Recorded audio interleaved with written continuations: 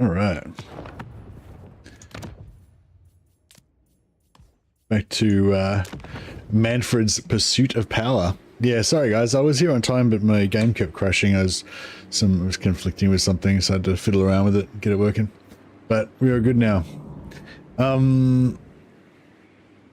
So yeah, so where we left off yesterday, we kind of achieved all our early objectives, which was to secure the Black Pyramid of Nagash, which has got a very tasty landmark in it. Gives us plus 15 power reserve to all of our armies.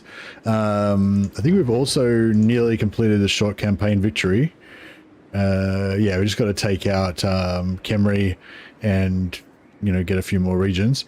That one's not that important, but the long campaign victory actually gives us 35 extra Winds of Magic power reserve for every army, which is actually quite solid. Plus we're going to get sort of infinite Winds of Magic with Mannfred eventually with his magic items. But we're not satisfied with that. We want to get more power. So yeah, he's got this weapon that gives sort of unholy power ability, which gives him 0.1 magic reserves regeneration per second as long as he's in melee. In melee, sorry.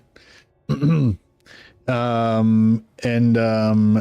yeah, regenerating flesh that we can get on our armor. The armor's pretty nice, ward save and physical resist and melee resistance and armor.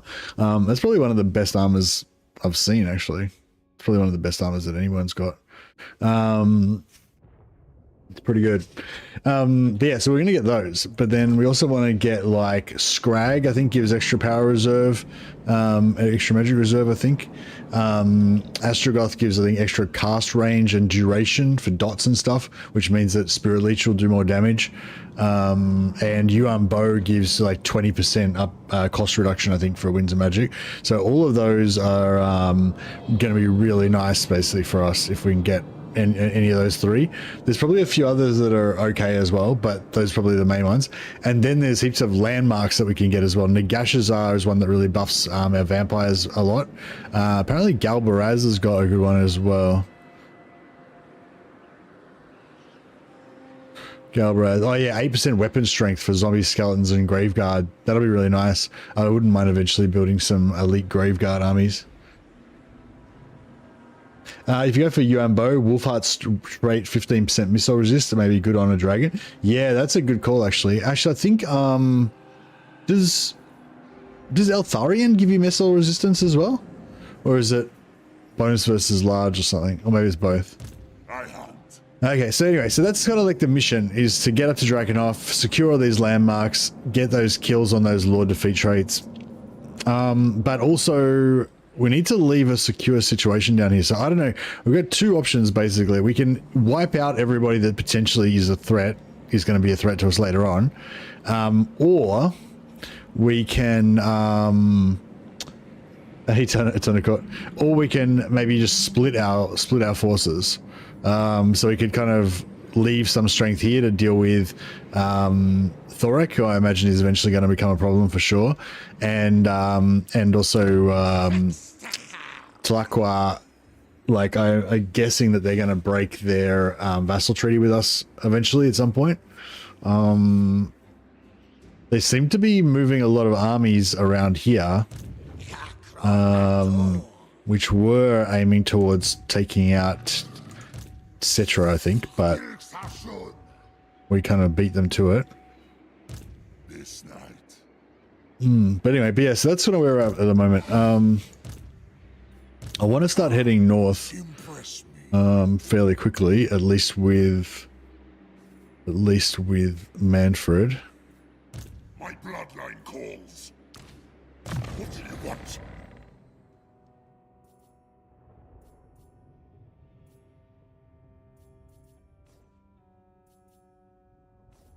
I don't know if I should just get some magic on this guy or not. He's got Zombie Dragon unlocked already. What a legend. Let's give him some... Actually, we'll give him missile resistance. Yeah, the Zombie Dragon's going to need missile resistance. I think if we want to make good use of Mannfred's sword, where he gets the reserves as long as he's in combat, he's going to do better with that if he's on foot, because he'll be able to regenerate more easily. Yes, my sire. But I imagine he'll take more damage on the dragon, but The dragon's obviously going to be more damaging and stuff.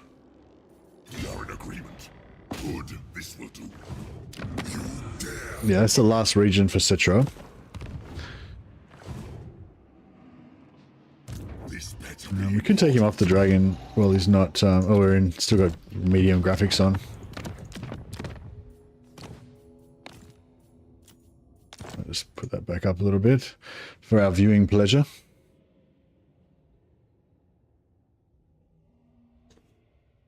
Yeah, I think Scrag and Drakenhof sounds better in the short term. I wouldn't mind killing some Empire men as well. Or maybe vassalizing the Empire. I know that Vlad should be the true Elector Count of Stirland and rule the Empire. But I'm not sure about... I'm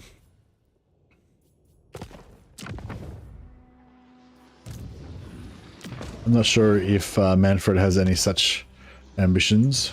Yes. Alright, I reckon he can take that by himself.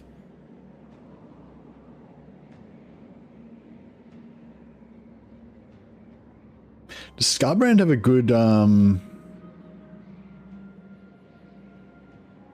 Scarbrand have a good Lord defeat trait? I'm not sure. What do you want? More sleep shines. My will alone. It will be done.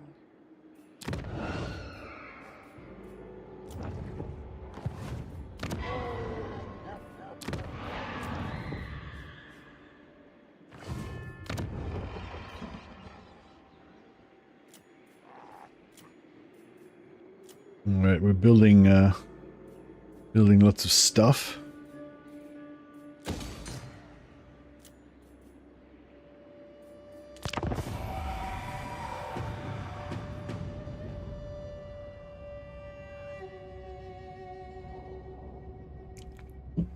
We've got a lot of raised dead piles, like battle markers around the place. So we can, you know, leave fairly minimal defenses and then just, you know, instantly raise massive armies when we need them. So that could be a viable option.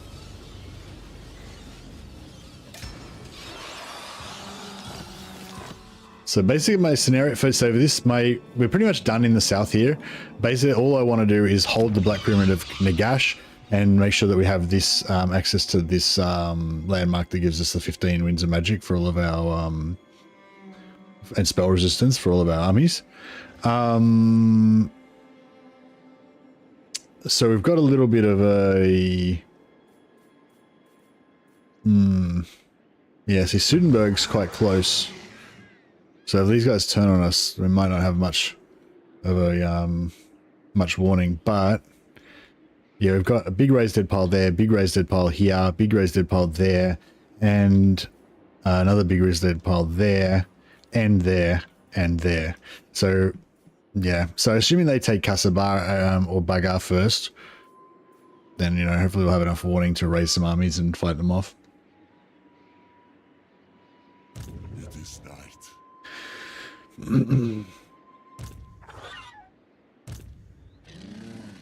This better be important. Agreed. For now. What do you want? Agreed for now.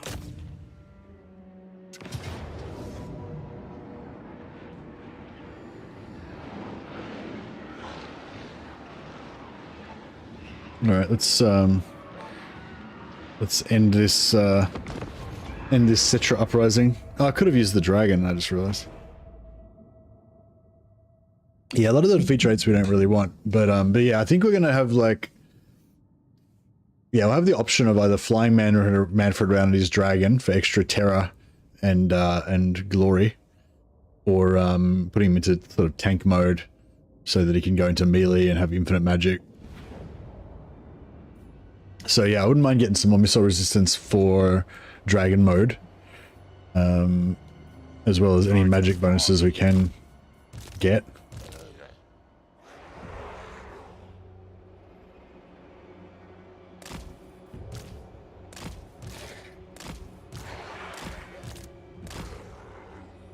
Vampire Lord.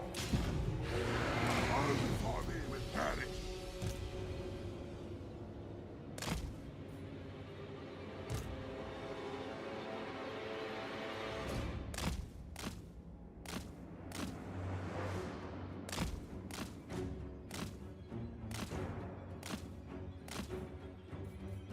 She's got 4 bound spirit leeches, so we can start using those to whittle down their lord. Swiftly. Ha ha. At once.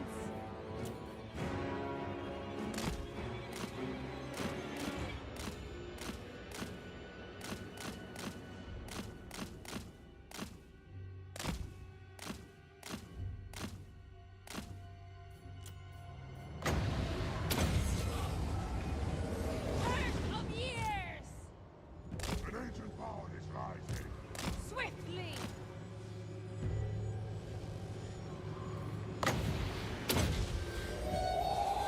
We are the new order.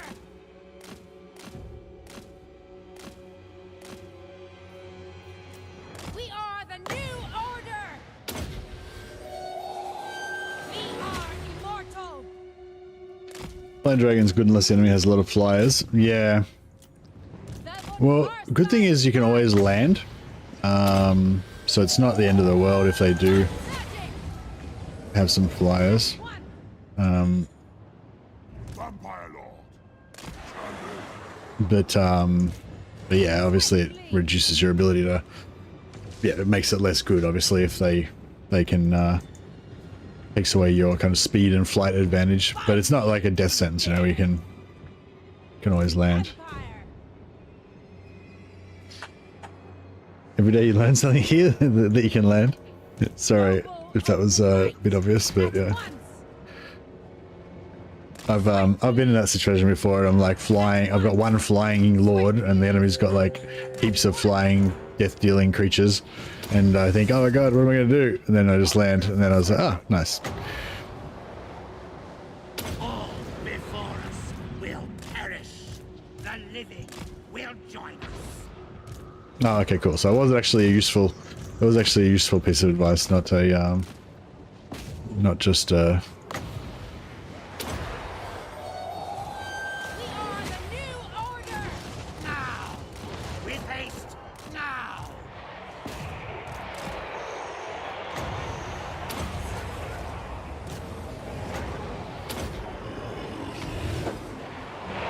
Your time has come. Swiftly.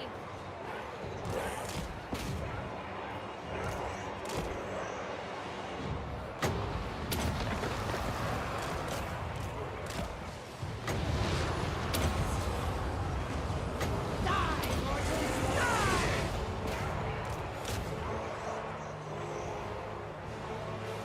Now, big boys should be doing some damage. Oh, we're getting wrecked by their by his death throws.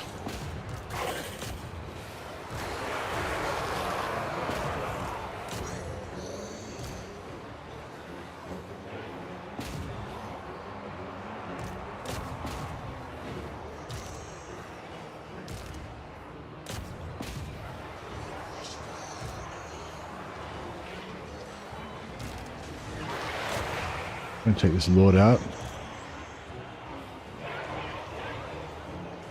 Yeah, we didn't get much flanking done. We were kind of just attacking into the front of Await everything. Minions.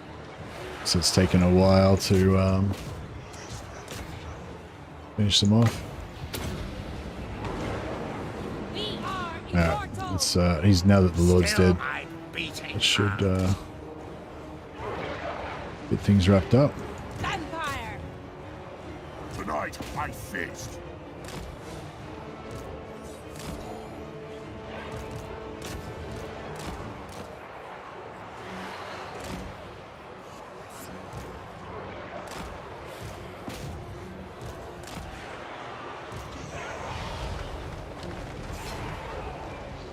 No, the Shabti came up. All that bleeds shall die.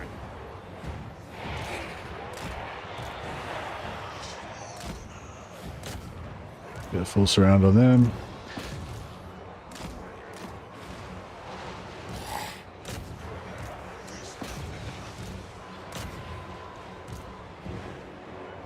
Hey, Scott.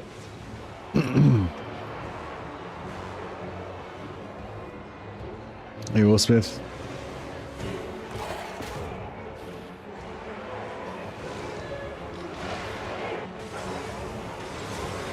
Time to feast. Give their souls out.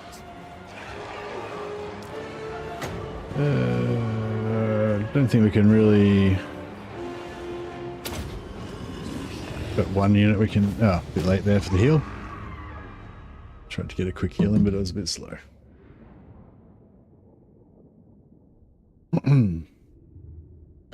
Alright, well, first battle of the stream seems to have gone off without a hitch. It's a good omen.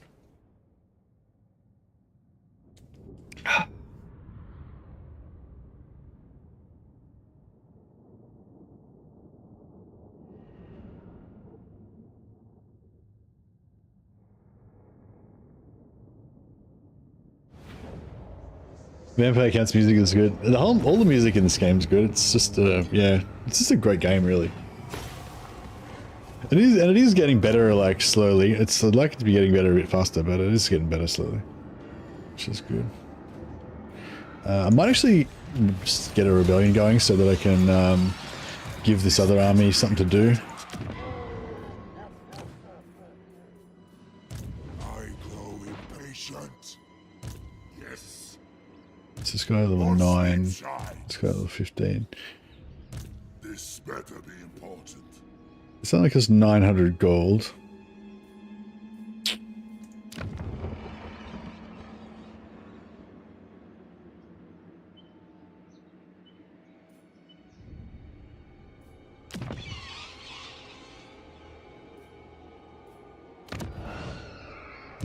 My bloodline calls.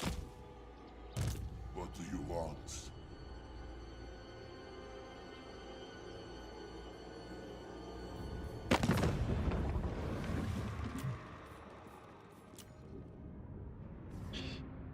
Yeah, Border Princes I don't care about. But Arkin the Black, he's solid. High relations, they're pretty happy. Those guys are doing alright. But Tlaqua, yeah, Tlaqua was just not happy because, you know, all the gifts and stuff that we've given away. Satoza, Queen of Tides! yeah, Satoza's not too happy either.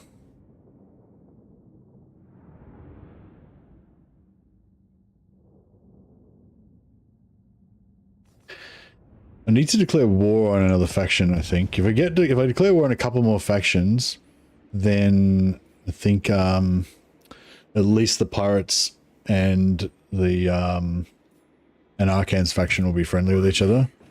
I'm just not sure who. Should I declare war on Scarbrand? Is he going to be a nightmare to deal with? Yes, my sire. What? Expand Sylvania's borders.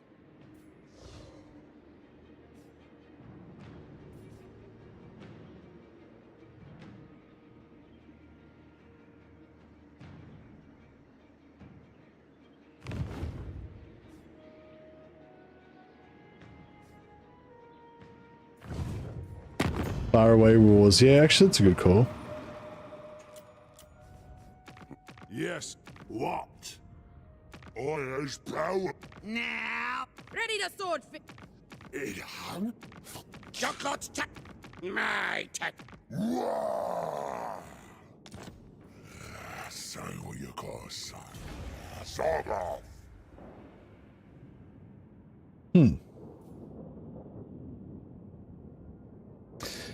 Yeah, we've got a bit of a problem. People don't want to join our wars. I thought I was all set then for a second, but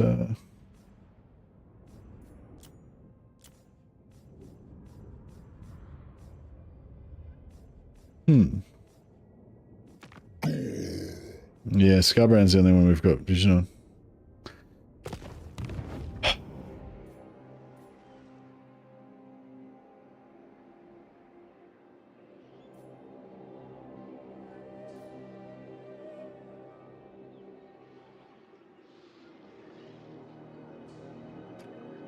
How many wars am I in that my guys aren't at war with? Or just them? What I could try and do is like trade regions for Sartosa to get them around the bottom here as well. Like just trade everything to Sartosa except for Black Pyramid. So that they kind of surround Black Pyramid.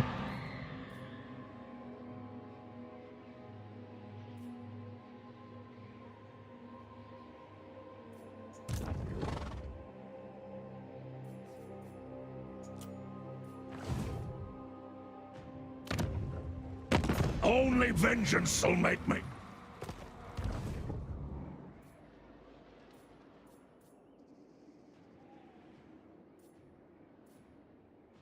What?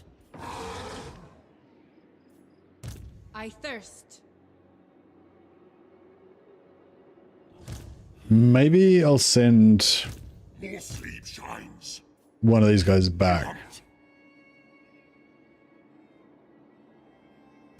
Who wishes the red kiss? Yeah, maybe I'll send, maybe I'll go after the dwarfs.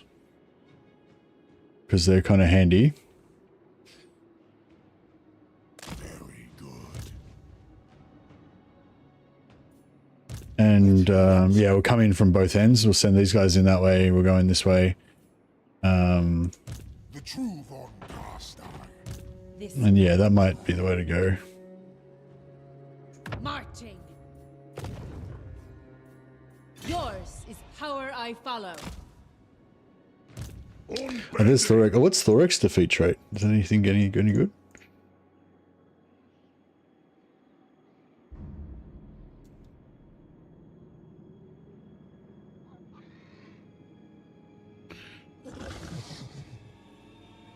Probably not.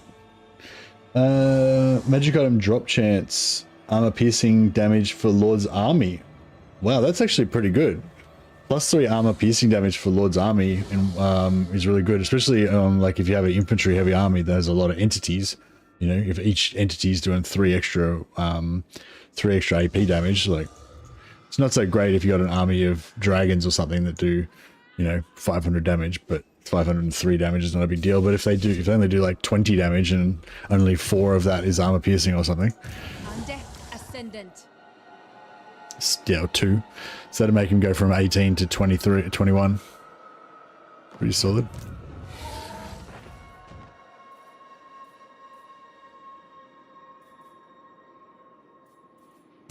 My will alone. This better be important.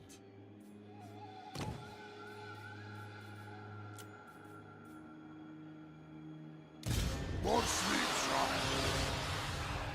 Agreed. For now, darkness comes.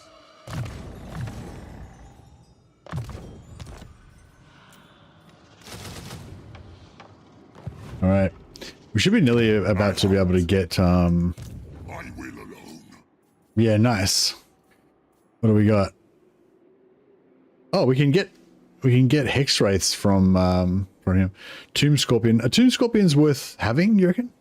Oh, we could get archers. Oh, only one unit of archers though. Tomb Guard halberds.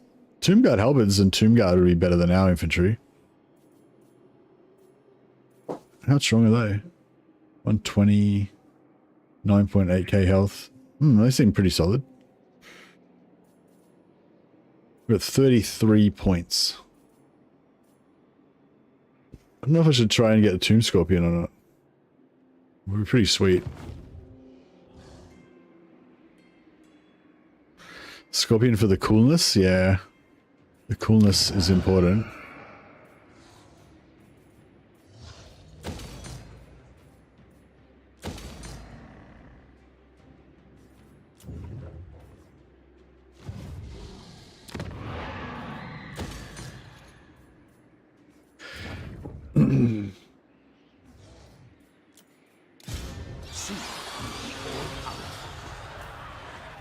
Alright, it's going to take 2 turns to get that.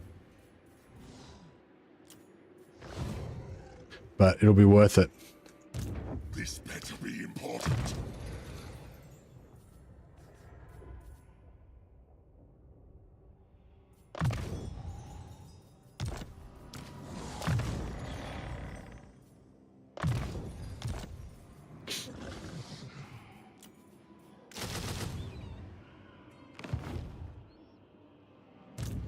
takes. Alright, I think we're looking pretty good. Yeah, I was gonna deal with that rebellion, which I now don't want anymore.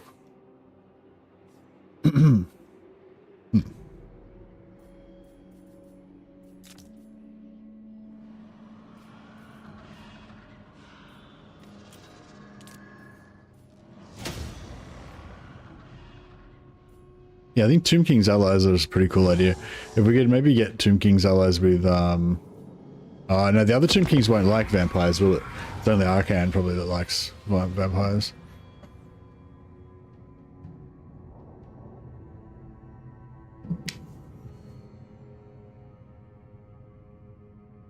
Yeah, I think it was a mistake giving so much territory to tic-tac-toe, but I can't really think of what else I could have done that would have been better. Like, we could have just wiped out tic-tac-toe, but then that would have delayed everything else.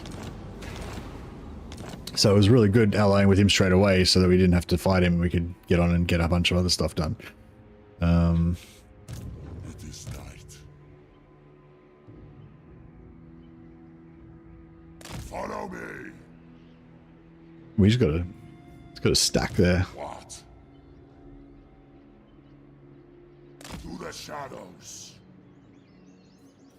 We are in agreement.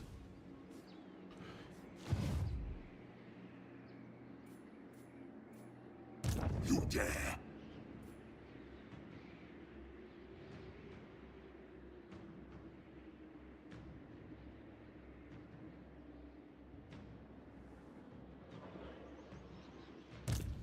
You dare?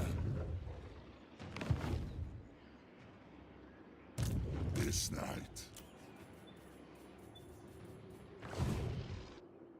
My bloodline calls. Night march. Agreed for now. Move.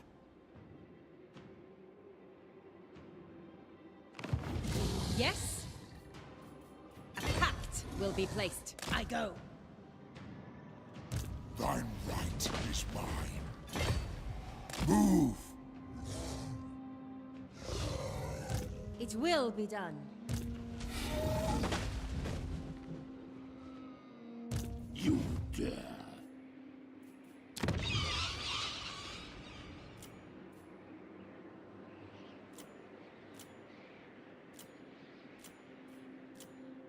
Alright. Well, Black Pyramid's ready to go up, but we don't have the 3.6k. Do we have any... Transcriber! The more. Oh, we can't peace out with these guys? Bigger warp forges! Must butch. Tinker, tinker! What? That's interesting. So we can't do diplomacy with them. Can't negotiate with this faction. Oh, okay, interesting. I wonder if they can peace out with me. Because, I mean, we're a lot stronger than them, so... But I don't know if they... I don't know, they've got weird diplomacy, because they're not really a proper faction.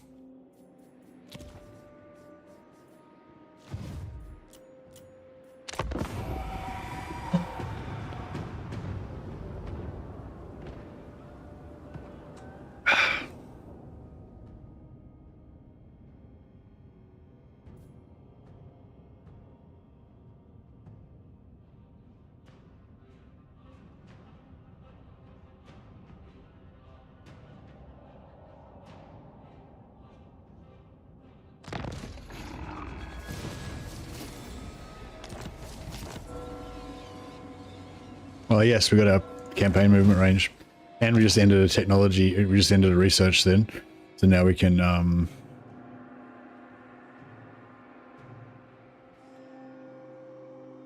Master Rune Lord. There's Thoric. What do you want? Can't quite reach there. For the wisdom of Valea. This suits my cause. Good. This will do. All right, let's see if we can take this dwarf. Take this dwarf settlement.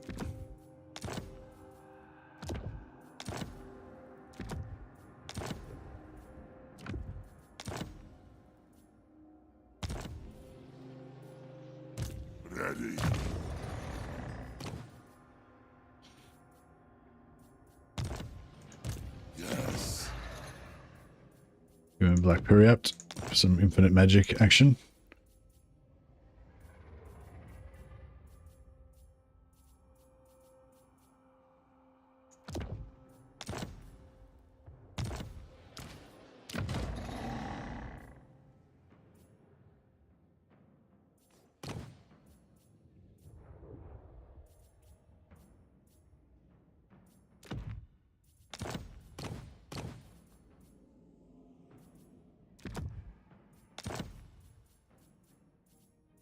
I'll get rid of the Earthing Rod and Wanted Jet. Oh, Staff of Damnation. It's a fantastic item. Right, we'll give that to this guy.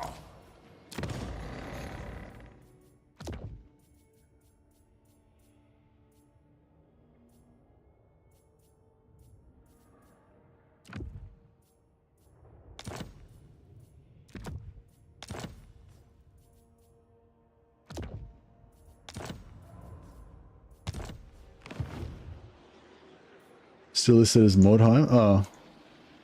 Oh, sorry. I thought I fixed that.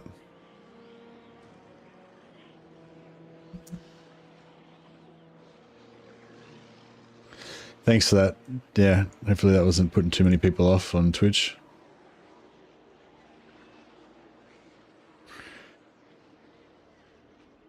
Been playing a few campaigns about stealing characters. Love the idea. Zero patience for how long it takes. Well, yeah, I was actually trying to make a video about that, about how to do it quicker, but the video took too long to make, so I had zero patience for that. All right, let's just we'll just come in with zombies for starters, and we'll just see what the auto resolve looks like here. Oh, beautiful. They joined. Okay. That's good. So it was just because that first faction we declared war on was like a weird faction, or it was like, I don't know, some reason they just didn't want to declare war. But yeah, now we've got, yeah, I made a video about Yuan Bo stealing heroes from Marcus Wolfhart. If you haven't seen that one, I will check it out. Yeah, probably Yuan Bo and Gelt are the two of the fastest ones. Ready. None shall live.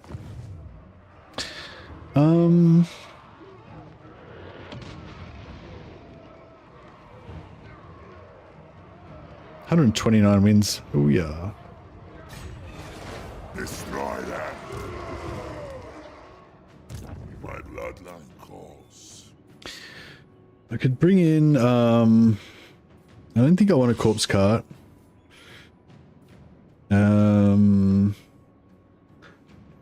Enrace, how much physical resist do they have now? 55%.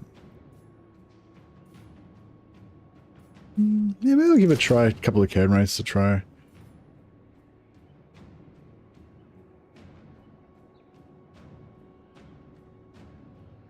And yeah, we'll just get the fuck ton of zombies.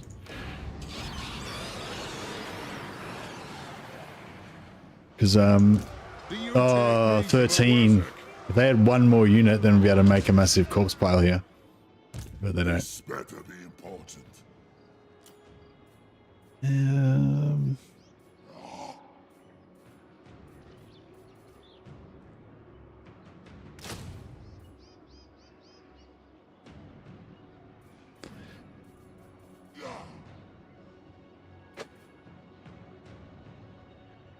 Yeah, okay, that'll do.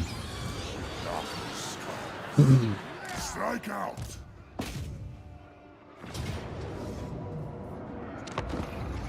You're the best, bro. Great videos. Definitely made some long work weeks. Awesome. Oh, thanks a lot, I will, and thanks so much for the super chat, man. It's super generous. I yeah, really appreciate it. I will name one of my mighty heroes in your honor. One of my evil vampire heroes in your honor.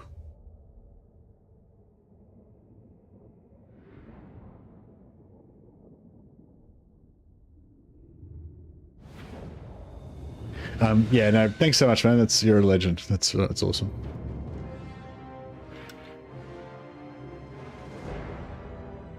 Oh yeah, okay. So I like this particular siege map because of this corridor down here.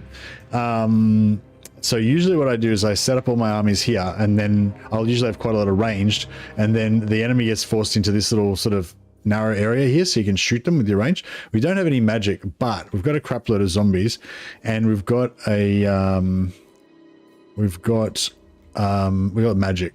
So we're going to use magic instead of ranged, but do essentially the same thing. Tonight, I finished.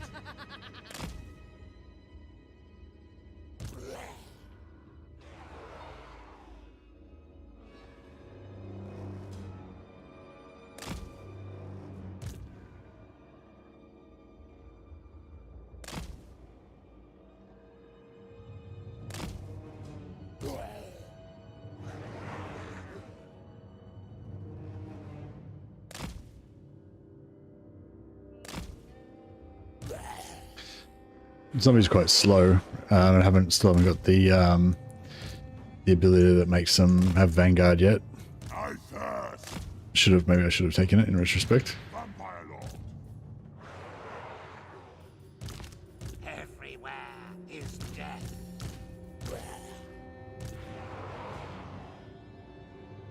The cattle rise against us. All before thee will perish.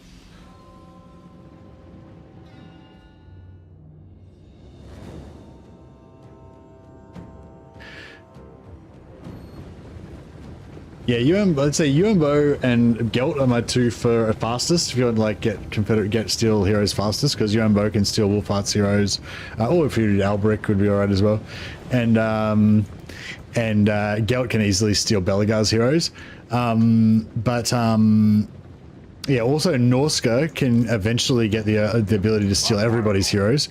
So with Norska, you just kind of build up relations with everybody for the first 20 turns, get lots of vassals and allies and stuff, and then or allies with Warriors of Chaos if you can, and then yeah, once you unlock the technology to make all heroes immortal, then you can just steal all of the Warriors of Chaos heroes, which is pretty cool.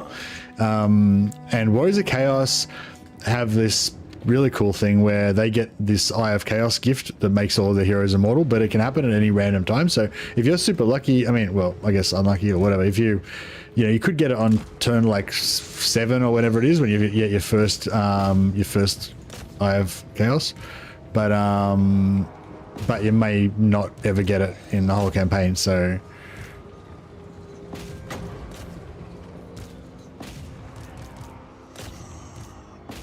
it's going to be such a shit fight trying to get these guys through this door. Maybe I shouldn't. Yeah, I shouldn't have put the ladders down.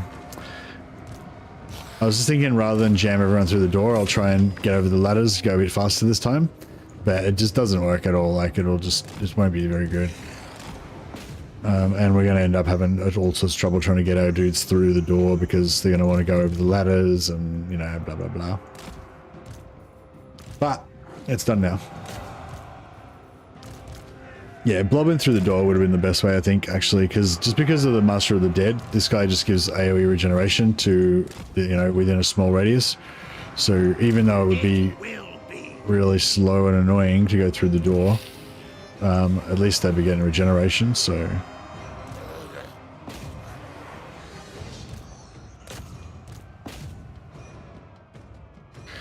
Yes, my minions, go forth. Indeed. All right, so I think my plan is to just keep our hard-hitting units just out of the action to start with,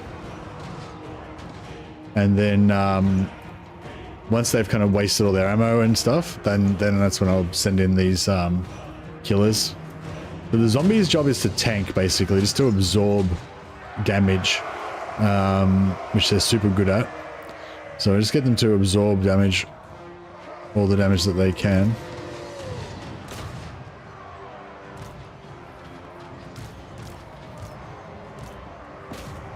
First, and then we'll then once, because if we send these guys in with the blob, then they'll target the non-zombie characters and do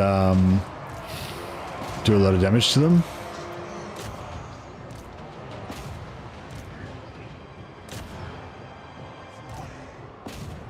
But if we, yeah, just send the zombies in first to soak up some damage.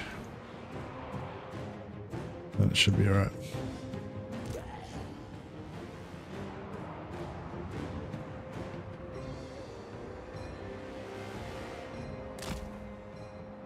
Enemy gates are destroyed. Alright, we're in. Now it's time to really slowly try and get zombies through here. Alright, send these guys in for a quick little jaunt.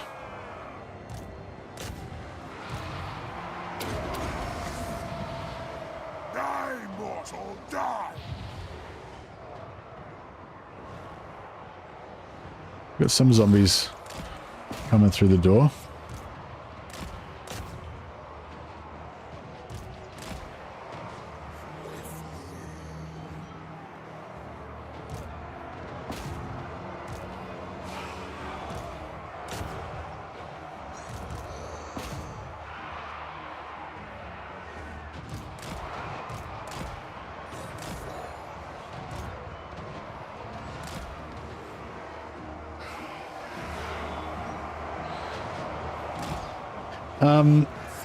You really?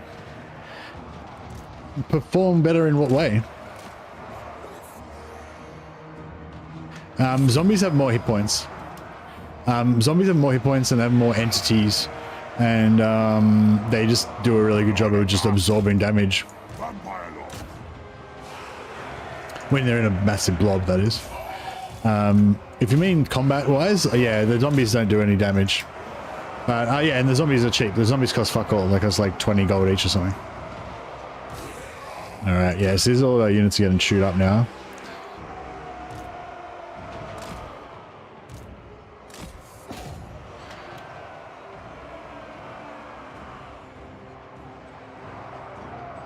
Skeletons with spears are really good at holding the line and killing large units. Yeah. That's a good call. There's no large units in this army though, we're fighting dwarfs. Vampire Lord! End them! Also, I don't know. Saying that they're good at killing large units, I think might be overstating the fact a little bit. Better than zombies, I'll give you that though.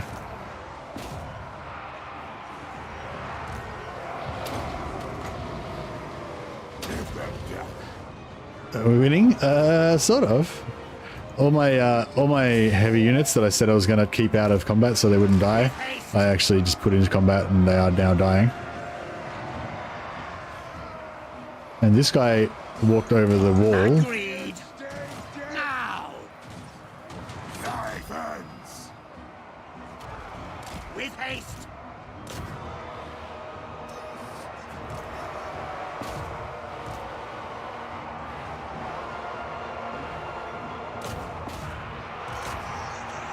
Yeah, I messed that up.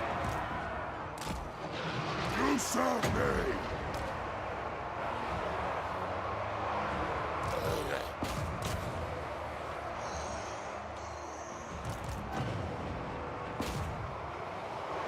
Corpse guys get shot up by range, yeah, exactly.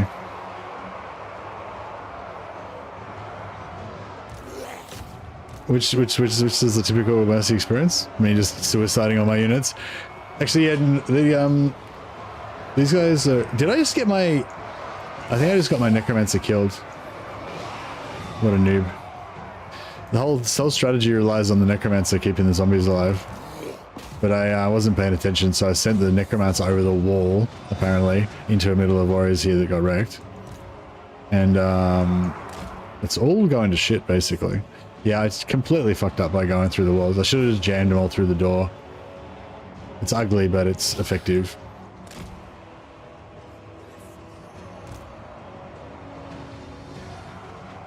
Having a plan that's slowly falling apart, yeah. Having a plan that I just don't pay attention to, so I don't actually execute it correctly while I'm talking to you guys and completely being distracted from what I'm supposed to be doing. That would be pretty accurate. Yeah, that was really fucked up. Because the necromancer was both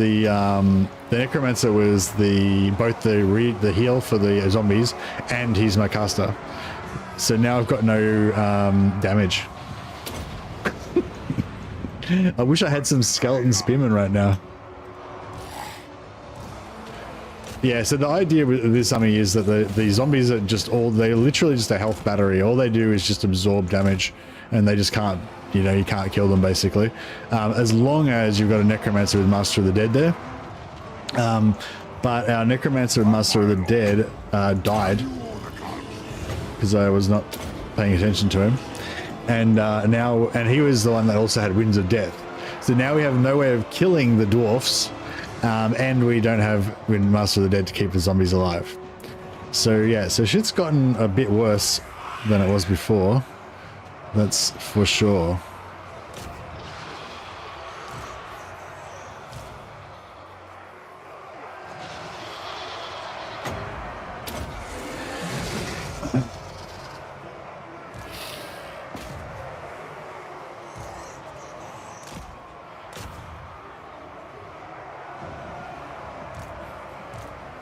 But yeah, I hadn't really thought about how my plan was completely hinging on one very flimsy necromancer, and then which I then let die.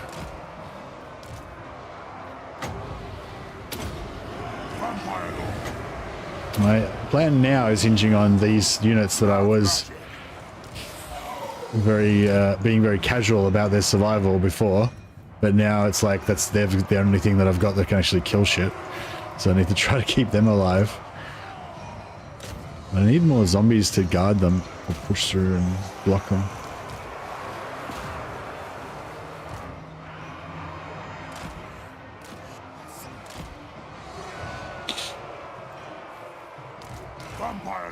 What a mess.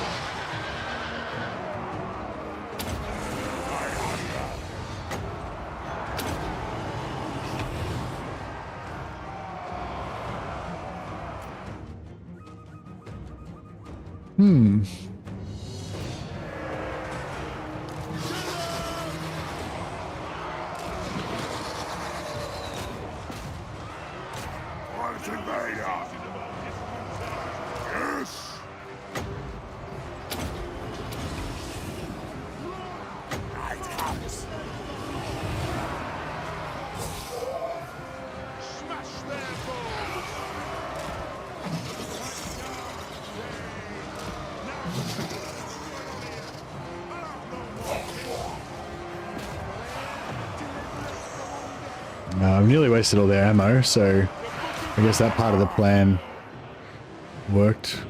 Oh, actually, they've still got more units arranged.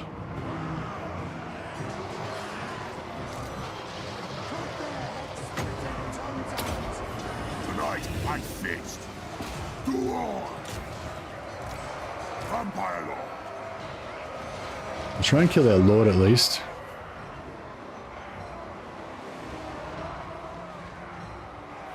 There's very little shame in restarting. Nah, it's alright. We'll fight through.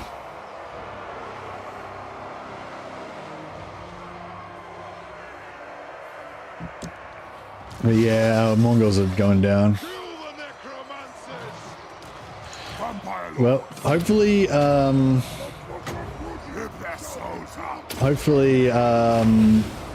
some of these guys will rise from the dead afterwards. I'm embarrassed now. I was so arrogant to Erorist, disparaging his skeleton spearmen, saying like, I don't need units. And now my flimsy strategy fell apart completely.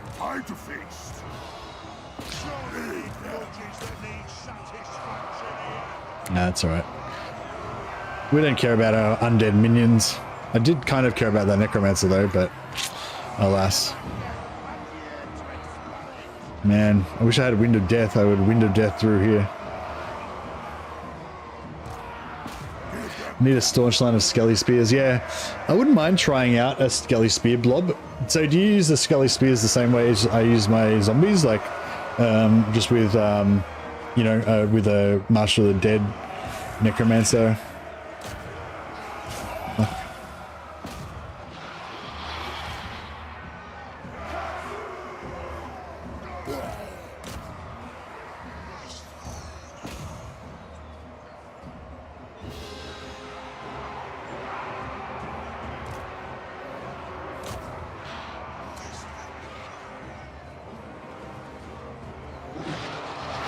Skelly Skippy blood? Vampire Lord. Attack.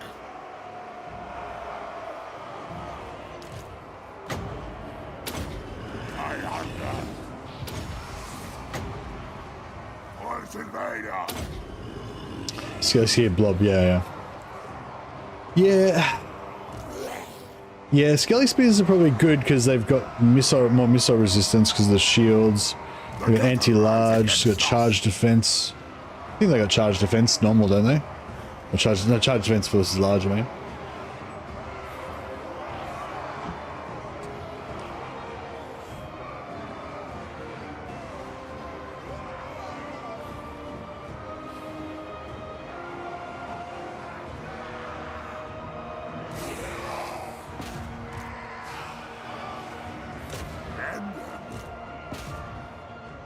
Yeah, I'm going to try and push around the side here.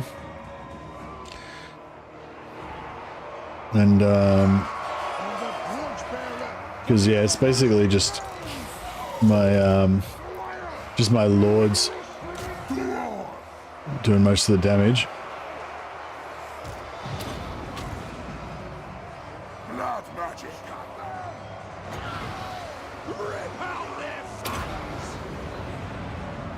Blood magic. Send them back to ground. Restart equals campaign loss, yeah, for sure. I think he meant like old F4ing and restarting the battle. Which, I mean, if I'm doing like a sort of a sciencey stream where I'm trying to figure stuff out or something, then I don't have a problem with restarting a battle and refighting it. And I actually think if you haven't done it before, I actually think it's actually really good. Like you learn the game in a different way when you refight the same battle multiple times. And it's actually quite good, especially when you're new to the game, I reckon. But most of the time when I'm playing for like immersion and like enjoyment, you know, so I can make it so it feels real and stuff. And yeah, when you restart, it kind of ruins it a little bit for me anyway. When you restart a battle. So I don't want to lose my don't want to lose my immersiveness.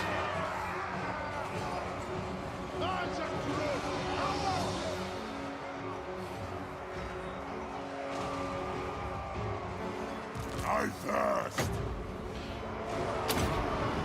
Vampire Lord.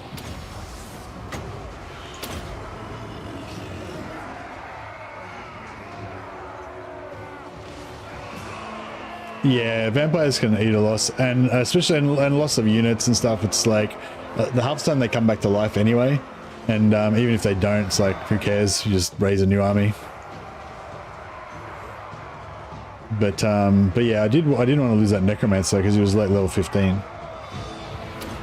But you know, it is what it is. Die, mortal, die.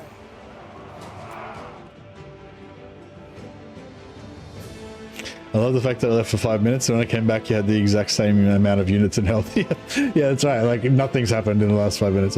Actually, I've broken a bunch of their units. We're just slowly wiping them.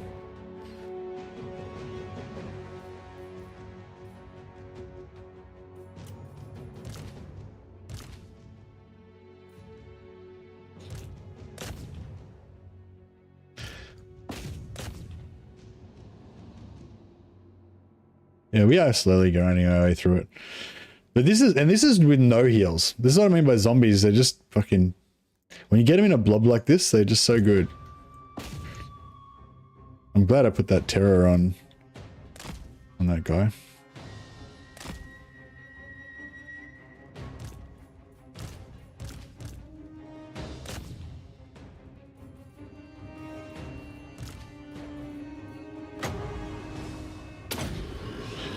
I might just let these guys have a rest for a bit, so they're a bit tired, and also let them have a rest from getting shot.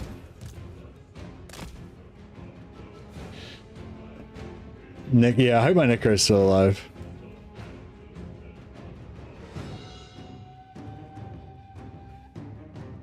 Hey Tonakot, you mean the zombie apocalypse in real life, like the end of the world? What do you mean, like... Whoa, what are you guys doing? Oh, you're right, you're in Group 1, that's right. My bad.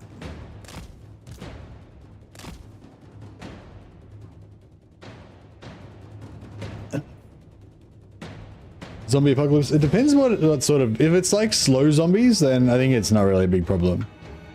Slow zombies are really not really a threat. I don't think. I don't know. Slow zombies are sort of like the coronavirus. You know what I mean? Like they're bad if you're like old or infirm, or you've only got one leg or something. But if you're, you know, if you're sufficiently prepared and strong, you should be all right. Hopefully. But if it's fast zombies, then I don't know. That's a whole different ballgame.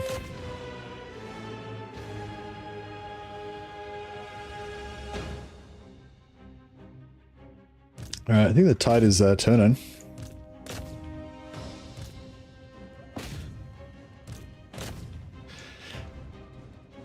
Yeah, you gotta have good cardio for the zombie apocalypse. And 2 legs, obviously.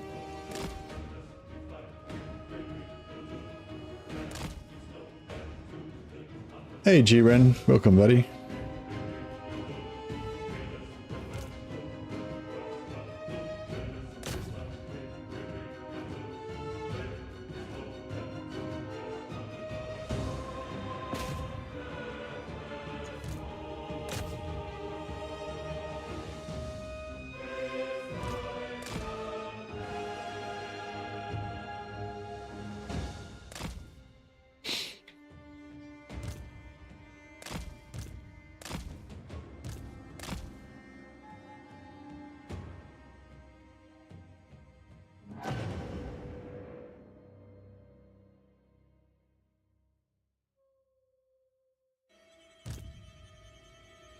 I gotta keep absorbing these arrows.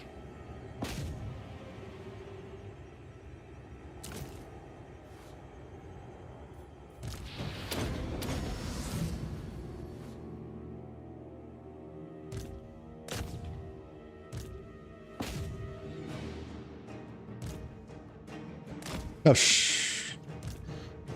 Oh, that's alright.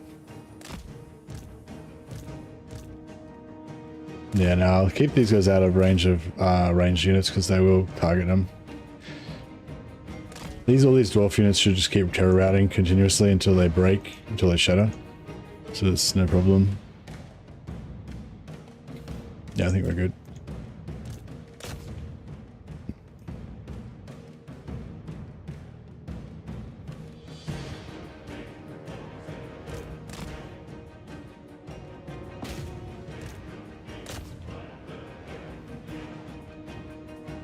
Yeah, we'll just wait till these boilers run out of ammo, and then we'll bring in our can wraiths to eliminate the some of the dwarfs.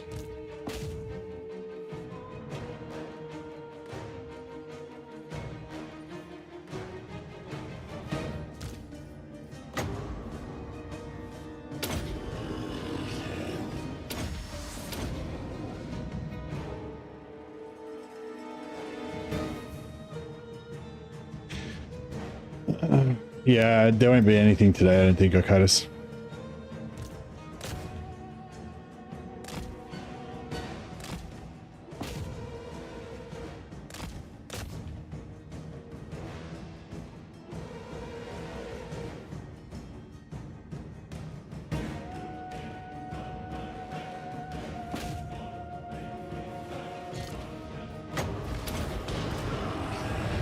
All right, actioned.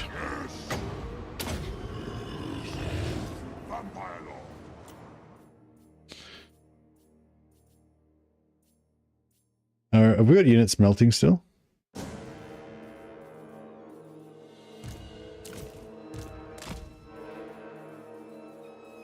Nah, it looks like nothing's melting.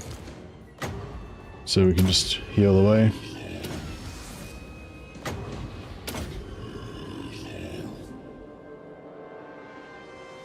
No power. Yeah, I know. Sometimes when the power goes off, it doesn't go off very often here. When I was younger, I used to live in a small town, and we used to get power outages, you know, not all the time, but more often.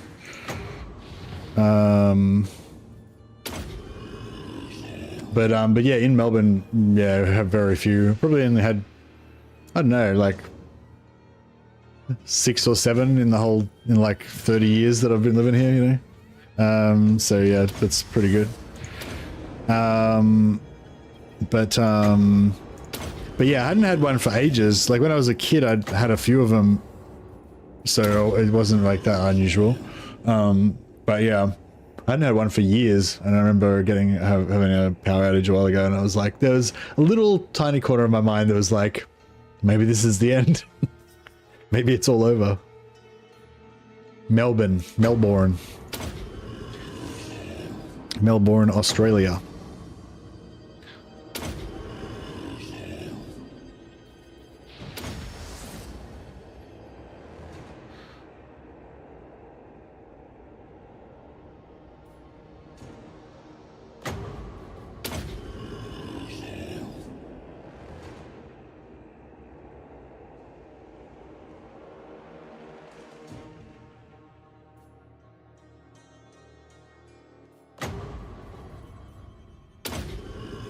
Is season 2 of The Last of Us out yet?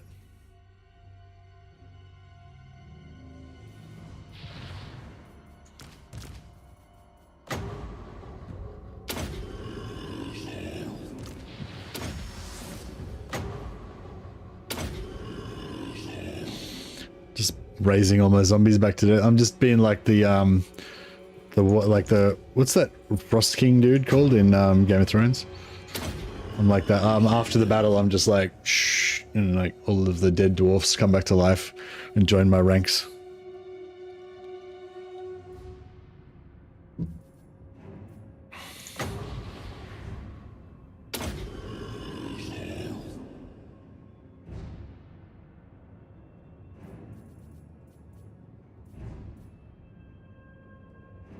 I do believe this is called acceptable casualties. Yeah, for sure. No problem. I think we're out of wins. You need 2 dwarf corpses to create 1 zombie. Yeah, for sure. Alright, let's see the butcher's bill. Yeah, the necromancer died. Lost about half of his zombies. Lost our cryptoras.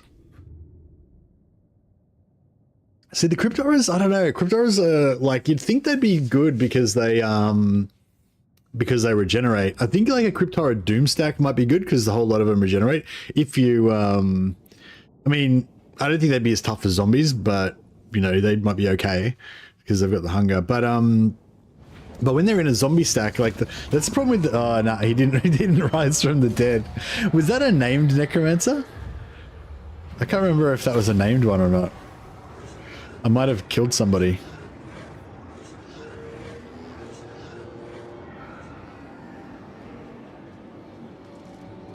Try Cryptora army with the Ghoul King.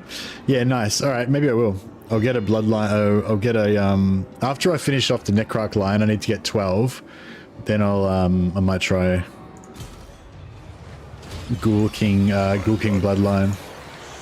Caspar Jaeger. Nah, so he wasn't a named one. He was just a no-name necro. He probably was a lawkeeper, had a good trait, but yeah, such is life. Maybe I should level up this guy's magic if I'm gonna keep killing off my necros.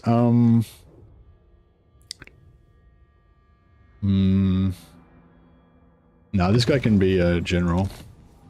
This guy can be a wizard. A wizard.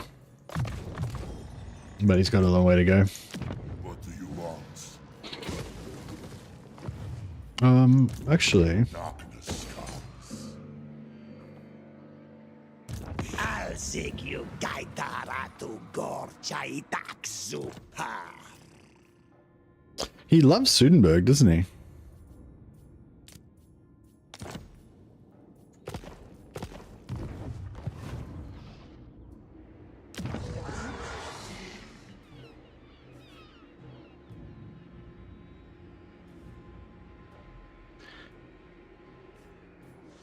Plyodon Landing. So, is that just a normal port? Yeah, it's probably just a normal port, isn't it?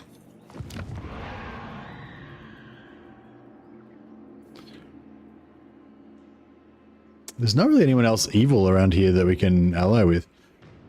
It's crazy when you play Warriors of Chaos because it's like, it's really, we were talking a bit about why Warriors Chaos is sort of so face rolly and easy and stuff. And yeah, like one thing I like that I was talking about a lot, but I don't know if it's that much of a key issue, is just how the aspiring champions I feel like are too easy to get and they don't feel special enough. I'd really like them to feel more special. But This better be important. But I think really what makes them so face rolly is the vassals, isn't it? It's just being able to just force vassalize everyone and just, you know, just keep walking, just keep charging forward and conquering more and more stuff without having to worry about your backline or anything. And also because they start at the edge of the map, you know, if you're playing as Archon. Night. Yes. Like Because it's not just the fact that they have that vassal mechanic. It's also the fact that like everybody in the north is either Chaos or Norska. So you've just got like heaps of vassals that are all happy to just work together and like each other and stuff. Maybe they should make it so that Warriors Chaos have strong economy, no supply lines, can recruit very fast through the warband system. Yeah, exactly. Yeah, all that stuff. And they have like these elite units that are super easy to get and just face rolly. But also with the vassal, the point I was trying to make with the vassal system is like, yeah, I think that also just makes them really easy as well. But yeah, even if you play like This Is Total War with no vassals, they're still pretty strong. But the vassals just adds another layer to it. I reckon they should try and make more infighting, because I'm sure that like the Tong and the fucking Agol and shit don't really get along that well. There should be more like Marauder infighting. I reckon that'd be cool, because that's what they did in the first thing. They had Marauder infighting with that weird attrition system, and that sucked. But if they had Marauder infighting in terms of like, they'll hate each other's guts and they'll break their vassal treaties and stuff, that would actually be pretty cool. you dare.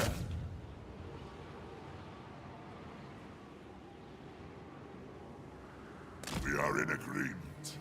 Deliver it unto me. Strike out. Now.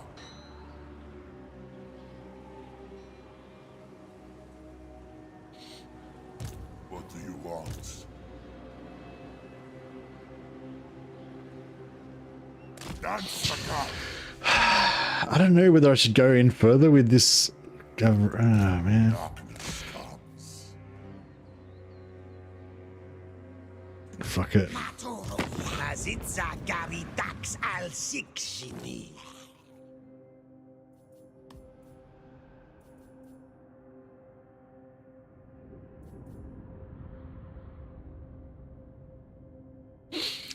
You can't use diplomacy to make your vassals go to war with people.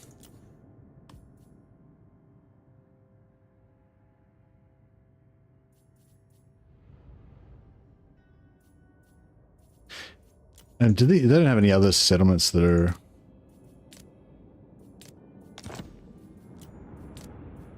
No.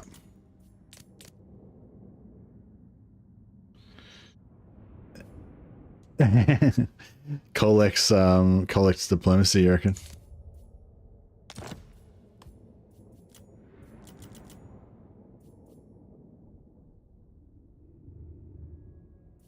How much is this trade worth?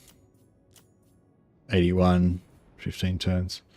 Yeah, all right, I'll take the trade. It's not really worth it, but it'll give us a little bit of extra relations as well, I think.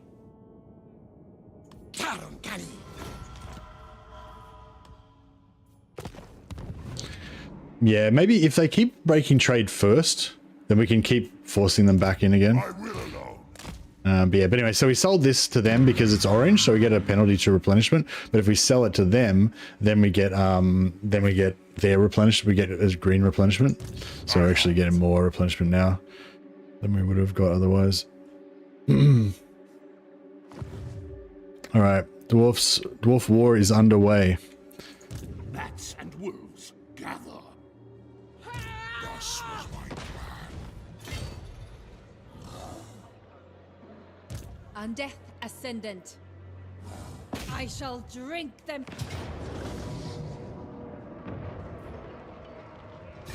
Actually, Kill! I will not disgrace my ancestors. They will serve.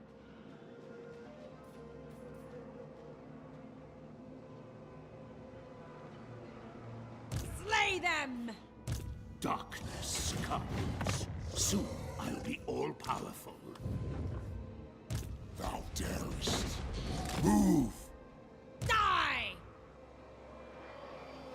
Time to die!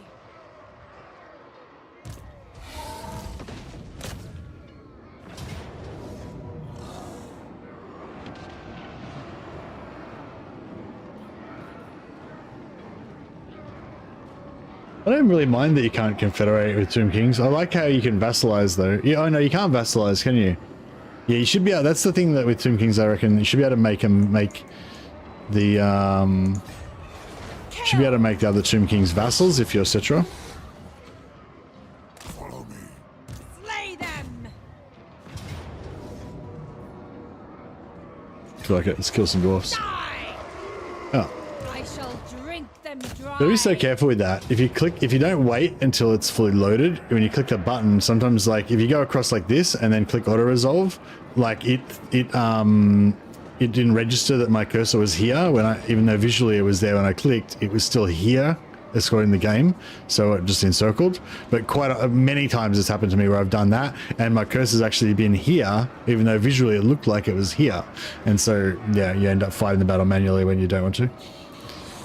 In that case, I did actually want to fight the battle manually because I want to crush some dwarfs. But yeah, I think Tomb Kings can't vassalize, can they? I wish they could. I wish they could vassalize. Vassalization is fun. I do enjoy vassalization.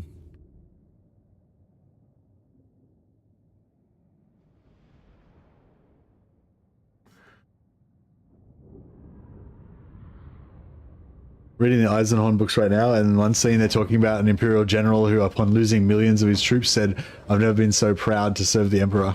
Nice. Cetra can vassalize. Oh, that's cool.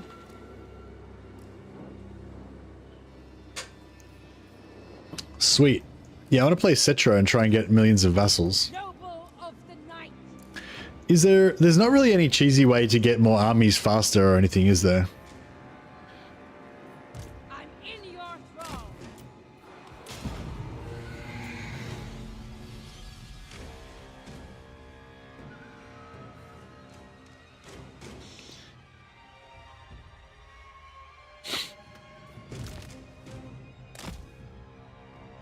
Check out my 2 vampire tomb scorpion. Oh wow, is it dark? Like, are they normally like dark like that? Oh, its legs. Check out its legs, black and red, vampire colors. This is my sweet vampire scorpion. Look at it, looks like a Formula 1 car. Doesn't really move like a Formula 1 car, but... No, you didn't protect your vassal very well, Benji. Jeez. There's vassalizing that comes with a responsibility on your part as well, you know. It's not all fun and games.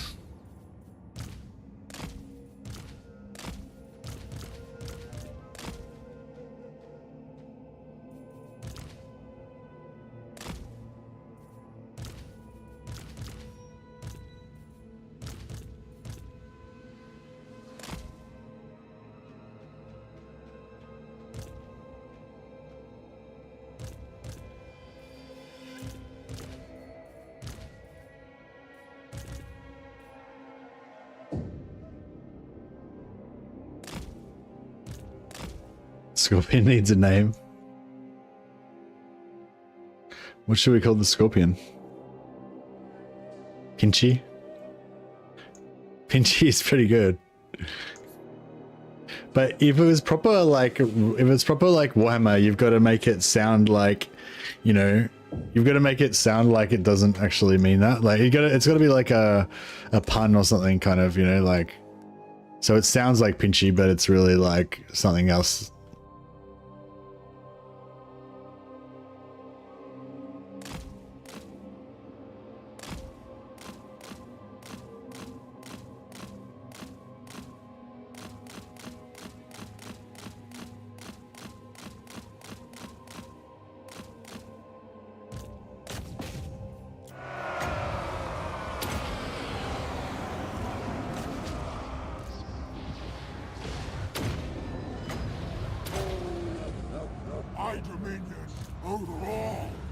Do you get invulnerability frames versus direct damage?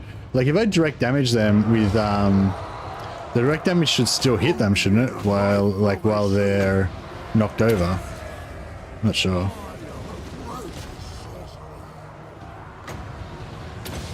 No, I should have overcast. Damn it. Still my beating heart. Yes, yes.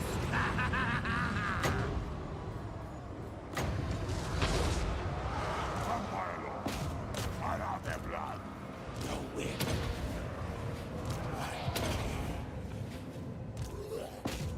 Where's Pinchy?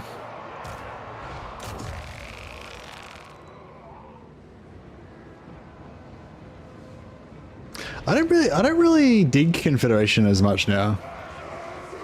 Like I feel like vassalization is kind of cooler because it gives you more like, I don't know, it's just more like story-ish. Bro, he's getting wrecked by this these archers. I serve me. Where's Pinchy going?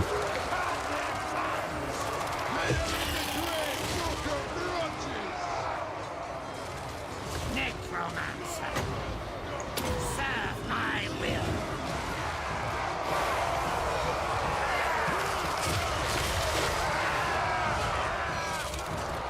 Now is the season of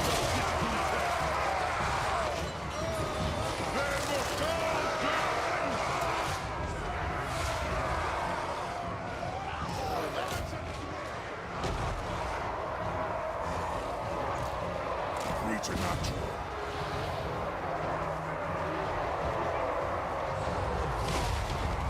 No. Mortal scout. Swift as death's wing. Did I get out of range before he meleeed me? I think I did. Swift as death's wings.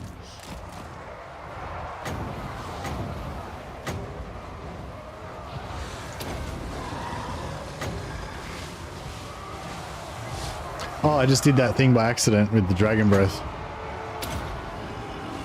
Nagash was weak. Witness true power.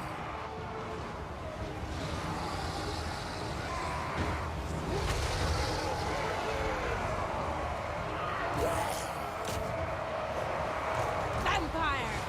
I will not sire these! Yeah, I didn't even mean to. Just popped out. Hey, Nescu. Yeah, I mean, surely it's going to be soon, but yeah, no, nothing today.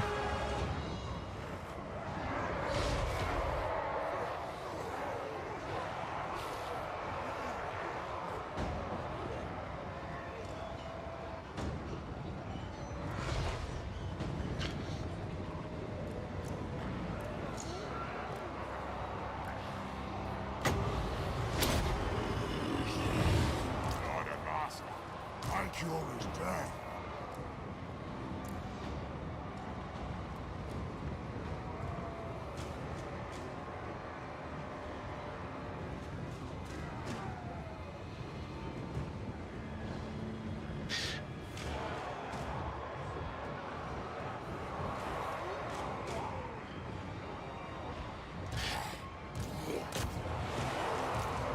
But yeah, I don't know, like,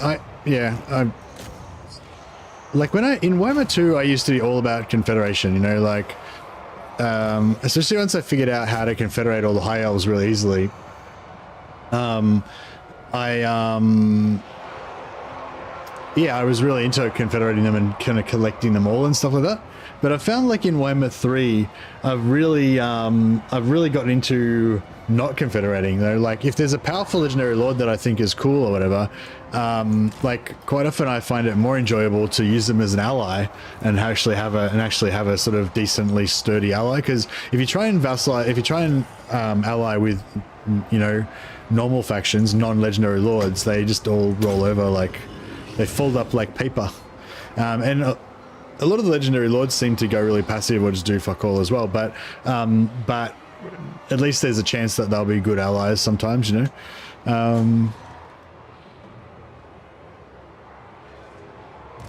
And you know, and sometimes you can ally with a unit, with an army, you can ally with a faction, kind of play along with the like a buddy co-op style with the AI for a while, and then later on, you know, they vassalize. I mean, they confederate anyway or whatever. And that sort of, I don't know, just I feel like that just makes more of a narrative in my head rather than just gobbling them all up yourself and controlling them yourself. I don't know.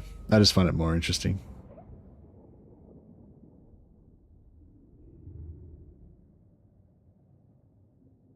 If they were going to do Confederation with the Tomb Kings, they would do it the same way that it is with the Warriors of Chaos. It would just instantly wipe out all of your faction, and you would lose all of your armies, and you would just keep the Lord. You would just keep the Legendary Lord.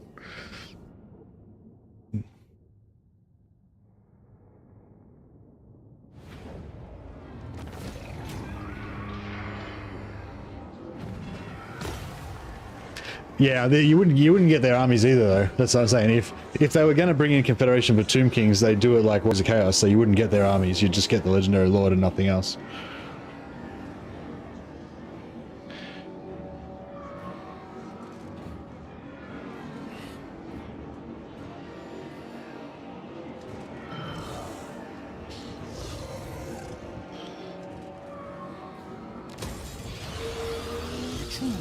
Look at that backspacing. Fucking didn't even move. There was a little bit of a pause while I was loading something, so I was just fucking spamming backspace on this dude as fast as I could. Oh no, I missed. I missed. No, I thought I was clicking on her, but I was clicking on Mannfred. She just retreated at full distance over here. Sylvania's borders. Lame. Alright, well it didn't work at all. Bring me flesh to craft.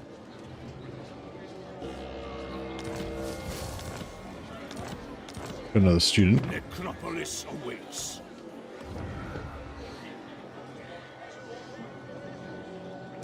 I hunt. They will serve.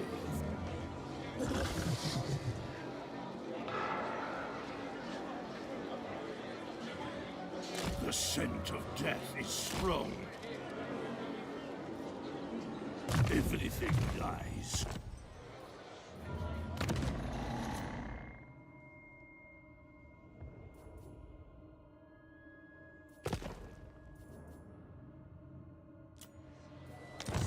Alright, we'll just do a little bit of movement cheese here to get this movement. Get this What do you want? Take their life force. get the settlement. Lord Sleep shine. And that way we can use that to go through and get Thoric. He's gonna probably Ready. retreat, I assume. My thralls track ahead. But it'd be cool if he Who didn't. wishes the red kiss?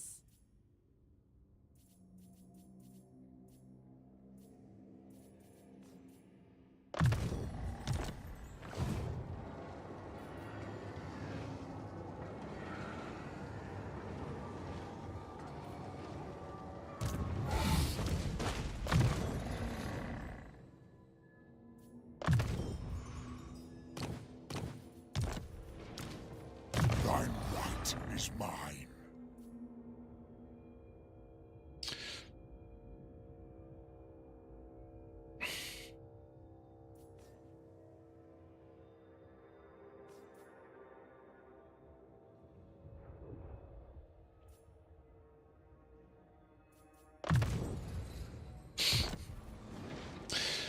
Alright, let's see if Thoric will give battle. Destruction. Oh, he did. Alright. Glorious. He's got 14 units. We've got 14 units. It's a match made in heaven. Is there any way to cycle the Bloodline Lords for different traits, or are you stuck with what you get as soon as you spend the Blood Kiss? Hey, Certified, you're stuck with what you get as soon as you get the Blood Kiss, but you can save scum it, I think, and if you wait 10 turns or whatever, you know, a different one will come up, I think. I'm not sure if you have to wait 10 turns or if you just have to change the seed. Does anyone know how to save scum Bloodline Lords? You might, I'm not sure if it's a seed thing or it's just that there's a hidden pool that you have to wait for it to refresh or whatever. But yeah, I'm pretty sure you can save scum it. But yeah, no, there's no like legit way to cycle them or anything.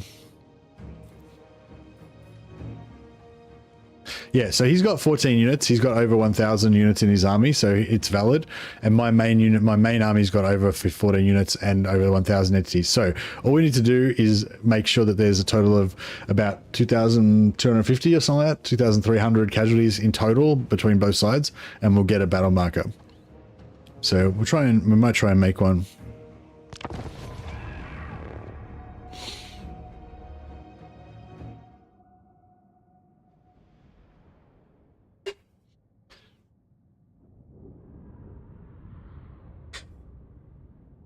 Yeah, you just have to take what you get certified. It's kind of, I feel like it's better when it's, I guess it's better when it's random, because that way you actually appreciate it when you get good ones.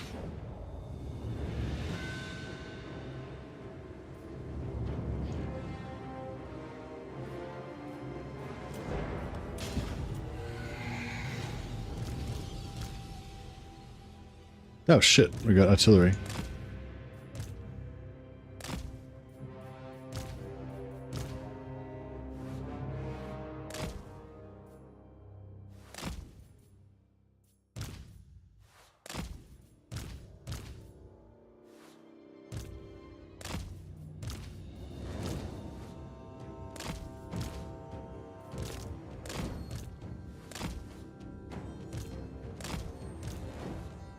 I'll actually put one of my necros on a corpse cart, so he's going to be a pin cushion.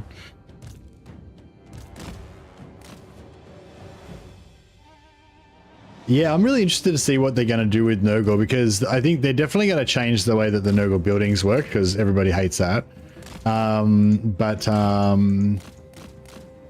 yeah, I don't know. I wonder what they'll actually do. It'd be interesting.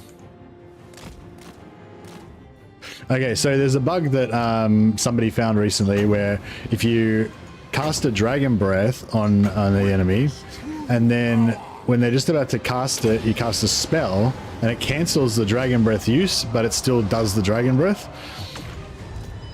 So you can basically use that to keep just keep casting. If you use cancel casting as well, you don't even have to spend Winds of Magic on it either.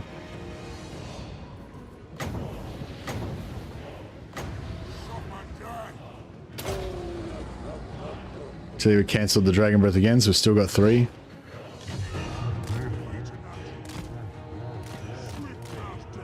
So yeah, thanks whoever, can't remember who told me about that, but thanks for the tip. It's pretty cool.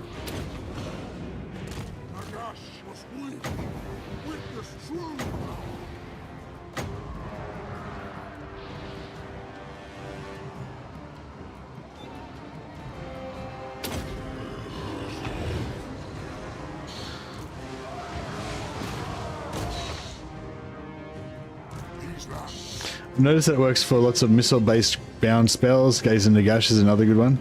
Oh, nice one. Thanks, Anthony. That's cool. Yeah, where'd you get that from? Was that on one of Legends videos or something, or did you just figure it out yourself?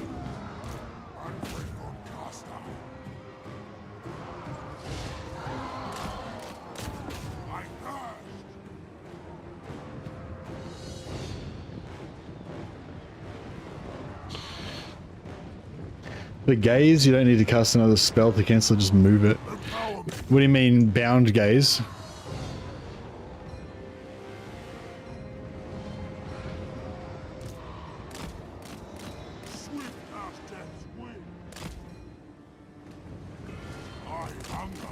Yeah, fuck the dragon. I think we're gonna go foot. It's gonna be foot Mannfred from now on.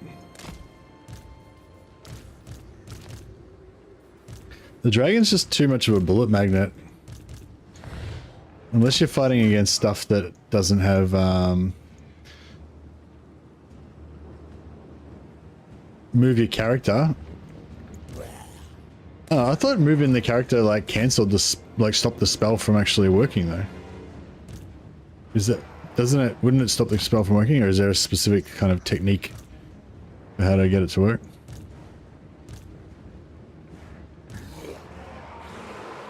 That is wise.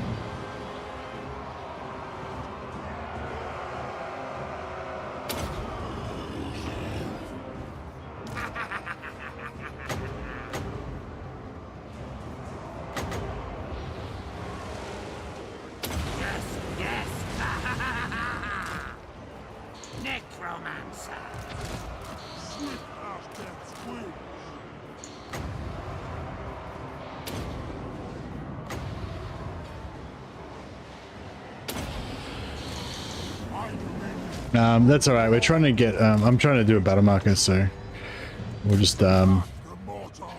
go for as much damage as possible. The mortals. Oh, where do these guys go?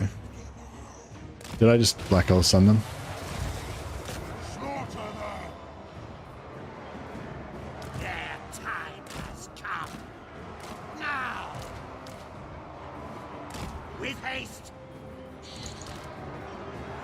Oh, this one's on. He's on a cart getting shot, isn't he? With haste! Yeah, fuck. I hate carts. Necromancer! They're so terrible. Attack. The summoning begins! All will wither! Tomb Scorpion's in a different. Oh fuck! He's got to get the fuck out of there. He's getting wrecked. We're gonna lose another. Gonna lose another Necro at this rate. Hearken to my will. Suffer death. Now! Yes! Vampire! At once!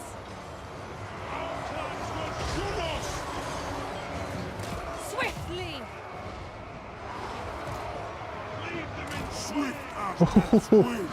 Those Ironbreakers blasting charges just fucked me up. Swift as death's wings. Blood kiss for them. Shit, I might have overdone it here. I probably shouldn't have winded death to my own units quite so many times. In retrospect. Time has come! Perhaps that was unwise. Haste! Vampire! Life is a phase. A new order comes. It is time. The living will join us. Yes, awake, minions!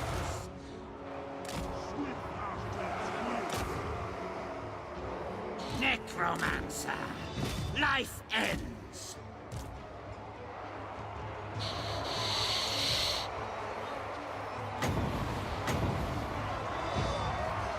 The living will join us. For Isabella! The damage come At will once. be wiped clean Cease. of this foe by nightfall. Preternatural. Swift as death's wings. Preternatural. Only in a life will they see. Yeah, I sort of may have sort of fucked up, slightly fucked up.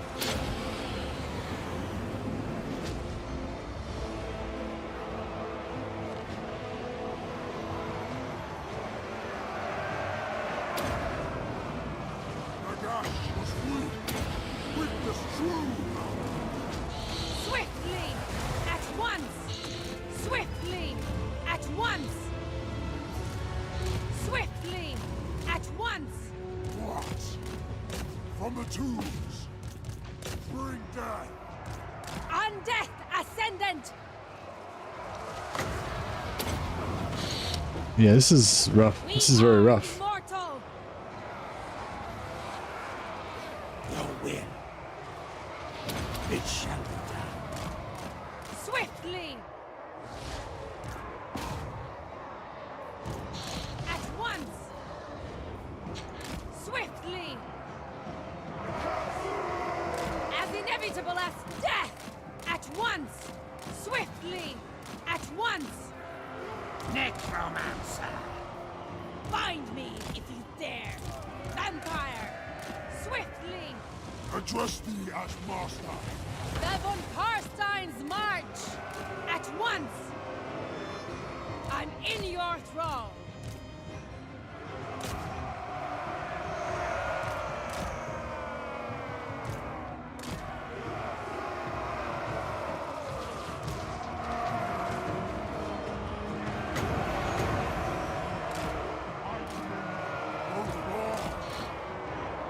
At least I get bloody, yeah. Oh no, I Wind of Death my own units, and also Purple Sunned my own units. So that was also a bit of a hard counter to it, because I was trying to get I'm trying to get a big battle marker pile. But I may have miscalculated slightly. Yes. Necromancer. And he's dead. Swift as death's wings.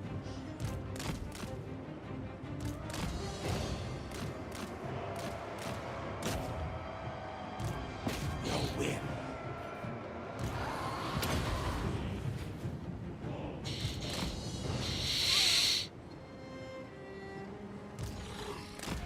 I made a battle marker 100%, yeah. Definitely. Oh, fuck.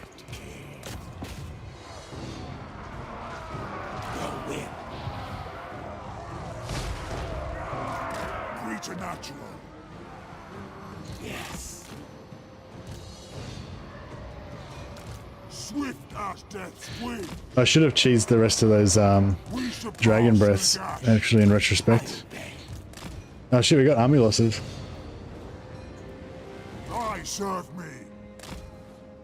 Preternatural. Whoops.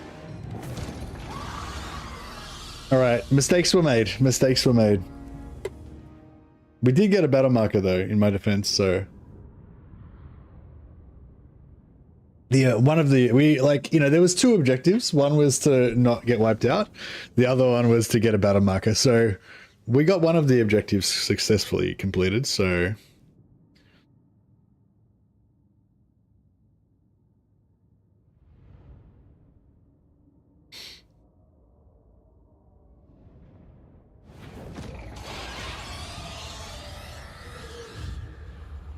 We lost all my heroes again. She's immortal, so that's alright. But we've got about 7 zombies back, so that's alright. Well, yeah, I think I definitely didn't think that through.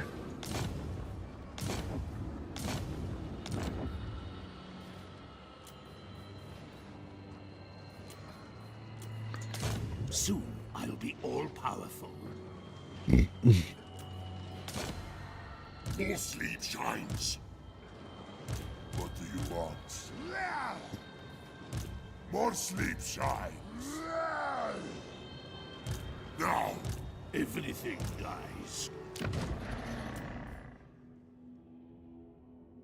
Oh, she's out for 5 turns. Oh yeah, because she just got wounded. Well, that didn't go down exactly how I planned it. You dare. They will serve. I feel a little bit embarrassed now. I probably should not have Wind of Death to my own zombies. I think I've had a bit of an overconfidence problem today. This better be important. At least Pinchy survived. My bloodline calls. That's the main thing. He wants. For science, yeah. Yeah, shit, that was a real fuck up. It's gonna require a fair bit of, Yes. You dare. The spirits agree. Bats and wolves gather. I relish the opportunity.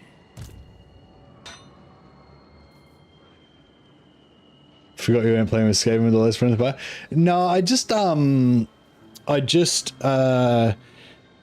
yeah, like Mannfred was getting shot constantly, like getting fucked up on that dragon.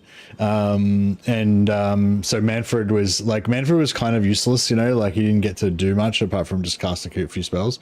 So that kind of fucked me up. And yeah, I should have been more careful with my zombies.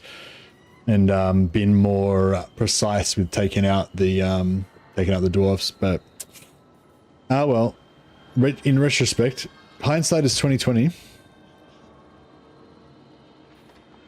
This better be important. Soon I'll be all-powerful. My will alone.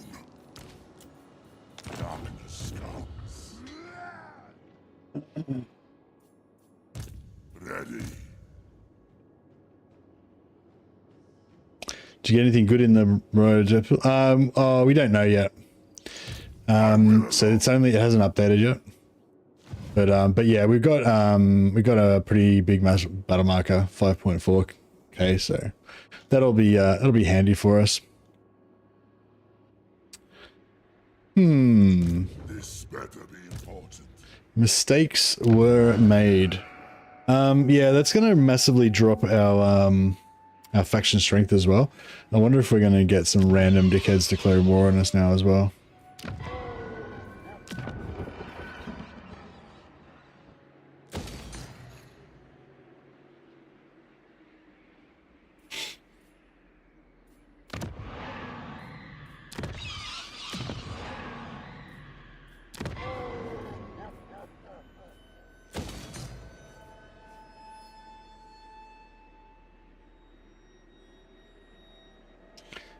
CA keeps forgetting to drop the Thrones of Decay trailer. I don't know if they're forgetting.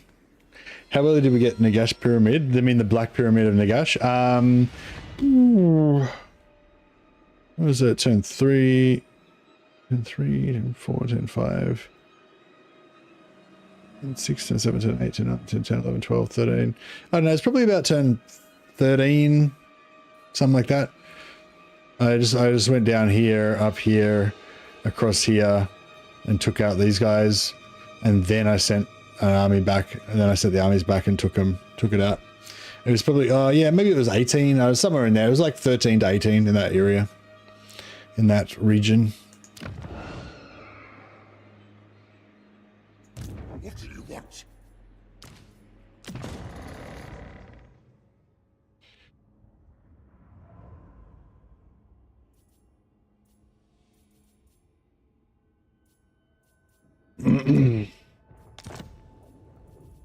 Well, feeling considerably more sober about the situation now, I must say.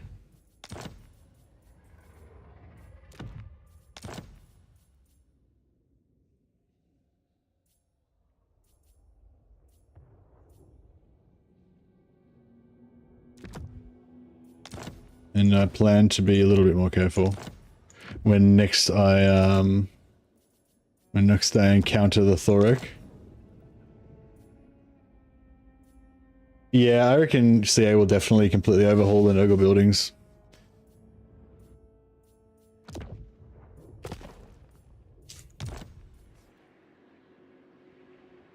I reckon. My bloodline calls.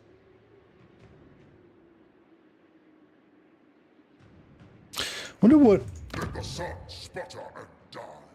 aversion 100. Okay, that's a lot of aversion. Aversion minus 10. Okay, so she doesn't. So Sartosa doesn't mind corn, but he hates corn. So he's down with them now. So that's good. Oh, he's not quite. He's about to be. Yeah, he's -1. I mean, they are down with him, and he was already fine with them. So that's cool. So these guys are going to be fine as of next turn. So if I look at their relations right now, because I'm still minus. Oh no, we've lost the negative. We've lost the negative from him now. That's cool. There's no negative for Arcan. We've still got negatives because we've got treaties with Lacqua, the Famished, and the Border Princes. We could break the... We could break... So, why do we need the vassal treaty with the... We don't need the vassal treaty with these guys, do we? I mean, we got a blood kiss for doing it initially. The Empire, But now... has riches and strength in equal measure. We can cancel it. as you say, sir. And then that will make... Ready to swordfish. Yeah, these guys, we just gained 20 points of relations with them.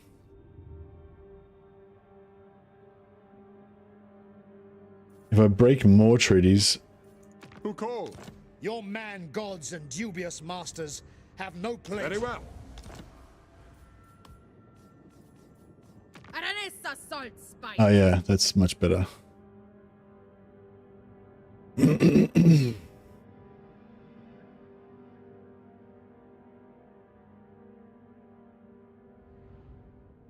Going for any silly allies? No, I'm trying to go for kind of like law-friendly allies that kind of make sense. The only problem is Tlaqua, the lizard men. They don't really make sense. Allied with the wood elves, and yeah, they're a minor settlement though, so minor faction. So I feel like they're not going to be very good. There's no one really down here that's worth a damn. Oh, the Skaven. Oh, the Skaven are a minor faction. They're dead already, probably. Yeah, I don't know. There's not really anyone else we can ally with. I don't know. I'm going to try to hold my fragile alliance together. We'll see how we go.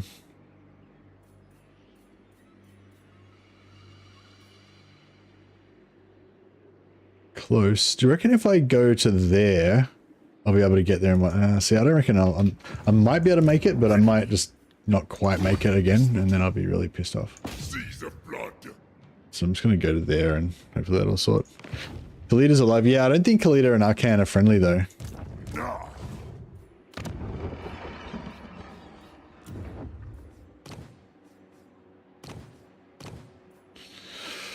Should I could go for Strigoi Ghoul King.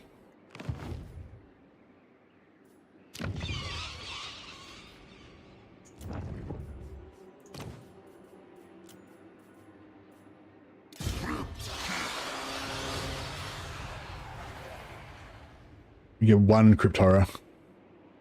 It's not a lot. There's not a lot of Crypt Horrors.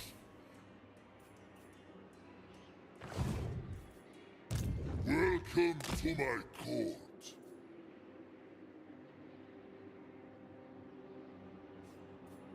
What is your will? Go, king.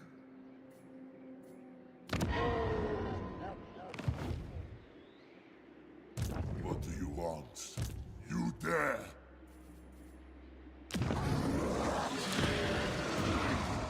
Well, we've got plenty of necromancer capacity now, so that's good.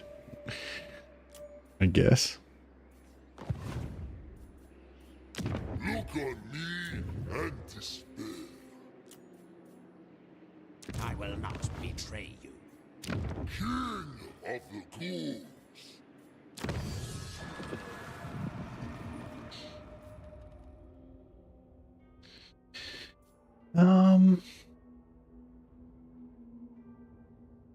Yeah, I might get the Vanguard deployment. That could be good.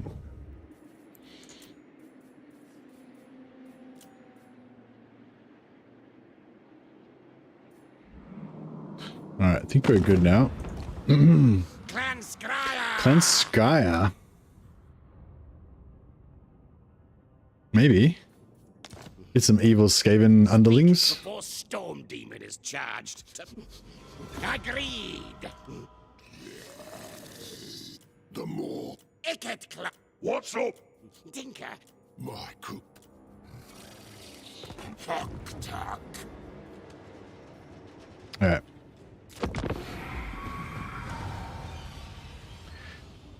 Yeah, that oh man, yeah, that was really a big screw up. If I had have just won that battle like we should have, then, you know, that would have been the next step of our unstoppable steamroll. But now it's like, yeah, now we have to do a rebuild. Oh, I thought I put what the fuck? I thought he was outside the settlement. Is he inside the settlement?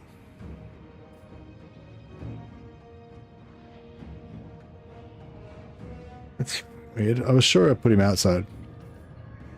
Oh. It's alright, he's immortal.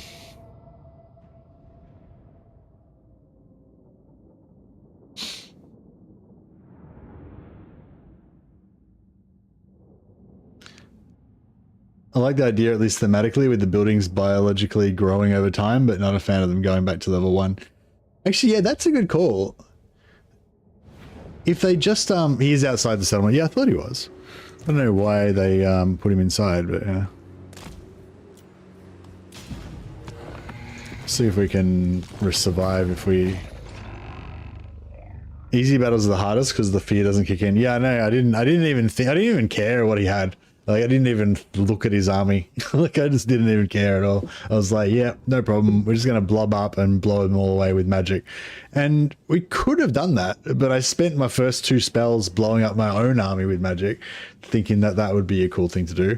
And then I didn't. And then it took a long time for our magic to like recharge. I lost the battle still with 50 winds of magic left. We could have done a lot of damage to this army with 50 winds of magic still.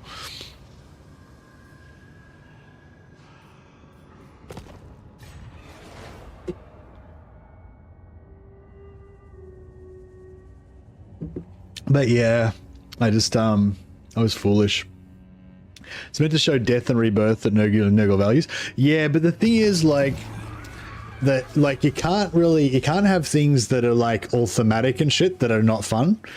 They tried doing that in Warhammer 1 with Warriors of Chaos. They were like, oh, it'd be cool and thematic if the fucking Marauders like fought each other and stuff, and you got attrition whenever your armies were near each other. And like, that was like the least fucking fun thing that they ever invented, you know. It totally sucked. And you know, it's like, oh, they shouldn't be able to do ambush stance because, you know, they're barbarians or whatever. But like, having no ambush stance sucks, you know. So it's like, yeah, that's the thing with Nurgle. Like, some of the ideas with Nurgle are cool and everything thematically, but they don't. But yeah, the top priority obviously is it has to be fun, because it can be like thematic as all hell, and we can all applaud how thematic it is. But if it's not fun, then no one will play it. So that's sort of, you know, kind of makes it not really relevant whether it's thematic or not. All right, let's just get our confidence back up a little bit with a little easy battle here. Hopefully this will be an easy one.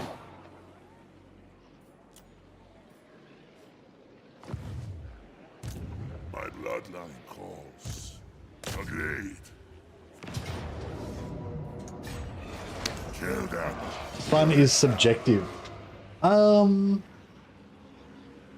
think that each person's, like, how much fun each person has with a mechanic is very subjective.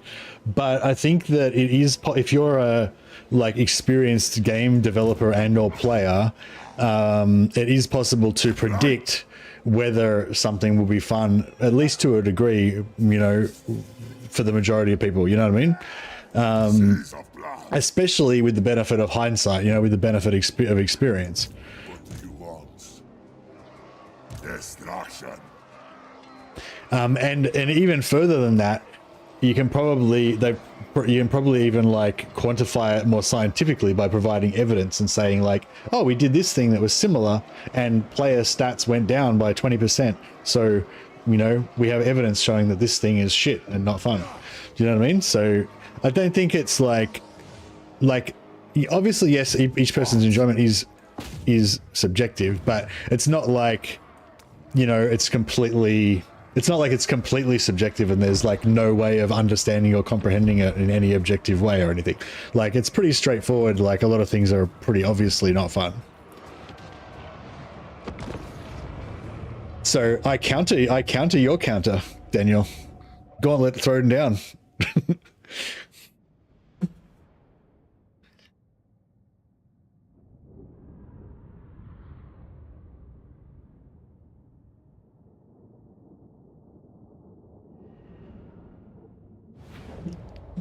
But I will grant that it's you know, it's a lot easier to do it in hindsight and say, oh yeah, that was not fun. Whereas you know, when you're trying to make up when you're trying to make up new mechanics and make it something creative and different and stuff, you know, I understand it's not necessarily going to be that easy to predict, like, how fun or unfun things are going to be. So do you think the whole waxing waning mechanic of Nurgle should be done away with? I mean, if they can find some way of making it fun, then go for it, I guess. But I wouldn't be surprised if they get rid of it completely. Because if you're creative assembly and you're like, all right, everyone hates Nurgle, especially they're building waxing and waning, like the cheapest, easiest way to fix it is just get rid of it, just delete it, you know, just like, which is pretty much what they've done. Like that's pretty much what they did with Norska. Like Norska had that like restricted buildings thing where you could only build in the ports and all that kind of stuff, and that was actually really cool, although it wasn't very fun, you know.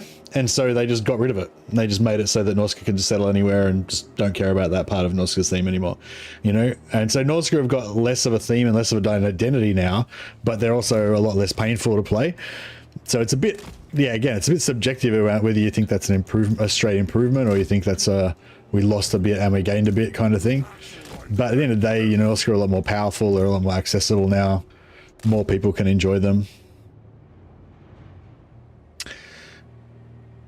So yeah, so I'm not saying I necessarily think they should get rid of it, but I think I wouldn't be surprised if they do. I think engagement is fun. If Nurgle building side can be altered with blessings or rights, slave mechanics, etc., something players can directly use to improve the situation. Yeah, I totally agree. Don't you 89? Do you don't you? Yeah, I totally agree. Things that you can engage with and you can affect in general, I think are like, you know, more fun. Like maybe not everyone likes to be able to make decisions and do stuff, but I think like most people do, you know. And like that, yeah, that's like a pretty clear-cut example of like of something that they can do to make the game more fun.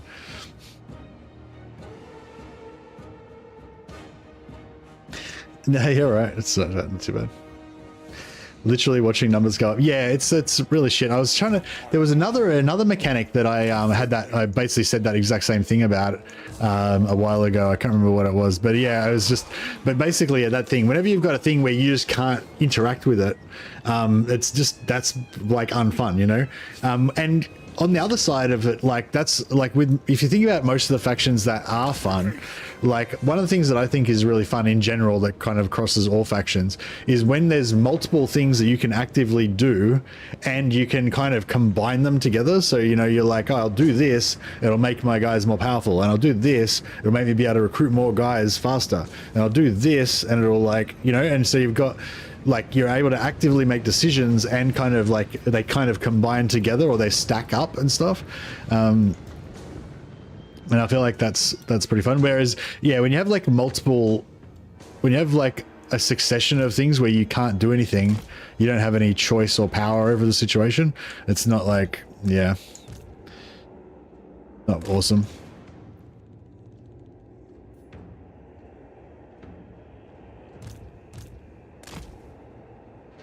It boils down to my click does something. Yeah, exactly. Yeah, Chaos Dwarfs are a pretty good example of it, yeah. You just got so many things you can do, and the things all do something. Like, the things all give you an advantage. Like, you're like, oh, I just did a thing, and now I've got more stuff, or now my stuff's more powerful, or now I've got more resources, or whatever, you know? Like, yeah, it's pretty... Chaos Dwarfs are pretty fun. Oh, I thought he would penetrate into those dwarves a little bit, but I guess they were very set to receive the charge, so it didn't really...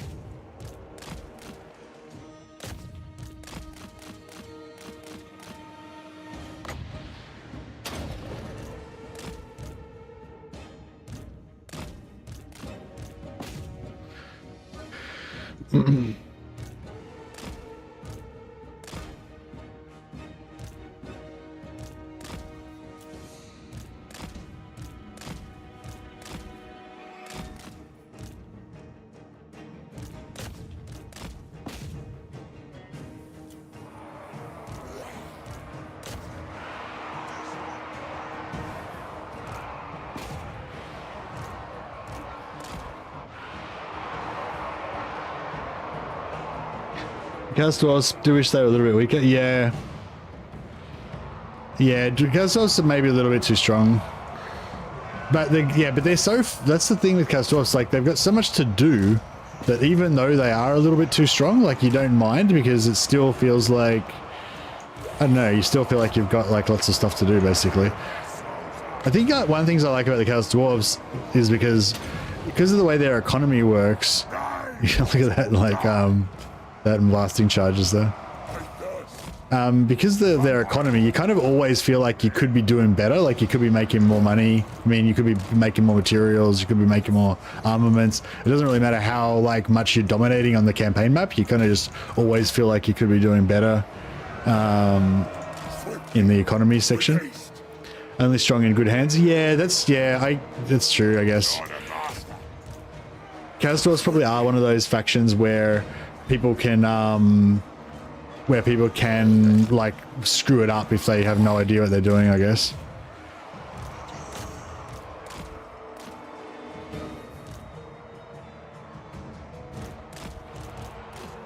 Check this out, my whole army can't even deal with this one unit of miners.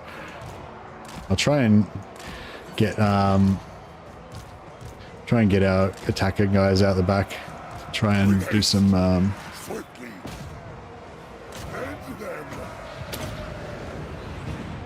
one of something that is strong instead of buffing something that is weak. What do you mean? What are you talking about, Erist? In reference to what? Are these guys routed? No, they're not.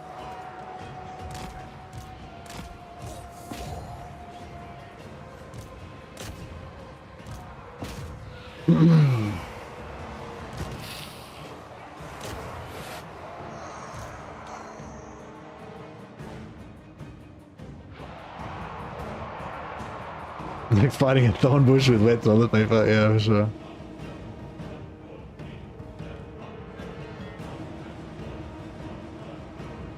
Better get some news on Thrones of Decay today. Well, I mean, there was some news today. I don't know if you guys saw it, but Sega just announced that they're making about 240 more employees redundant across 2 of their departments, one of which being Creative Assembly. So, yeah, potentially half of Creative Assembly just got sacked today. So, yeah, that might impact the rate at which we're going to get news.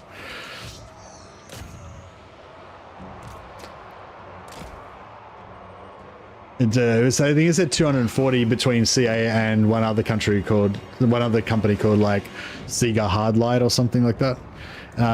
You can look it up. There's a news story I think on one of the gaming sites or something probably. But yeah, so we don't know how much Creative Assembly got hit by that. Maybe it was like, you know, it might have been 230 people got sacked from the other company and 10 got sacked from Creative Assembly, or I don't know. It's also like they already had massive layoffs, I thought, before when the hyenas bullshit went down, and now they've gotten more layoffs. This is like their second amount of layoffs. So it's like, is there going to be anyone fucking left at Creative Assembly after this? You know, it's like I don't know. I'm not like, I don't know. I'm trying not to like like it may not be that bad, you know. Like obviously it's going to be, obviously some people are going to be personally affected by it, but. You know, in terms of the company, hopefully it won't be that bad. Like it won't, you know, ruin the whole company or anything. But yeah, it's certainly not good news.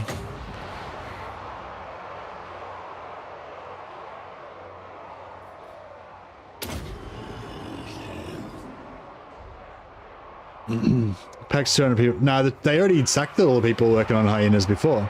There was massive layoffs before when they cancelled hyenas, and then now there's a new lot of layoffs that have just happened like today. So yeah, I don't think they've. I think they're. I don't know. Yeah, I don't know. I don't really know anything about it apart from just that it's happened.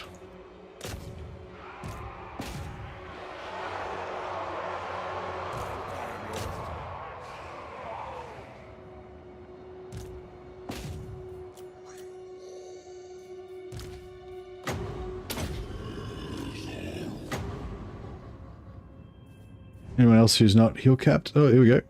He's not heel capped.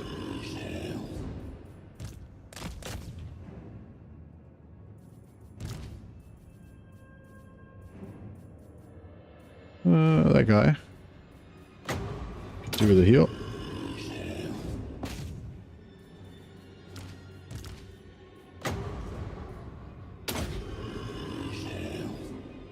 what are you guys doing? Come over here.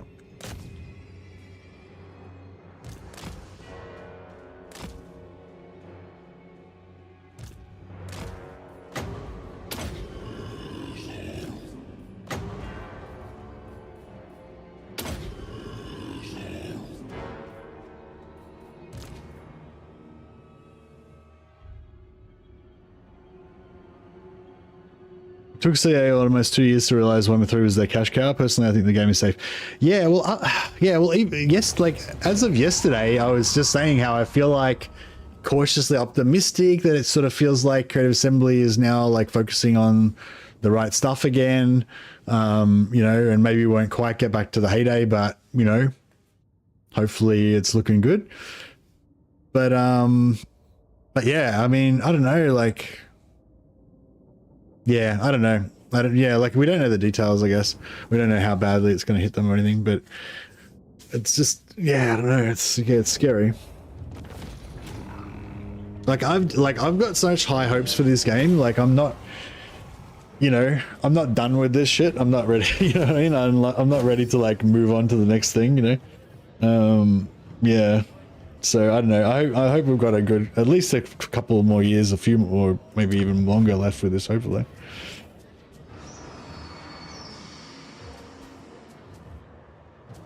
Oh, it's not even that. It's just, it's like, I don't know. I just think Warhammer is such a cool project. I think they've done such a good job with it, and it's such an epic, just fucking epic thing. And it'd just be such a shame to like, you know, have it like end only 3/4 done, you know?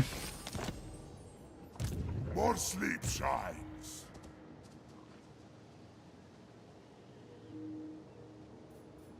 Knowing this better be important. My bloodline calls. We can make it from there, so we should be able to.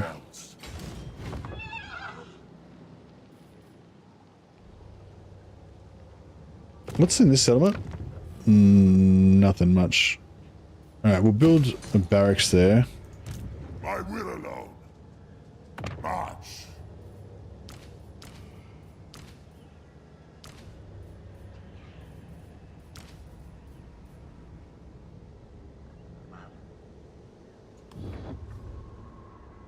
Light. If Mercy made merch shirts, I would rock it. Off topic, so. I don't know. I don't know. I haven't really thought about it, but maybe. They fired 100 people and replaced them with Chaos Robbie. Nice.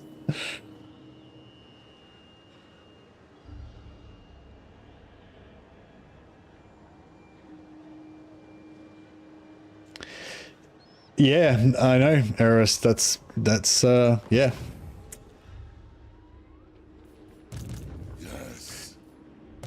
I don't know. I mean, maybe there's probably, I don't know much about the corporate world or whatever, you know, maybe there's lots of different scenarios, but I don't know. In my mind, there's sort of two different scenarios.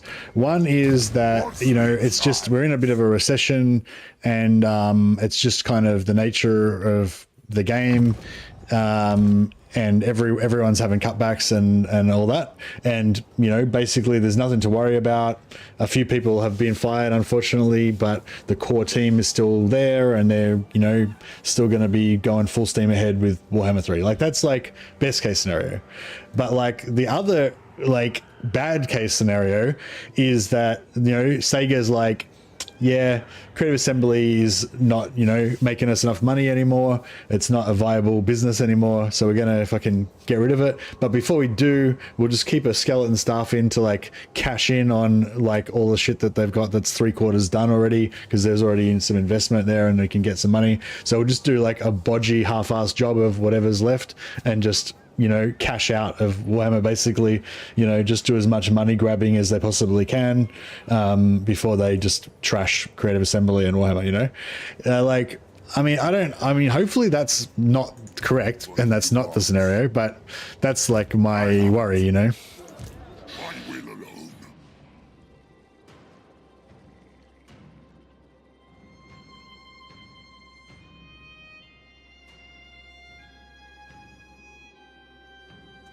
This better be important.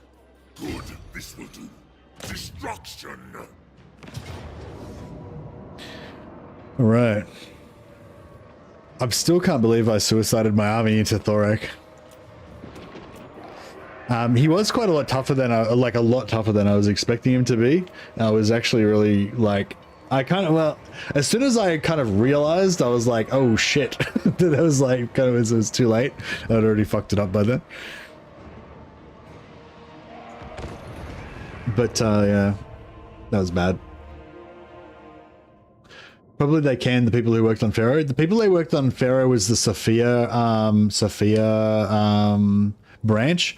I don't know. I think that they work there in, I mean, maybe they might have got rid of Sophia department. What's Mannfred's defeat trait? Is it still the corruption resistance? Yeah, but also like I wouldn't have death through my army at one point, which like wasted like thousands and thousands of hit points of zombies. So, you know, I mean, I don't know. I was probably screwed anyway. But I definitely did not help. If I was just not there, if I had have just control grouped and attacked, then I probably would have done better than I did in that battle. I was actively harming our chances of success. Oh yeah, so we'll try this again. So this is basically the same scenario that we had last time, except we only got half as many armies. I'll try just busting the door in and just jamming everyone through the door this time. We won't worry about any fancy wall climbing shenanigans.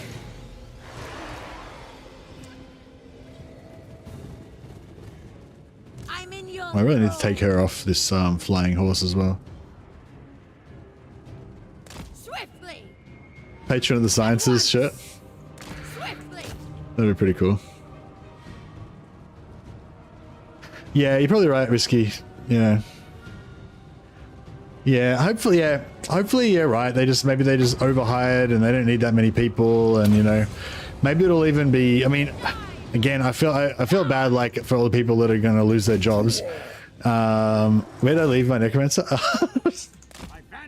He's fine. He'll be along in a minute. Last time I got my necromancer killed, so this is actually pretty much the same as the last time we played this map.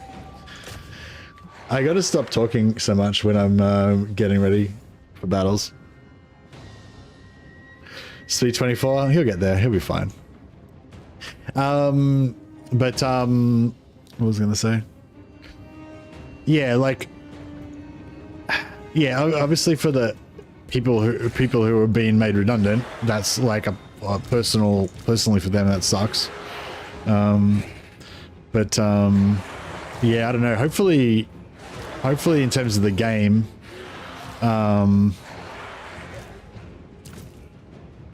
you know, hopefully the core people are still there, and maybe, you know, they'll be able to be more nimble now with less people or some shit, you know. The Necro saw what happened with the last Necromancer and just forgot to deploy. Yeah, he's like, oh, I'll just hang back. Don't worry, I'm right behind you guys. Right behind you.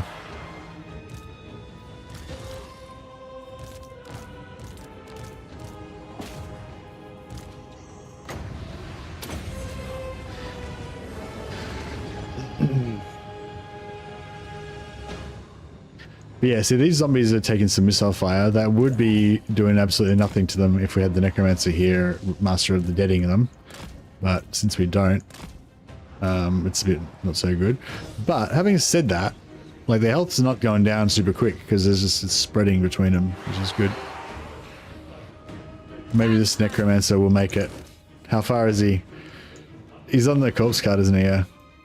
He's, I think he's made it about 5% of the way there.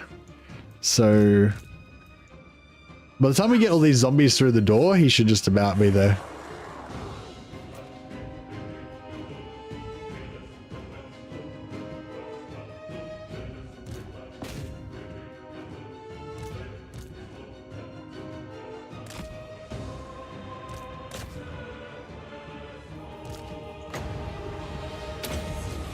A big chunk off that Lord with the Spirit Leech. That was good.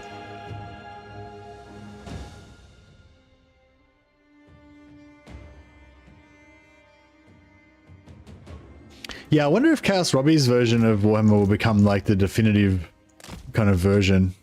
Because I don't know if everyone else... I don't know if maybe stainless steel wasn't as popular as I thought it was, but in my mind, like stainless steel is like basically just the definitive version of Medieval 2. Like once I started playing stainless steel, I never went back to vanilla again. Yeah, I wonder if it'll be the same for the old world mod.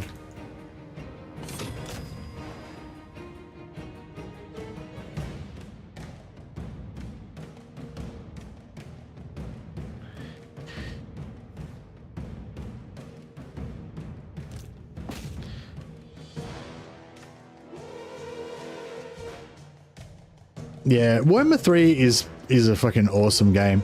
It just needs more. It just needs more work, you know. Like it's just like for those of us who have been here since the start of Warhammer 1, which is probably a lot of you guys. You know, you've seen how the game's like gone through all these different levels of like, oh, the game's shit. Oh, it's great now. Oh, it's shit again. Oh, it's got this problem. Oh, that was actually fixed, so it's fine now. You know, and it just keeps going like that, keeps going, you know. And it's like the bones of the game are awesome, you know. It just needs more work, a little bit more content, and you know, a lot of these factions we've been talking about today just need to be balanced more. But yeah, just like, and honestly, I think 2 years is probably about as much as it needs. Obviously during that 2 years we need more content to keep people interested and keep the money flowing in for creative assembly and stuff, but also that 2 years would give them enough time to keep like patching the game and updating stuff and adding new patching stuff, reworking old factions and all that kind of stuff, which I think it's gonna need. Played my first ever Warhammer 3 campaign as Khorne. It's been pretty fun, but it's starting to snowball. Hey, Doorkicker. So, was it your first ever campaign that you've played of Warhammer 3, or just your first... Oh, no, yeah. So, it was your first ever Warhammer 3 campaign and you played as Khorne. Cool. Oh, that's okay. Well, if you feel like you've conquered Khorne, then, you know, move on to the next one.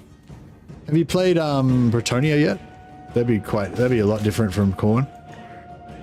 Also a pretty kind of aggressive melee type of faction.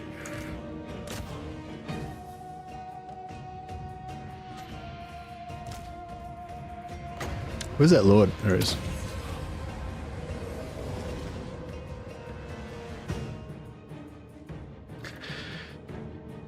Yeah, unit formations would be a cool thing to get, for sure. Oh, could have been doing that the whole time, and that.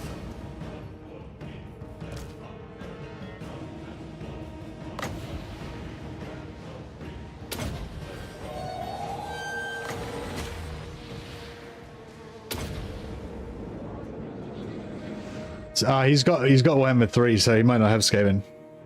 Have you just got dismounting? Yeah, dismounting knights would be cool. Have you got Warhammer 1 and 2, Doorkicker? Empire is my favorite faction, but you need Warhammer 1 to play them. When next time there's a sale though, you can usually get Warhammer 1 really cheap. Because it's old now.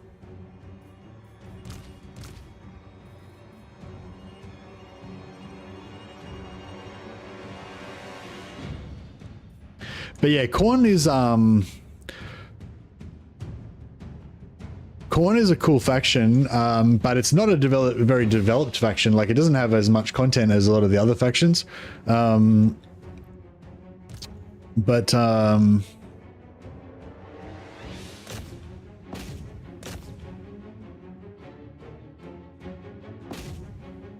love to see a Khorne faction that doesn't have all of that blood hosts and all that shit.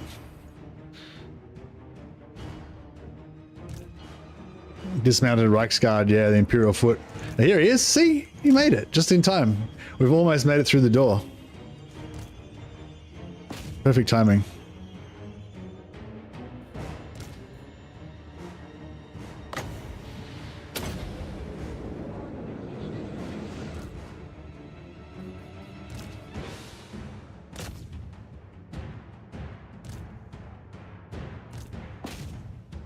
I haven't gone back and played Realms of Chaos. He got there, yeah. Actually, does playing on Realms of Chaos make Warriors of Chaos more fun?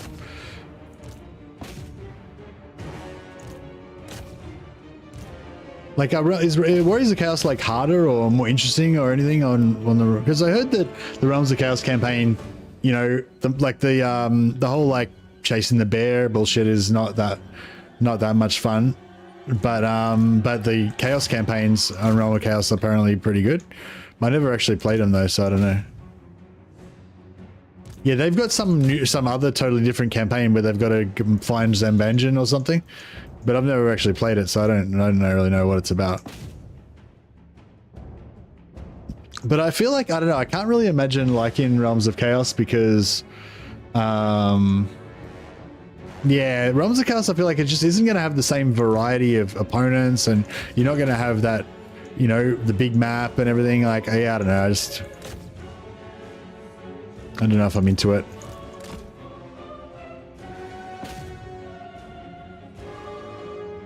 What's going on with these warriors?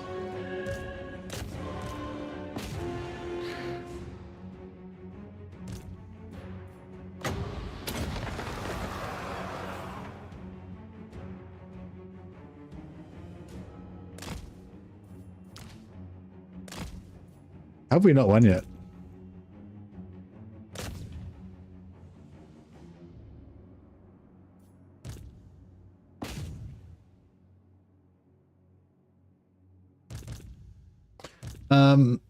Yeah, first Warhammer in general, mostly played historic Total Wars like Rome, etc. Yeah, it's got all the Warhammers to get the full experience. Skybrand is truly awesome, fully upgraded. Is there any more factions with a Lord that's so good? If you want a really powerful Lord, probably the most powerful single Lord is Malice Darkblade. He's a Dark Elf. And I really like the character because he's because I've read all his novels and stuff like that. But yeah, he's also like super strong in combat. I don't know if this is a good video for new players or whatever, but there's a guide to Malice Darkblade. A Malice Darkblade start that video I did a little while ago. I think it only goes for like, I don't think it's super long. No, actually, yeah, it's like 10 minutes long. Oh, well, maybe watch it some other time. But yeah. But anyway, yeah, Malice Darkblade, he can get up to like 90% ward save, I think. So he's basically just indestructible. And he can also turn into a demon. And when he turns into a demon, he gets special abilities that like kill enemies around him in an AoE, and also like draw health from them to regenerate his health. And you know, he's just like ridiculously powerful single character. But also Dark Elves are like totally different, like completely different faction from Khorne, so it'd be a really nice change for you maybe. Archaon's really great, really strong Lord. Yeah, Archaon's pretty cool. He's also chaosy, so if the whole chaos thing appeals to you, Archaon's pretty cool. All right, our work here is done. I could heal up, but actually I suppose we should.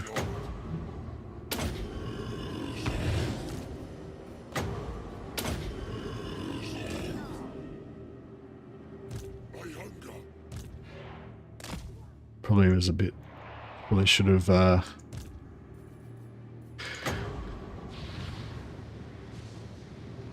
new order comes with haste.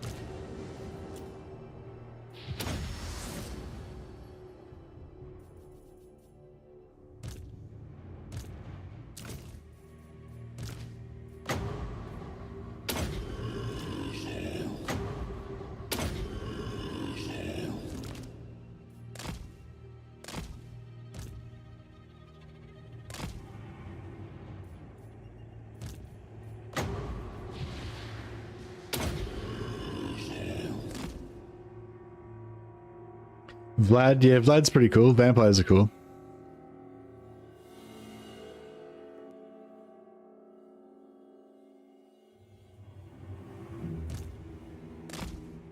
Hey Jack. Nah, nothing from me, sorry. Not anytime soon anyway.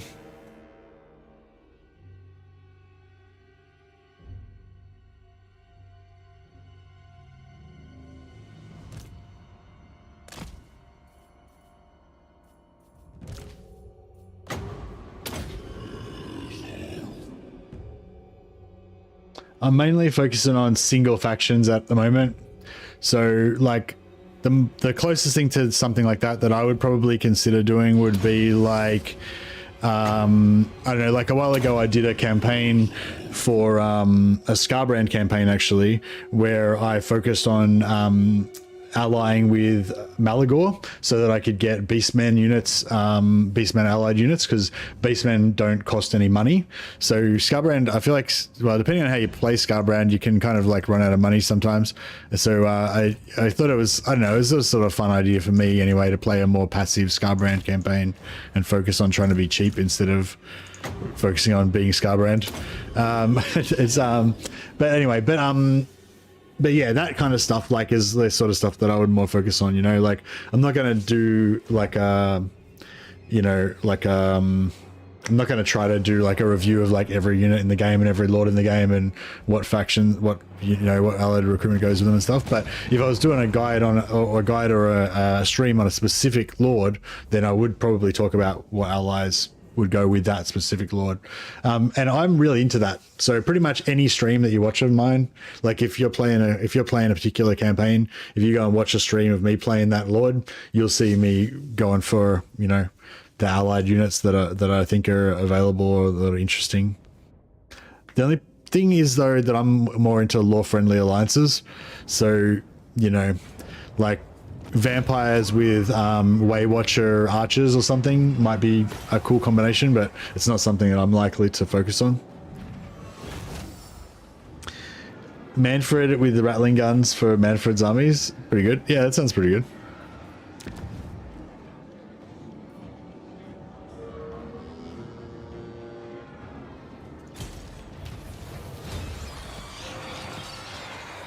Okay, so oh yeah, so what sort of army do you reckon we should build to kill Thoric?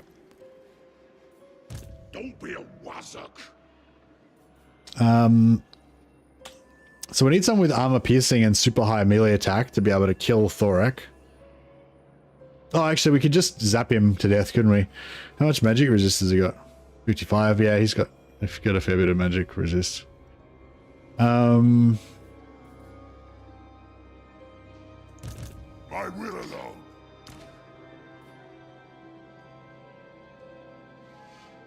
Army losses. I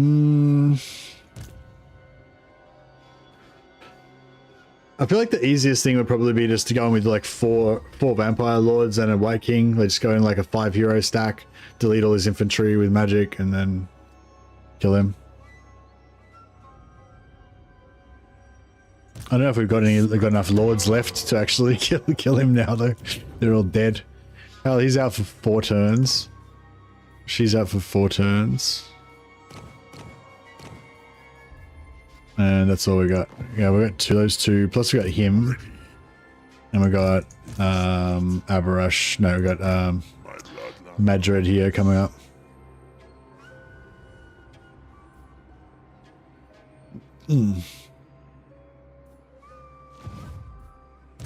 I will not betray you. Your wish, master. What is your will?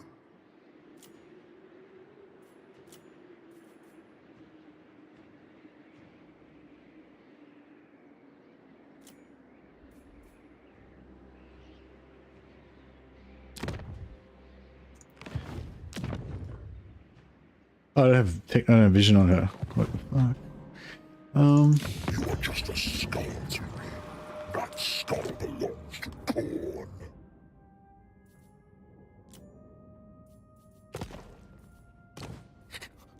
Tinker, tinker.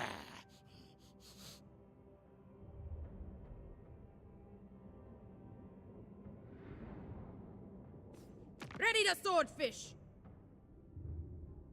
Oh. Really got a defensive alliance with Sartosa. I thought we...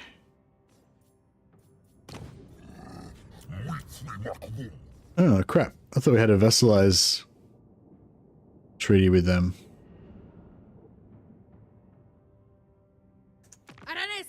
Can you cross running water, vampire? Some tales reckon not.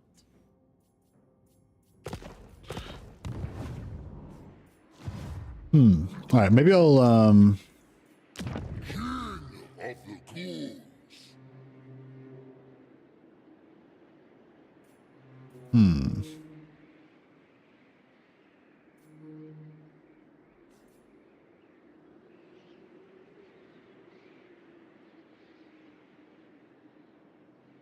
Hey Veldwiller, what do you make of the fact that most players opt for Empire, too limiting? What? I don't get. Sorry, can you expand on your question, Veldwiller? I don't get what you're saying. Yeah, are you saying what? Are you asking me if I think players playing Empire is too limiting? I don't know what you're saying. I'm confused. What do you want? This night. Now. All right. More sleep shines. This better be important.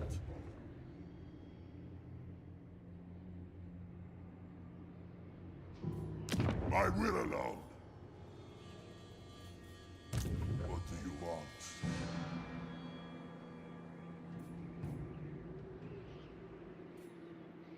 Ready to the shadows.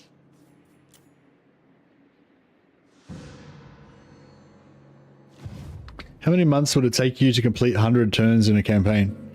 I can complete 100 turns in a campaign in one day pretty easily if I played Village or someone. Because yeah, if you just play Village, you just go in. You don't occupy any settlements, so you don't have any land, and then you just go into ambush stance and just hide in the corner of the map, and no one can see you, and you don't have any territory, so no one will attack you. And then you just click end turn for 100 turns. It'd probably take like an hour. Darkness comes. Yes, plunder the grimoires. It is night.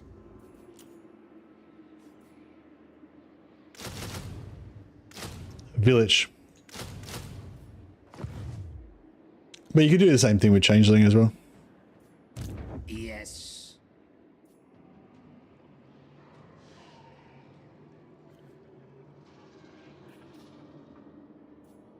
I am ready. This better be important. Strigoi.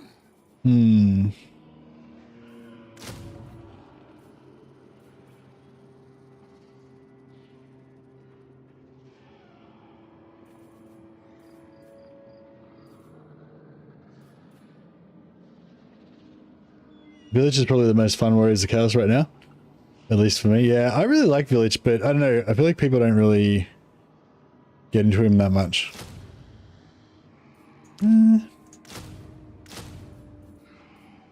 Maybe I'll actually get some, like, some cool units.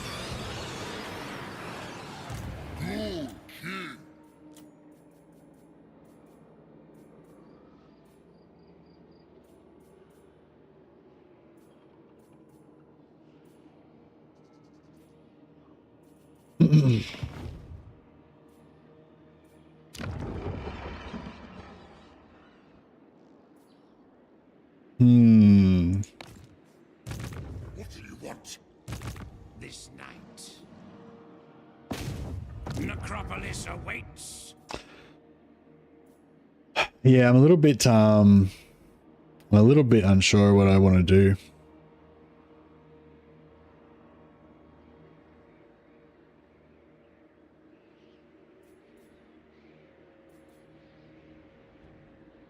Harm me on my ship and risk the wrath of Manan.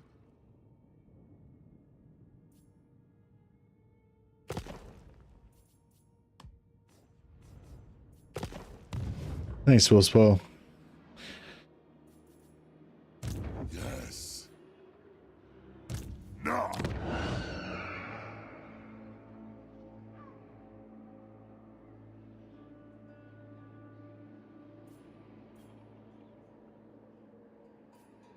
You dare. We are in agreement.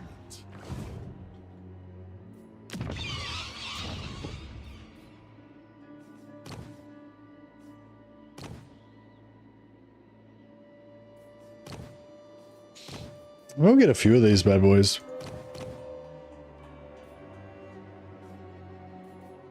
These guys have got armor piercing, haven't they? Yeah, fuck it.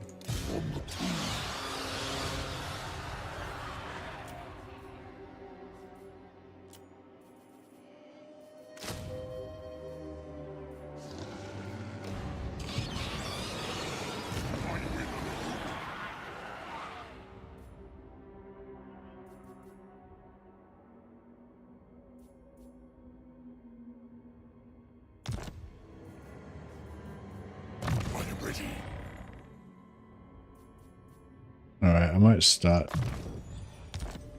putting him up. Give her a bit of shades eventually, get her off that Hellsteed. Get him off that corpse cart.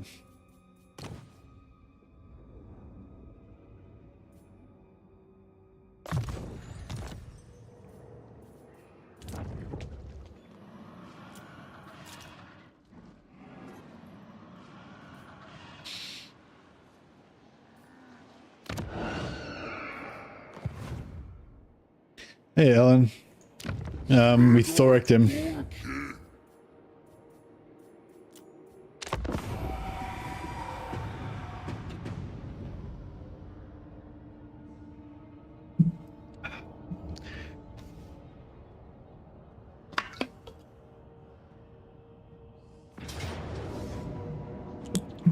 Yeah, Legend doesn't really tend to, like, have conversations, like he just plays the game.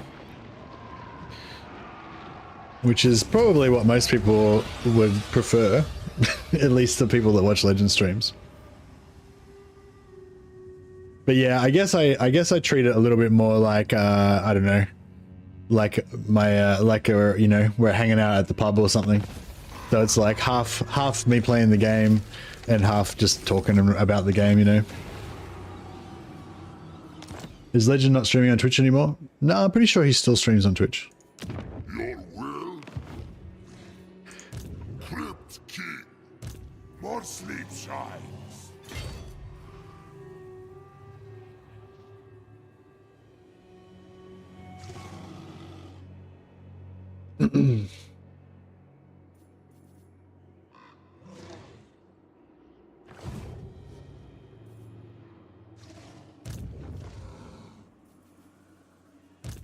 Welcome to my court.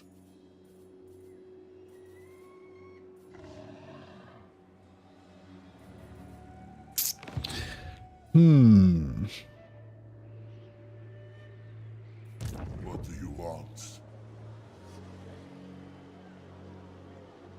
Renoir.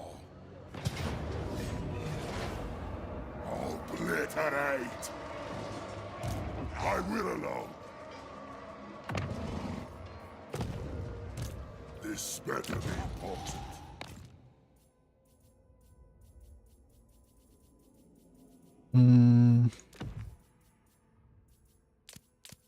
A bit of a fuse.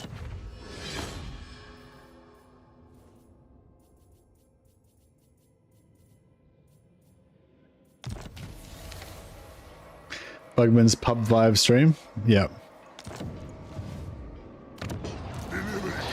Yeah, I'm sorry guys, I'm a very different for those of you who are from Legend streams, yeah, I'm a very different type of player to Legend in a lot of ways. Unfortunately, you may not get the experience that you are used to.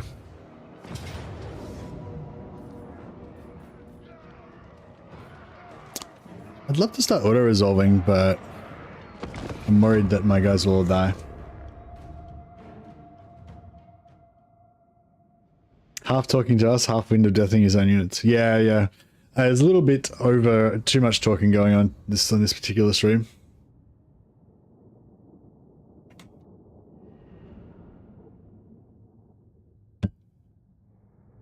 That's part of why the gaming is slowed down, because my plan was, I've ruined my plan. I feel like there's way less cheese on your stream versus Legend streams. Oh, really? In terms of, you mean in battle cheese or on campaign cheese or just all cheese? Vampire Lord.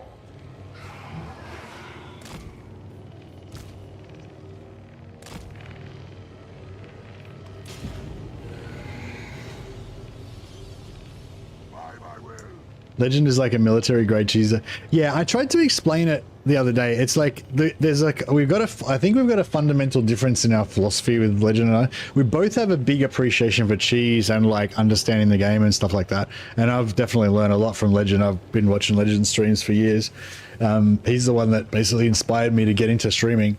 But yeah, I feel like his kind of basic philosophy of gaming is to basically be as good as you possibly can and like demonstrate during playing the game like how good you are at the game. You know, like that's kind of his objective, is to like win the game as hard as possible, like better than anybody else could possibly win the game. You know what I mean? Like that's kind of what he's aiming at, you know, not to like, yeah, to like be as like excellence, I guess. Yeah, maybe that's the simplest way to do it.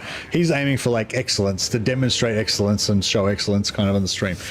Maybe correct me if you think I'm wrong on this, but anyway, but that's not but my kind of philosophy is more like, my main objective is to do what I want to do, you know, like whatever I think is fun or cool or whatever. And so he kind of uses his skills and knowledge of cheese and exploiting the game and everything in order to be excellent at the game, you know? Whereas I use my knowledge of cheese and my knowledge of cheese and exploits and all that in order to allow me to do whatever it is that I feel like doing, you know what I mean? So it's not so... Yeah, so so like we'll probably use a lot of the same techniques, but you know, like I don't know, like I've had a few conversations with Legend and it's like, you know, if you do, you know, I'm like, oh, if you use this cheese then that'll allow you to do this, and he's like, yeah, but why would you do that? Because it's not efficient.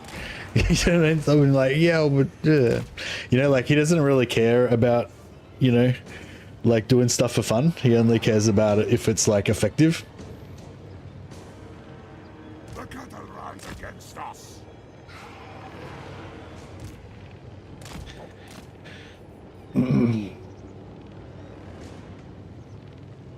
He's a min-maxer and you're a role player. Yeah, that's probably pretty much it, yeah.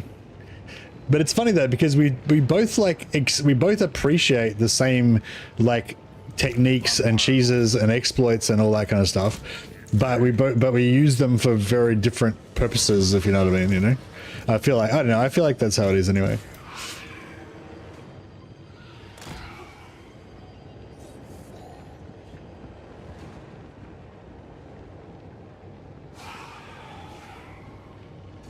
A bit of lore and cool ideas, yeah. Or another thing is like I really love just good battles.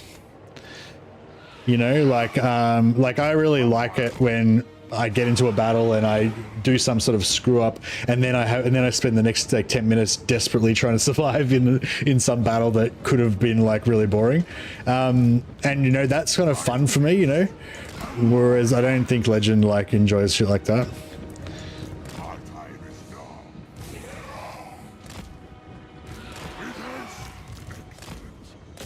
But yeah, anyway, very different philosophy of gaming, I think, between the two of us. But I'm a massive fan of Legend. Legend does not like losing. No, I don't particularly like losing either, but I'm not. But yeah, but I'm not as adverse to it as Legend is, I would say.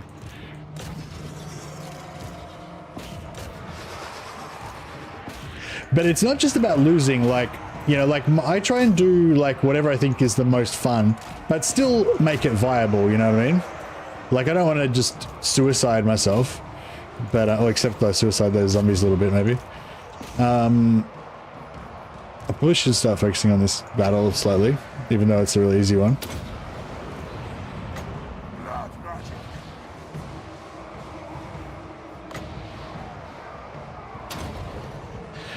Yeah, I guess like a lot of times like Legend will aim to do the most optimal and efficient and best thing, whereas I'm quite often happy just to just as long as it works, you know what I mean? As long as I don't die and I continue, I'm able to continue, like I'm happy with that. It doesn't necessarily have to be, I don't necessarily have to be demonstrating excellence all the time. It's more about fun, I guess, for me. Fun and immersiveness. Anyway, I'm ranting a fair bit now.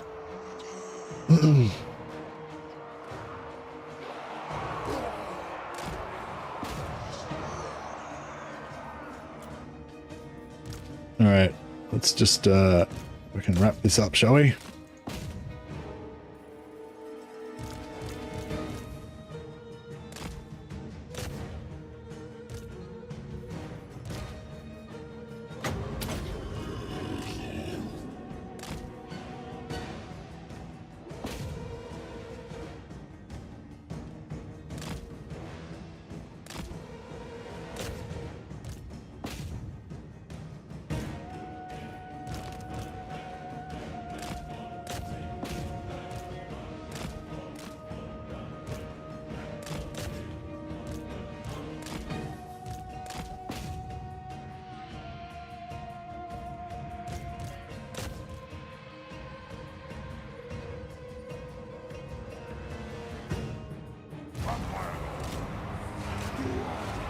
All right.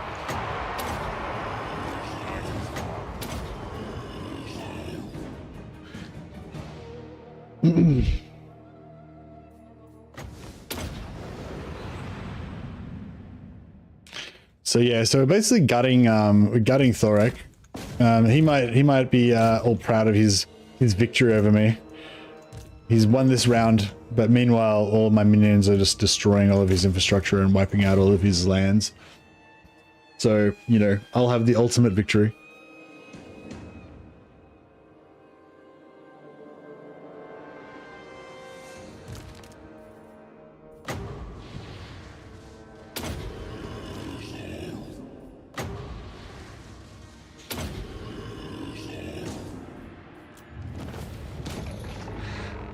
Yeah, I think he's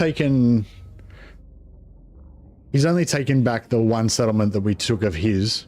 So it was like level 1. And we've taken 3 or 4 of his now.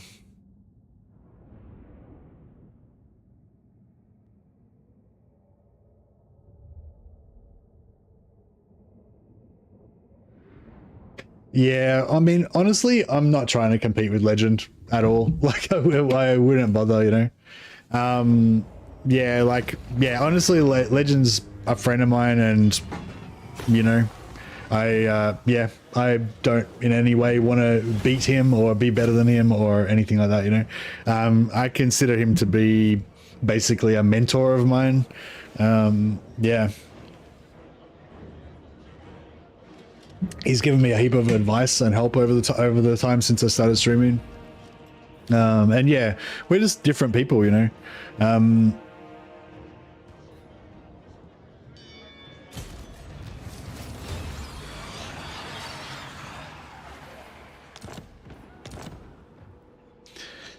He's spoken highly of me in his streams as well. Ah, that's nice. That's nice to hear.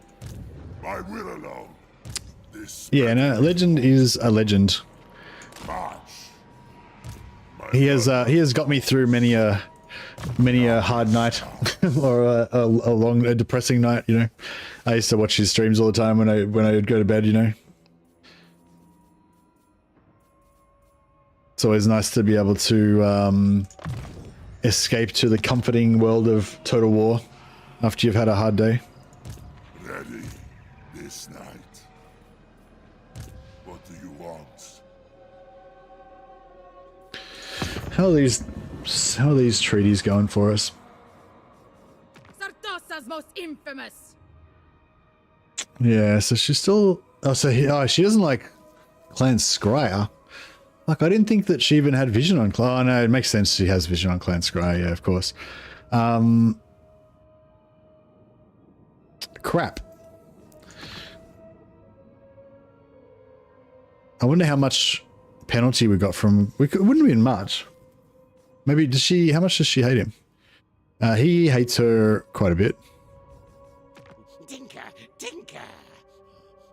And she hates him quite a bit.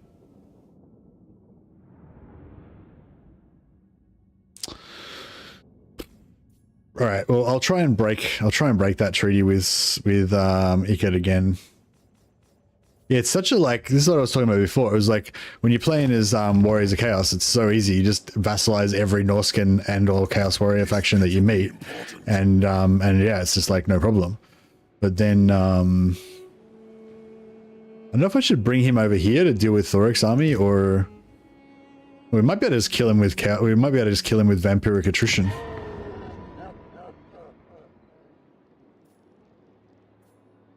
Nah, I might siege. I'll wait till he takes that settlement, then I'll siege. I might siege lock him in there.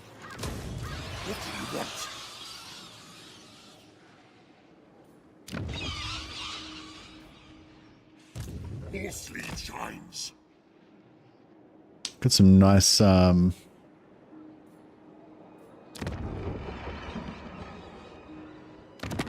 dare approach me, vampire? Aversion -40. Yeah, they're not going to be very good vassals, are they? And I imagine that the lizard men are going to be pretty bad as well. Jazz. Yep.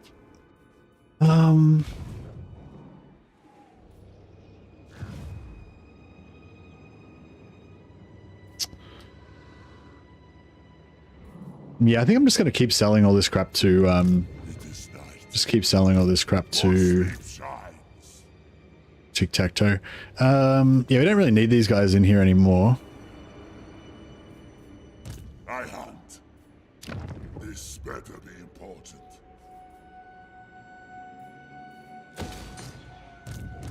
Now.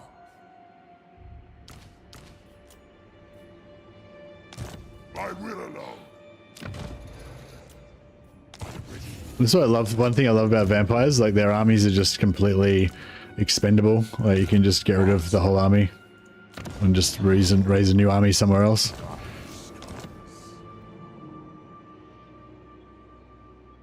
Comforting Total War, yeah. What?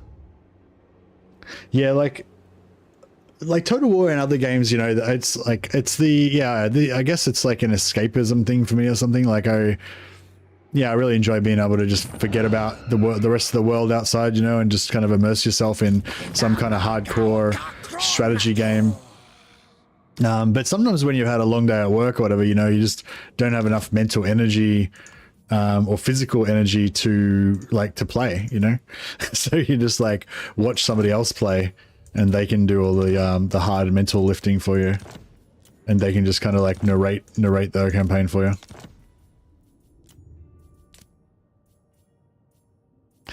This is going to turn into, I can already tell this is going to turn into a total schmozzle.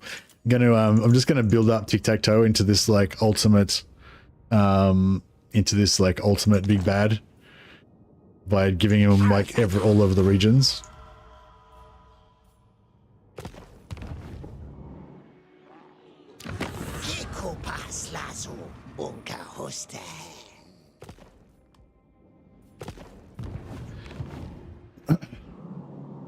Yeah, so I'm just going to build a little shield around my regions with tic-tac-toe's lands of all these orange stuff that I don't really want, and then hopefully that will keep me out of trouble. Can we sell him? I don't think we can sell him Carrick Orod. Oh, we can, yeah.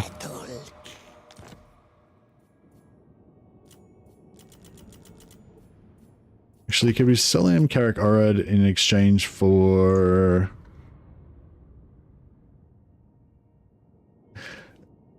Let's play Comforting Total War, but gets trapped is playing an army with terrible auto result. Yeah, it's yeah, that's the thing. It makes a big difference depending on what faction you're going to play. If you play a faction like Skaven or Undead, then the campaigns tend to be way slower because you got to fight manually, but fight every battle. I tend to kind of like to fight every battle as much as possible as well. How much money is that going to cost us now? We can't even afford it.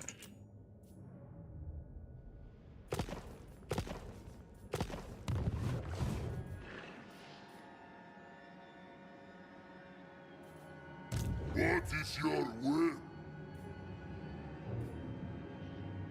Sartosa might get pissed off because of region trading. Yeah, they will. But they're going to get less pissed off than... Like, Sartosa will get less pissed off with the region trading than tic-tac-toe will get happy with the region trading, if you know what I mean. And Satoza currently are like, yeah, we just lost 15.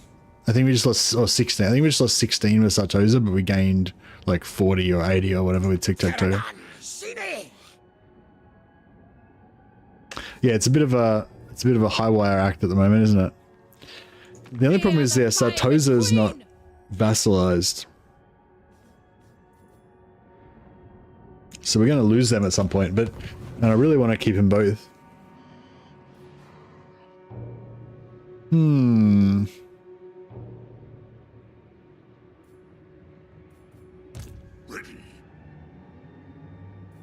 Yeah, we need to get into more wars. If we get into more wars with external parties, then we can get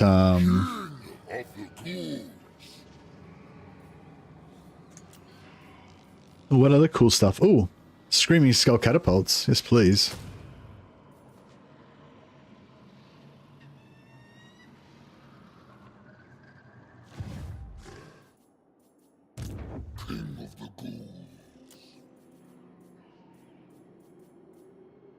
I don't know if I want.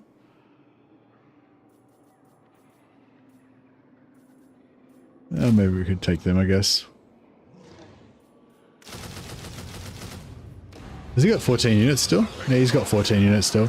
We can still make more battle markers.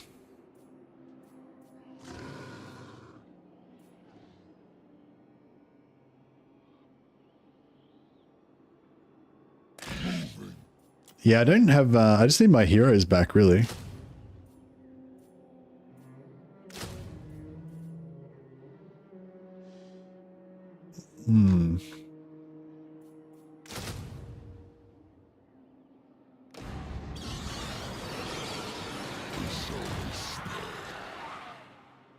Alright, I think we've got enough, stuff now. Oh yeah, that's one thing that sucks about vampire accounts. So you can't, because they've got no in-camp stance, so you can't do allied recruitment outside of your settlements. Hey, Supertrap. Alright, we'll get some more stuff. I won't Wind of Death them until after I've assured that I'm going to win the battle this time, though. Follow me.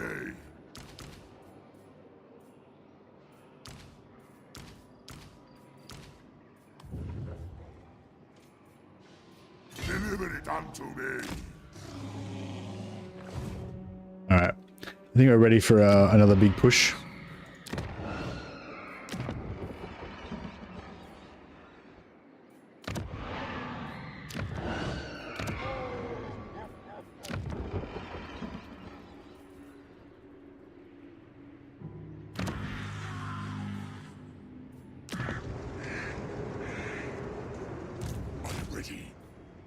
Actually, we can sell him Granite Massive as well.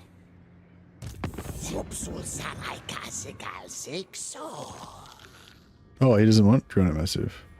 That's alright, we'll get it. How do I get all the recruitment spots? You mean what? Oh, you get the Lich Yard gives you +1 local recruitment capacity.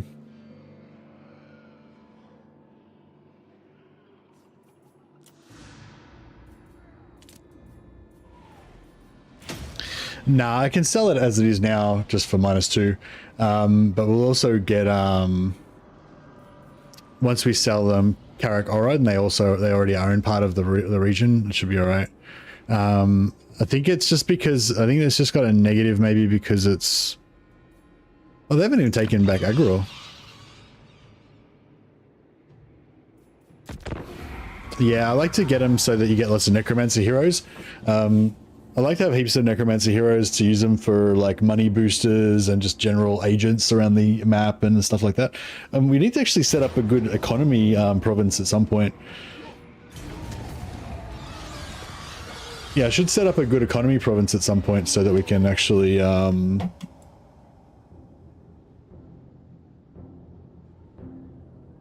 Do you ever build the balefire that spreads corruption? No, never.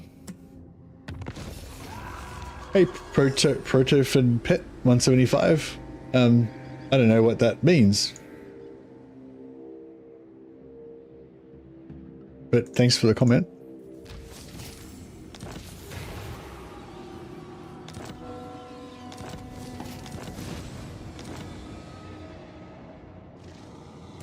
My bloodline calls.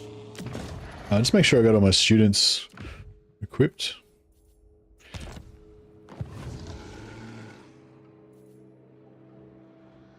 It fuels rage. Like, we're gonna have to fight Scarbrand as well. How many turns we got left? 2 turns, alright. Now.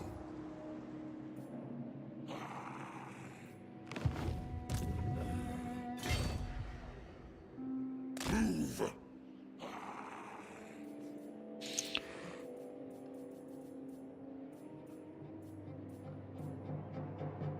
Some pretty good stuff there.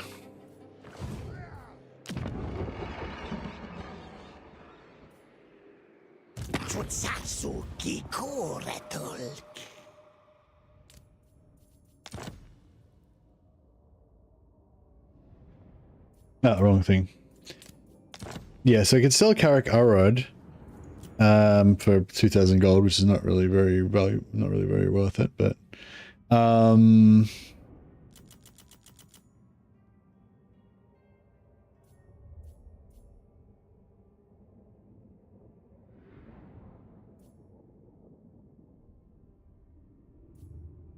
actually, could I sell anything to... Call me mermaid. I dare you.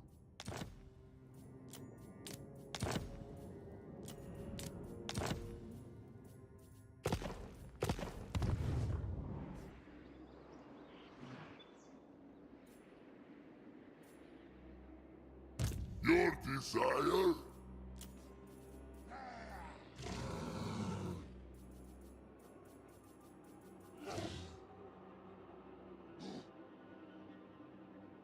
Hey, Dijon. Yeah, I'm actually I've been sort of trying to get some Graveguard for Mannfred, but my plans were disrupted recently by some events that occurred. This better be important. Dance macabre. Look on me in despair. We can grab a couple, or grab, yeah.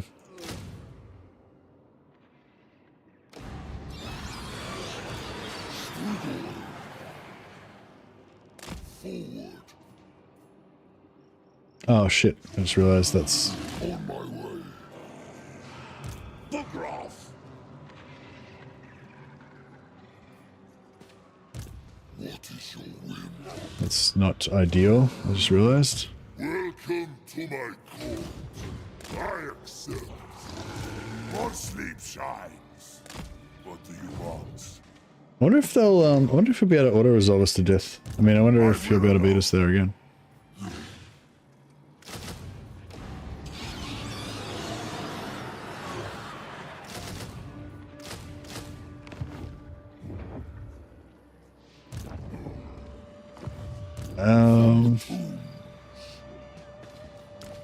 Fuck. I think I might have just screwed up again. Because I forgot that I've got no... All these are all Lobby Lords. Oh no, wait, this guy's... Oh no, he doesn't have casting though. He's got no spells. Yeah, I've got no magic. God damn it. Do you use any other forms of carts other than Necromancer carts? No. No. Not generally. I mean... It depends what you mean. Like in the early to mid game, I pretty like my standard procedure is just using really powerful heroes and lords, zombies and necromancers on foot with Master of the Dead. The necromancers make the zombies basically indestructible once you got enough of them in a blob, and then you just use your heroes to kill everything. That's like my baseline, but it doesn't really work for everything. But yeah, that's kind of like my baseline kind of thing.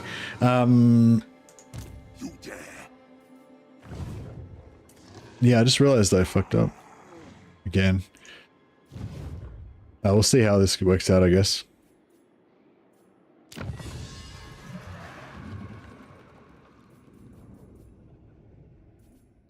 But yeah, that's probably like my baseline thing for my baseline sort of cheap armies that I just send everywhere.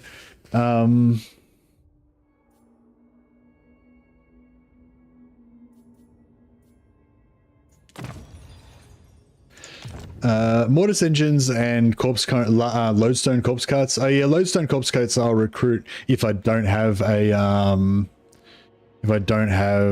necromancer,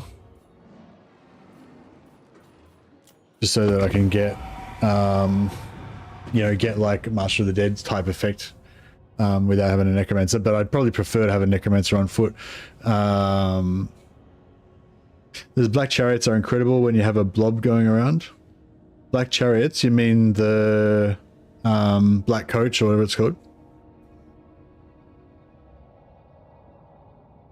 See you, Whiskey. Vargulfs I think are really cool, like they're a fun unit, but yeah, I don't really go out of my way to recruit them usually. My bloodline calls. My will alone. Welcome to my court. Of destruction.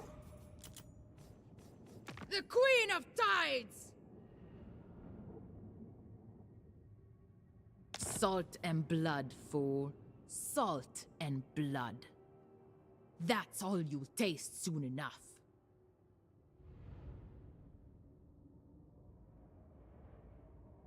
Never used the black coach in my life. What does it even do? Yeah. Mortis engines are cool, but they are very vulnerable to getting shot. So yeah, you need to deal with their archers if you're going to use mortis engines. That's why I like the zombie blob necromancer caster thing, just because it's a no-brainer. It's just like a face roll build, you know. You don't need to have any skill or do anything, you know. So that's kind of like my baseline thing. But I kind of want to do this, but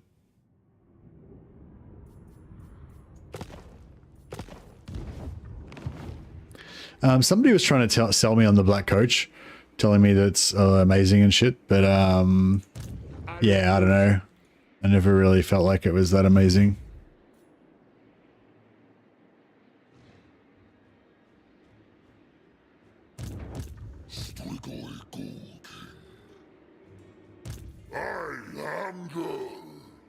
The coach were faster, it'd be great, yeah. Seeking souls. Don't think so. I feel like I'm in trouble. I think I'm about to get screwed here. Crypt King. Yes.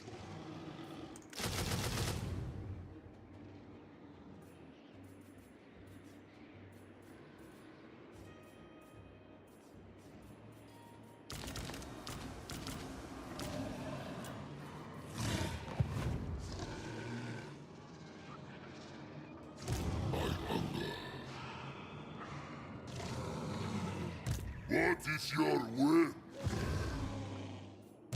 What do you want?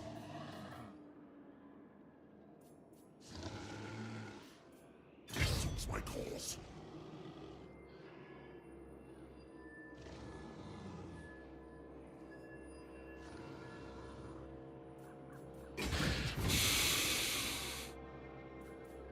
We are in agreement. At last! Look on me and despair. I am ready. This night. I don't know how close I am to... Welcome to my court. Onward. Fear me. What do you want? To the shadows. Your will.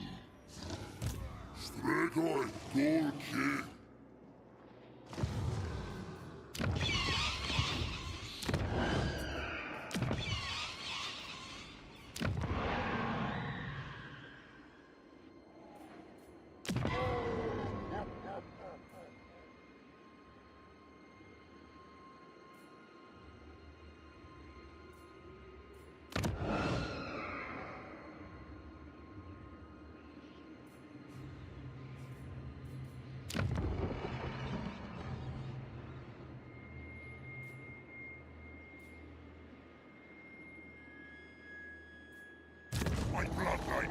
Blood Knights are pretty expensive, but I like them because they've got a lot of health and they're like tough. This better be important.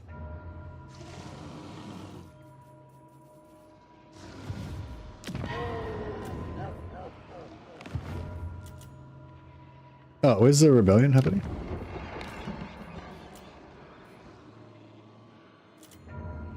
Oh yeah, true.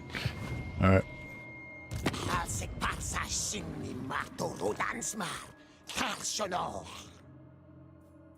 Look, it's worth a lot to him. Man, Arachnaros.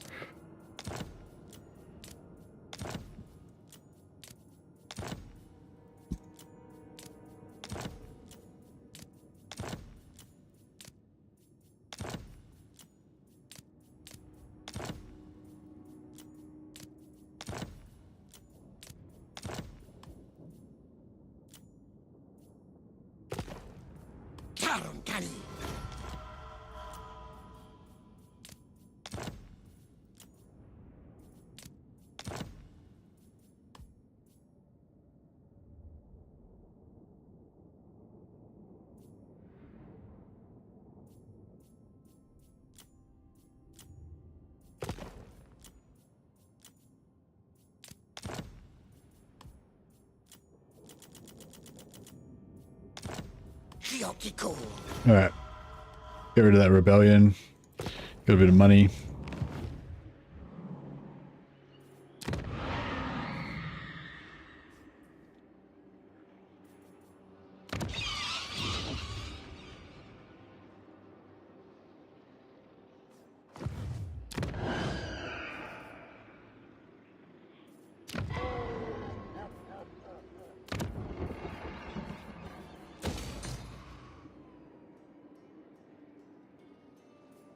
I'm seriously considering, I don't know why I'm so obsessed with this, but I'm seriously considering spending 3,600 gold on that, plus building 2 barracks, so 4,500 gold, in order to get these guys to vassalize. Which I think they will go for it. But if I don't like what I hear, you'll be on your way to Stromfair's lair.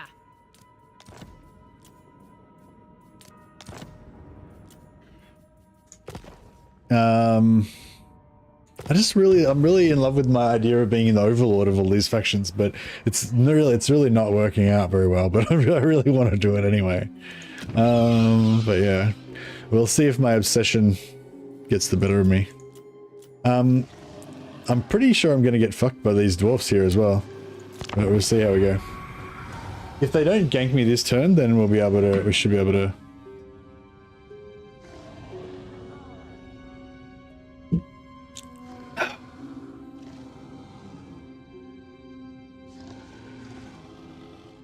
Oh, okay.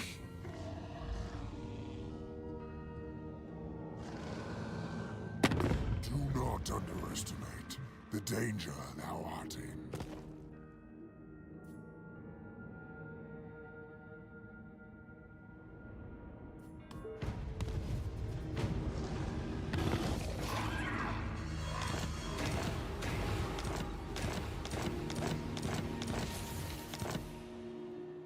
All right, this guy's in force march. I will not shame my clan. I hunt. Good king. King of the ghouls. I will not disgrace my ancestors. Look on me and despair. All right, I'll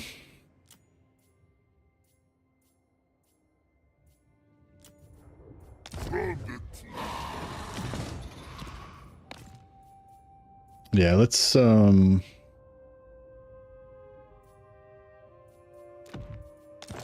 take it a bit more seriously this time.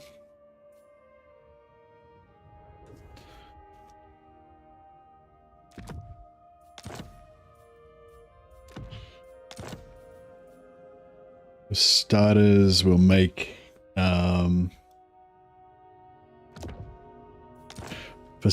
Mannfred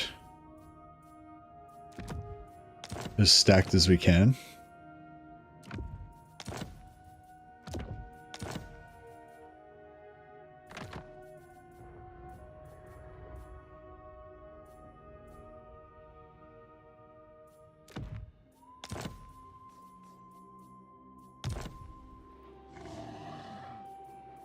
Flesh arise. Oh, motherfucker. Welcome to my court. Okay.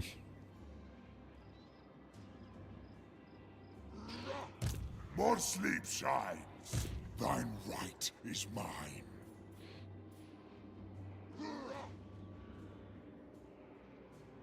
All die. I might just, not, I'm a bit worried if I change the Lord, or somehow our loot movement will somehow get screwed, which happens sometimes. Oh no, here we go. This guy's got it. All right, cool. Yeah, I'll check. We'll see if this guy's movement gets screwed. So he can clearly make it there, right? Ready. As can this guy. So we've got the movement. So currently he can clearly make it there. We bring in Nathania von Nathan Thorpe.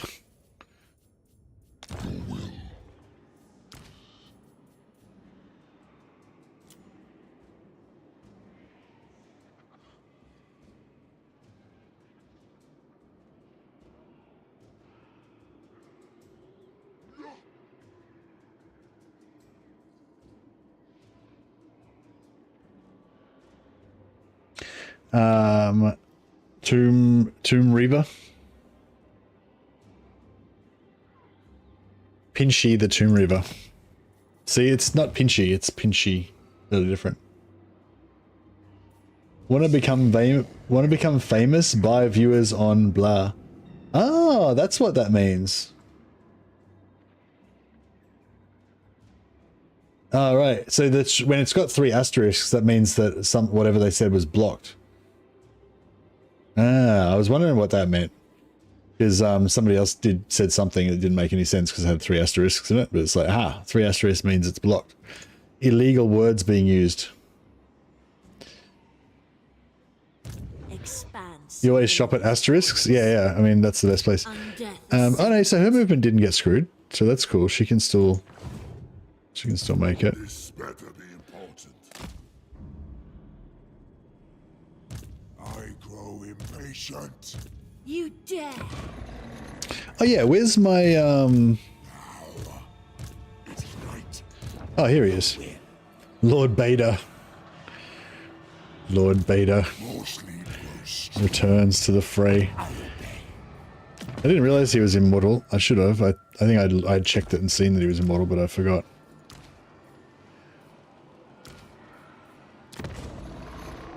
Okay, we're gonna give him the Helm of Discord. Hopefully he's not gonna get wrecked this time.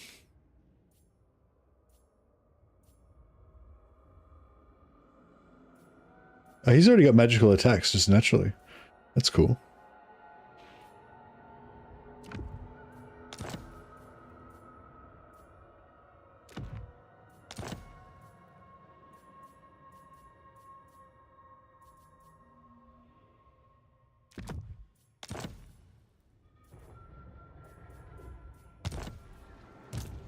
I'm just gearing everybody up as much as we can this time around. I'm not taking this, I'm taking this seriously this time. Is this guy Airbrush? No, this is Nicholas.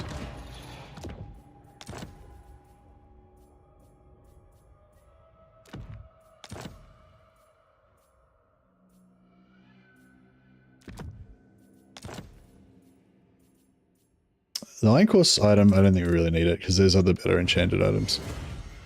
Sit in Lodestone. No. Oh yeah, we're gonna get the stand for Staff of Damnation in there somewhere.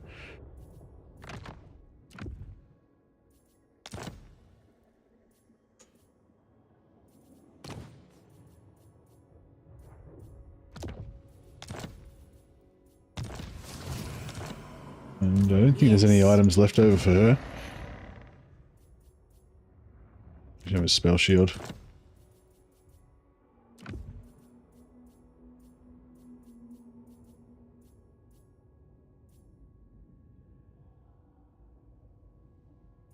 I wonder if we can miscast chance on him when he tries to cast his spell.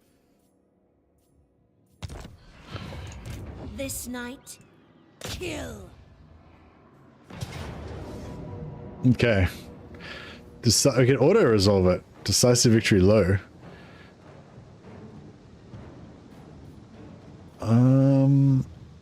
Oh, Pinshi will be your most powerful warrior. Yeah, he will. Should I kill all my own dudes to get a battle marker? I mean, that's never backfired in the past, right?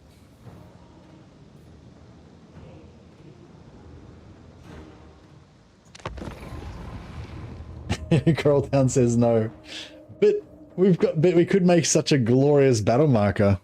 This could be the craziest battle marker ever.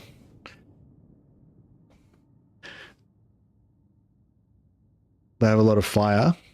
Who has a lot of fire? The dwarfs. You mean the grenades?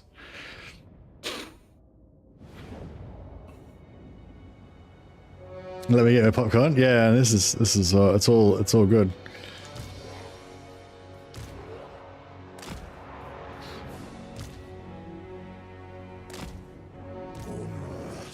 All right, we got our crazy catapults. Pretty cool, thematic. They look like as skeletons. They fit in. Stay counter spider. Yeah, it doesn't matter. They're just gonna shoot them into the zombies and kill the zombies with them anyway. So it's not gonna worry us too much. Plenty more where that came from. I might just send this first lot of zombies in to tire them out and use up their grenades actually.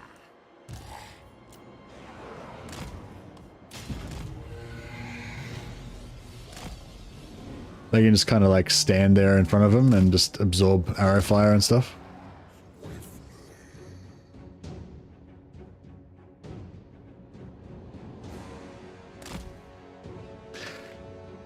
Hey, Anonymous.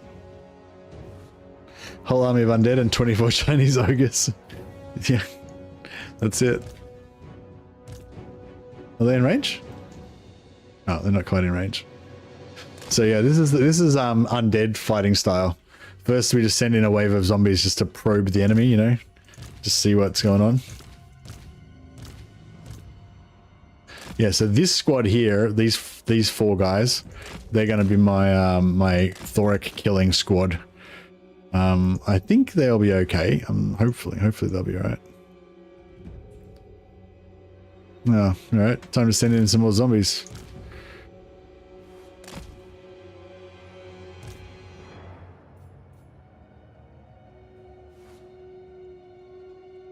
Alright, maybe we should save some.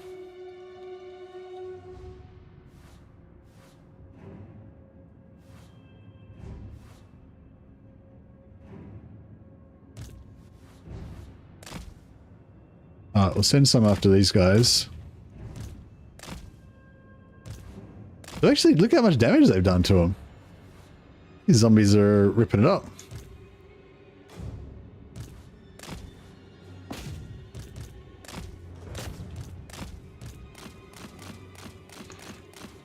Well, they're not throwing their things. What's going on? Why aren't they throwing their granadas? Trying to get them to use their all the zombies. Yeah, all the zombies. All right, good. Got to commit. If you're gonna make a massive fuck off huge battle marker, you've got to commit. All zombies must be committed.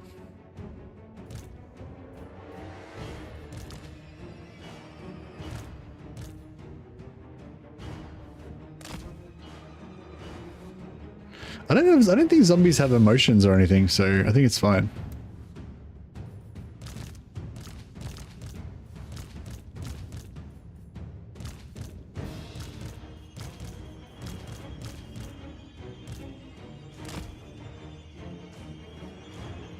What's going on with these? Oh, they've thrown some of their grenades now.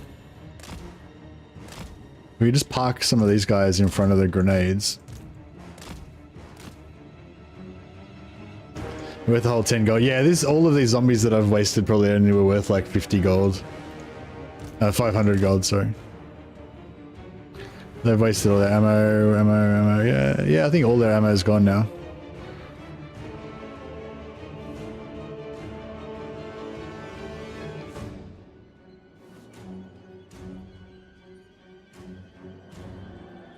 Unfortunately, we won't be able to replace all these zombies, but I think we found out before from fighting Thoric that zombies aren't really the most effective thing to use against him.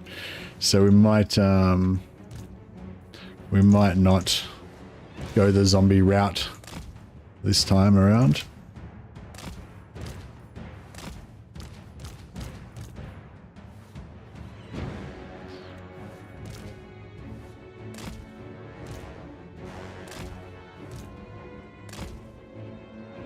All right, now we just get the remainder into a big blob and drop an upgraded purple sun on them. Will be the plan.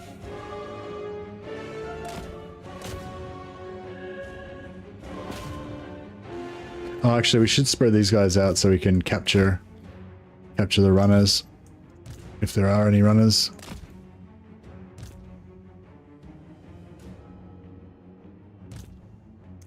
This is vampire style. Just send in these heroes to just slaughter everybody.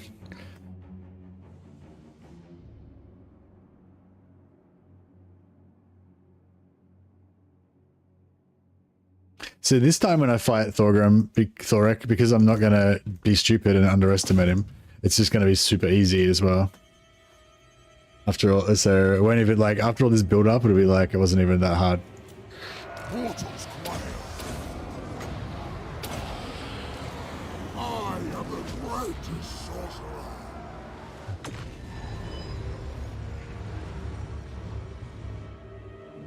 Pinchy's important, yeah. Wind supper. Pinchy's in charge of chasing. Oh, what are those? They're not part of that. They should be over here.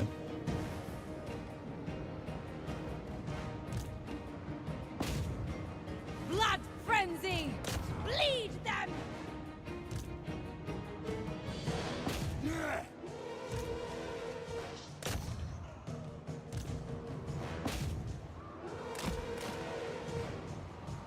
All life must end!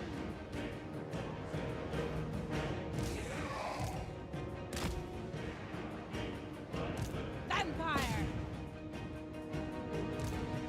They're dead.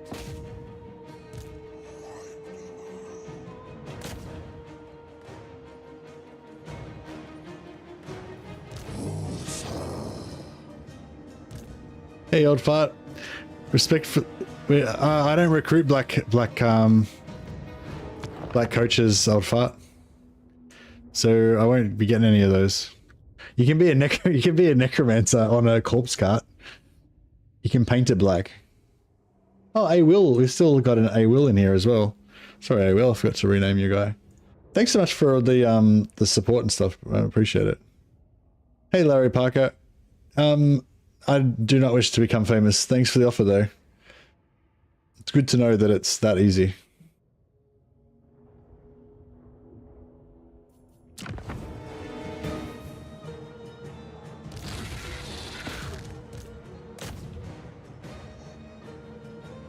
It's a bot, so I shouldn't talk to them. Bots are people too. They're like zombies. They're also people.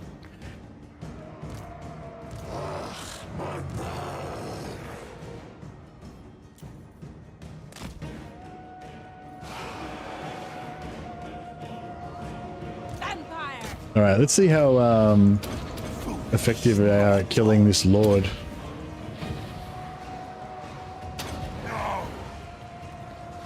Yeah, he's down 25% already. I mean, obviously Thoric's going to be a bit tougher than this guy, but I still feel like it's sort of a good indicator, roughly, you know. Crunch their skulls. What? Supper time.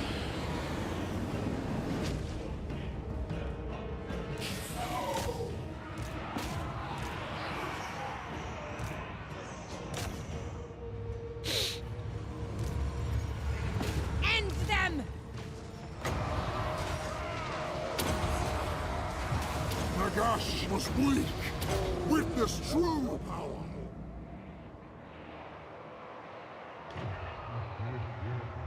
It's a ghoul or a zombie, yeah. All right. Vampire! Alright, we'll try and wipe out as much of this stuff as we can. Chuck a sweet heal on...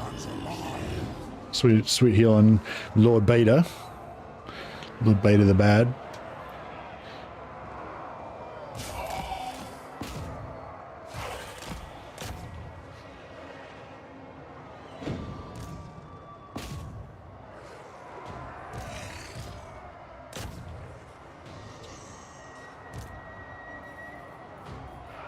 You serve me! We are immortal!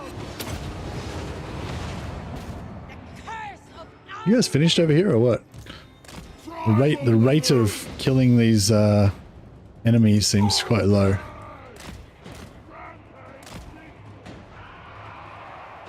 What else we got going on? I assume that'll do a bit of damage to these guys. 18. Oh, they're chopping these up. Oh, they got them down pretty good.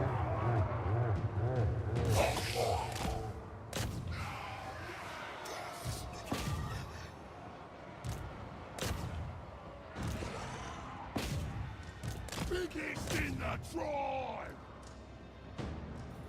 I don't have pit of shades on these guys.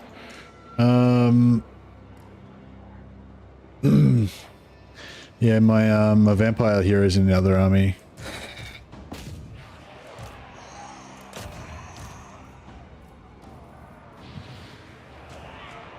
Ogres did all the work. Yeah, the ogres are doing a fine job.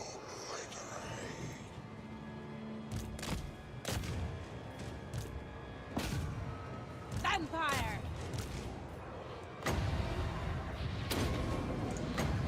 25% increased power spirit leech. No XP on the scorpion. No, the scorpion, I don't know, the scorpion, I thought the scorpion was doing some good work, but apparently not. You got like a third of a level, a quarter, I don't know, 4/5 of, 2/5 of a level, maybe. Noble of the night!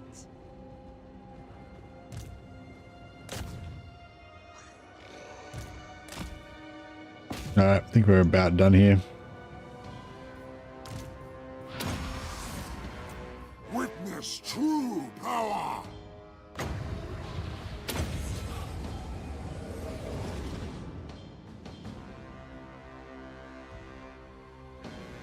Oh, he's still alive. Oh, did we get him? Oh no, he got away. What a dick. Ah well. Nagash and Thankul, can't wait. Yeah, Thankul will be interesting. Oh, man, I feel like there's so many cool characters in Warhammer that they haven't done yet, you know, and like, I don't know.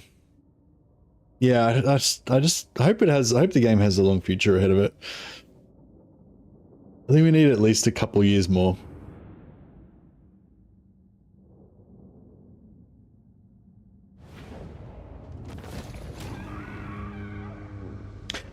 No, Empire Amber Wizards do always get Griffin mounts. That's normal, yeah.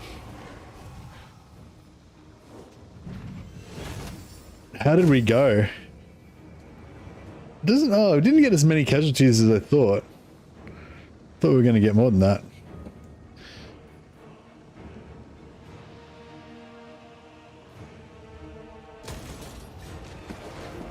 They're the only Empire Wizard that gets a Griffin, yeah. The rest are just on Pegasus.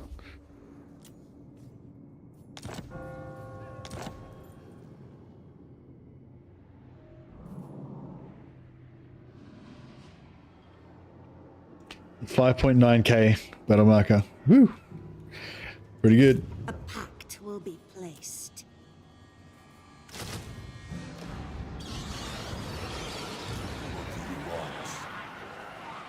We are in agreement. Yes, my son. You know nout. Dance macabre.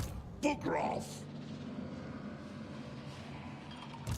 I grow impatient. Intriguing play. March. All right, I feel like we can rock saw these guys with this army. Better than last time, yeah. Ready. Much better than last time, that's for sure.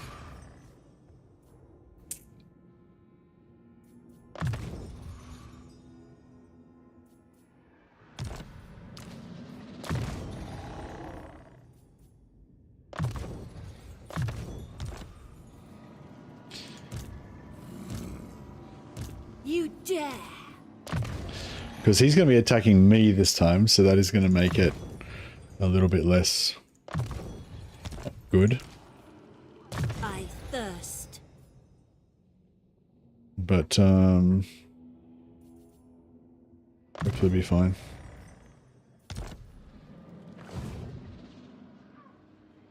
More sleep, shines.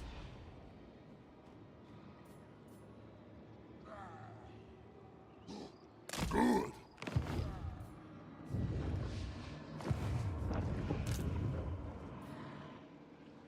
Does that mean he can make it?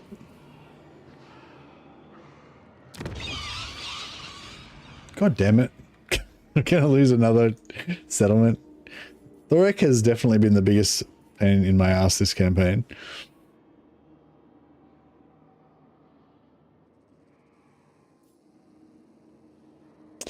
All right, I'll just recruit a lord here so that if he does take out Khemri, at least we'll have a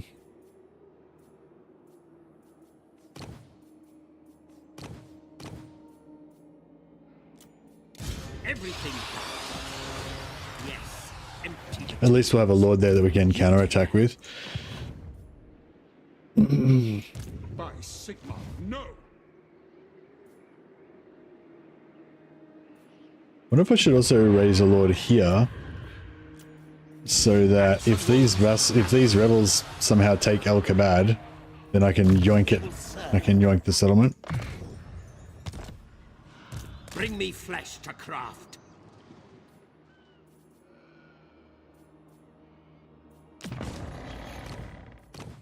Give him a black cat or something. Restless spirit. There you go. Yeah, you can have a black cat. You can have a restless spirit as well. Powerful.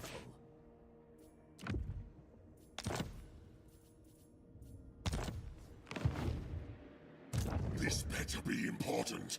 Alright, this guy... If I go to there, he should be able to take that in one turn, I reckon. I will alone. Fight. Wipe them out. Yeah, cool. What do you want? Alright, I'm like tentatively hopeful that this is all coming together now.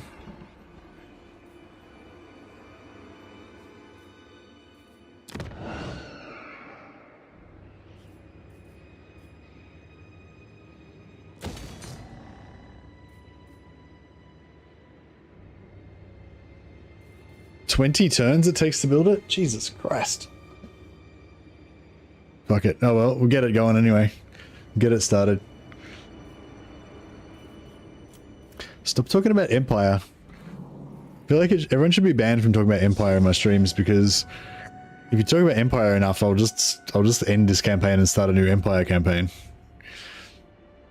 Alright. Almost, you know, that works in almost any situation. Doesn't matter what I'm doing.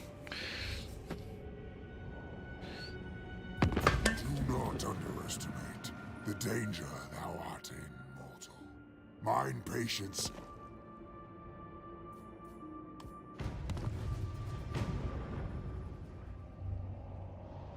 Empire and migrate to Ulthuan. Yeah, I want to play. I love like the idea of having ogre allies, allied recruitment from ogres with Empire.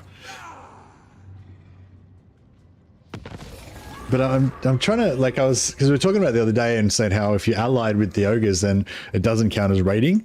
So I was thinking it'd be really cool to either have a friendly unit of a friendly ogre.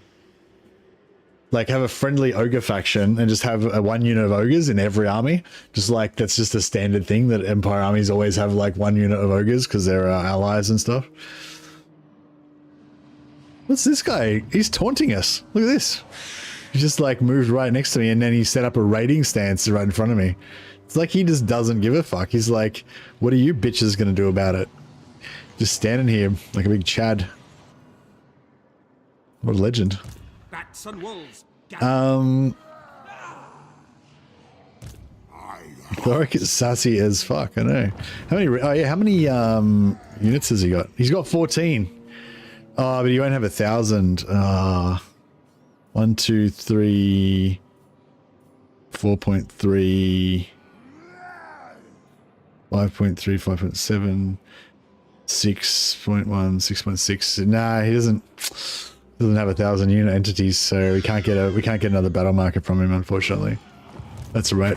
Impress me.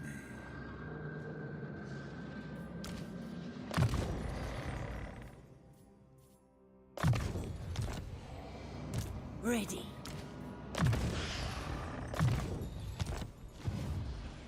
I'll take Sigmar's throne. Check that battle marker. After like one turn, it just popped up with all this shit. Oh no, we're in. Oh, which? Are we in Numerous? This better be important. Numerous, yeah. Last turn, this was like a normal place that just had zombies and skeletons and stuff. And then just after one turn, all this stuff popped up straight up already, which is pretty cool.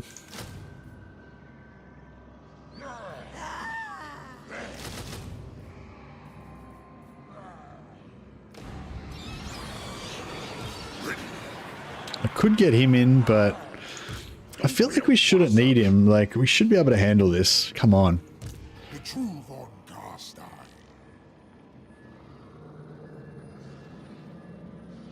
Attack.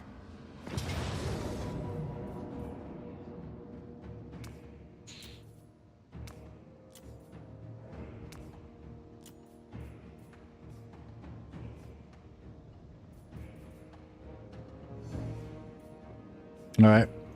Let's see if I can not screw this up this time.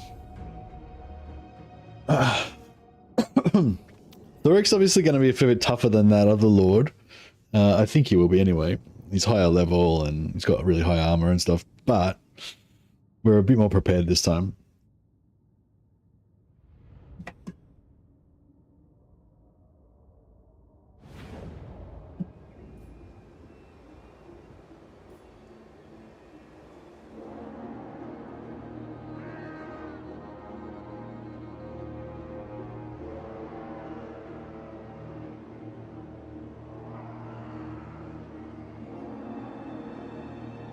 What if those grudge throwers?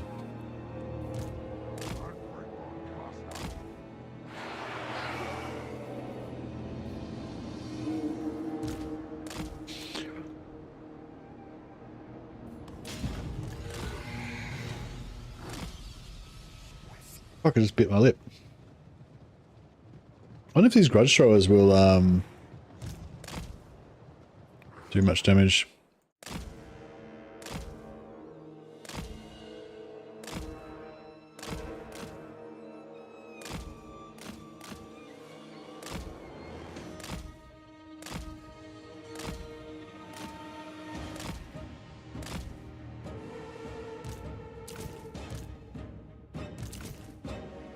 Everyone just calm down. Calm down, I say. Oh, god damn it.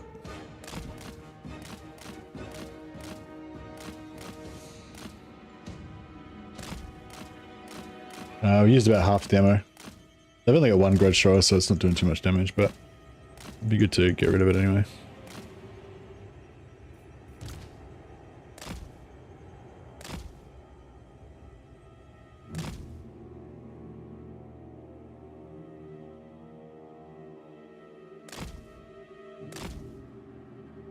Well, I think I just dodged into it.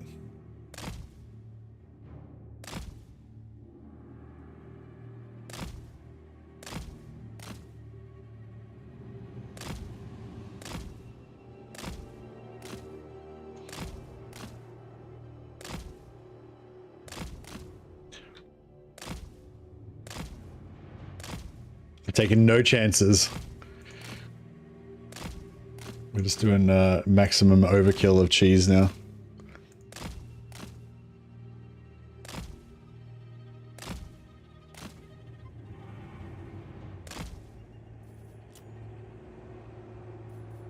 night has fallen. Life is a phase.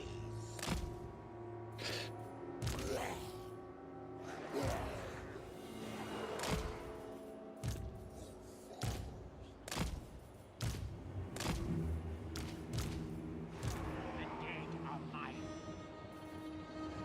Well, actually, we can just put them in there.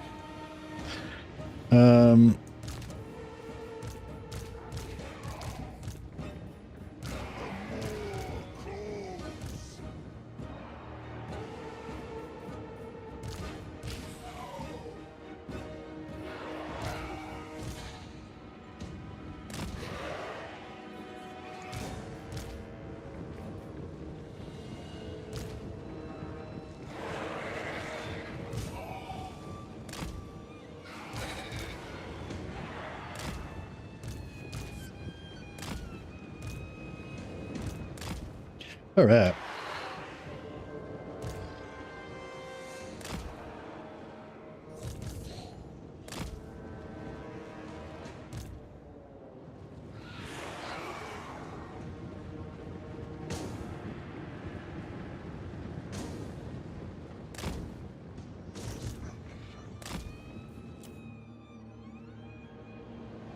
So I guess what we want to kind of try to do is keep Thoric isolated away from our infantry so that he can't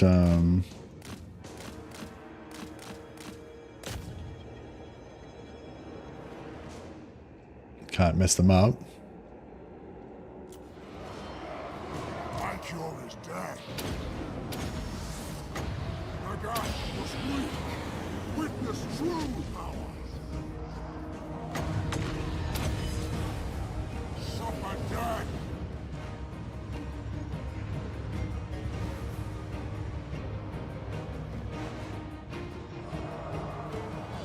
I thirst. Rip their souls out.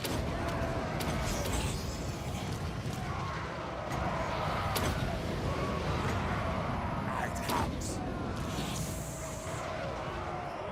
Don't think that's gonna work, but whatever. Curse of years!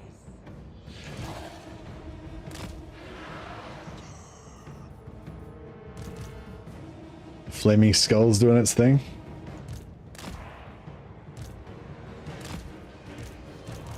He's getting a bit of a flogging.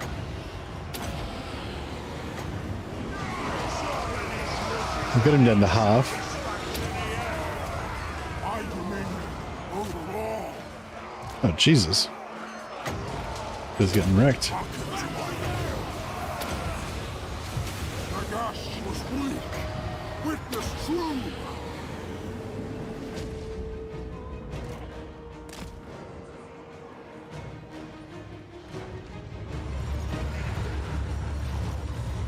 Yeah, Thoric's kicking the shit out of our dudes again.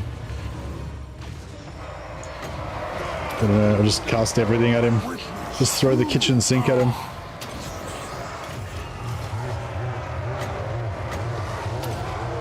Oh man, he's about to get dropped. Swift as death's wings. Preternatural. Swift as death's wings. Can somebody kill this prick or what? He's like kicking the shit out of me.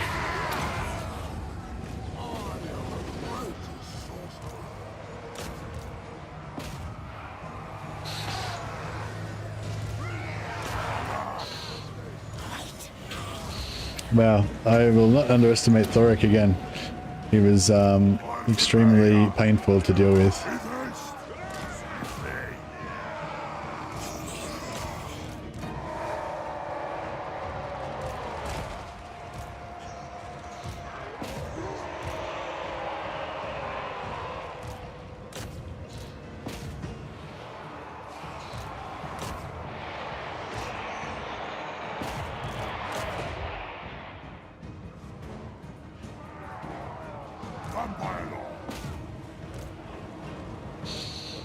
Wow.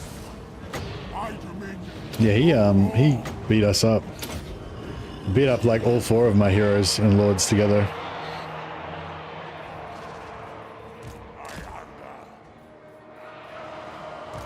With haste, a new order comes.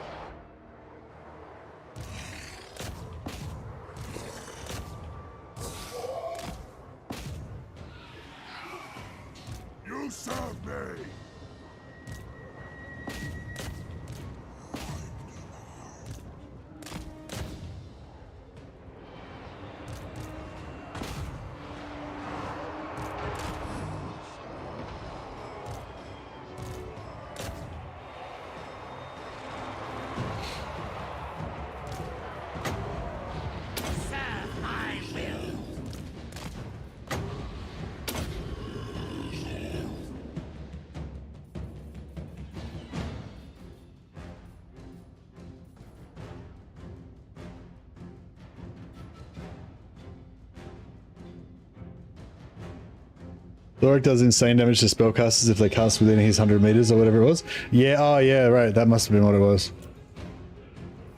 Empower me. Just me in my classic ignorance of like just fighting Thoric without giving a shit about any of his abilities and nearly getting wrecked. True power.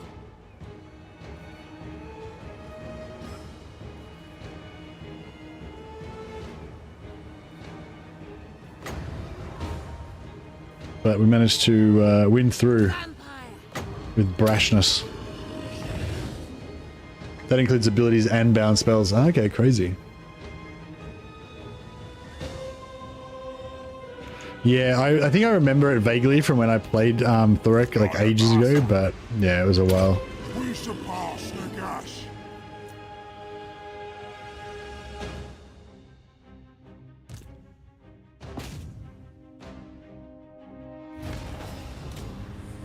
Why were those dwarf warriors unbreakable?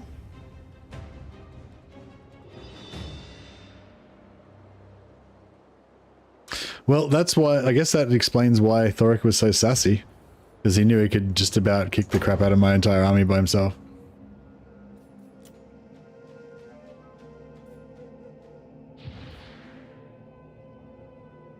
It said dwarf warriors, unbreakable dwarf warriors, I thought. Well, maybe they were slayers, I don't know. Nagash was weak. Witness.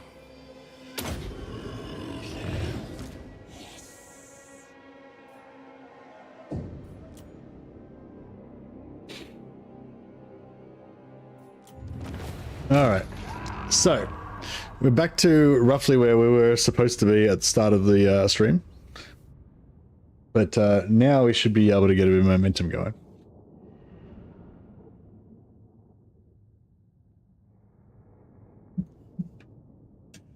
Small bearded roadblock has been removed from our path.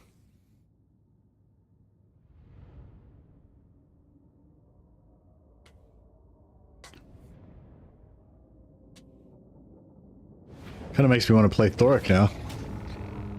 Off little bastard.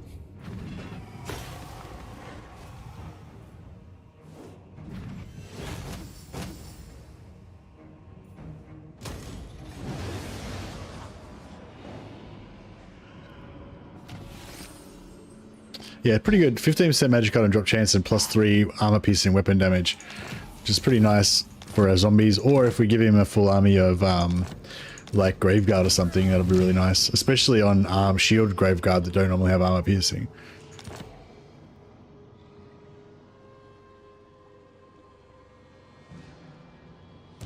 Ruined warrior. Oh yeah, it could have been a warrior with a banner, ruined banner. Yeah.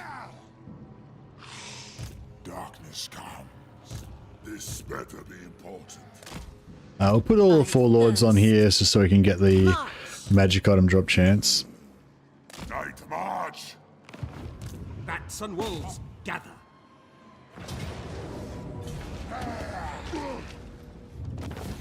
Yeah, there is a dwarf banner that gives unbreakable. Yeah, that must have been what it was, maybe.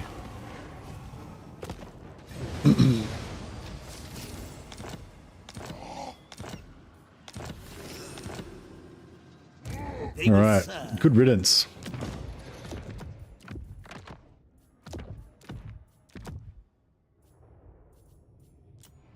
Yes. More sleep shines.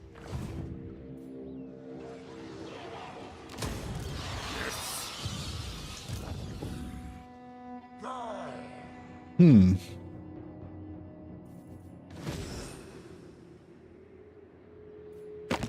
I think it's 0 with did they no they're there. 0 settlements, horde 114. 114's not, oh yeah, 114's pretty bad, so they probably got a crap like a half stack or something. Nothing too dangerous, I would assume.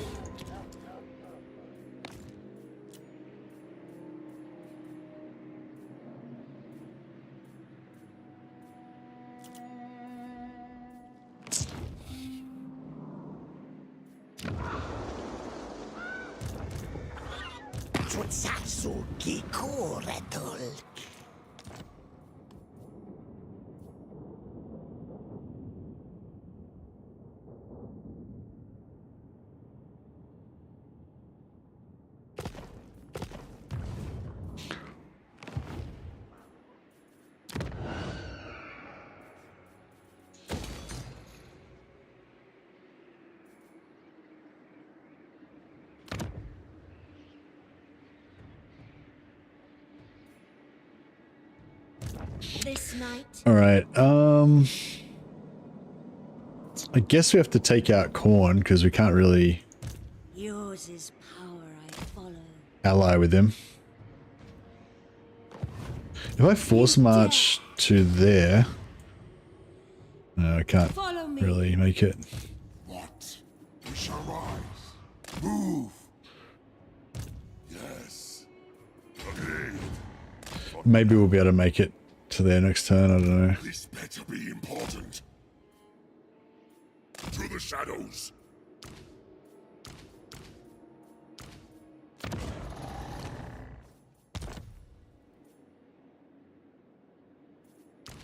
I think we'll be all right. I'm just going to assume they can take on anything. They can take on any comers, all comers.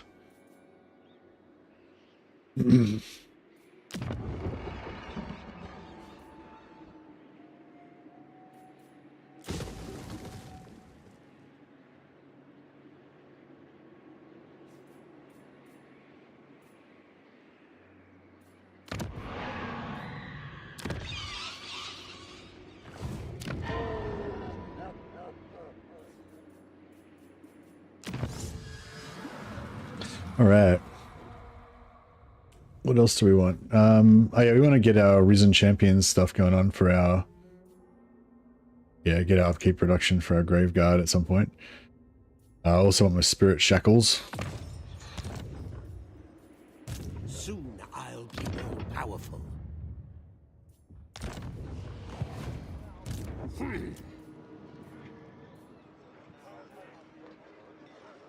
Bring me flesh to craft. Darkness comes. The nation calls. Praise Sigmar, the Empire. By the Comet. Oh, this is Sudenburg. How cool is that? They're like a new faction, Sudenburg. Calls.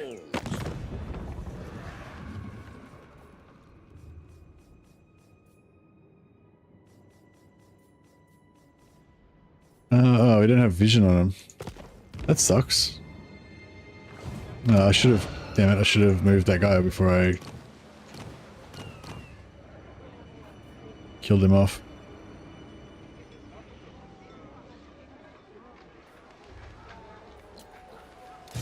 More sleep, child. Resist and Oh, there we go. die, or surrender. We only got minus 10 aversion.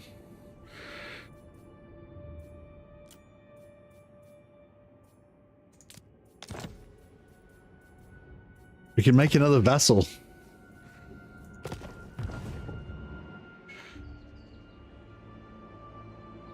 That's cool. I don't think those, like, because Sudenburg doesn't exist anymore, right?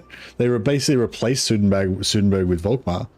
So yeah, but Volkmar, but once they rebel, they can create. So we basically created a new faction.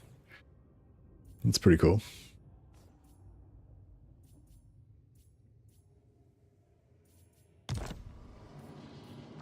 What do you want?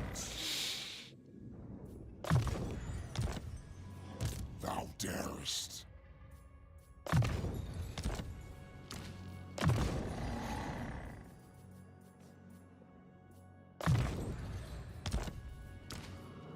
Yes. So yeah, Purple Sun's pretty nice. We're enjoying the Purple Sun. How much Raise Dead cost? 5.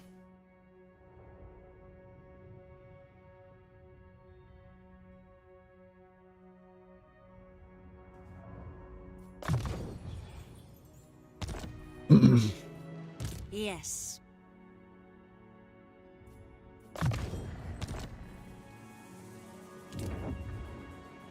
Numis, can we repair that? 693.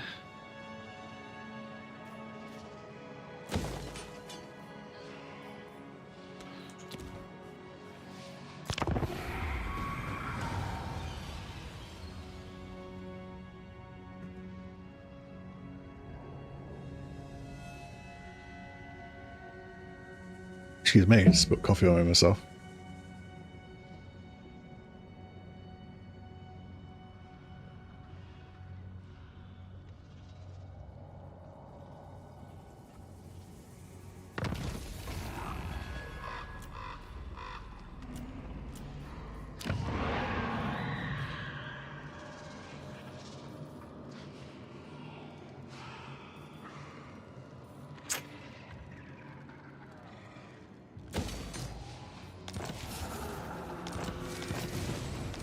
Oh, clan scryer destroyed. Oh, perfect.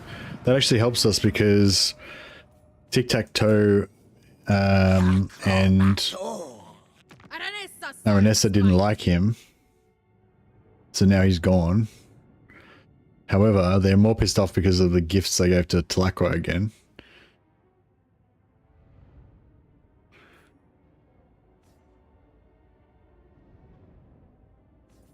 A storm comes, and you are in the eye.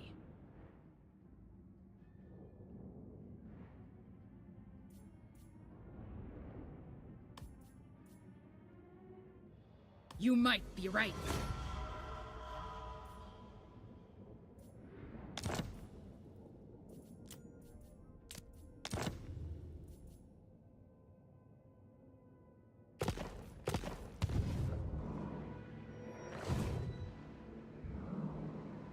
Yeah, I think if I can sell, if I take Gora Gazan this turn. Crap. Oh, he's got it. Bring the night.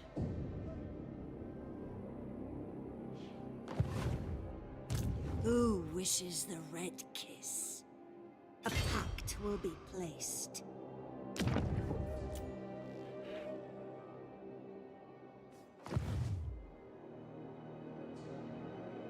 An intriguing play.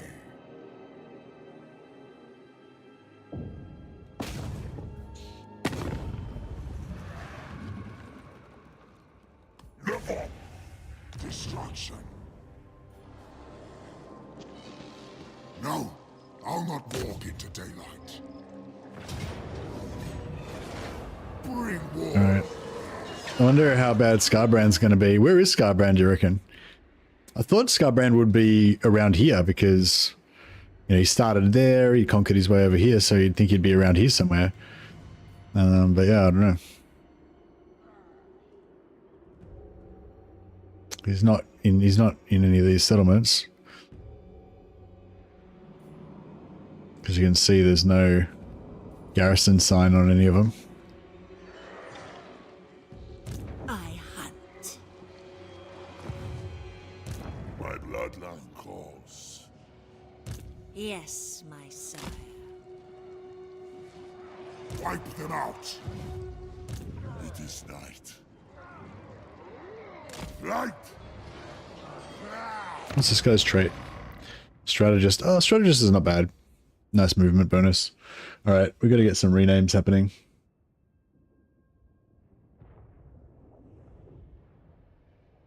Skybrand usually goes east. Ah, okay. A will.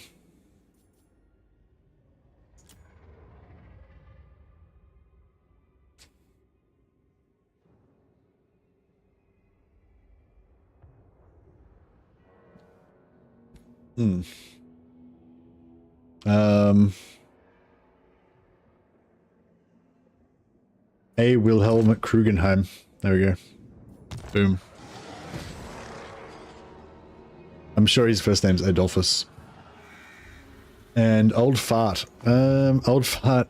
I don't know. Yeah, like I said, I'm not gonna recruit any black coaches. So, I mean, if I might recruit one temporarily and just delete it immediately after one mission, or something like that. But I don't want to do you like that. So we'll make you this tough guy here.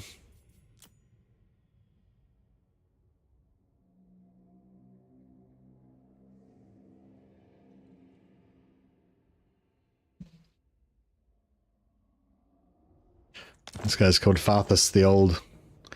I got you. Yeah, you're in. You're A Wilhelm, Adolphus Wilhelm Krugenheim. Do you think you'll start a new campaign for the weekend? I don't know. What day is it today? Today's Wednesday or Thursday? Most campaigns, I think, last about 3 episodes. Maybe 2 if they're not, you know, not that good. Maybe more if they're really good. This campaign has got a lot of potential. Like, there's a lot of stuff to be done. There's a lot of power to be achieved. Look, I'm going to auto-resolve. I know I'm going to take horrific casualties. Oh, no, it wasn't too bad. There we go. I actually did an auto-resolve for once.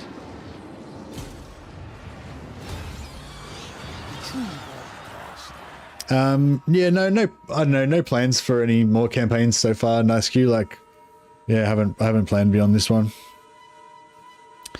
Do you got any campaign ideas for me?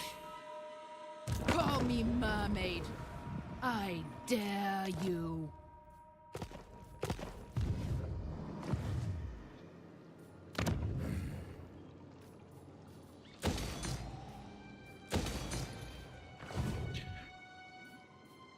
Now.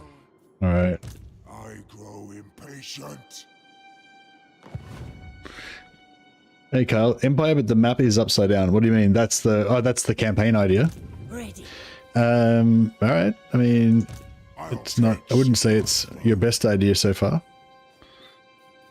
Yes, my lord of death. Then go. Ready. I assent. Where the hell's Scarbrand? Is he going to come in and just wreck me here or what? Thus was my plan. Hopefully not.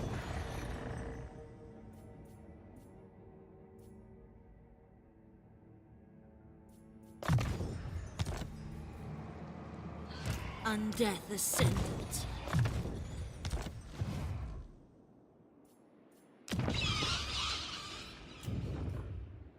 Oh, tough and disciplined. Two of my favorites. We might have to start going like double necromancer.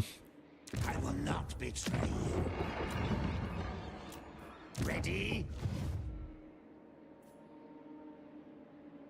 Cetra and make them all your bitch. Yeah, I've been kind of wanting to play a Cetra. I've been kind of wanting to play a Cetra vassal campaign, but I just don't really know how to get a good start as Cetra. So it would probably turn into a Cetra science campaign with like a Cetra, teach me how to play Cetra campaign, you know, because I wouldn't really know what I was doing. Ready.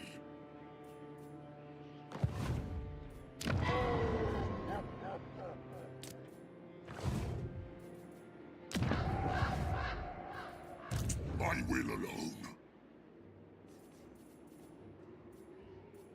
We're gonna get attrition if we come out here, aren't we? Then go. Yep. All right, let's rock a bit of cool raiding stance.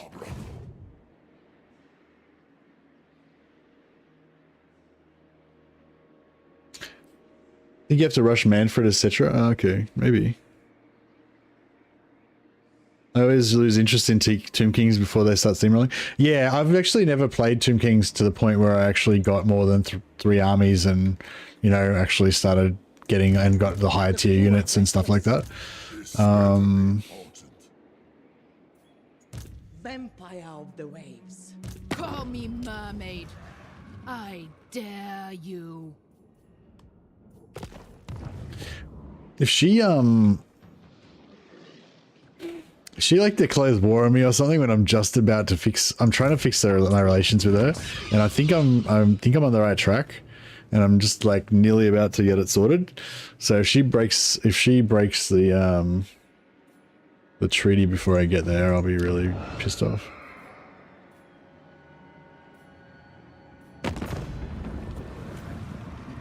Oh, I don't mind if she breaks the non-aggression, but if she like does the like instantly declare war thing on me, then that would be really shit. Meat ritual. I think we're looking pretty good. I think we're all good. We just got to get Sartosa up a little bit and try and get them vassalized, and then I think this whole area is going to be sort of stable. Play Thoric next? Ah, yeah, I kind of wouldn't mind playing Thoric now as well. Bro. It might be cool. I don't know. See, it might be cool to play Thoric, you know, so it can compare, because we're going to get Thrones of Decay soon, so we'll be able to like compare old dwarfs to new dwarfs kind of thing. But then again, it might be cool to like stay away from Empire and dwarfs and Nurgle for a while, so that it's extra fun and extra fresh, you know, when we get I'm not going to build an outpost yet. Yeah, but I mean, on the other hand, like realistically, should I try and vassalize these guys? We're on satisfactory terms, so I will listen.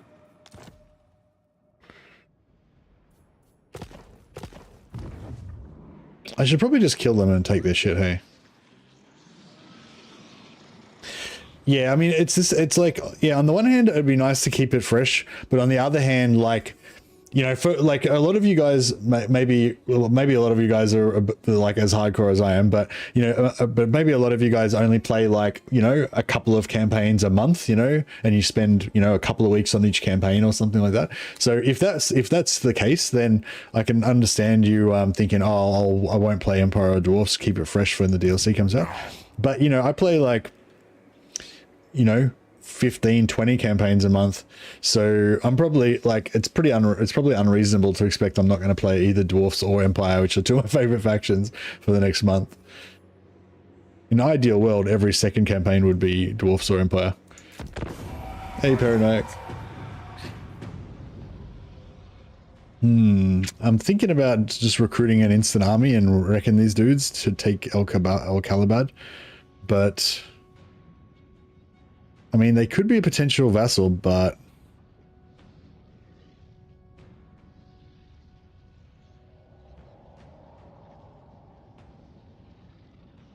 yeah, I hadn't really thought about it before, but yeah, I kind of figured out like the fastest way to get your blood kisses unlocked, I reckon, is actually to use region trading to get vassals, because you get, every time you get a new vassal, you get a blood kiss.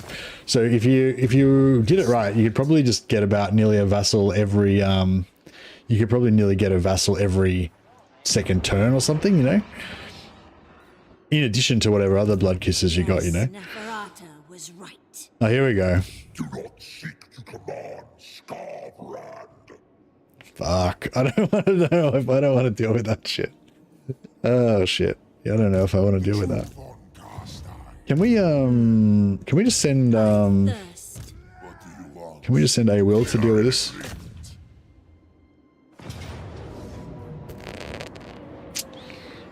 Maybe that's probably a little bit, it's probably asking a little bit too much. Yes, my sire. It will be done. Move. Caesar blood.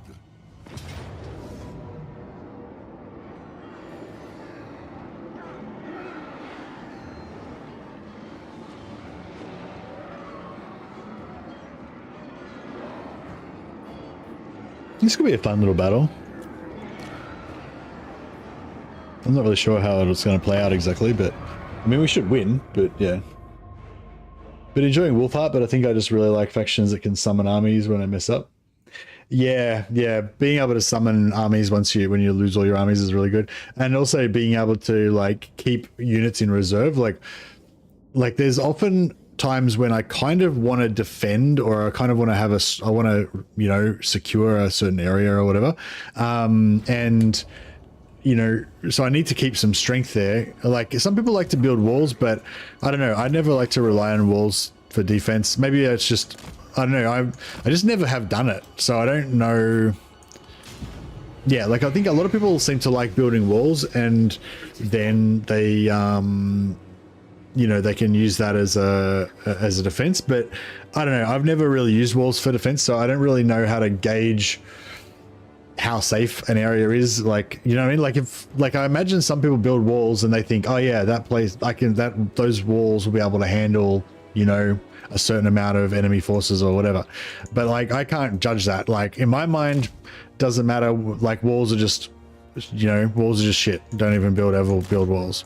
And if you did have walls, just imagine that you don't have walls, because it doesn't make any difference. Like, you know, that's kind of how I feel about it. But so anyway, so long story short, if I've got an area that I think is vulnerable, then I'll want to keep an army there, or I'll want to conquer a region, or conquer all the regions around that region, so that, you know, there's a buffer zone. So that's kind of my way of defense. Either put an army there or conquer everything around it, so you got a buffer zone. The passive defensive owner wall is no good for me. So yeah, so it's so basically, if I'm gonna do that, like it's really expensive to have an army there doing nothing. Sometimes I can validate it by having a sack city. It doesn't usually pay for the army, but at least it's sort of, you know, at least it sort of pays for it a little bit.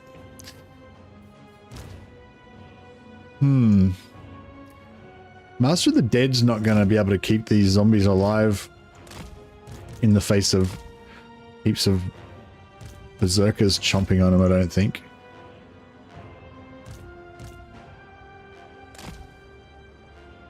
We'll see if we can isolate these dogs and fuck them up. But yeah, so kind of coming back to what we were originally talking about. So factions that can raise heaps of dead, or like Marcus Wolfheart, where he's got like, you know, this sort of unlimited, well, not unlimited, but he gets more and more. Check those, how much damage they took charging into those dogs. Like, what was going on there?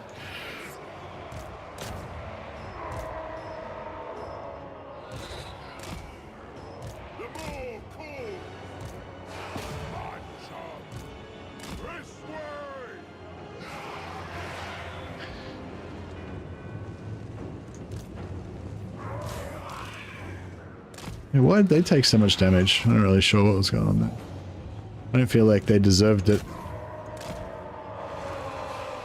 Ghost corpses.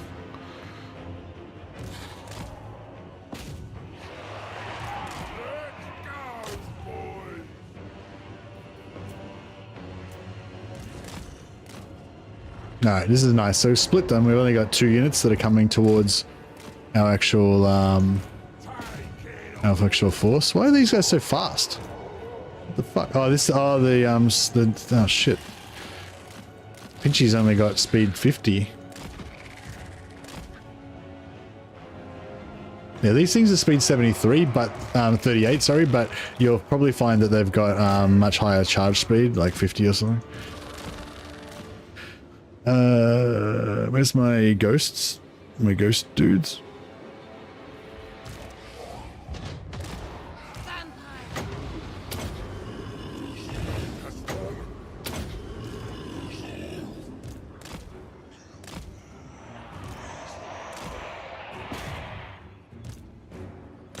Pinchy! Yeah, so we'll just run these bloodletters around and they'll probably just destroy it, just die by themselves eventually.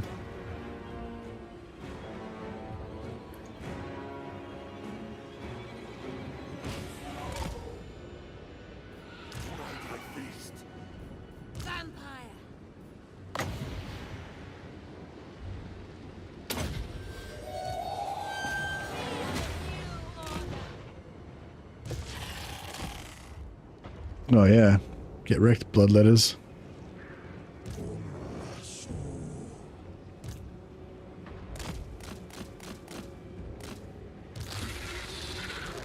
Oh, look at Pinchy, he just got wrecked when he ran through that unit of, well, not wrecked, but he took a fair little chunk of damage when he ran through them. I guess it was because they all had their, like, melee attacks cocked and ready to go. I think that, yeah, that messes you up. Or, I mean, I remember there being a big conversation about it when beastmen were, like, crazy overpowered with their melee infantry and stuff. There was a thing going on where, like, when melee infantry would countercharge, the melee infantry would do heaps of damage. I think it's alright if they're not charging, but if they are charging at you and you're charging at them, it's like their attack is like cocked and ready to go, and then as soon as you touch them, their attack instantly hits. So it like, yeah, so basically you take a lot of damage. From when your cavalry charges into the front of infantry. So this time we're charging to the side of them. They were like targeting probably something over here, so it didn't like count.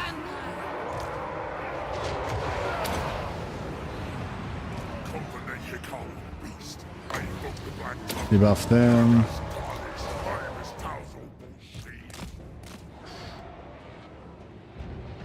To be building walls in this game doesn't make the region safe at all. It helps in major settlements to defend, but in minor ones you still need a decent army to defend. Yeah, maybe it's like, yeah, see, I don't really, yeah, I don't know. I just like still can't really think of any situation where I would build walls. Maybe, like, maybe it's a second line. So maybe I'd have, like, maybe if I wanted to, so say I wanted to defend a settlement, so I build wall, like, say I wanted to defend Altdorf, right? So I build walls. Actually, can you build walls in Altdorf? Whatever, you know, just say you can. then I build walls in Altdorf, right? But then I don't feel safe with that. So I then also conquer like Karabberg and Weissmund in Mindenheim so that I'd have like a barrier of lands around Altdorf. So basically if somebody goes to attack Altdorf, they'll attack Karabberg first. So then I've got an extra turn to get ready. So then I can recruit an army at Altdorf and pop out a bunch of regiments of renown and get to like a bunch of allied recruitment units in one turn and stuff and whatever. So maybe that's so the walls are still good. Like you wouldn't rely on the walls alone, but yeah, like the walls. Yeah, I don't know. Yeah, well, I think that's how it used to be, because I think the AI used to decide where it wanted to attack based on how much of your forces it could destroy. So if you had walls there, then there'd be more troops there, so it'd be more valuable for them to destroy it. So I think it might have literally actually worked that way, because they said in one of their previous patches that the AI was like not attacking empty settlements enough because it didn't think it could destroy enough troops. Like if you had like a really weak settlement that only had like a garrison of 4 skeletons or something, then the AI wouldn't bother attacking it because it's I can only destroy 4 skeletons, not worth it, even though from your point of view it's like, oh, that's a super vulnerable settlement. So I'm not sure what they did to fix that, but they said they fixed it in one of the patch notes, but I'm not sure what they did to fix it. Maybe they made like monetary buildings more valuable to the AI to destroy or something.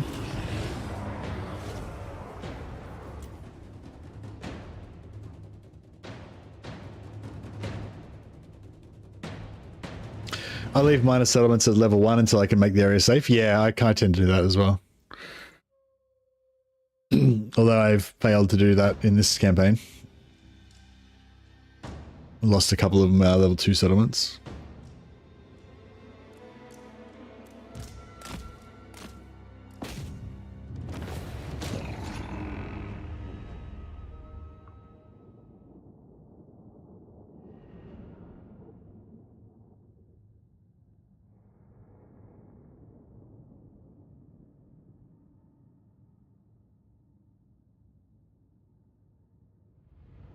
Yeah, I don't know how to play Citra, so nice Q. That's what I was saying, like, if I was playing Citra, like, I've tried to play Citra a few times, but every time I do, it's just, it's like a teach me how to play Citra campaign. Like, I don't know what I'm doing. I'm just kind of figuring it out as I go along. I don't have any strategy or anything like that, Yes, you did, old fart.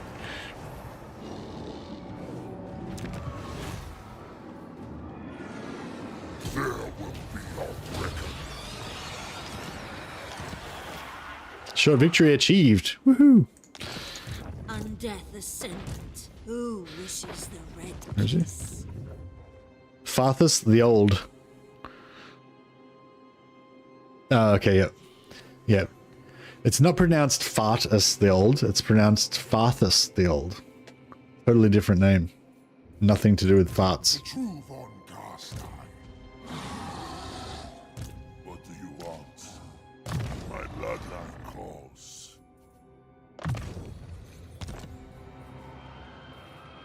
I'm glad you approve. Glad you approve. It will be done. This better be important. Ready. Yes, Neferata was right. My will alone.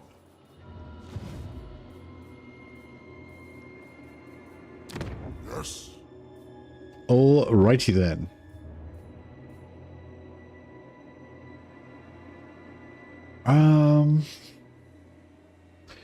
Alright, I'm gonna trade a shit ton of regions to these dudes now. Let's do this. Oh wait, actually wait, let's yeah, so Mannfred is gonna come. I only obey Corn.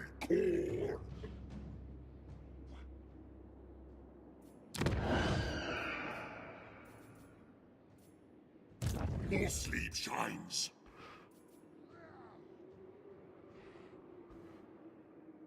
Yeah, this sucks because we haven't got any corruption here, so I can't like go in ambush stance or anything without without messing myself up.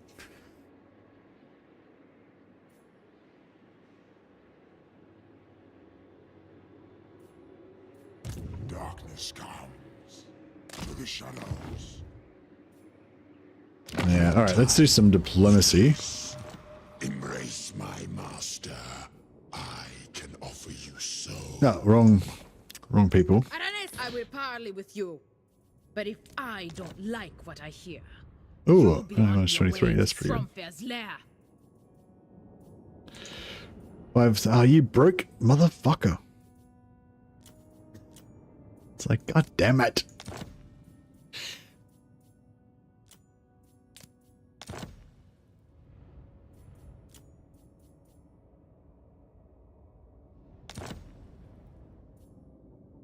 Yes, the winds blow true. All right, now we're getting somewhere.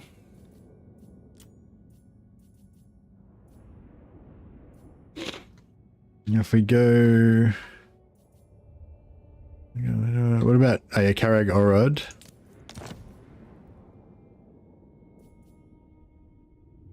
$15.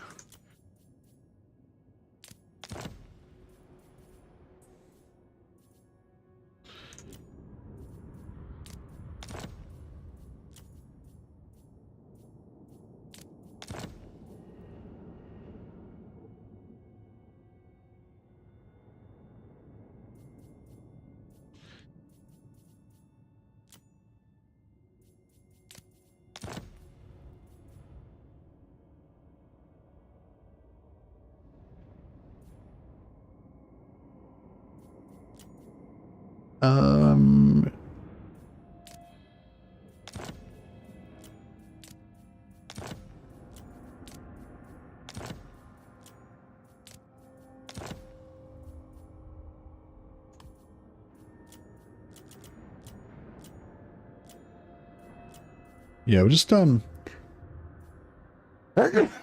excuse me, pump up their relations a little bit more. Feeling my bones. Next week's the week we'll get something concerning the DLC, at least. Hopefully not a delay. Yeah, I reckon that's a pretty safe bet. Here's Johnny. Ship shape.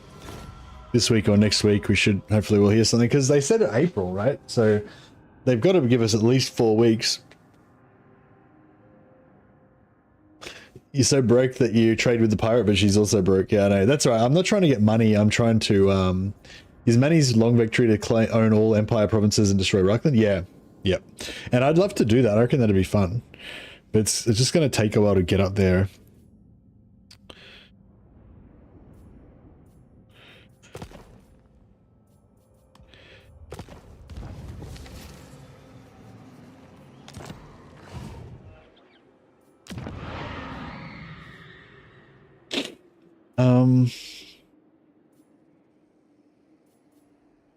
We're on satisfactory terms, so I will listen.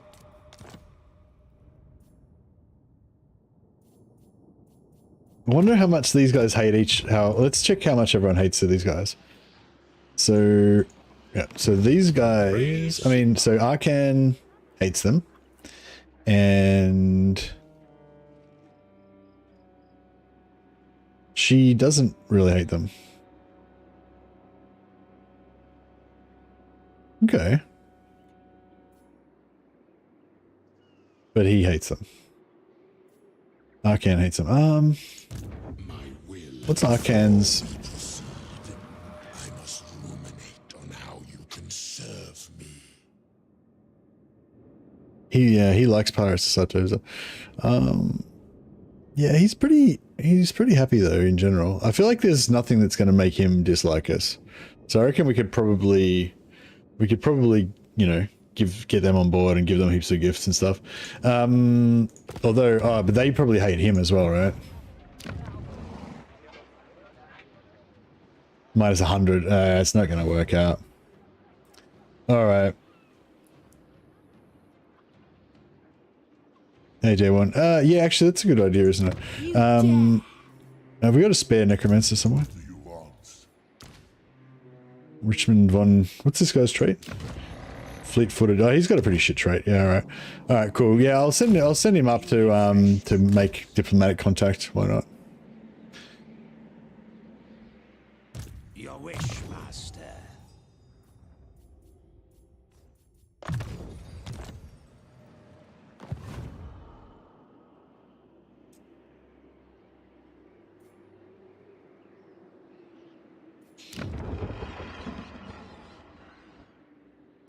More sleep shines.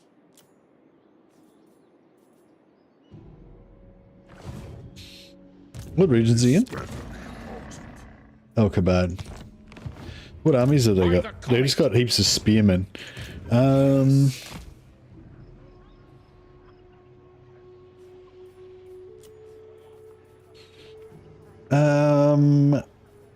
Mortis engine?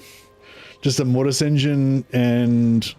Yeah, if we just have like a mortis engine and a bunch of zombies, that'll get it done, won't it?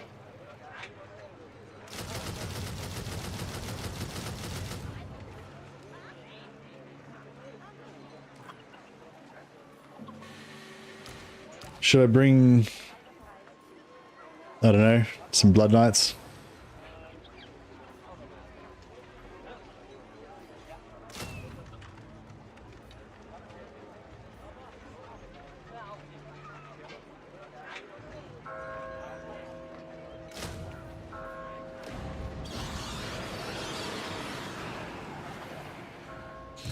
The nation calls.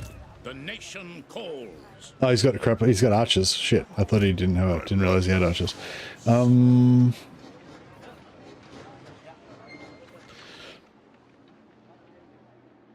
Can't for zombie. Oh yeah, true. Yeah.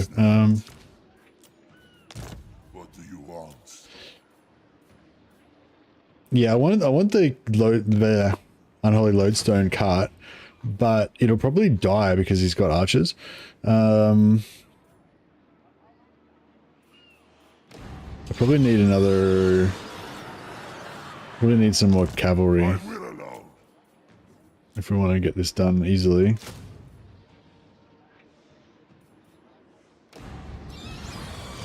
All right, let's give this a try. You've come a long way, traveler. What do you have to say?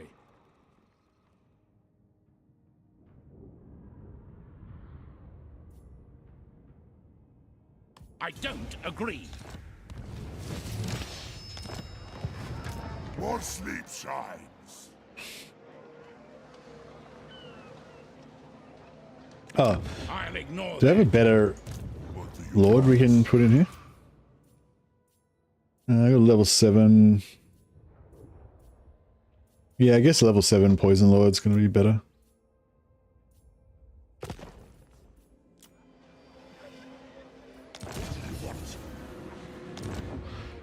Doggies will shred archers. The knights should be pretty good against archers though, right, as well. And the knights are going to be a lot more durable in case they get shot. What?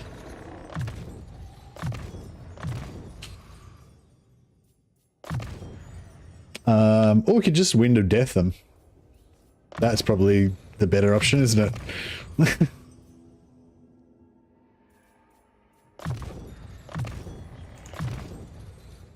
Actually, we've only got enough. We've only got enough wins for like. Oh, we've got enough wins for like 2 Wind of Deaths. I will alone. Yeah, I think that should get it done. Not likely.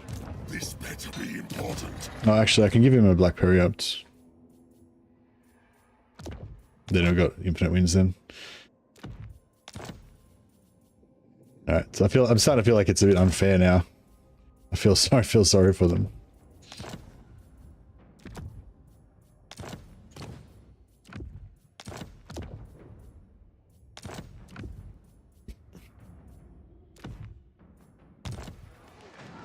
My bloodline calls.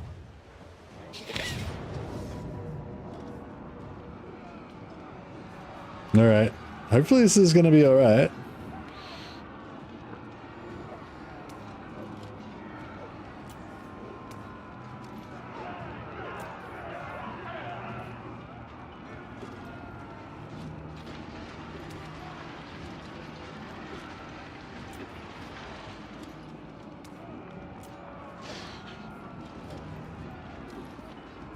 Pendulum kills archers. Yeah, I don't have any pendulum people at the moment. Here's no AoE. Yeah, he could shoot my corpse cart and my mortis engine. Oh yeah, I've got the mortis engine as well. Yeah, the only problem is him shooting the corpse cart and the mortis engine. But hopefully I can mess with he's got no cavalry, so hopefully I can mess with his archers to the point where he won't be able to really do much. Plus we can sit him in here so we get more missile resistance on the corpse cart and stuff. Honestly, even just sitting these guys in here hopefully will be enough, but we'll see how it goes. Still my beating heart.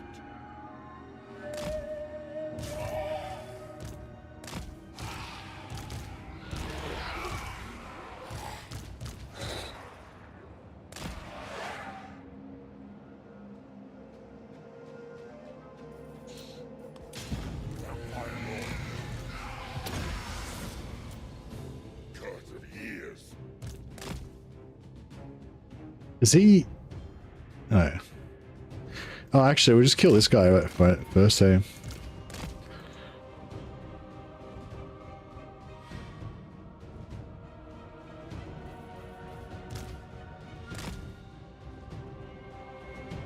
Soak up arrows with summon zombies. That's not a bad idea, especially with Mannfred, because his zombie casts, zombie casts are really cheap.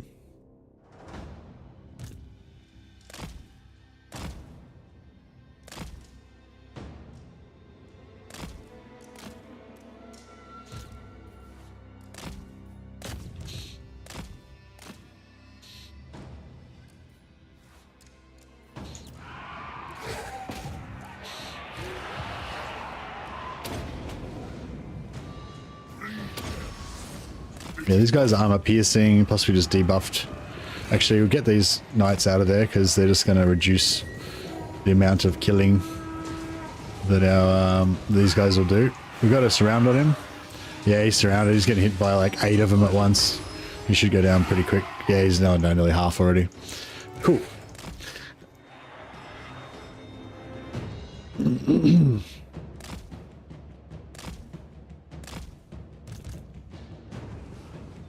Yeah, he's done.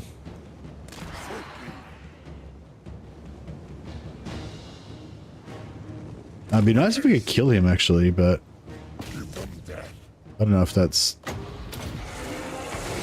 on the cards.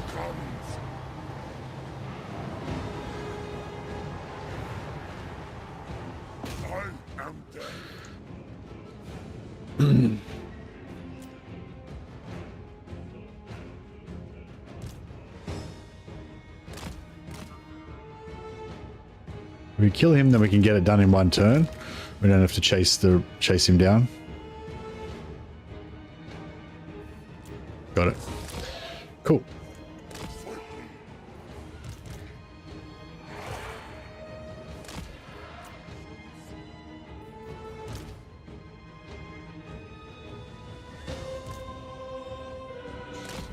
Alright, now we'll send this guy to piss them off and make them attack us.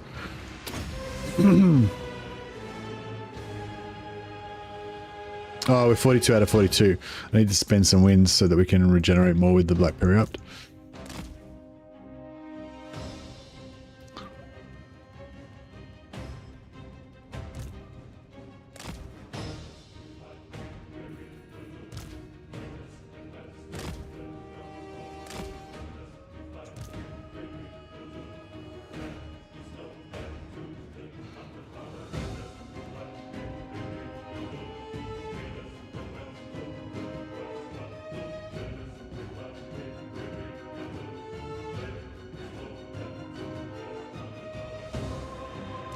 Alright.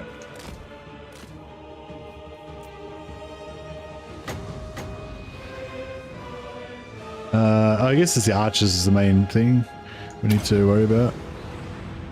Oh, motherfucker. Oh, crap. I tried to cancel it, but I was too slow. Alright, that's most of the archers fucked already. It's pretty cool.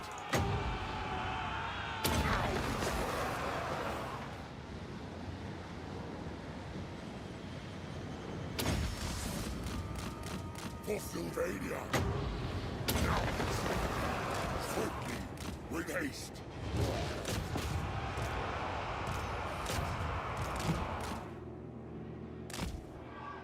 I'll have their blood.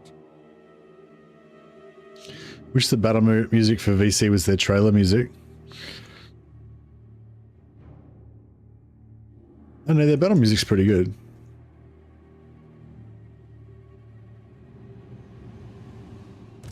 Alright, that should get them going. That should rile them up a bit.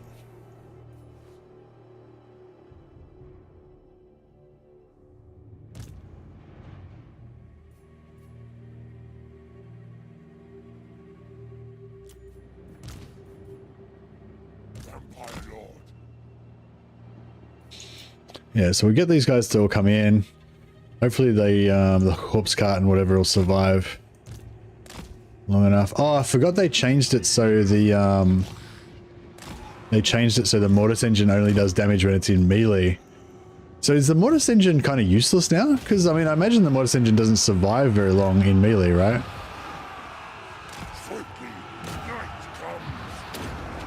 So, how is it supposed to do its mortis engine thing if it only works when it's in melee?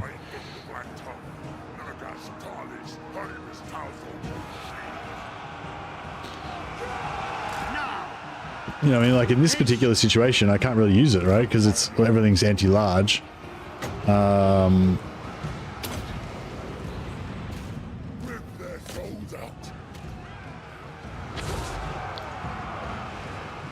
Alright, I'll try and attack these, I'll try and attack these skeletons over here and see how we go.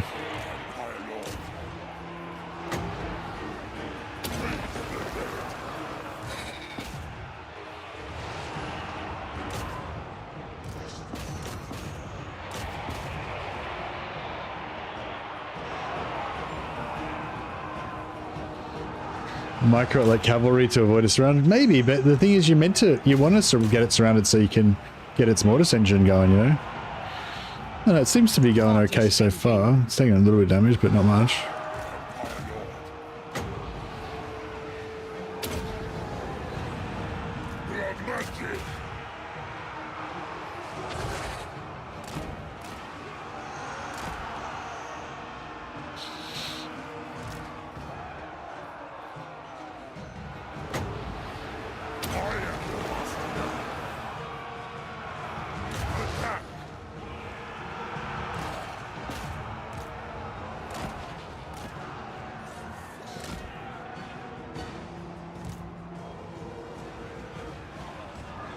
Life is a phase.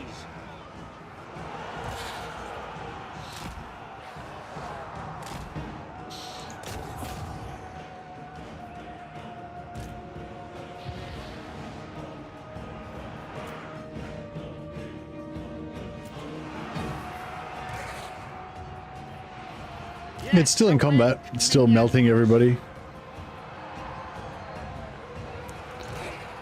Well, maybe it fell out of combat once in a while, but mostly alright. Trying to kill this guy. One more hit should do it.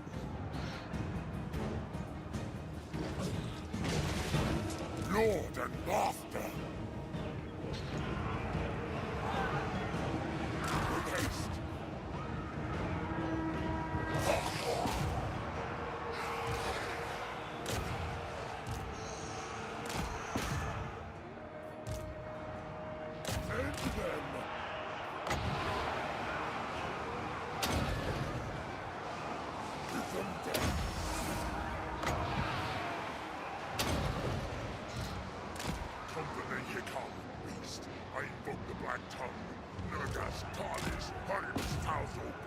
We're just about done here.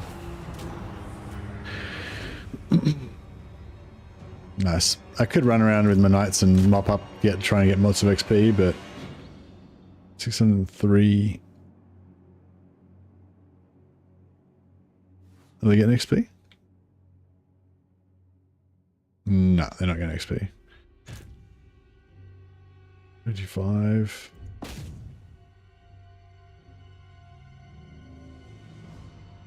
They're getting XP.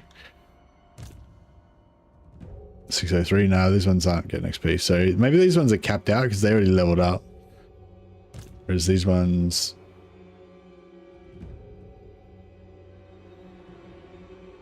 Well, they should have the same cap as them, right? So they should be able to get to 603. Oh, yeah, here we go. 667. 627.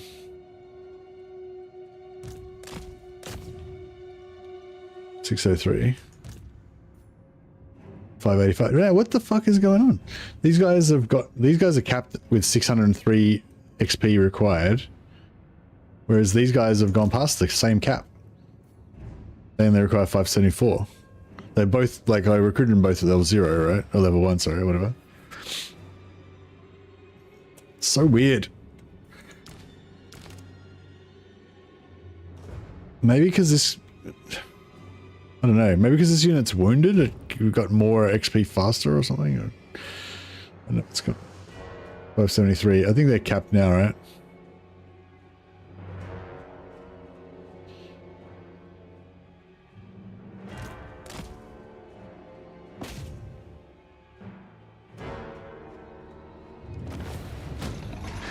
Don't know. Alright, well, I don't know. Mystery. Still a mystery to me.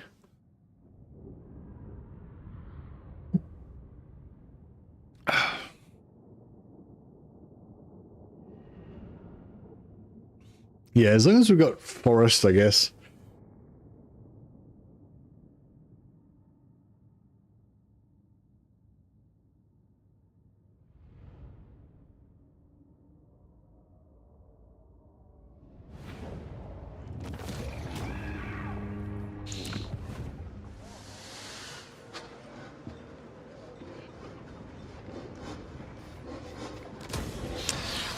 So,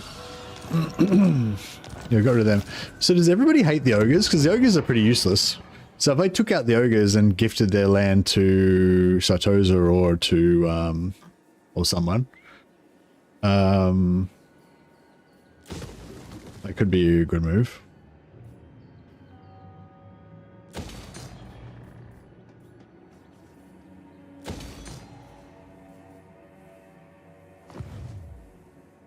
Black Tower of Arcan.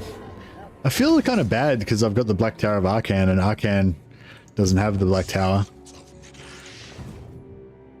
My bloodline calls. No more. So he likes the ogres. All right, and they don't like him, but they don't hate him. Just minus 40 aversion, yeah. I don't know. I'll just let them stay there, I guess, until they die of natural causes. This army.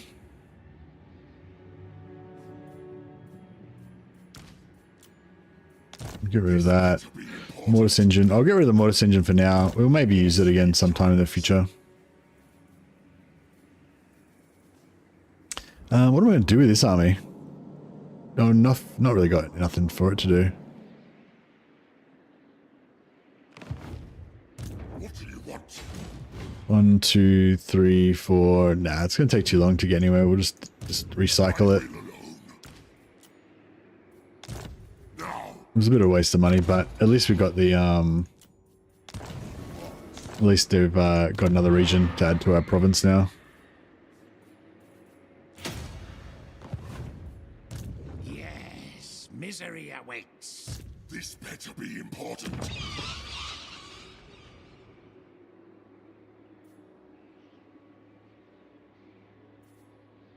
I'm right is mine. An intriguing play. My bloodline calls. More mausoleums to defile. Got to get ready to deal with this prick. And go. I only obey Corn. To the shadows.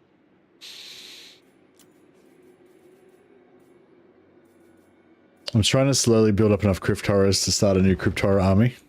It is night. Dance macabre. Fight Ah, Wolf von Bloodfang has just reached level 20 and become immortal. Congratulations, Wolf. Wolf's Paw.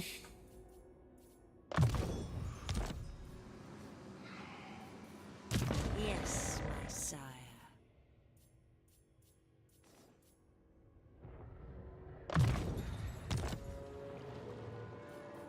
Do you need fresh troops? Agreed. Your wish, master. I smell death.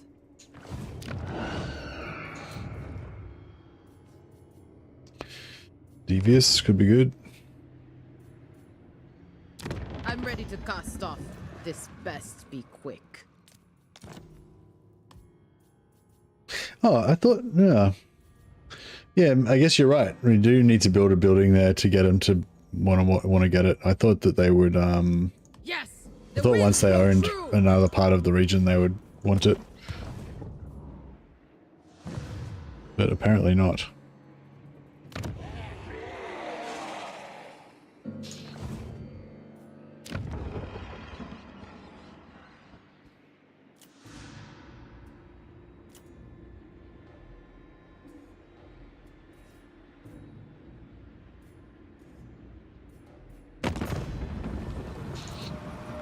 I might just build a... Smiles on us. Hi. Quick. Clan Moor's got 14 settlements. We're going to have to go to war with them at some point. Liberus.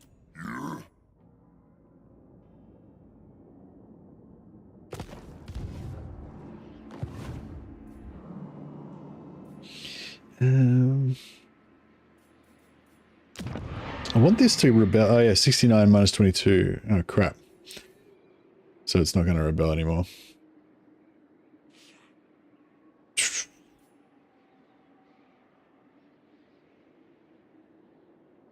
Alright, I'll sell this to... What do you want? Yeah, I can't sell it because if I sell it then we'll be raiding in our allies' territory, so that won't be cool. What else can I sell?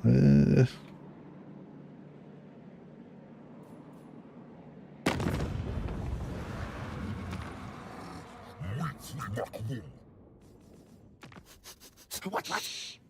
Karaza Kara, Clan Verms. Oh yeah, we can go to war with Clan Verms. I will kill you, thing. I am quick. I am mighty. Not sure if that's quite enough. Yes. Yes? The goddess wills it. Clan war! I'll go to war with Now this random Slanesh faction, and then I'll also declare war on these Skaven. Where's Clan Morbidus? Are they like way up in the north somewhere? Oh no, oh they're down here.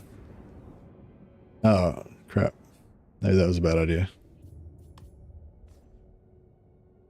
The Rapture is a success. Yeah, they're down here. Okay, that's fine. They're not going to come after us, I don't think. That's right, cool, whatever. I just needed like 700 gold just so I could get a bit of... You dare! Hopefully, that will be enough. Darkness comes. Mobius is by Crocker. Yeah, Mobius is by Crocker. I didn't go to war with them, but I went to war with their enemy, and so I was worried they were going to be really close, but now they're far enough away, it's alright.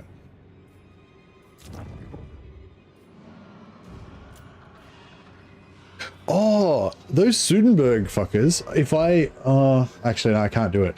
But if I didn't own the rest of the if I didn't own the rest of the province, I could just keep, you know, bringing them back to life and killing them over and over again. Because every time I kill their faction, then I'll get another blood kiss.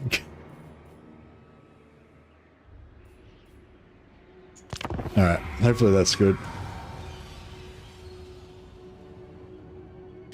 Yeah, I don't know. I don't think microing the Mortis engine would be the way to go. I think just summoning zombies around it so that not that many enemies can get into melee with it is the way to go.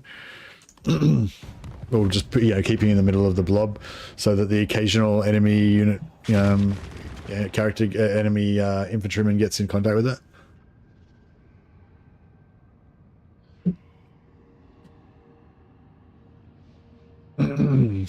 Hopefully it doesn't have some sort of crazy charge animation where it leaps into the enemy ranks and suicides itself. Oh, Marathi's got the Sword of Cain. Oh yeah, we should do the quests tonight. We still got a fair bit of time. Yeah, I think I'm going to try and do those quest battles tonight. Get Mannfred's weapons. I probably should have done them earlier so that we could have had some more ultimate power going. What do you want?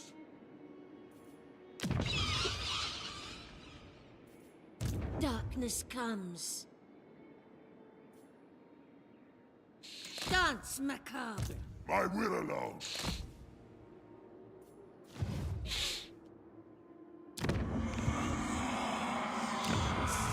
Do you wish to join us on this voyage? All right, here we go. And yep, that's good.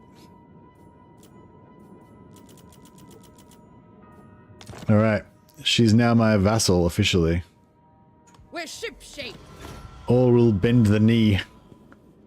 Nice. Plus heading towards 200 plus 208. That should keep us out of trouble. You are not him.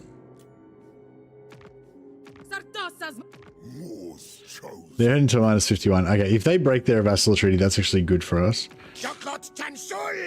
He's heading to minus 274 because I gave too many gifts away. I can give some more gifts to him to fix that, hopefully. Maybe. We're kind of running out of stuff to give him, though.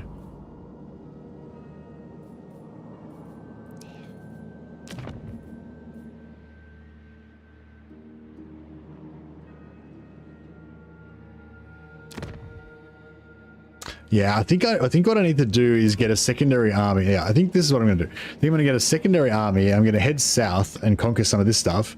Sell it to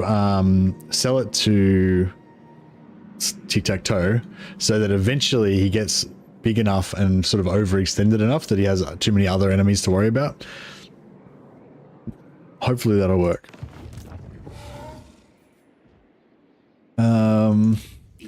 Now, where the hell is Skarbrand? He's not in either of his three settlements.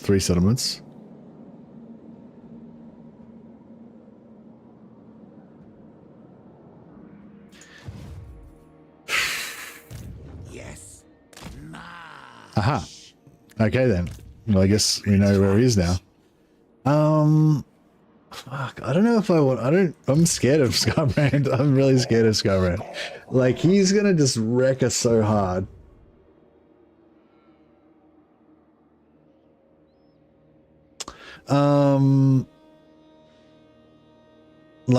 Yeah, I don't know if... I don't know if the whole zombie blob thing's gonna really work on Skarbrand.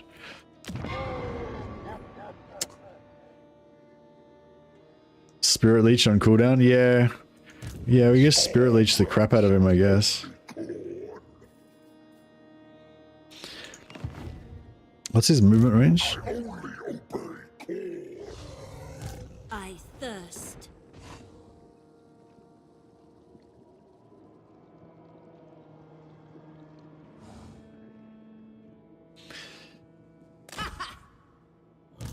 Yeah, she's got Spirit Leech and he's got Spirit Leech as well. So we've got double Spirit Leech.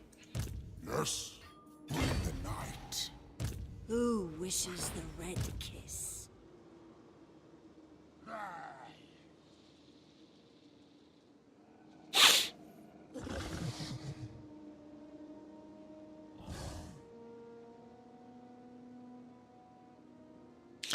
Maybe I should put... Should I maybe put the vampire hero on? He won't have any missile troops, really, will he? Oh, actually, he's got these cannons. These chariots are probably going to run. Are they going to run through my zombies as well?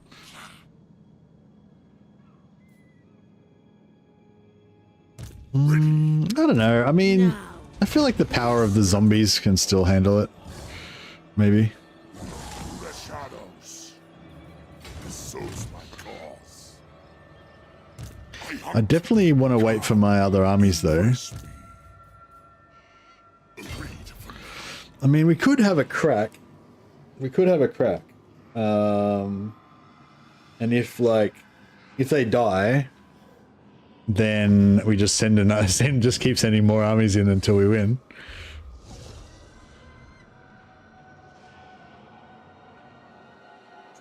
My will alone. I'll take Sigmar's throne. What? Should I, do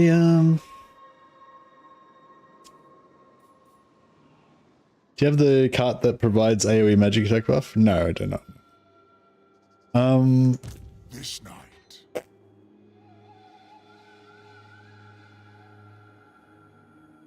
Starve rats of only corn. I grow impatient. Strike out.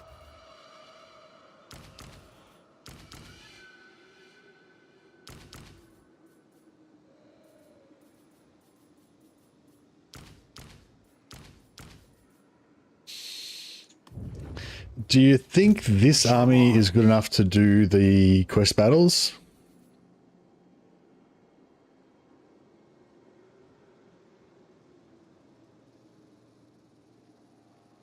I mean, I probably shouldn't mess around with the quest battles so close to Scarbrand, but I kind of have been putting it off for a while and I kind of want to get it done. I hunt. It is night.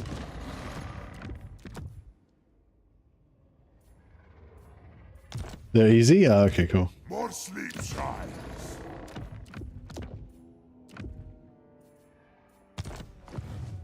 What do you want? Ready.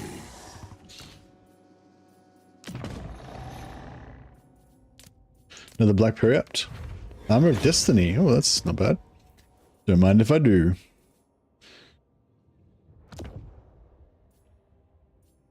What else we got going on?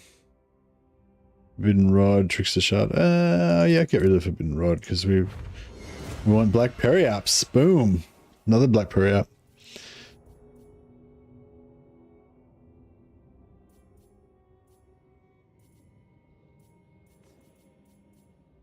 Yeah, I think, I mean, I'm hoping that we'll be alright. He's immortal now, yeah? Yeah. Alright, since he's immortal, we will, bless him with a Black Periapt.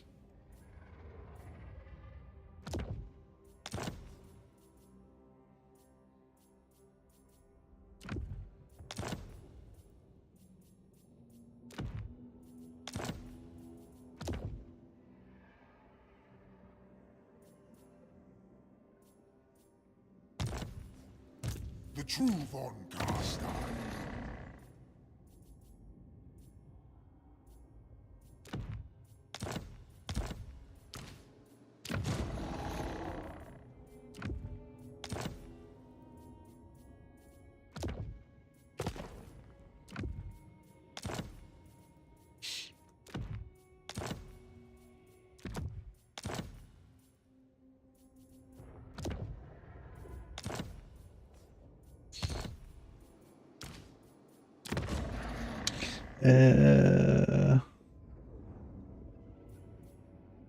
I did send a hero to meet Vlad, but only just now.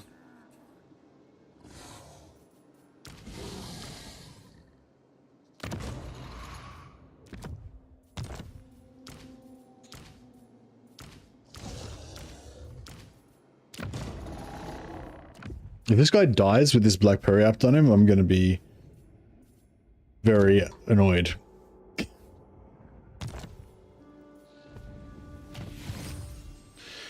I've sent a hero, but he hasn't like made it there yet. He's only just sent him a couple of turns ago. All right, let's give this a try.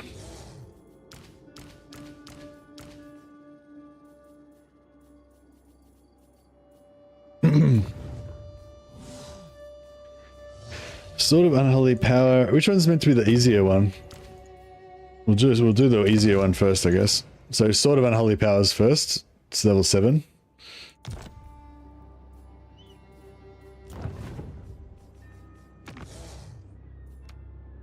No, it says it's 50-50. The one against Bretonia is the easiest.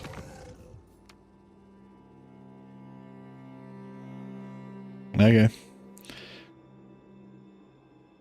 I believe you. What difficulty? We're playing on legendary with very hard battle difficulty. It's the hardest the hardest level in a vanilla game.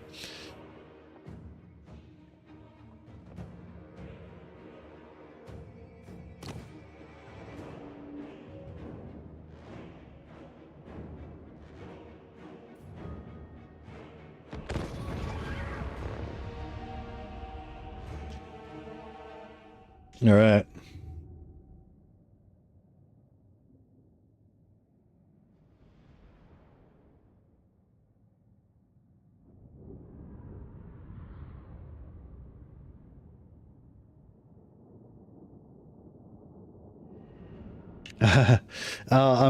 Welcome, Uncle Cheddar. I'm jealous of you, and you've got such a great game to get into. There's so much replayability, so much content. I've literally been playing this same game pretty much for like 6 or 7 years now, and I still play it like every day. By some pitiful witch, the small folk dare to call a god.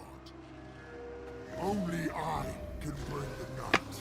The flower of Bretonia shall wither, and the tomb that holds my prize be broken open, and those inside shall serve me.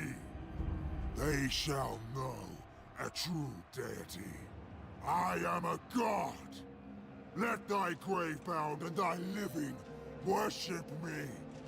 Mannfred the wise, Mannfred the unliving, Mannfred the merciless. These quest battles are fucking cool, and they're so atmospheric and like, yeah, like they're really cool. I wish that, I don't know. I wish that I did them earlier in the game. I guess I tend to always put them off, unless I'm really familiar with them. I tend to always put them off. We could probably just hide in this forest back here, and then we wouldn't even care about the artillery.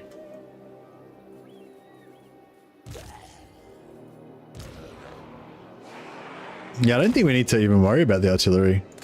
I don't think the artillery will do shit to us.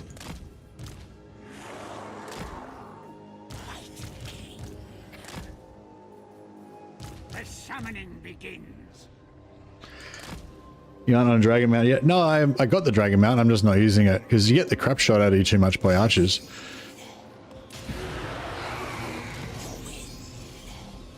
I will. Whenever it popped raised dead zombies on them. Yeah, I don't have a flying unit, so. Yeah, I think it'll be easy anyway.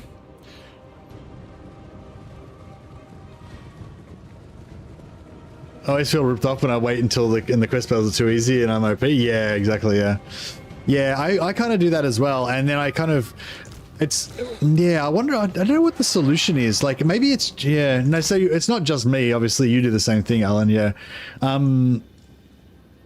Because, I feel like I feel like a good part of the pacing of the game is, like,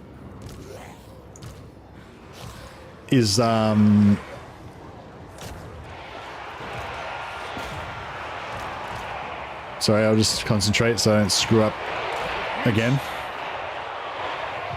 Winds of death.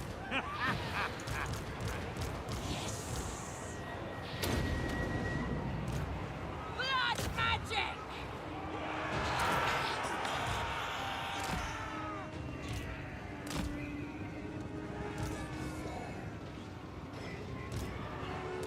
Oh shit. Fucking missed some weird misclick going on there. Yeah, we're a little bit too far forward. I want to be a little bit... I mean, the artillery's still far enough away that it can't really hurt me too much, but...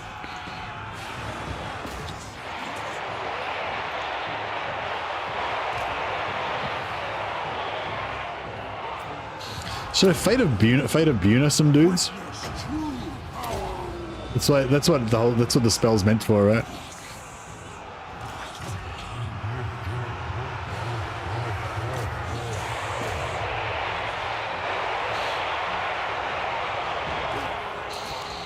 Alright, I think we're kind of oh yeah, we got one.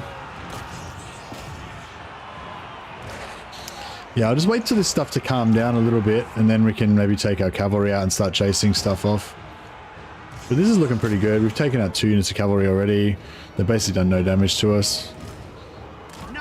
The artillery is going to have AoE on us, but I don't think it's going to do too much.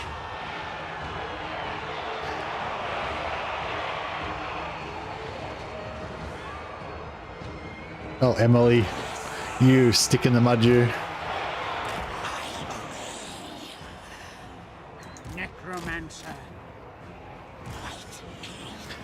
Yeah, if you play the same faction all the time, you're doing the same quest battles all the time and stuff, you know. But I mean, a lot of the factions I don't play very often, and also, like I said, I often don't do the quest battles early. So here we go. We're going to start taking artillery shots. The trees don't look... They're not really that thick, are they?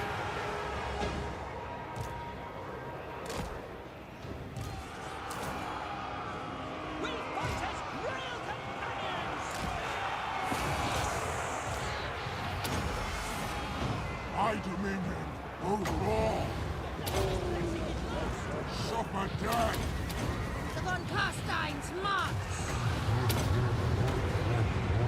We are immortal! 2 more units of knights gone.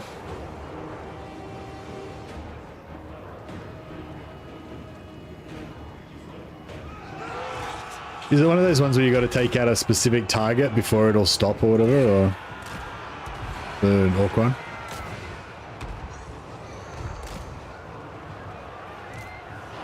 So Master Dead's keeping everybody kind of topped up. Doing overcast, I mean not overcast, we're doing boosted Bunas on these knights. Yeah, it does, it's pretty good, isn't it? Just wrecks, like one cast kind of wrecks 1 unit of knights. How expensive is it? 17 means, yeah, it's pretty expensive though. But it's still pretty cool, just drilling a unit of knights. Yeah, chicken, we're just absorbing this artillery.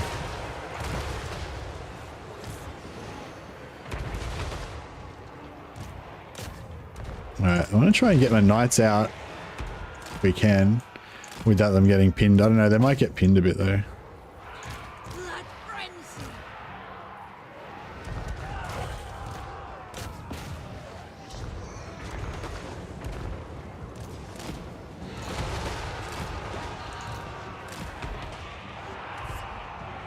Alright, they're done. How much ammo have we wasted? Oh, they've still got a heap of ammo left. Yeah, I'll just hide in the forest till we've got rid of all these knights, and then we'll just our lords can probably just walk over there and kill that by themselves.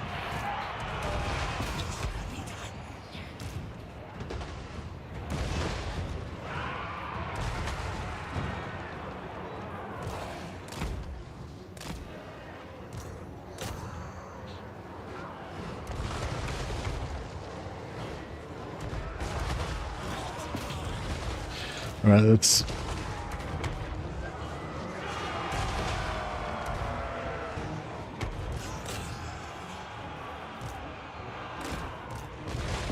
All right, let's Buna some more knights. Looks like they're about to die by themselves anyway, but. Nagash was weak. Witness true power.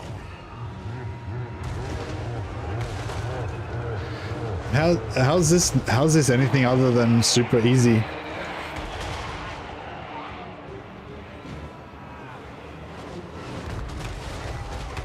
I suppose my great sword guys are getting a bit pummeled by the artillery now.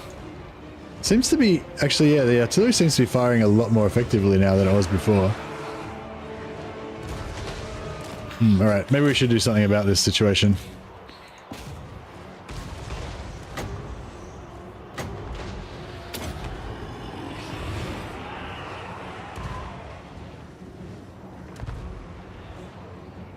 Necromancer. Why?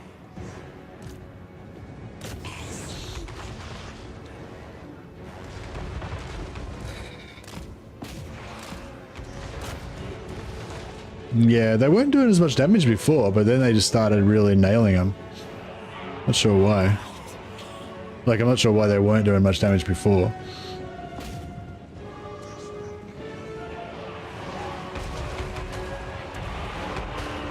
Oh, these aren't even knights, they're just mounted German, yeah. Life phase. No. Being blocked by friendly units, yeah, maybe, yeah.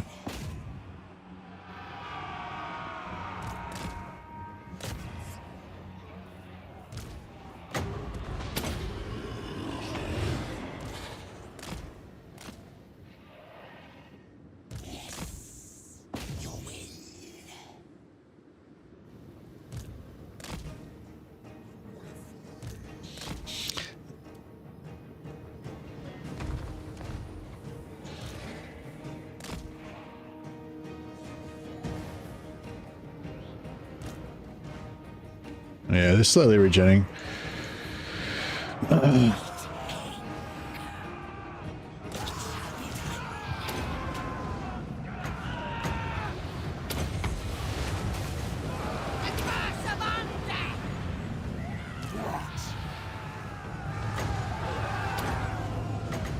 Nagash was weak. A stack over, non-overcast and overcasted and boosted Spirit Leech on this knight. He should enjoy that.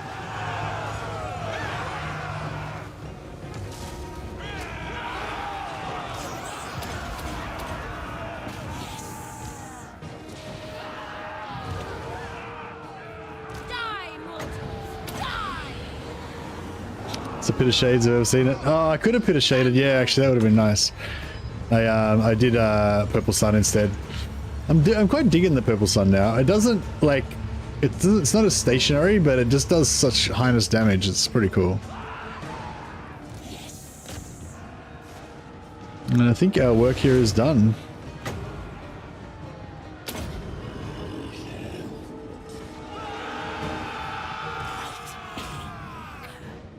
Moves too much. It doesn't move as much as it used to though. They reduced it, and it just does a lot of damage even as it moves out. But I mean, it does still move a bit. But yeah. Address thee as master.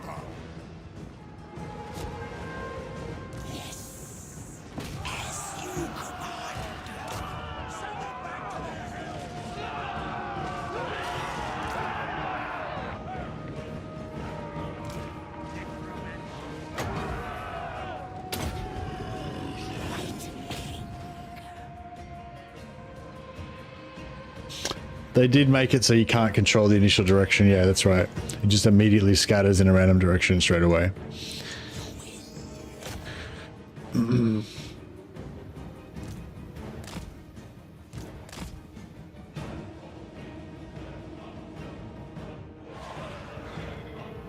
Everywhere is death.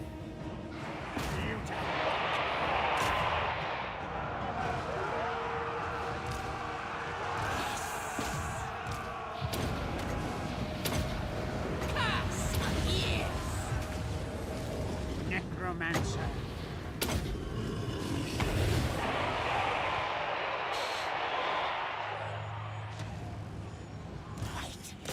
Oh, I just realized it's actually better to heal the zombies. Well, if you've got enough healing to heal... No. If you want to get the maximum amount of healing from post-battle replenishment, then it's better to heal the zombies because your healing spells are percentage, whereas post-battle replenishment's flat rate. But obviously you aren't going to do that because you're more concerned about making sure your grave guard, you know, get back to full health. So you're going to heal them first and not worry about the post-battle replenishment. But yeah, I don't know. I thought that was an interesting little trip, I guess. Any tips taking out elves with vampires? Hey, Polish Kraken. What do you mean, like invading Ulthuan? Or you mean like wood elves? Like Draco and stuff?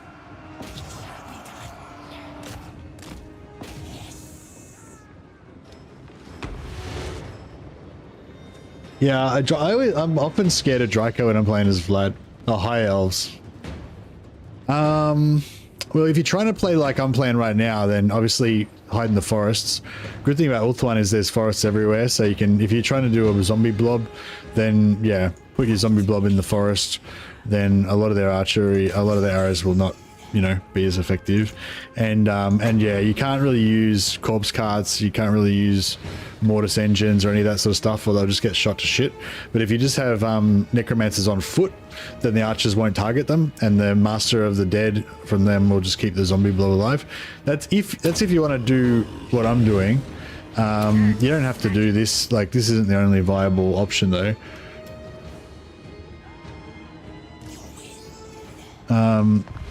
Yeah, you could go black, you know, black knights are pretty good. Witness true power. And yeah, and you can also do what I'm doing right now, which is have a little hero squad. Oh, thanks, Polish Kraken. You're a legend, man. Didn't have to do that. Much appreciated. I'll name one of my mighty vampires in your honor. Yeah, but also you can just do what I'm doing right now. You have a small squad of heroes, like get 2 or 3 vampire lords, or some vampire heroes or whatever, and just run them into the middle of their infantry, and then just drop hit of shades or wind of death on them and stuff, because they can't really effectively shoot your lords if you put them on foot. Have you ever considered a vampire campaign without using zombies and skeletons as a challenge? Yeah, I played one a while ago, Orkitis. I played a few actually, like heroes only. I did one that was like vampires only, so I only had like vampire heroes, vampire lords, and blood knights. That was pretty fun. But it wasn't as fun though. Like whenever you like restrict, you know, whenever you restrict it so you can't use certain things, like you're just always essentially having less stuff, less toys to play with, you know. So I don't know, I think it's fun to do it sometimes, just to freshen things up, especially if it's like, yeah, like with vampires, where you often rely heavily on zombies, or if with high elves you often rely really heavily on their basic archers and spearmen, you know. So yeah, I have before, and I probably will again. What do you want? All right, are we ready for the next one? We did take a few hits on that one. We could replenish. Actually, yeah, let's merge up. So we'll fully replenish these leveled up Graveguard.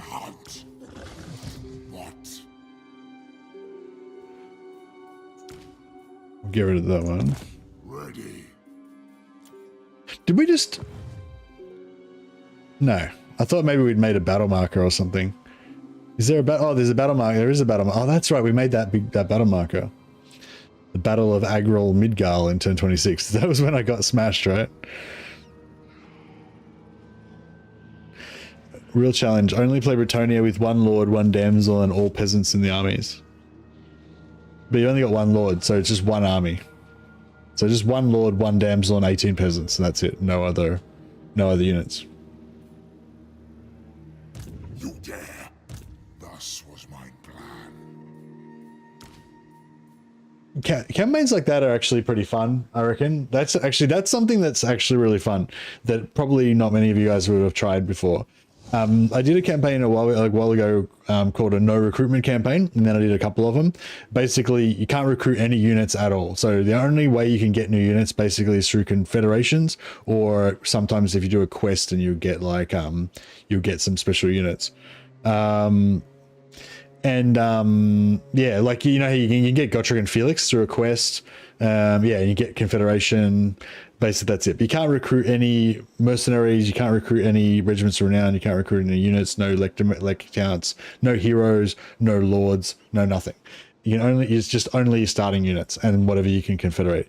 And it makes it like it's actually cool. Like it makes it like a totally different game, right? You've just got this one little army. There's all these scary things in the world that you've got to avoid getting wrecked by. You know, you try and use garrisons. You build walls everywhere and try and use the garrisons to defend. It's actually really fun, especially with Empire. I'll take Sigmar's throne. Yeah, it's really cool. And that would be the same thing with that, like you were saying, Whiskey. If you just have one army with, you know, a lord, a damsel, and a bunch of peasants, it would basically be that same type of campaign. You just be going around trying to like ally with fucking Leon Kerr and get him to help you fight battles and stuff. And it just makes it a totally different type of challenge, you know? It's actually really fun. Impress me. Especially with Empire, because Empire can confederate. Any faction that's got like a cheesy confederation type of system is like especially cool. Actually, it'd be pretty fun to do it with Norsca, actually. Just going around with your little tribe of barbarians trying to gank enemy lords so that you can confederate their tribes and stuff. That'd be sick fun. Fuck yeah, we should totally do that. All right, might put that on the list. Changes up the whole conquer everything mentality for me. Yeah, exactly. It's just a totally different game. It's like you're playing a different game. But it's actually not as hard as you would think, you know? Yeah, I did a no recruitment campaign in Warhammer 2 and it was actually pretty fun. And yeah, and we ended up succeeding and killing Archaon and all that stuff.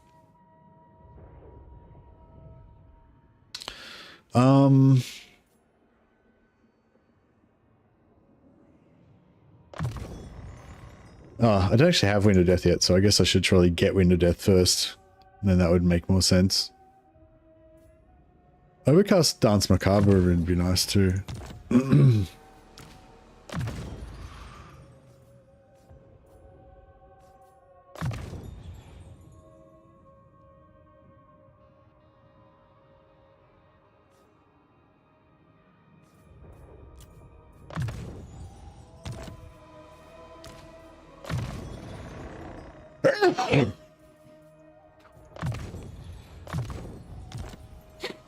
Sorry about that. If I sneezed straight into the mic.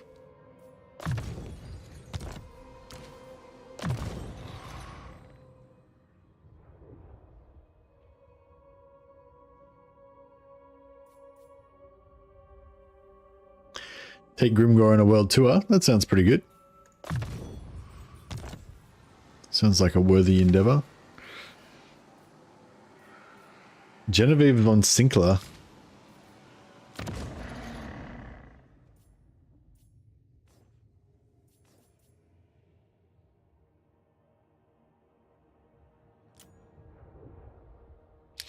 She shall be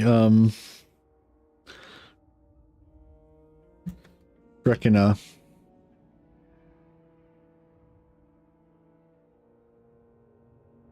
The Hussar. Well, Hussar's Polish. What's some good Polish knights' names?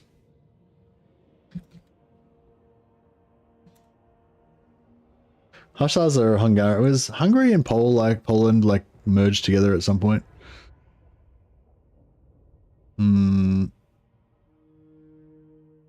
Everything Polish is like in Polish, so I can't understand it. Hey, bummer.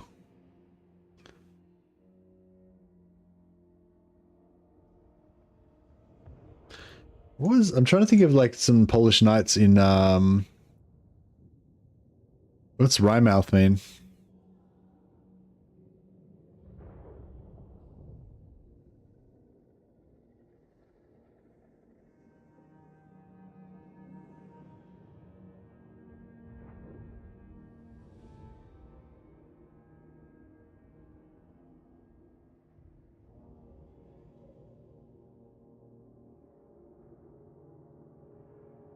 Hungarian.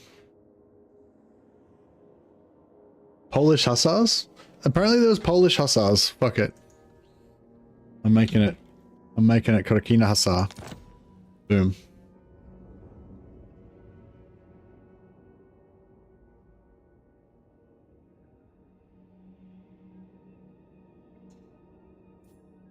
Alright. She's yeah, she's a Polish vampire. Alrighty, what else are we gonna do here? Merge up our zombos, get rid of them. The knights are a bit busted up. Those guys are a bit busted up. What else we got going on? Okay, 2 more of those. Get rid of them, maybe.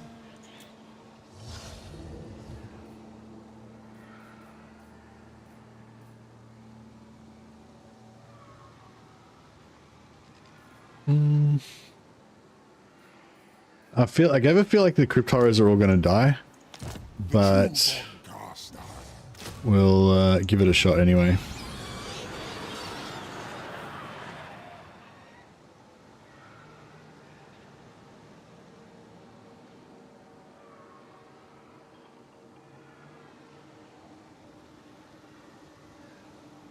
Polish hussars, in Polish husaria, alternatively known as the winged hussars, were a heavy cavalry formation active in Poland in the Polish-Lithuanian Commonwealth from 1503 to... Alright, let's call her Husaria then. There we go. Now it's Polish. Boom. And even if it's not, we're not renaming her again. She's done. Mortis would be good for all melee. Yeah, but I'm worried they're gonna have like those I'm worried they're gonna have lots of orc Arab boys or something.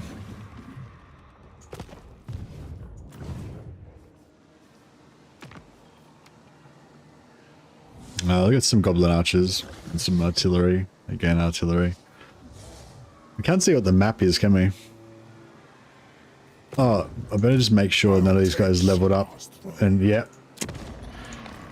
These mounts are a death sentence, man. Like if you accidentally leave them on if they level up and you accidentally leave them on a mount, it's like game over. That dude's dead.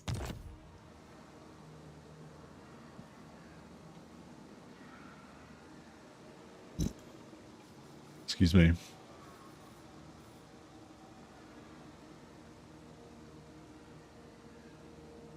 Alright, I think we're good.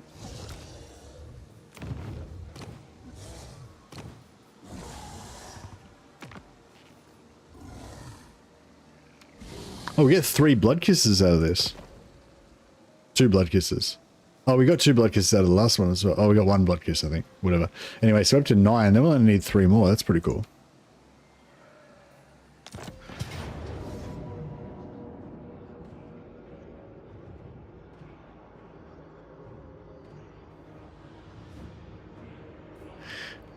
You're invested in Wilhelm? I'm glad. Alright. Yeah, like the quest battles, I mean, they might get a bit boring, like if you're doing the same ones over and over again, especially if you have a favorite faction and you do the quest battles early and stuff. But at the same time, I feel like they really give you a lot of atmosphere. Like I'm still really gutted that you don't have the Battle of Bloodpine Woods at the start of the Empire campaign. Like I feel like it's so like instrumental in getting you into the atmosphere. Oh, shh. Chanting their pathetic rituals. We shall slaughter them in its shadow, ensorceling the pillar of bone with necromantic energy. And then Mind Blade will be bathed in unholy power. It is time. The dead march.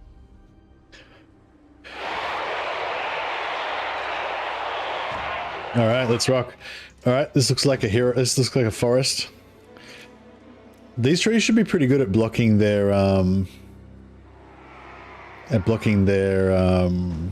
missiles, actually.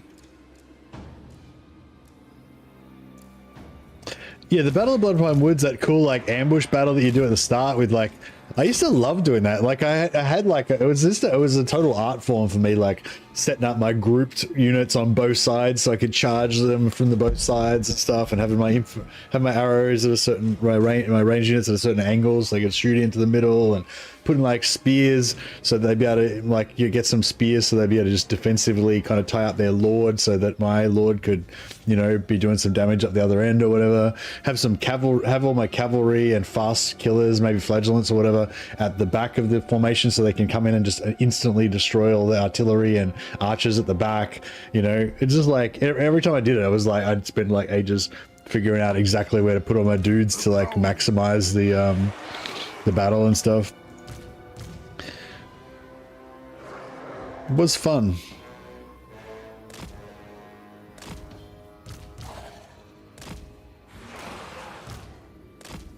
Necromancer, the dead are mine.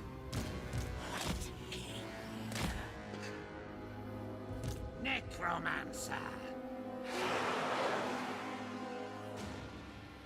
Yeah, I wonder who is listening, because all their dudes are undead, yeah. Yes! I will.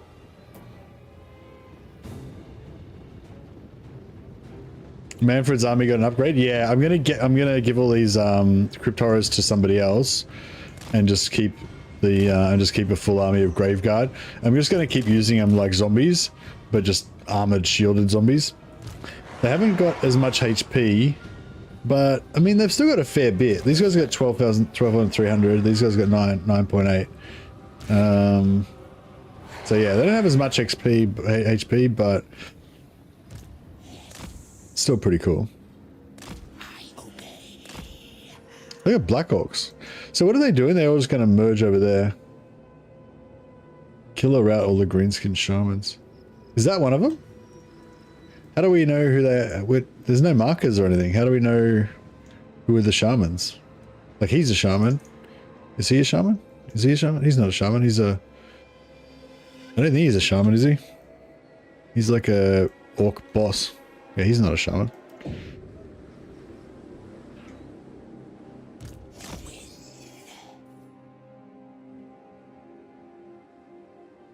Yeah, there's a goblin shaman there. There's no shamans in this lot though.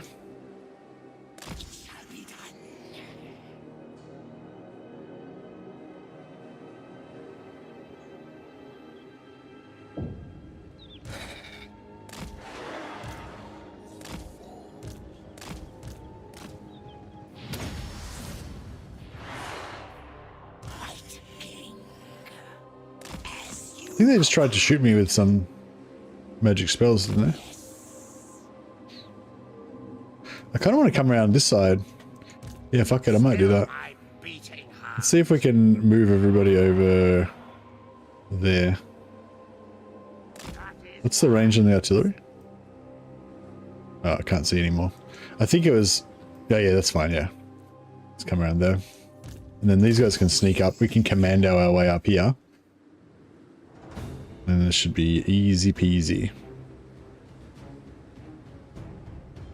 Oh, we won't keep getting like endless reinforcements until we kill the shamans or anything like that, is it? Will it be? Are we maxed out at 44? No, we're good.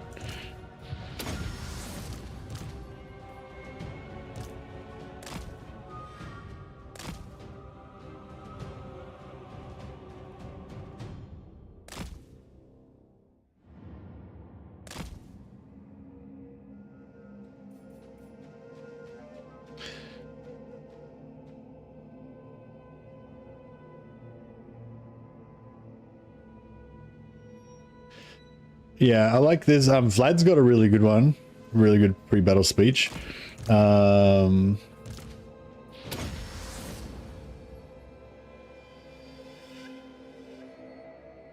tempted to just rock in the middle of there and just get it on. I reckon we could almost do it. If the Black Orcs come over though, they might wreck us, apparently, especially if they get buffed.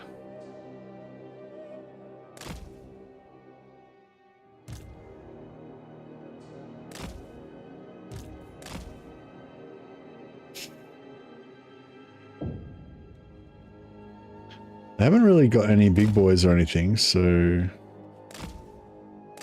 Pull them back a little bit. See how far we can get them to come. No, that's not. That's about as far as we...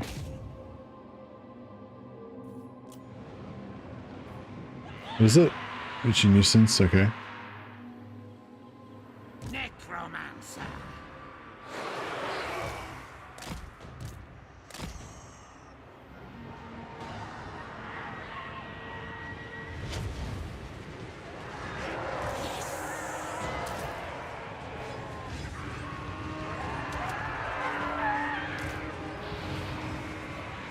Vampire!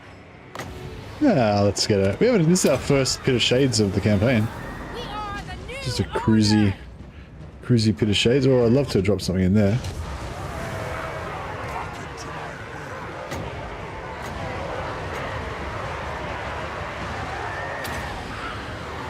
Nagash was weak. Witness true power.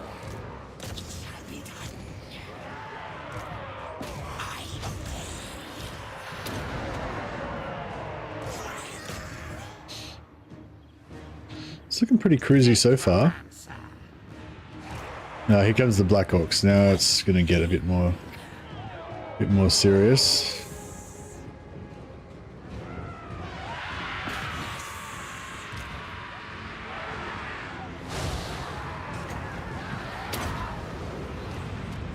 blood magic! Die, mortals, die! My dominion rode all.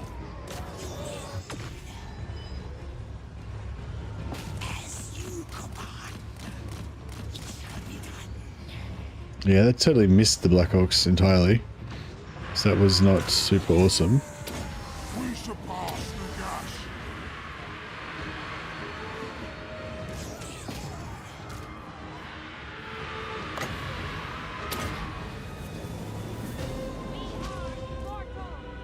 It is fate. Necromancer. How's the shaman? I haven't found any of the shamans yet. Oh, there's one. Alright, we'll go over and try and kill him in a second. Mortals quail.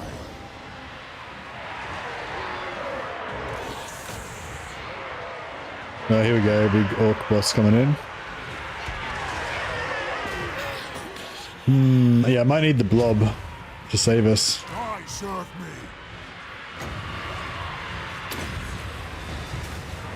Curse of years! Suffer death. Suffer death. Noble of the night! Blood magic!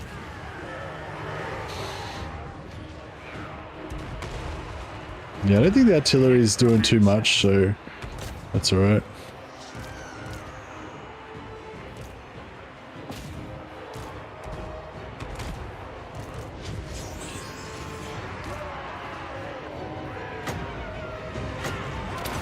Yeah, she's getting fucked up. We are the new order!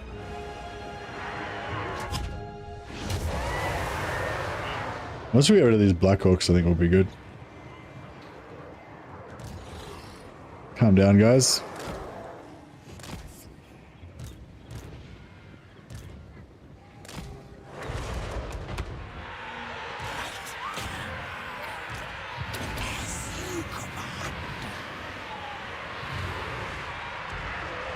Curse of undeath!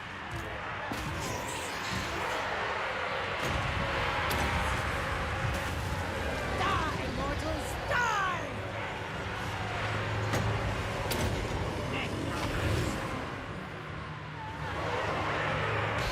We killed the Lord, and the Black Orcs are nearly gone. Our time is now.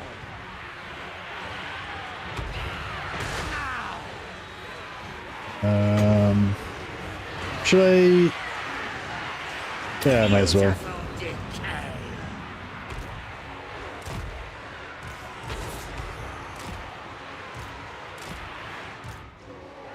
Oh, she's nearly out of wins.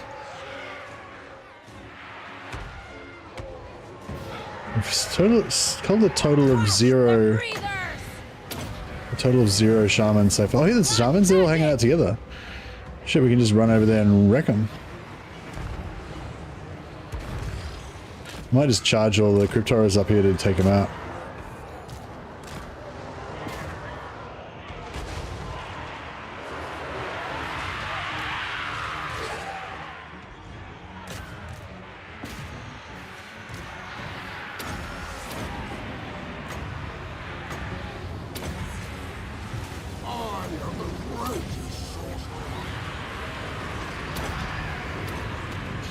Yeah, they're dead. Immortal!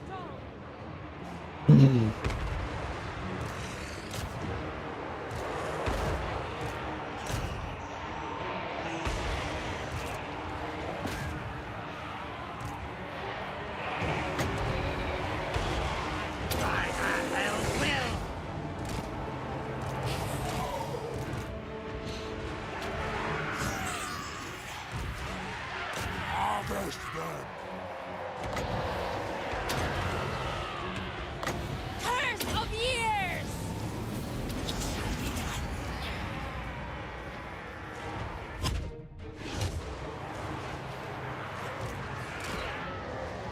Nah, cool. I think we're done. Our work here is nearly done. It is time.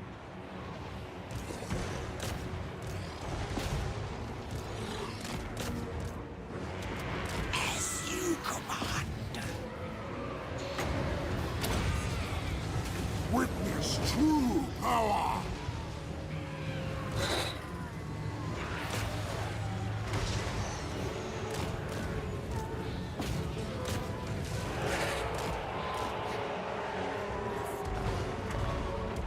Yeah, that's kind of cool. Just let them break upon our zombos and then just charge out and clean up.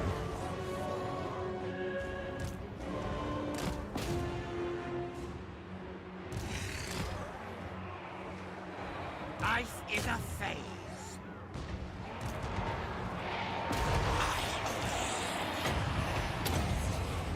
Do we have to? We don't have to kill them all, do we? We just have to rout them, I guess. I assume.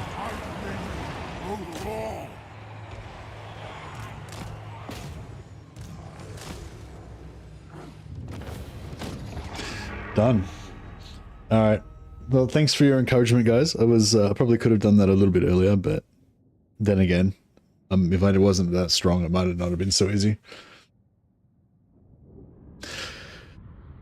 But yeah, I think like I was trying to say with the quest battles was like regardless of how engaging you find them, and I quite often find them really engaging.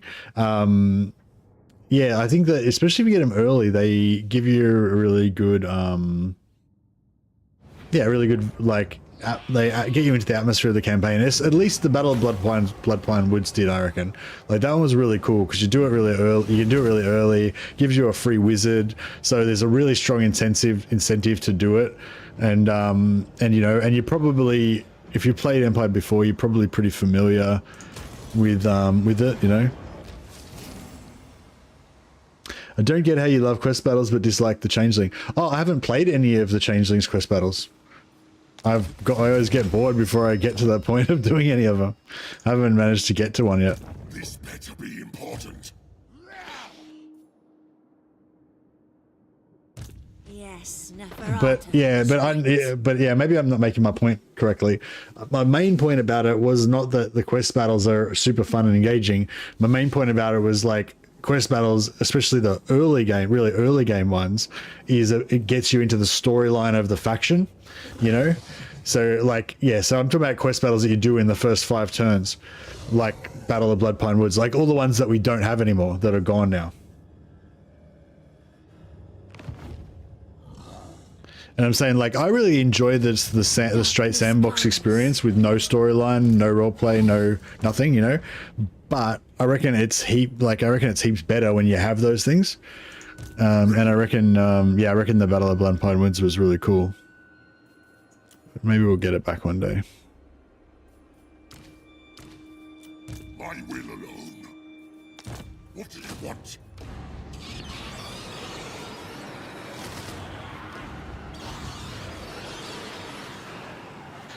My bloodline calls. Come, impress me. Yeah, I feel like they probably, yeah, like Creative Assembly probably looks at their stats or whatever, and they see that people don't really care about quest battles that much, or they don't enjoy them as much, or whatever. Or probably like their stats probably say like 95% of people like never play any quest battles or whatever because they just don't make it that far in the campaign or something, you know. But like, but yeah, but I think like that, there's a lot of, I feel like sometimes and that may be one of them, there's these times where their stats don't really represent what's really going on, because if they made the quest battles earlier and more accessible, like the Battle of Bloodpine Woods, then people would do them and people would get a lot more out of them, and people would, you know, the campaign would be enhanced for people like me. Maybe not everyone would feel the same about it, but you know. Make a bad battle, nobody wants to do it. This proves nobody likes it. Yeah. Well, although, or like what we were saying before, like I tend to put them off till really late in the campaign. So maybe, you know, they need to just figure out how to. If he attacks that settlement, will he have enough movement left over to attack me? And then if I retreat. So it's just because my hero's only level 6. My hero's not immortal yet, my vampire hero, and I can't replace her, so I'm a little bit cautious.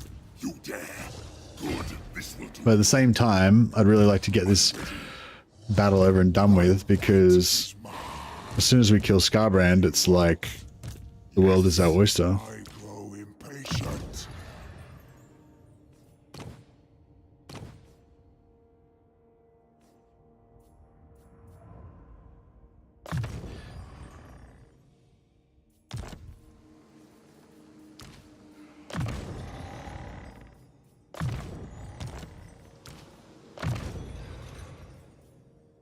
It's just me that wants early game quest battles. I don't think that's true. I know that there's other people that want early game quest battles, but maybe I'm in a minority.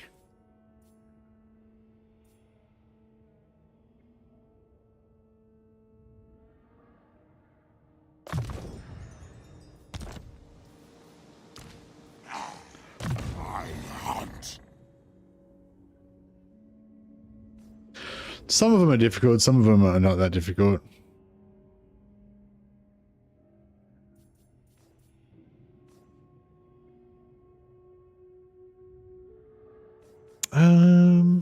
Do I want Wind of Death? I kind of want Wind of Death. I do. I mean, my whole point is to have ultimate magical powers and stuff. I'm kind of getting mixed. This night, starve rats of only corn. I don't know. He probably won't even occupy. He'll probably. Yeah, I don't know. Fuck it. We'll see. I'll just see what happens. Let's just see what happens. I'll assault units him.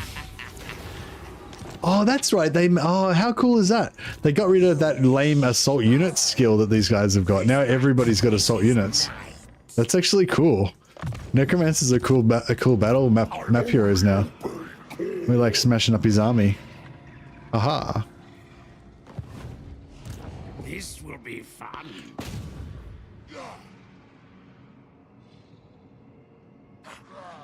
Look at I'll wound his heroes. Oh, I failed. Pretty cool. Oh well, this is coming in with a couple of stacks as well. We've got a lot of things going on. Only corn commands me.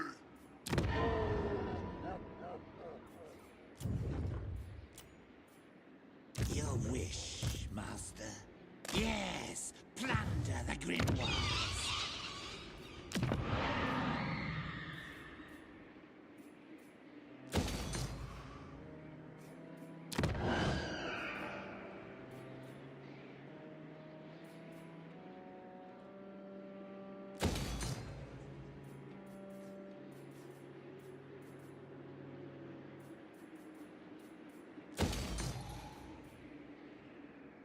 Got heaps of cash out of that.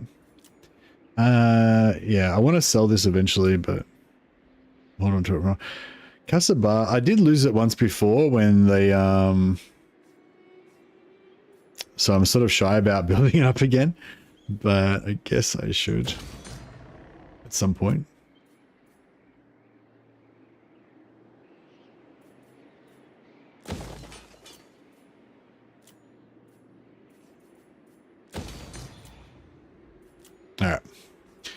think we're good.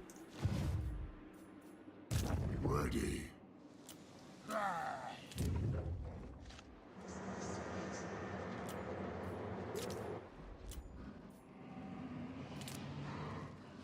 Yeah, that's cool. Didn't mind a rebellion there. And no, not you. And I'm gonna build. I think I'm gonna build an outpost for Aranessa now.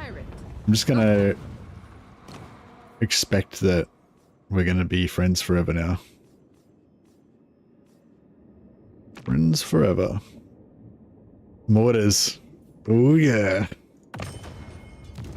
I want me some mortars. So Lakwar's got 96. Like, maybe we should get some lizard creatures. What sort of lizard creatures do we want? Or ogres? No, the ogres can only... Oh, Nobler trappers could be cool. Little stealth trappers. But... I don't know, whatever. We'll toss a few outposts around. Alright, I'm pretty broke now, so... That'll do it. Coattles? I don't think you'll have coattles.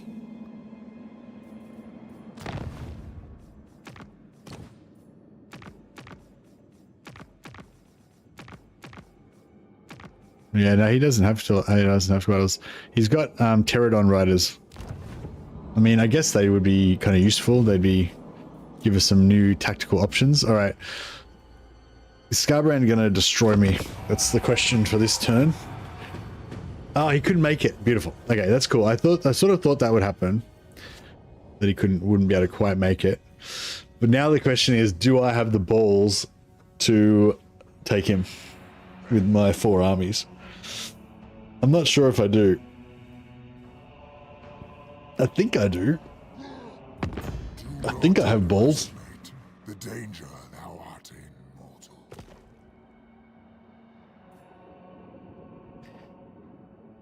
mortal. Peace treaty with you. No. We'll keep...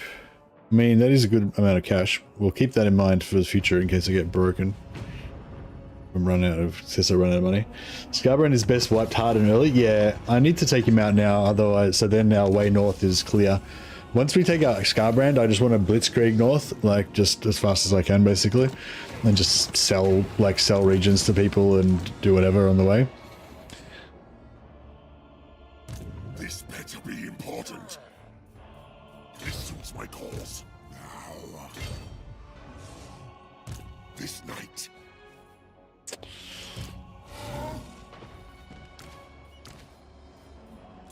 Yes. Yes, my lord of... Alright, she is on a dragon. Maybe, should I keep her on the dragon? Maybe, because then she can get away from Scarbrand. And that could be a useful thing to have, you know?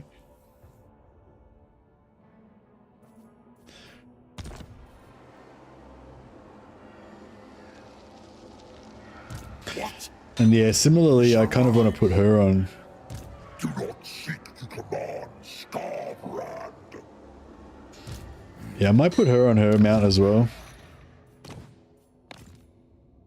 Flying mount. We'll have a couple of flyers. I mean, maybe I should put everyone on mounts so that Scarbrand just can't get to anyone. Maybe that's the trick.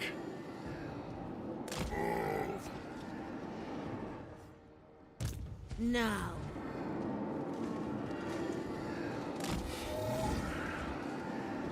Now. Fight. Expand Sylvania's borders. My thralls, track ahead! I thirst. I shall drink them dry. My bloodline calls. Then go. More sleep shines.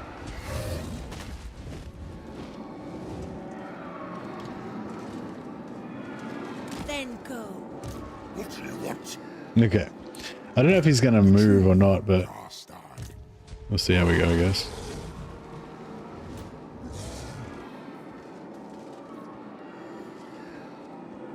Oh, we get some more Cryptoras. This night, Although I feel like the Cryptos are going to get wrecked.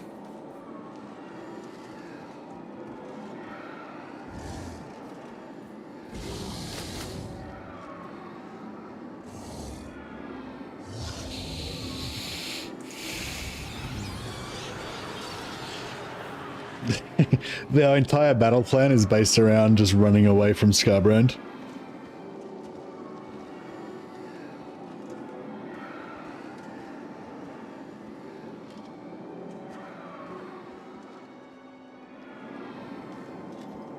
This better be important. All right, let's bring out the zombie dragons. Let's zombie dragon it up. Just everyone on zombie dragons. I will alone. I don't think this guy's got a zombie dragon though. He's left out. You can have a hell steed.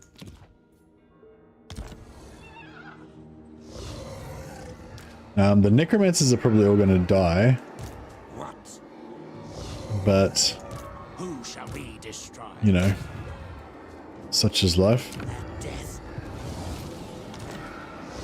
Your wish, master. Very good.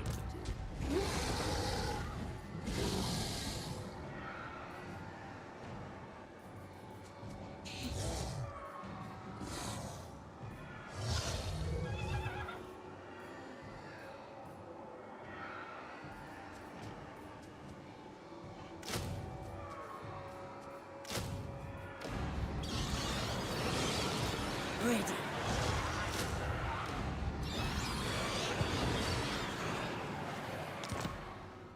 Scarbrand's probably going to run away, yeah. Destruction.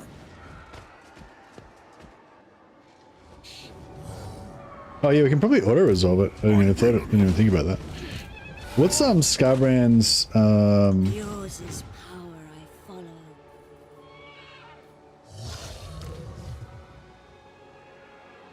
Find me, Charles. March. Ready. This suits my cause. No, everyone's in force march, so everyone's gonna die if he doesn't if we don't win. Which is just the way we like it. Better auto resolve medium. Oh, he's got 1, 2, 3, 4, 5, 6, 7, 8, 9, 10. Yeah, he's got over 1,000 entities. So we could get the mother of all well, not the mother of all, we could get quite a big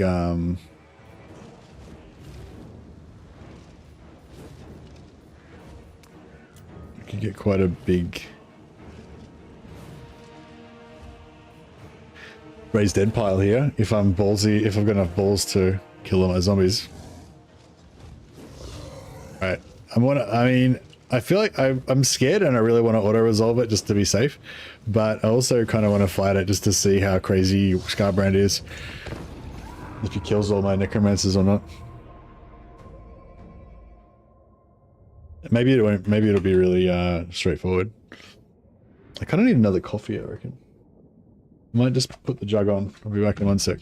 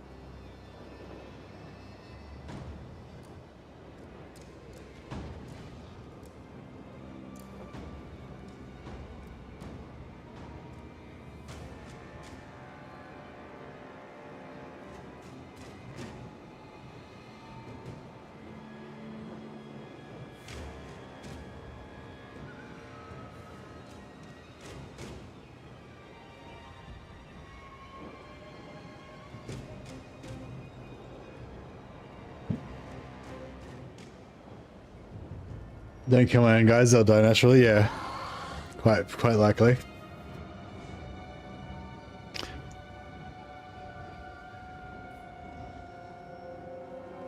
This guy put over here. So that way we have everyone coming in the same time.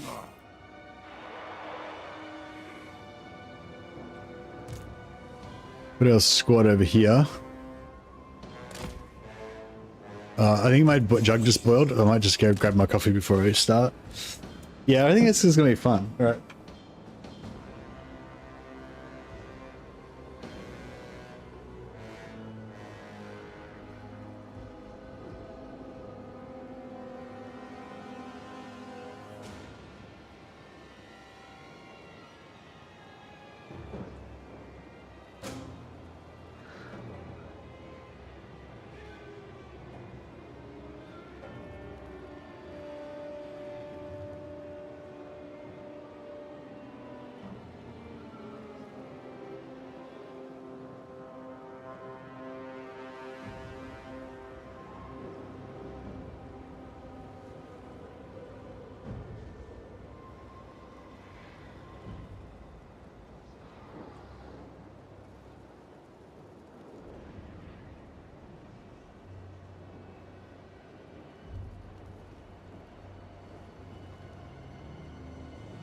All right. I'm just going to try to, yeah, I'm just going to try to, just get the spirit leeches going straight away. Or these cannons are super inaccurate, aren't they? So they won't be able to hit shit.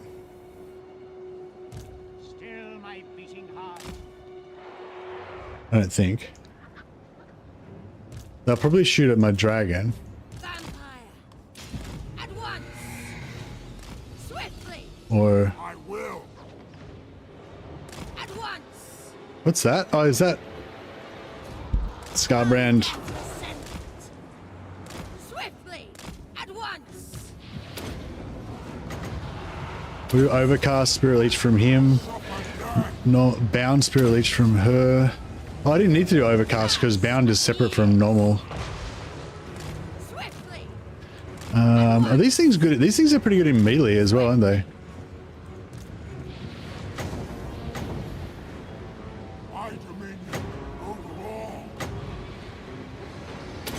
Oh, I was trying to be cheesy and waste it and get a free one, but I did it too slow.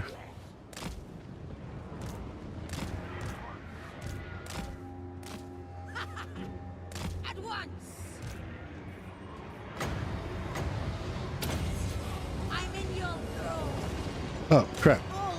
I've got flying creatures.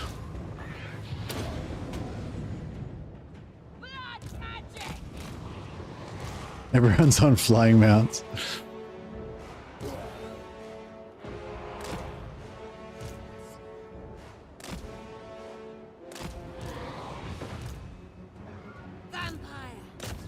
Alright, try and take out these furies.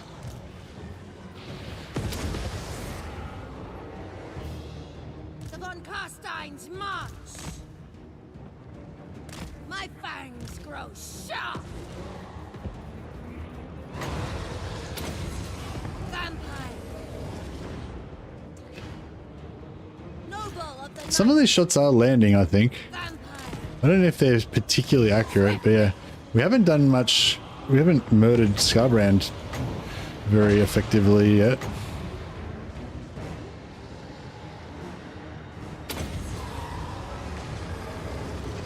Oh, he dodged it. Fight me if you dare.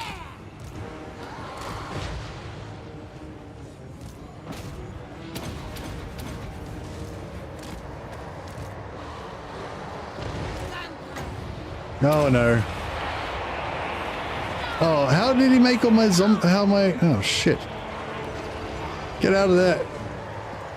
Not, how did he make your necromancers go berserk? Doesn't make any sense. At once. Swiftly.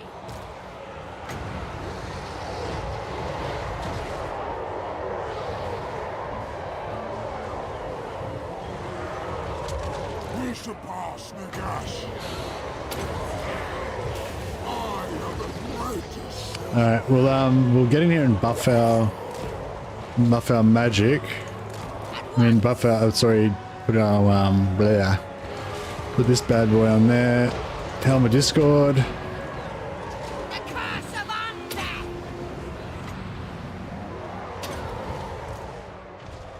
Curse of years!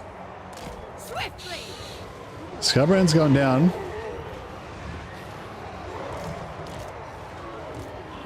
I wonder if it's the crypt. I wonder if the crypt horrors are doing a good job on him, or if he's just succumbing to our endless spirit leeches. Nagash was weak. Witness true power.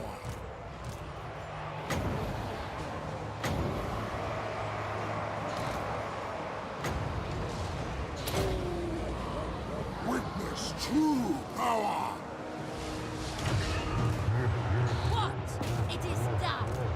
My soul's anger. Yeah, the magic is pretty strong.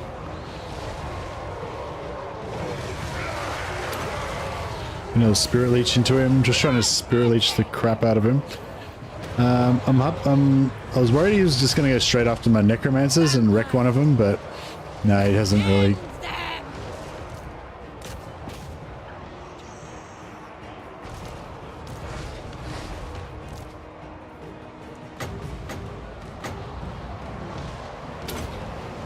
Crush the breathers!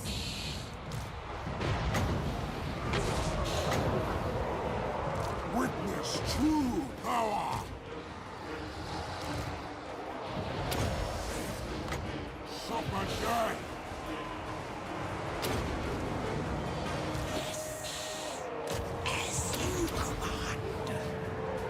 Yeah, he's wrecking up those hit crypt horrors pretty good though. Another spirit leech.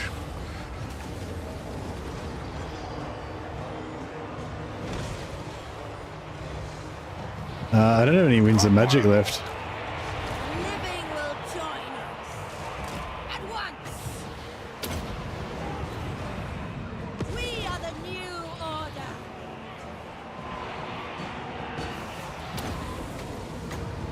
Got him. Die, mortals! Die! Vampire!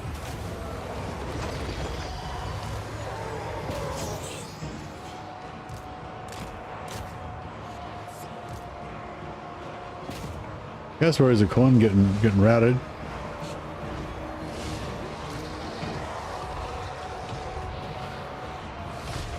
Your time has come! Their time has come. Vampire! Blood frenzy! Undead are better than chaos? Yeah, for sure. Easy.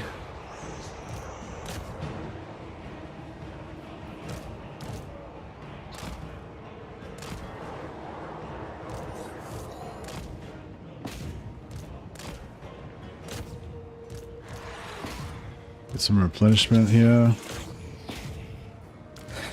Should I go for the grave? Or should I go for the...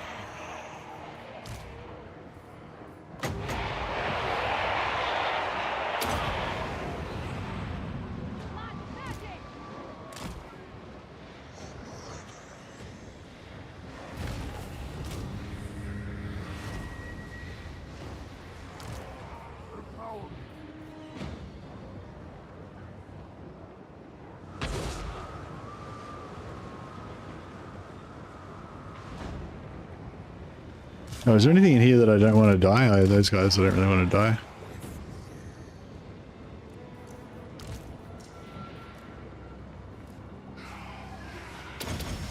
Yeah, we don't really need the zombies anymore, I don't think.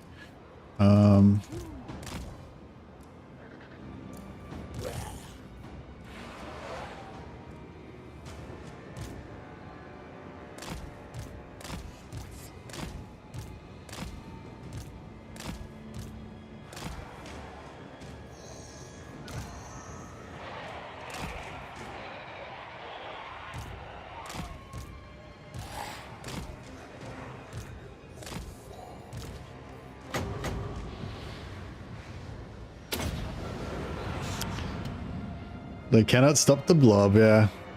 It took so many spirit leeches. It took so many spirit leeches though to kill Scarbrand. Like I must have done like 15 or 20 spirit leeches on him. It was pretty crazy.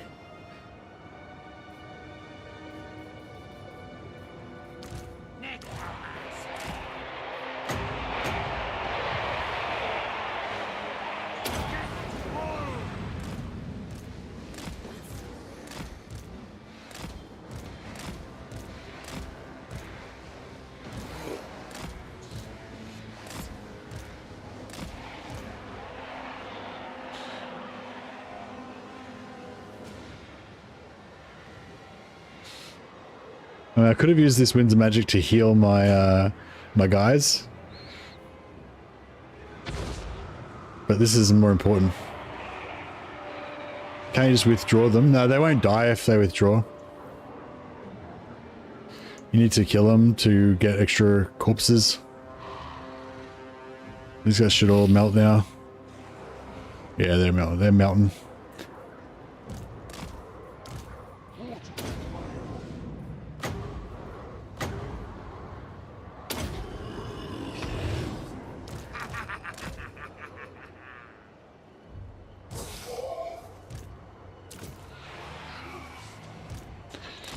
Alright, we'll hang out here and get Master of the Deaded.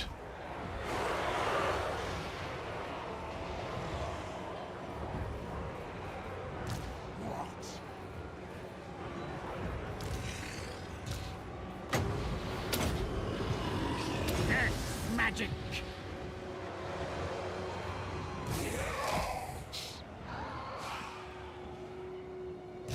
Yeah, they're still melting away.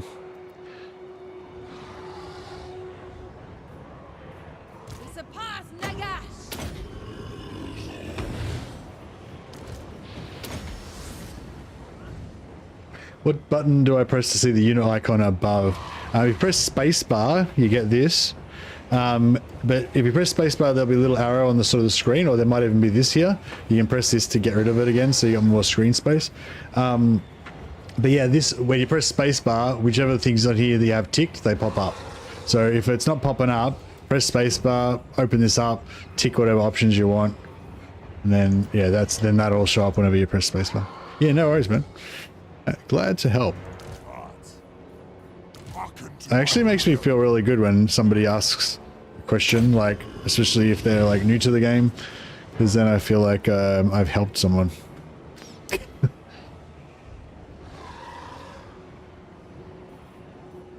Night has fallen. Vampire!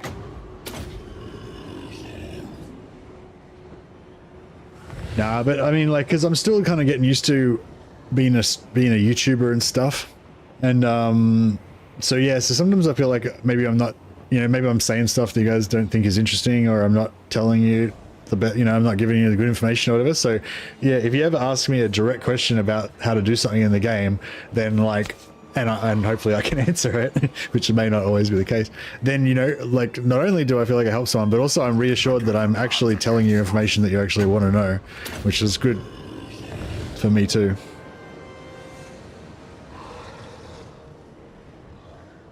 Oh, I'm glad.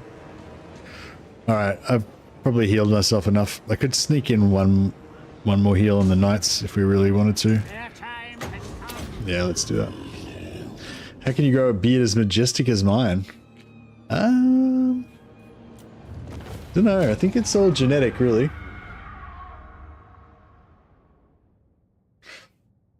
Yeah, probably, I don't think I ever grew a long beard when I was young.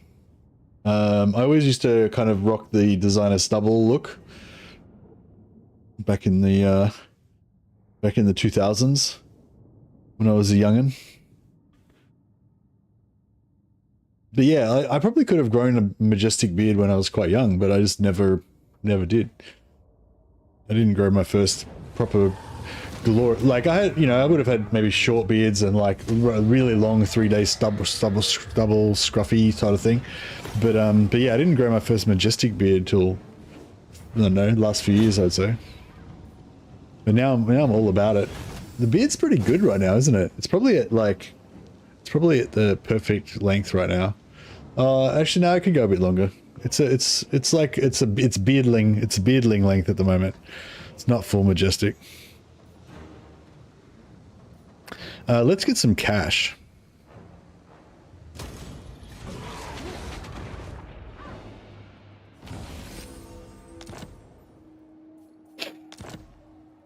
Plus 8% weapon strength for Lord's Army and 5 charge bonus for Lord's Army. That's pretty good.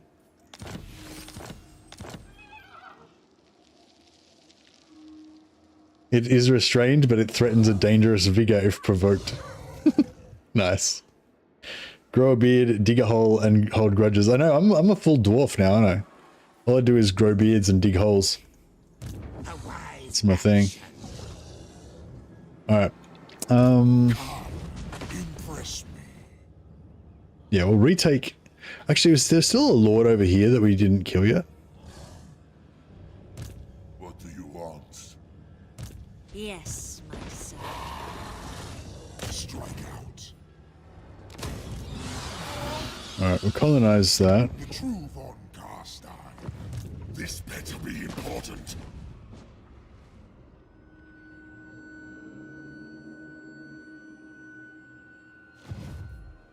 My bloodline calls. I thirst. Ready. Who wishes the red kiss?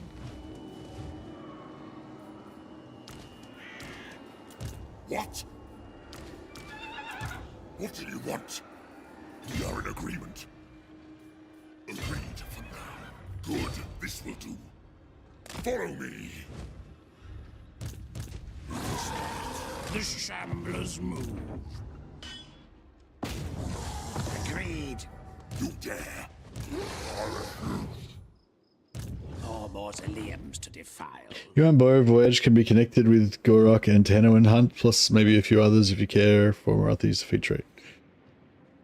Oh, right, if I was to go after Yuan Bow, Gorok and Tehnowan. What is... I don't think I'll care about Marathis for this one. I will not be. I used to be all about the Marathis back in the day. This way.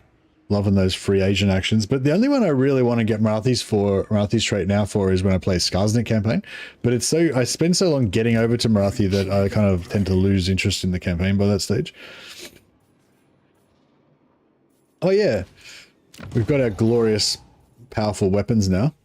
Let's do a recap. So we've got our Armor of Tempelhof, which gives us regeneration. I didn't even use that though, but it gives us 10 ward save, 10 physical resist, and 6 melee defense, and 10 armor. So it's actually one of the best armors in the game, I would say. Also got the Sword of Unholy Power, gives a bit of extra loot, extra melee attack, magic attacks, weapon strength, etc. But it gives us constant regeneration of winds of magic as long as we're in melee, which I'll dismount and we'll actually use that. Undeath Ascendant. Dismount everybody while we're here so that everybody doesn't get wrecked. Next time I try to use them as tanky characters. My will alone. Also save a bit of money. Darkness comes. Yeah, so we've got our 2 legendary items. Talisman of Preservation, best in slot talisman pretty much. Black Periapt, best in slot arcane item. Although you could argue that the Staff of Damnation is pretty good too. But yeah, an enchanted item just strips away 20% magic resistance, spell resistance within 55 meter radius. So if you're doing the thing where you're tanking and dropping bombs on yourself, then that makes sure that everybody's stripped away. Plus 10 winds of magic and plus 1 control all provinces. The plus 10 capacity is pretty good.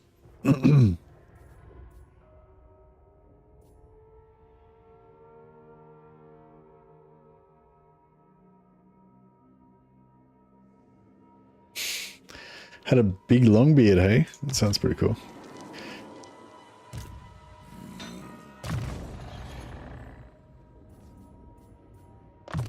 Yeah, I try to keep my beard more Leonidas and less Gandalf, but sometimes it gets a bit more towards the latter.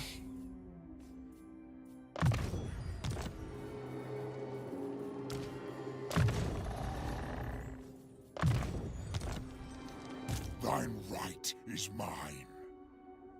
So many skill points to spend. Yeah, I might get, yeah, Van Hals is pretty good. Overcast Van Hals isn't bad.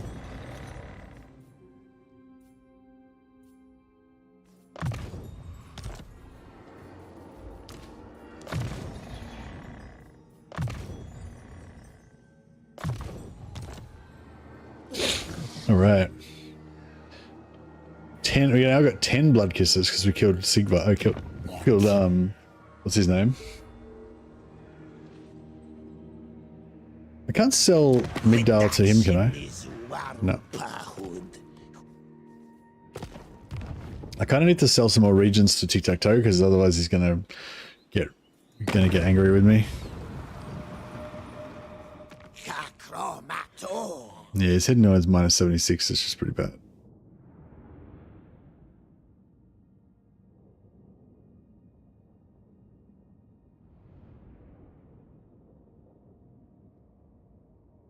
So the game.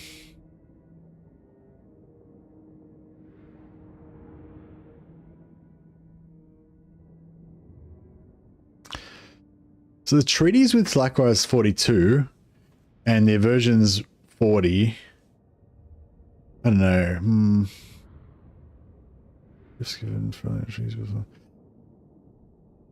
Yeah, I wish we could somehow make them like each other, but yeah, we just can't really do it. You could do it with the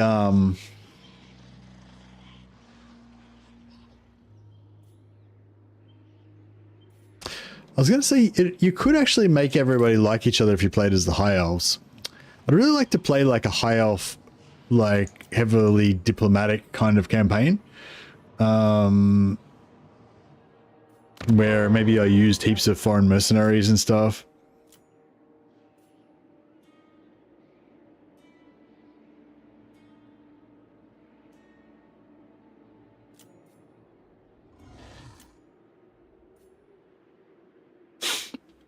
I wonder if playing like a high elf, maybe, because I keep thinking of ideas to play with a high elf campaign where it works off the sort of dwindling race kind of vibe, you know, where maybe there's like limited numbers of high elves, and so you have to use mercenaries and stuff to pick up the gap. Total Peace Hammer. Nah, not Total Peace Hammer, just like alliances and stuff, you know, and using your elven whatever chicanery to get allegiance points and stuff. Thy words had best hold prominence, or death will visit thee.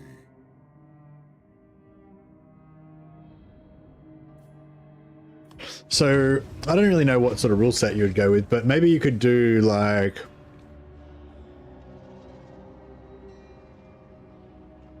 I don't know.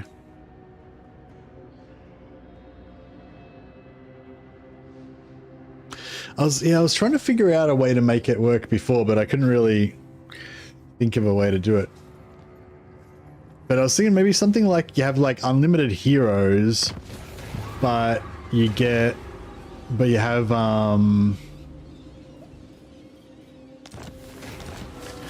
high elves are super elite, but terrible replenishment and recruitment times costs. Yeah, that's kind of how I think that elves should be in the main game as well. I don't know if they'll do it though, because it's kind of hard for them, because if they change anything, they always get like heaps of backlash against it, you know? So I think it's like difficult for them to like do anything. I'm not sure how like wary they are of that, but yeah. So Kemley's going to hit tier 4 pretty soon, then we can finally get some more vampire heroes.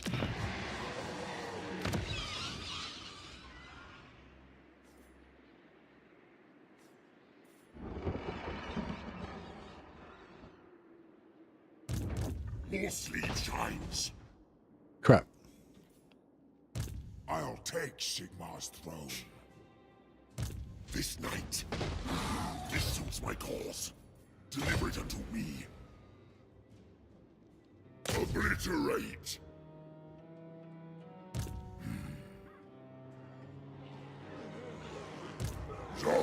They're just going to run if I go over there, though, aren't they? Come, impress me. Follow me. Bring the night.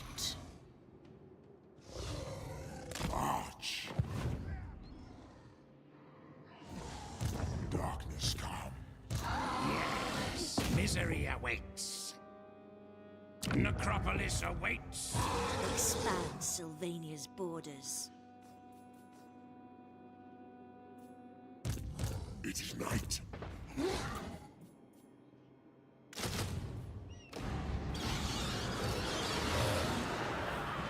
Yours is power I follow.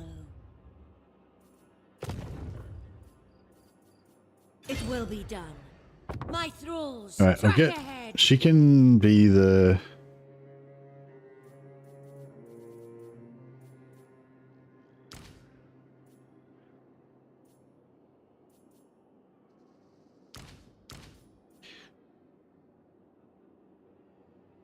Yeah, she can be the crypt horror whisperer for the time being.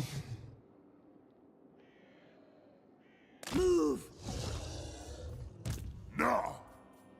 It suits my cause. Follow me! I thirst. Follow me. Flight. Yes. This better be important. These You there! no more crypt horrors. Oh, wait up. How come we got no necromancers here? Shit. It's not good. Oh, that's right. He's gone double necromancer. No.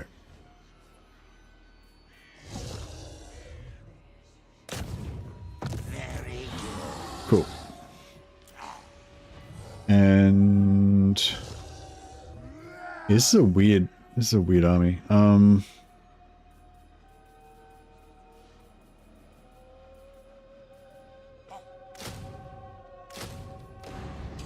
Alright, and then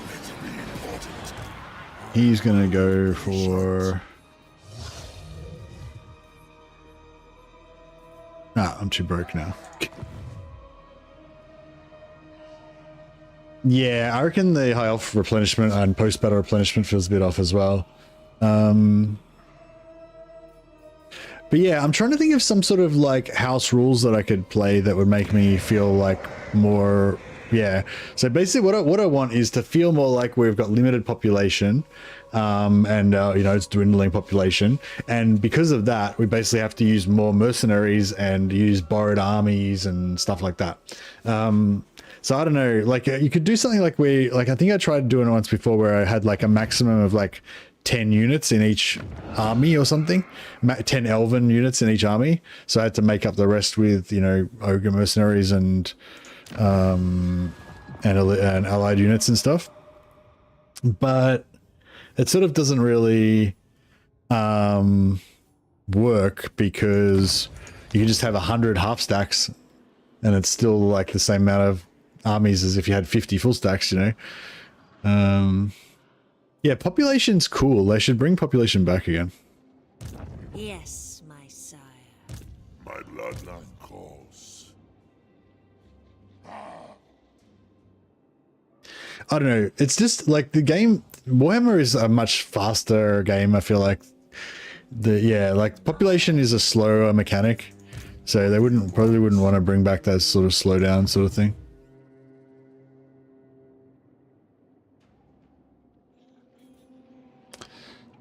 I'm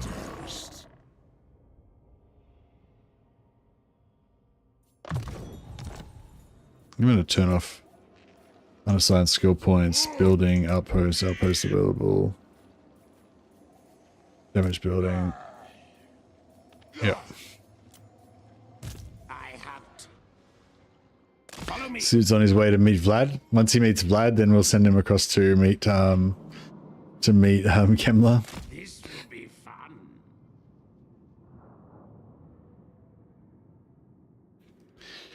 Yeah, so basically you want like a population mechanic where you have like, you have like nobles, knights and peasants or whatever, noble knights and plebeians or whatever.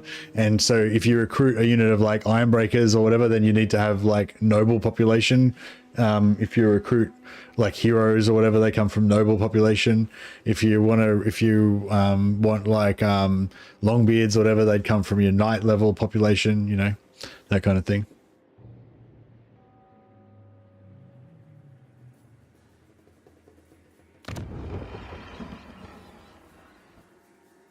Yeah, it's hard because you want to make it as accessible to as many people as possible, which, you know, kind of means bringing it down to the lowest common denominator. But then you don't want to destroy the essential spirit or flavor of the game that made it like worthwhile to play it in the first place. You know, so yeah. But yeah, I really liked the there was a population mod that somebody did for Warhammer 2, and Great Book of Grudges did a video about it, and he was sort of explaining that basically the population would go, like, just say you had the dwarf population like I was talking about, you have like plebeians, sort of knight levels or longbeards or whatever, and then you have nobles. But then if a settlement got taken over by greenskins, they wouldn't immediately kill every single dwarf in the province. Like the population would take a big hit, like you'd maybe immediately lose like 20% of your population. But if you took the settlement back within a couple of turns, most of your population would still be alive. They'd come out of hiding and come out of the forests and hole in the ground or whatever, and you'd still have them there. So there's kind of this extra hidden resource basically, and not only do you want to try and grow the population and everything, but if you lose a settlement, there's still dwarves there that you have to rescue, you know. And I just felt like that felt like such a, you know, engaging, cool kind of idea.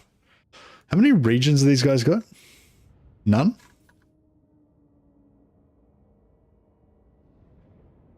Nah, I'm not going to peace out with them. Pyrrhic victory. I do love a good Pyrrhic victory. I'm not going to lie, but we don't have 14 units, so we can't get a battle marker, unfortunately.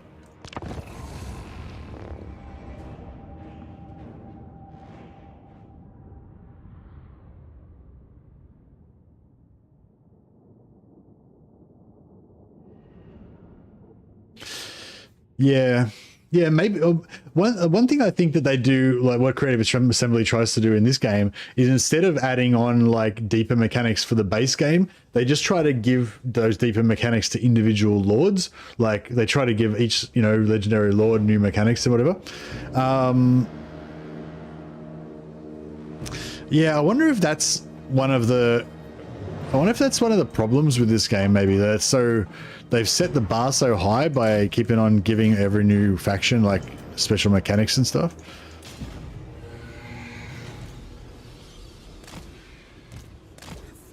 Oh, this guy's not meant to be on a dragon. Crap. How many seconds we got? Oh, they're coming on quick.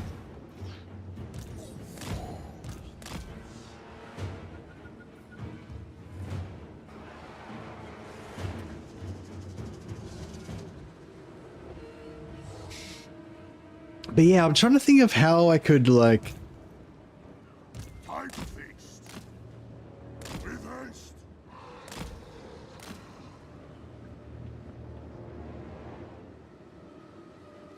The living will join us. With haste. Maybe we could just have like a limit of units. Like there's a hard cap on units. So how many regiments are renowned do? How many regiments are renowned do?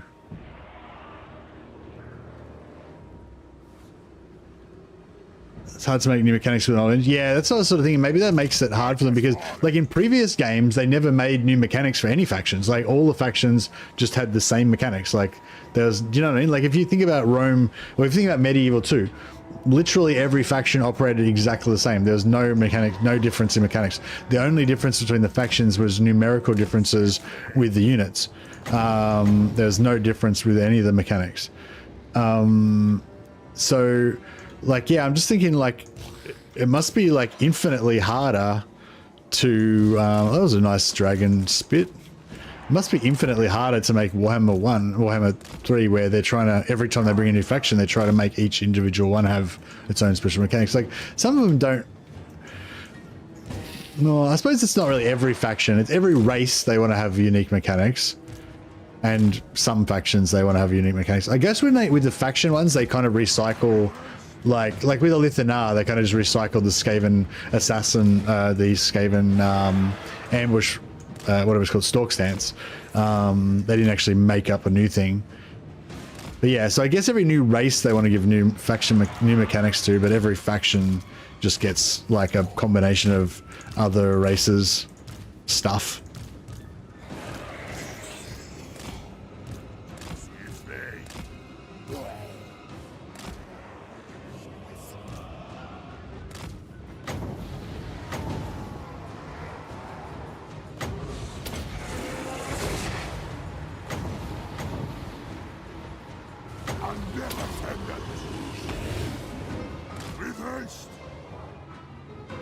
Scamming my free dragon breaths.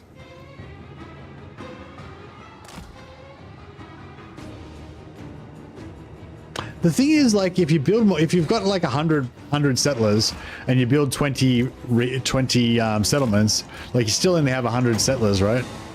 Doesn't make you have any more dudes.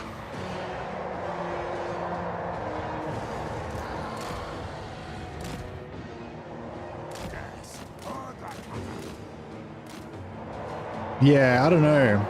Maybe you could make it like, maybe you could make it like you can only recruit 1 unit per turn. That could be cool. Maybe that could be cool. You know, just only can ever recruit 1 unit per turn. In a single turn, you can only recruit 1 unit. Doesn't matter how much unit capacity you've got or whatever.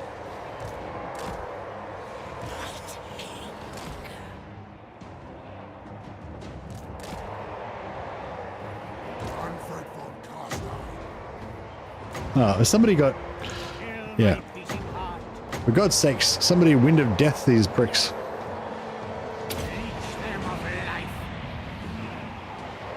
Yeah, so I can make it so I can only ever recruit 1 high elf unit per turn. You can have unlimited heroes and unlimited allied recruitment, but you can only ever recruit 1 high elf unit of infantry or cavalry per turn.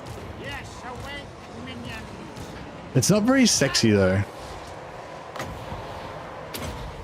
Like for stream titles, you kind of want it to be something sexy, like, you know, no recruitment ever, or only 1 settlement, or, you know, defeat the game with just your legendary lord, or, you know, that sort of shit. If it's like too complicated, it's sort of...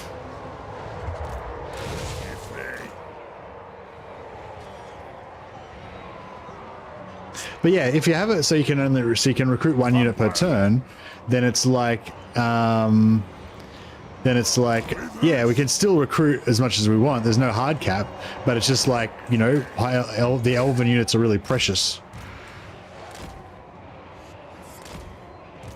Leveling up heroes can be a bit annoying. Yeah, true. I mean, I'd rather be annoyed by leveling them up than not have any heroes though. I'm willing to put up with it.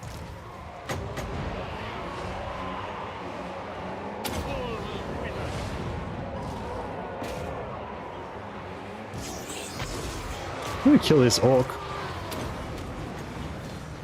Blood magic!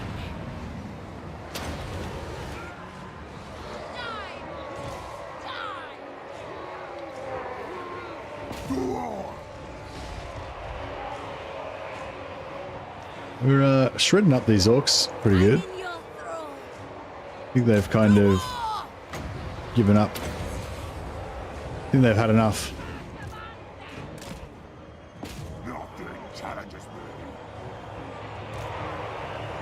Necromancer.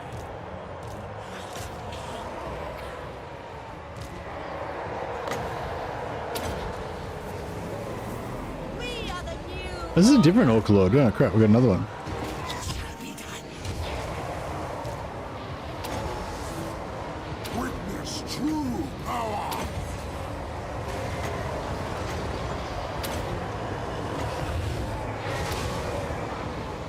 Carstein's march! As you command. Vampire Lord.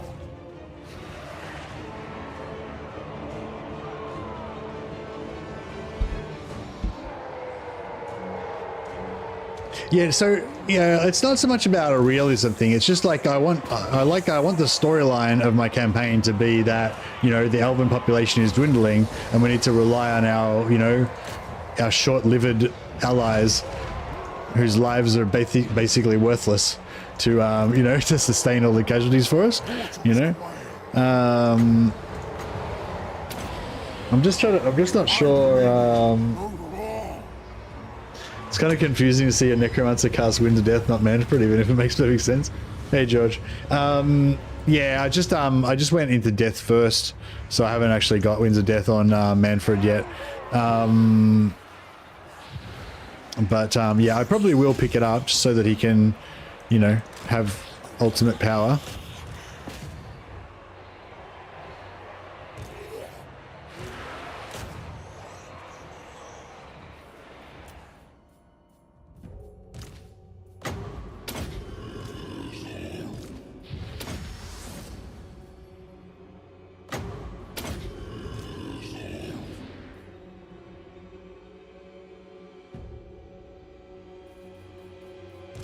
Toss a few more heals around.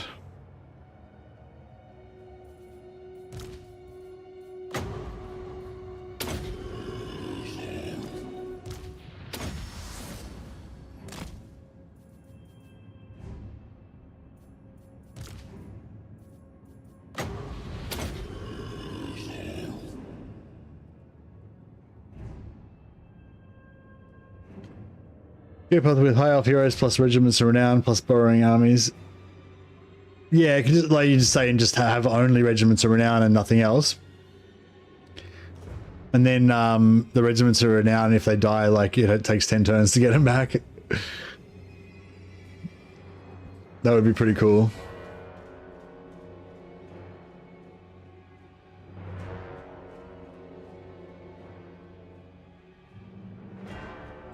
Oh, you're saying like one of each unit?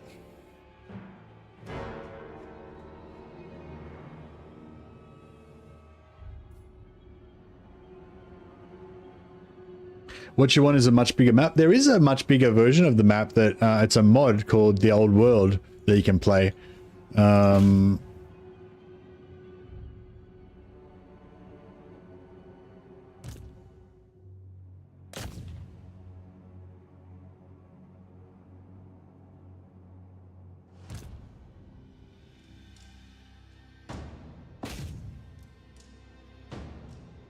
Yeah, I still haven't checked out the Old World yet. The Old World mod yet. I got to get around to it at some point.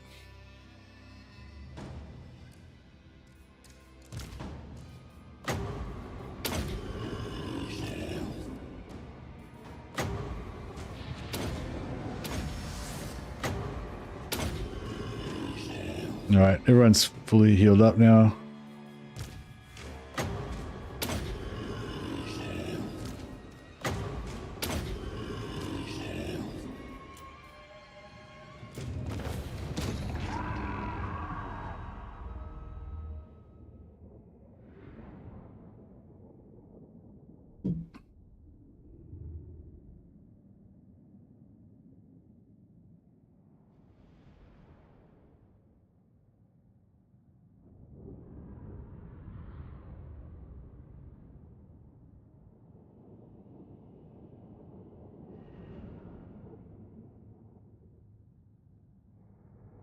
Yeah, you could try a point type system, yeah, but I don't want it to be like... Yeah, no, I don't know. No, I think I like the idea of just having only like, you can only recruit one unit per turn system, or something like that maybe. Because yeah, you could have a point system where you can, like, every time you take a settlement, then you can recruit like one unit from that settlement or something like that. And that kind of makes sense, but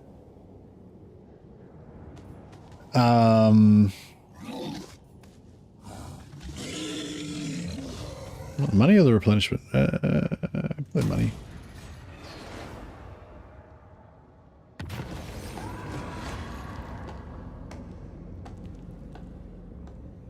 Take the angry gods.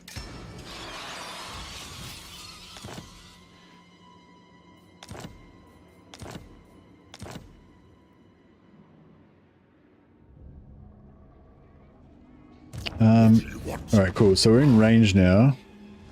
Come, impress me.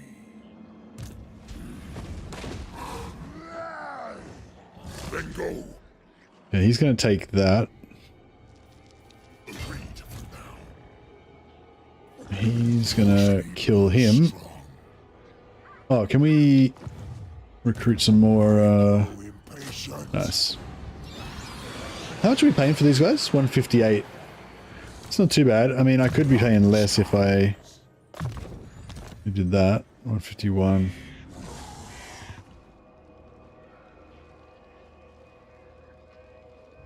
Kind of fun to see high elf lords commanding their Bretonnian peasant armies. They're leading to charge headfirst in the... Yeah. Well, actually, I was thinking we could also do...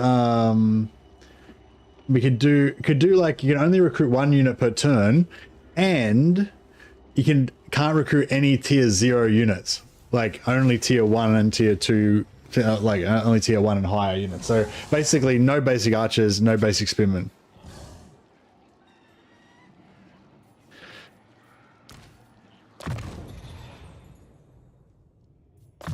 So that way, if you wanted to have spearmen, you'd have to have silver and guard. So they'd be like elite, you know. So then you know, whatever humans like or other allies that you had would be, you know, ungainly simian creatures compared to the mighty high elves. Ready. Yeah, blood knights are pretty expensive.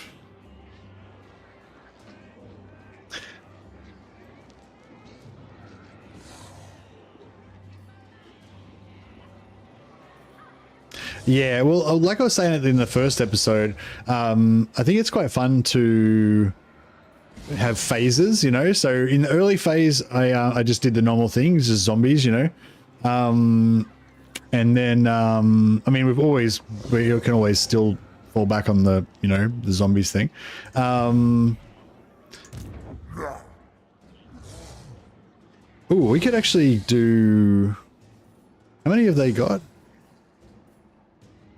100, 200, 300, 400, 560, 6, 7, 8, 950. Yeah, they're going over 1,000. I'll take Sigmar's throne.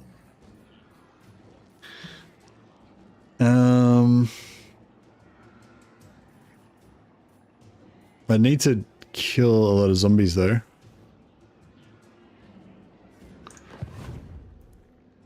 Because there's no battle markers in Sunken Kernak, so it might actually be good to get one there. Bring the night. Darkness comes.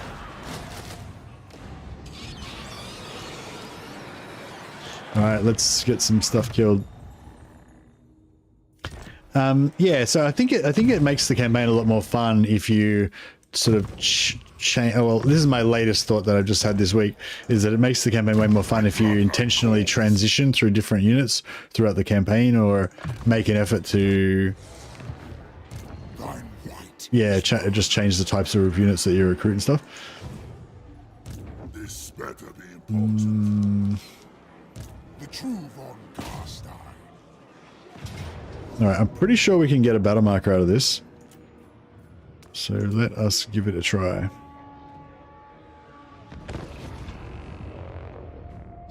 So yeah, so I sort of start off with just the zombies, and I don't use mortis engines and corpse carts. I just use necromancers on foot, just for the Master of the Dead, and a heap of zombies, and then that just provides a massive tanking blob. Put it in forest if you're getting shot by arrows or artillery, but quite often you can still tank like heavy archer fire, as long, you know, even if you're not in the forest, but if you're in the forest especially. Not much forest options in this particular map, but yeah. But yeah, I'm actually, I think, I can't remember whether I tried it out last time or not, but I was wanting to know whether a full Graveguard blob will work as well as a zombie blob. You would assume that it would, but yeah, I don't know, I'm not sure.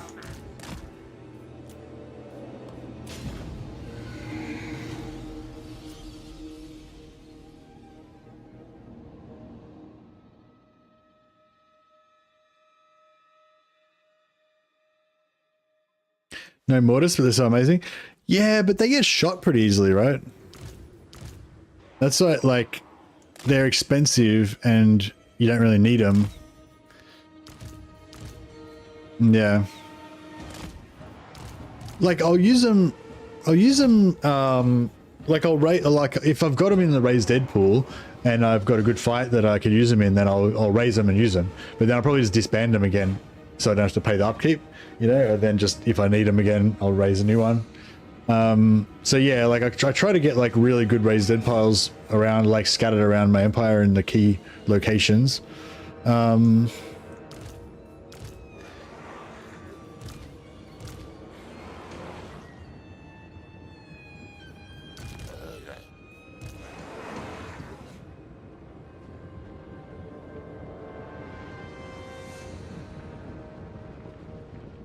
Well, I'm going to test it out, so we'll find out whether it works or not.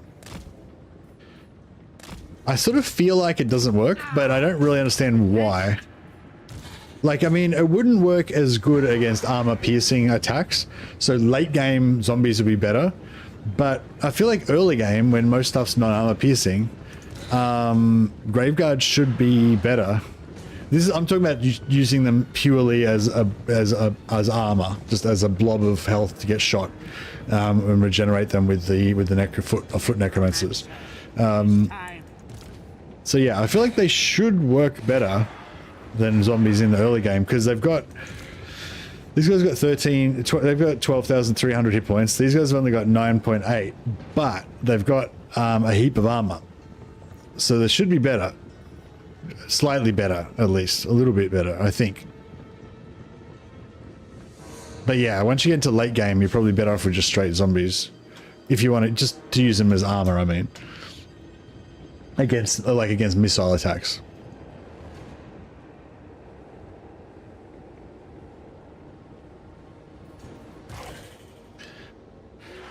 Yeah, so versus missile attacks. Oh, actually, yeah, silver shield. So even versus armor-piercing missile attacks, they should still be good. Graveguard, I'm not sure if Graveguard get the physical resist or not. They don't get the same, they don't get physical resist when the zombies do. They might have something in their technology tree later on, I'm not sure.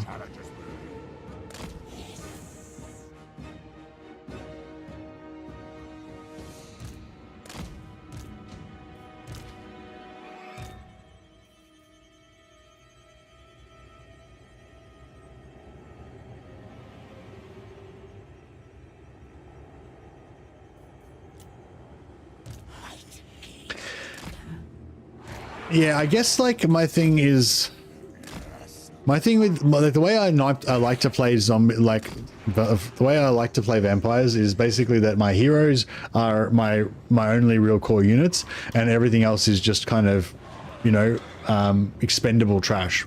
Even like, yeah, so I don't really, yeah, so I just use, yeah, I kind of try to use everything as expendable trash.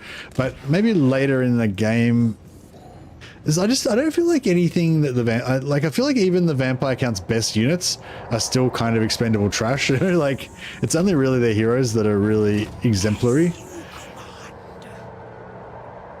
Exemplary? Is that a good word? Sounds like a good word.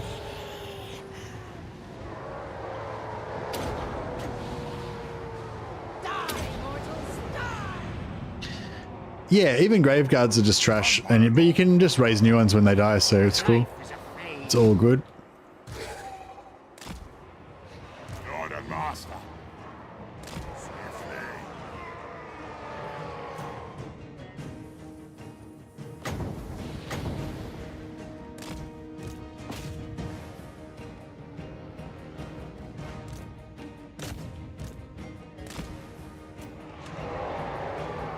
Vampire Lord.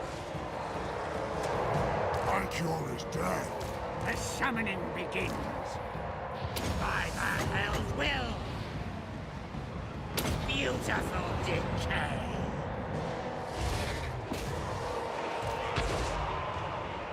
Fear the night. Your desire?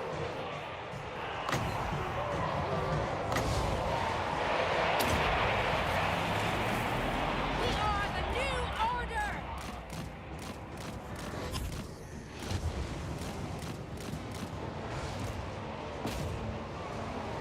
Oh crap. They were getting away.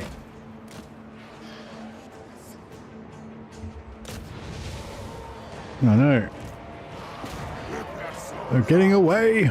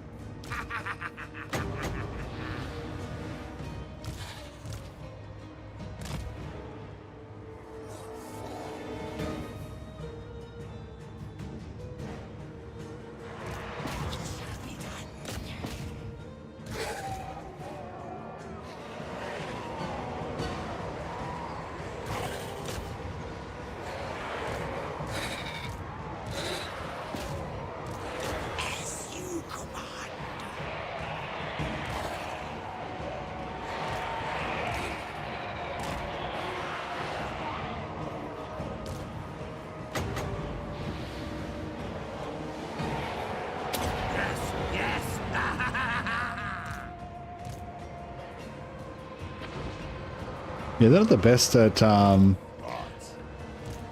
the best at chasing down enemy routers. The living will join us. Come to me.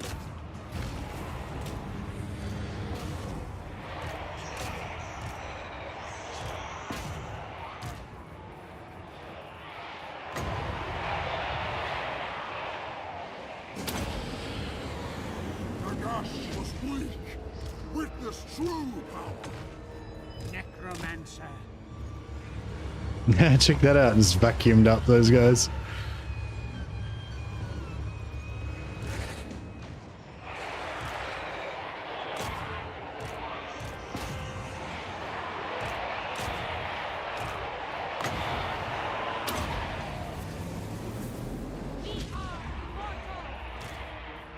Necromancer. Serve my will. All before us will perish.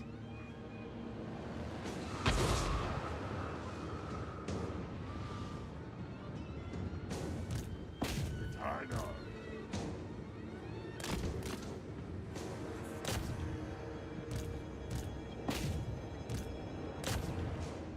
Night has fallen.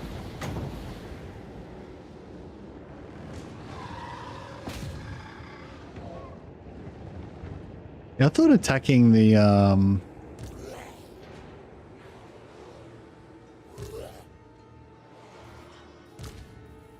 Their time has come.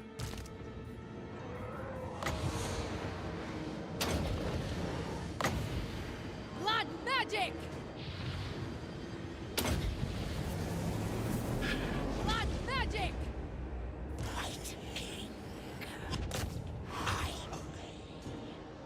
I thought when you moved after you did the fire breath with the dragons, it just actually cancelled it, but no, apparently not.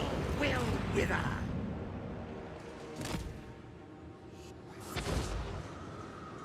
Where's Pinchy? Yeah, where's Pinchy? Haven't seen him for a while. Hope he's okay.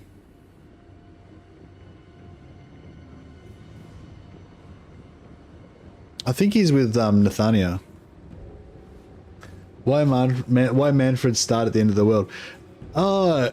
What? So yeah, I wasn't sure what you meant by that question. Sorry. Do you mean why did they move? Why did they move Mannfred down south?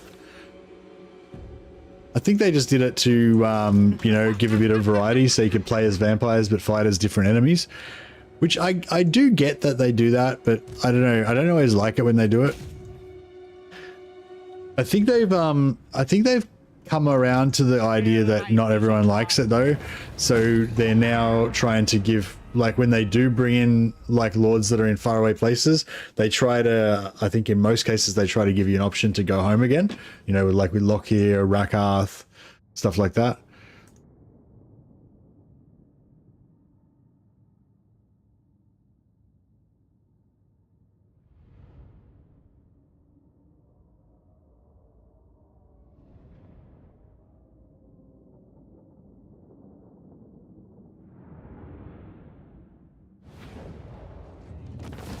But yeah, like I really wish that they'd give Grombrindle something like that. Like I wish that, well, like Grombrindle could get like a quest so that if like after you kill Malekith and get revenge, it gives you the option to like teleport back to Karaz or something like that. Because I really like Grombrindle, but I really hate like how he's so totally disconnected from the rest of the, you know, dwarfish world. Yeah, we got more than 2,300 casualties, so we should get a sweet battle marker. Little battle marker. 3,300. Oh, we got corruption up to 30%, so we don't take attrition. This better be important. Would have taken swamp attrition. Oh, what buildings in the area are causing attrition? Have they got some sort of attrition causing building?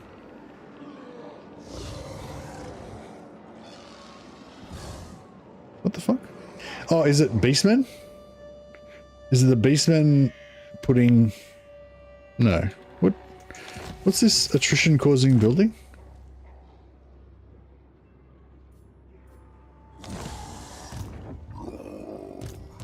I will alone.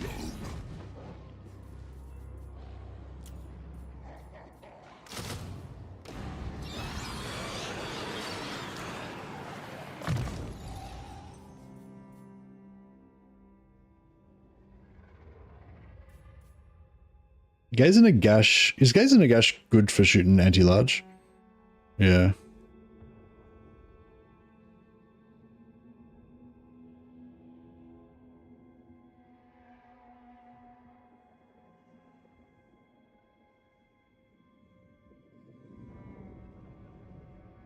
In Warhammer 2, it was fairly easy to confederate Mannfred and Gorst anytime after turn 30. Yeah, no, I don't think it was the confederations. I think it was just it seemed, it's sort of a waste. Like if you have 3 vampire lords all start in the same location, and they all have the same starting enemies and they all end up taking over the same territory regardless of which one you start off as, you know, it's like, it's not as much variety. So I think they just felt like you get more value out of them if you spread them around. But which I do agree with that in principle, but I just also feel like a lot of the time I want to play like the classic faction, you know, and if they're not, like if I play Dark Elves and they're not in Naggarond, I feel it feels weird.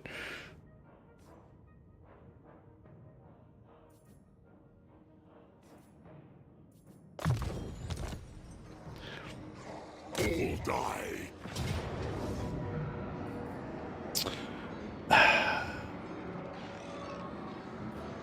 I don't have any, Bring more. I can just order, yeah, I'll just order as well, but, okay.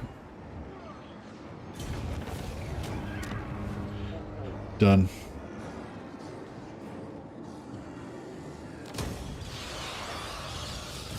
Now. Get him off his expensive vast dragon. What? So, are we still taking attrition? I grow impatient. No, we're not. Now we got rid of whatever the building was that was causing attrition. So I don't think any of the buildings said they were causing attrition, but maybe it's because he's got like a technology that... Does Scarbrand have a technology or something that does attrition, or... Yeah, I don't know. More sleep shines. Pinshi the Tomb Reaver. Deliver it unto me. Undeath Ascendant. This night,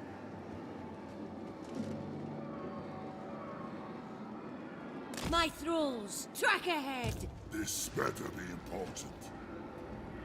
March. Now, Maybe. thine right is mine. Darkness comes. Darkness comes.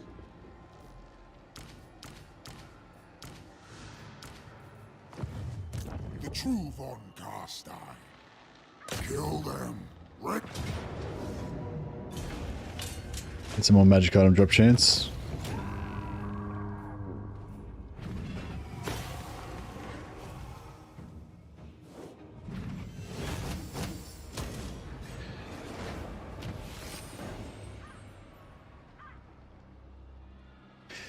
Oh right, yeah. In the in-game lore or in-game story or whatever, yeah, he went down there to get the books of Nagash. I wasn't sure if you meant like, yeah, I didn't realize you meant like, yeah, yeah, I didn't realize you meant like lore-wise. Yeah, I thought you meant like why Creative Assembly moved in there. But yeah, no, that's cool. Yeah, I don't know if there's anything in the Warhammer lore. I didn't realize you subscribed with Prime as well. Thanks a lot, Helena.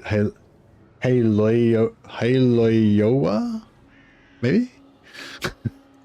Hopefully I got that right. But thanks a lot, man. I appreciate that. Let's rename...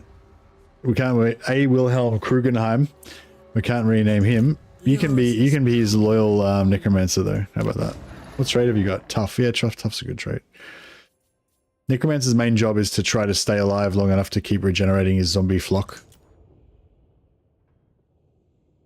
Bob. Bob is a good name for a necromancer, that is true.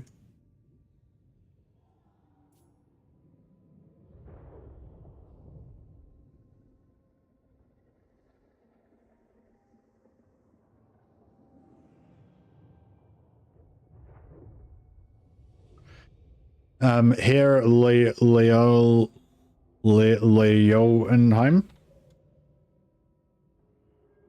There you go.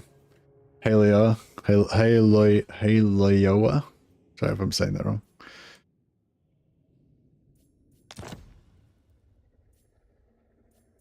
Oh, we got some white items we can melt down. Got some endurance. Yeah, it's... Should we melt these down? Get another black periapt. Nope, not this time. Oh yeah, some green swords.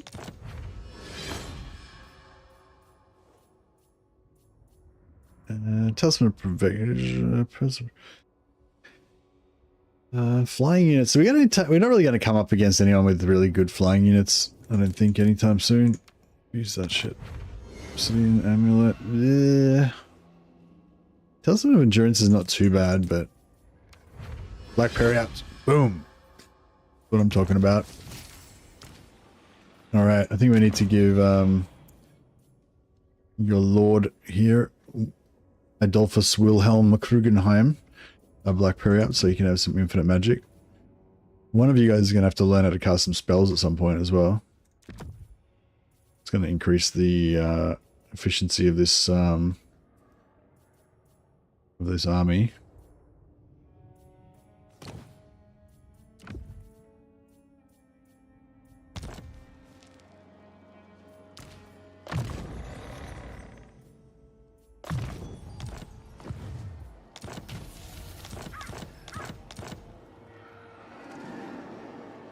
I'll take Sigmar's throne. All right.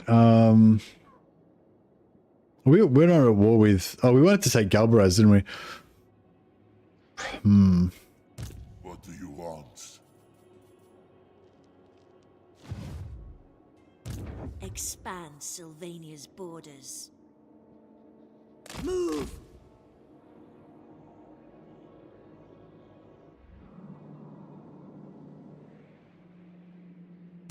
Darkness comes. Fuck it, let's get this shit done. My will alone. We'll just force march up here. Alright, you guys are a team now. Yeah, she's got... Nathania brings the magic, so you guys don't need to know how to cast spells, that's fine.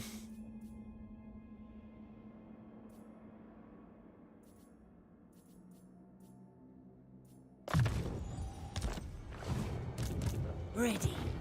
Yes. This better be important. Yeah, it's kind of cool now that Necros can...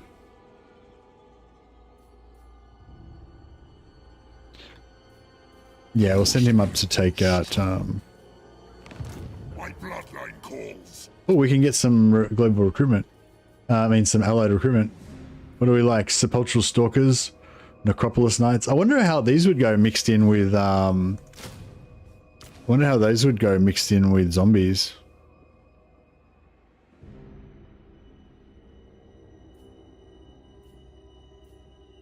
Kind of want stuff that's got a lot of health. It would be cool to get some archers at some point. 9.7k health. Silver shields as well. Skeleton spearmen.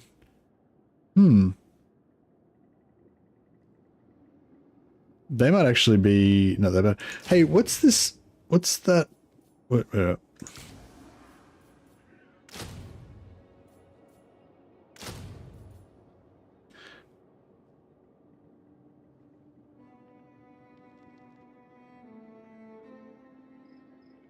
Oh, right, yeah. It only works for if we're it only works if we're Tomb Kings, right? I thought maybe somehow we could utilize that. Yeah, cool thing about these units is that they don't cost any money.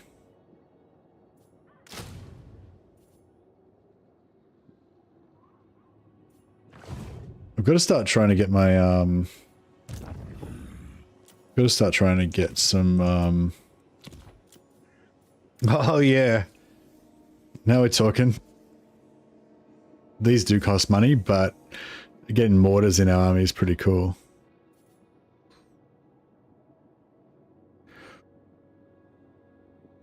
Why is it?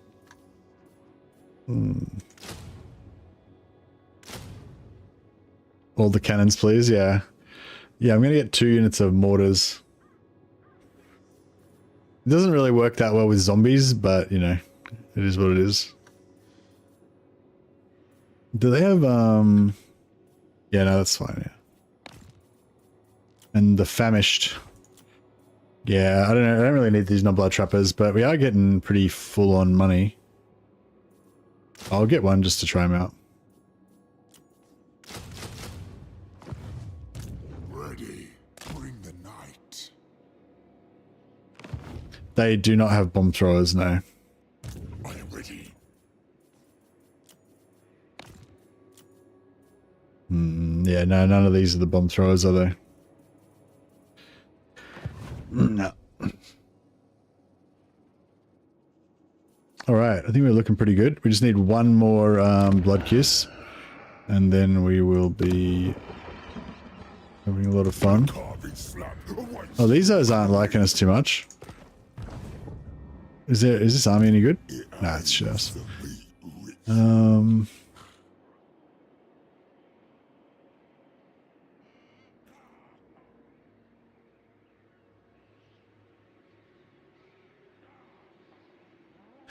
Not a true mercy stream if I don't see red. So, should I get rid of these guys? I can't remember if I was deciding I was going to get rid of them or not. I guess I shouldn't recruit any of their units if I'm going to. Because they're just... The great Moor's command.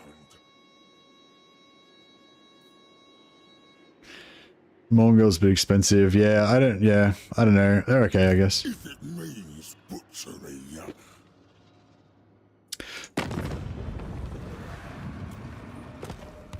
So if I... Yeah, I kind of want to get rid of the ogres out of my vassal posse. I don't think they're bringing much to the table. Oh, you know what we could do? We could cancel the vassal treaty and then re-vassal them again and we'll get another blood kiss. Moor's chosen. The carving slap awaits you, mate. The Moor asks it.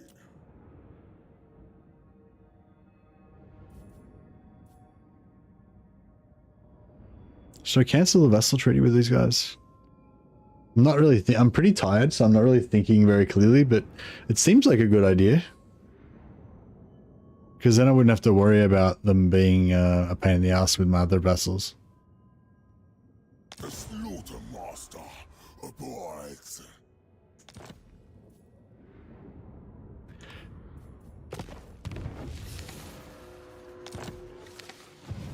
Now I can't declare war on them, but I can, yeah, but I can just wait for them to declare war on me. Which is pretty cool. Like if for example, if I get a lord, just any old lord, and stick him here, and put him in like, next turn I can put him in in ambush stance. These guys kind of hate my guts, right? Every inch of meat from your And so yeah, so if I just leave this vulnerable, hasty settlement here for them, hopefully they'll attack it before too long. I wonder if we could immediately vassalize them again for a free, no. not waste. Alright, I think our work here is done for this turn. Oh, wait up. This guy's on his mission to meet Vlad. I hope Vlad's not dead. We haven't really met anyone who would know him yet. Does not deserve.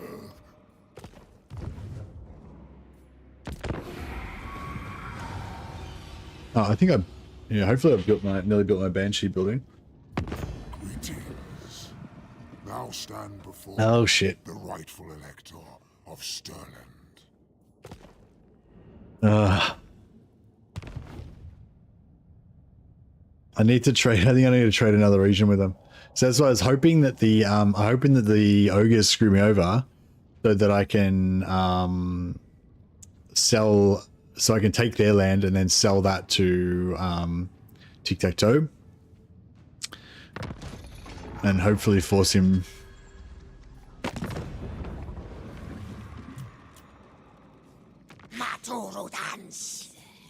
So he's only heading to minus 69. I mean, it's not great, but it's not that bad. These guys are loving me. These guys are loving me. These guys are not loving me. Yeah, I feel like if I gave him two or three regions, then it would make these guys a little bit angry with me, but not that much. But I don't currently have any regions free to give them.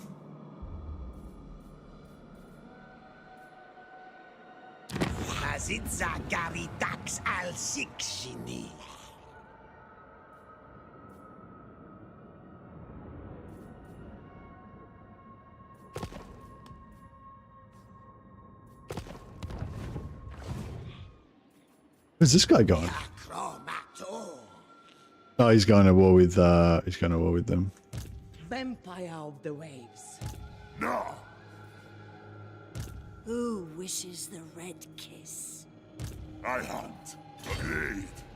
For now. Pyrrhic victory? Come on.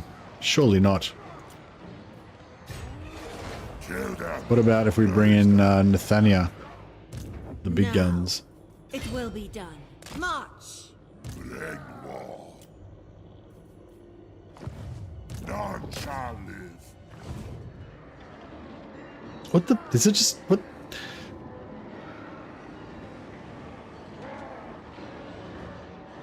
I feel like it's not Pyrrhic. Like I don't really know why it's like that. We're not taking the Pyrrhic on that. We got this.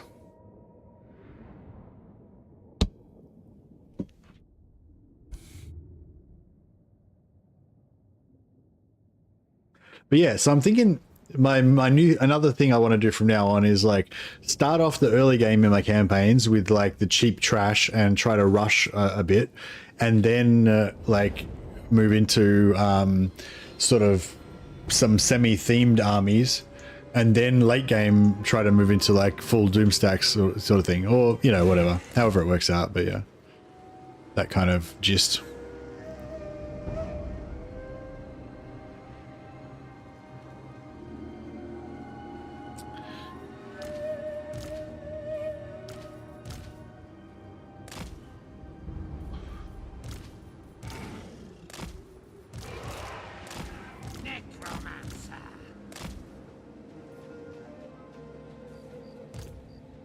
Lord and Master.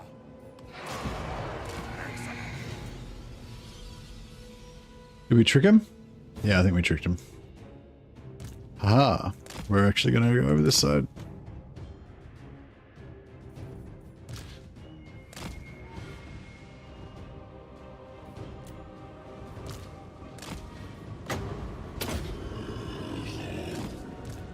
Alright, you guys bust the door down. What are these guys? Oh, did they summon, they summoned, things on us.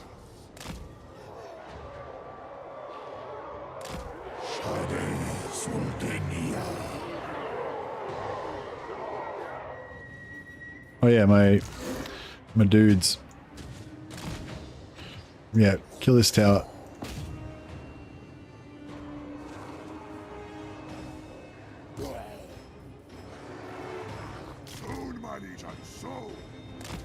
Those guys can be on. Those guys can be on catapult protection duty. Oh, these guys go on destroying this door. Not well. All right, fair enough.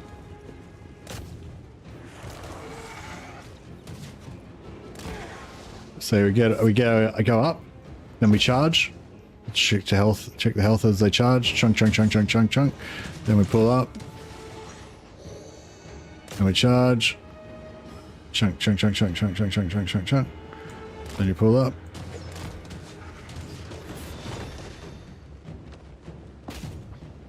We charge.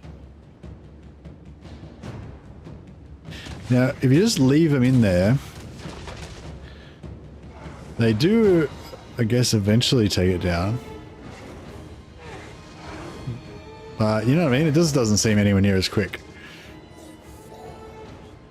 Whereas if you keep cycle charging, you can get it down. It still takes a little while, but get it down pretty quick.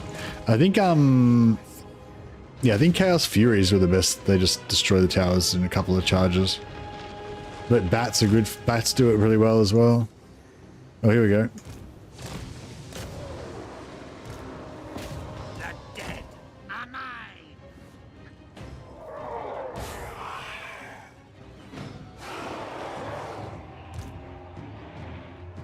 I reckon the Cryptoras would be doing alright if we could get them to...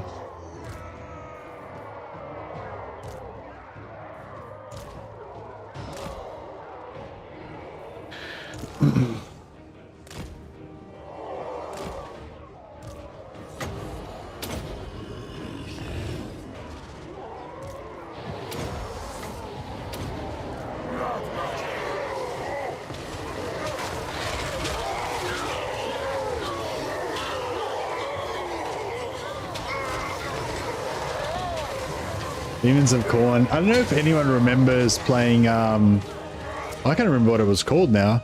The old Warhammer mod for Medieval Total War. But yeah, I don't know if anyone remembers playing that. I can't remember what it's called. I think it kept changing its name. It changed its name like a bunch of times. But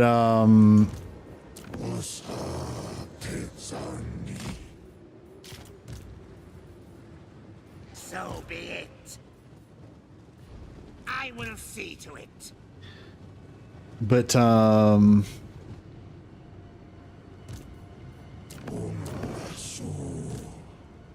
yeah, for anyone who remembers playing the old Warhammer mod for Medieval 2, like, just imagine how awesome it would have been to have this game back then. You know, like how, I don't know. It's like, yeah, every now and again, you know, like you kind of like we whinge about the shortcomings of the game and stuff like that, but I don't know, it is actually pretty cool to just think how fucking awesome it is as well. Sometimes.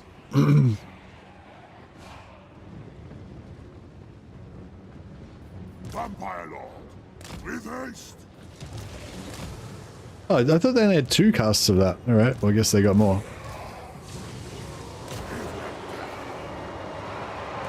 Come to me.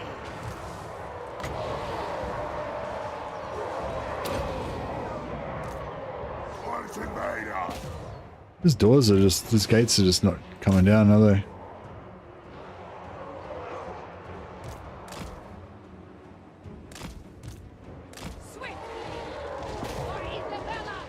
So it's 3 casts of that they get, yeah? Pretty sure that's it now.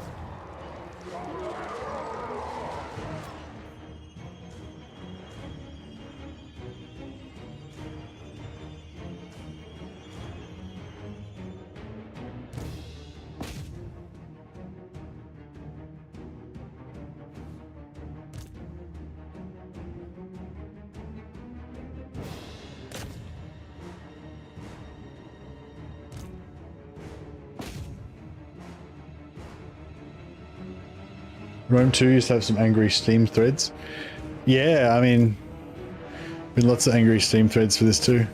But yeah, I mean, maybe none of you guys played the old mod for the old mod that I was talking about for Medieval 2, but I guess what I was getting at is like when in the days of Medieval 2, this is like 10 to 15 years, no, I don't know, 20 years ago now maybe. Yeah, probably like 15, 20 years ago. You know, the idea of playing a total war game set in the Warhammer world was a fantasy, you know, like a literal fantasy that a lot of us had. And there was a pretty awesome mod for Medieval 2, where that had all like, I think it had like all the races and like all the units and everything. Like it was pretty crazy.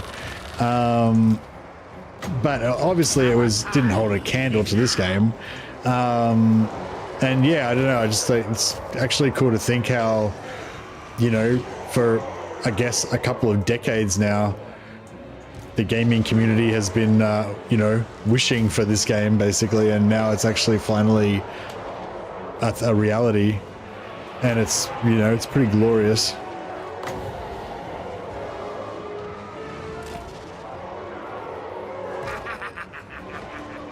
Where's this guy? Oh crap, get in there. I need more, I need more killing.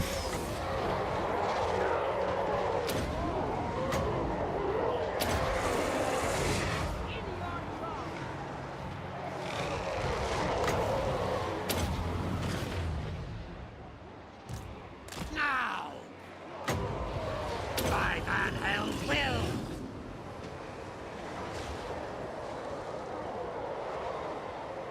It is pretty great, and like it's just so cool to see the Warhammer world come to life, you know, like, and it's not like, it's not a half-assed effort, you know, it's not a, like, so many games get made based on the Warhammer IP, and it's just like, you know, they just aren't fully committed, you know what I mean? It's just like, or maybe, I mean, maybe they were, but just whatever, development problems, it doesn't happen, you know, but yeah, but for whatever reason, you get a lot of like half-assed games that aren't the real deal, you know, and this game is the real deal, like it's legit.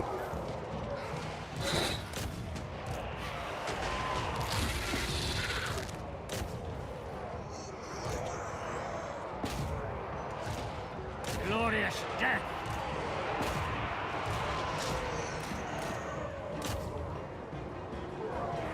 Yeah, like for a lot of people, including myself, this is like literally a dream come true. This game, you know. It's yeah, it's pretty cool. Which is not to say I don't want more. Of course, I always want more. But it is pretty cool.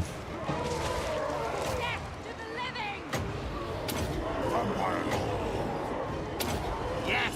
Awake, minions! Oh, where's our tower destroyers? Did I get them killed? Whoops. I guess I wasn't paying very much attention.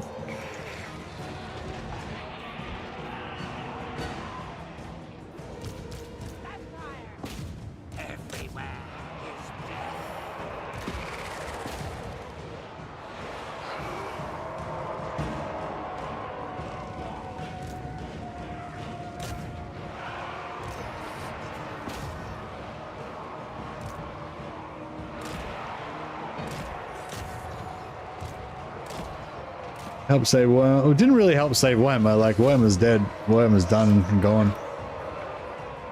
But you know, the spirit is alive, and it's still alive in this game.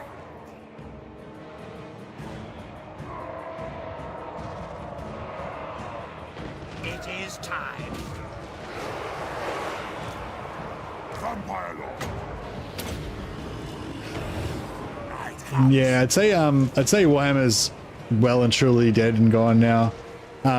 If there was anyone, I don't think there was like a big community of well, I mean, I don't know, but I don't get the idea there was a huge community of people that still played Warhammer Warhammer Fantasy rather than Age of Sigmar. I'm sure there was some, but yeah, I'm guessing though however many of those there were will now just play Old World. There is Old World, but that's not Warhammer Fantasy. That's a different setting. It's like it's set like a couple of 100 years earlier. It's got like different characters and different races and all that kind of stuff. Well, it's got pretty much the same races, but different characters and different kind of theme and stuff. I understand, but I don't know too much about it yet. There is one. I think there's one novel out so far. And yeah.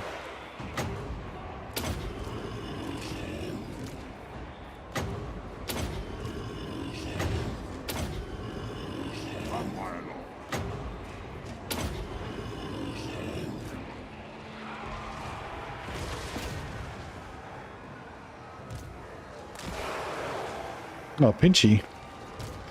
Pinchy's all effed up. Night has fallen.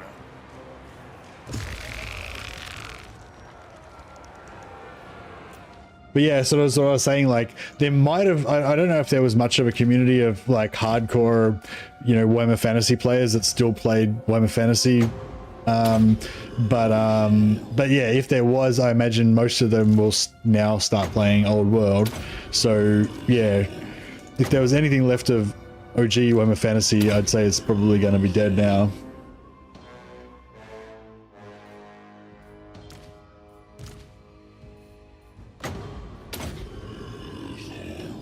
I mean, yeah, I don't know. I mean, obviously, a lot of people look at it more like a lot of people look at it like as the old world is Warhammer Fantasy coming back. So if you look at it that way, then yeah, there's hopefully some part of Warhammer Fantasy, or the most of Warhammer Fantasy that's coming back. But yeah, you can look at it another way, which is that Warhammer Fantasy is completely dead now.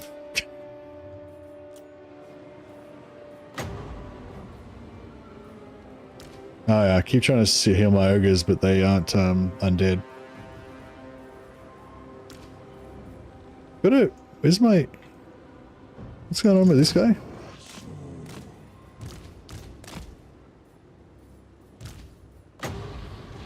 There we go.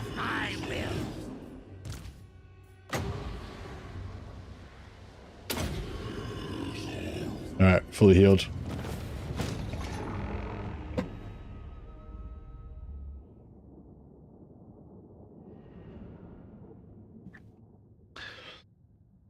It was not a very good game. Which game are you talking about, DPS? Warhammer Fantasy Tabletop?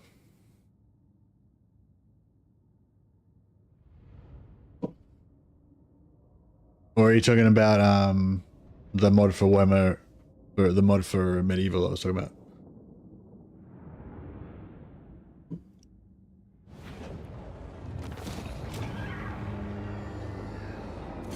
My Vargeist's lived, I think.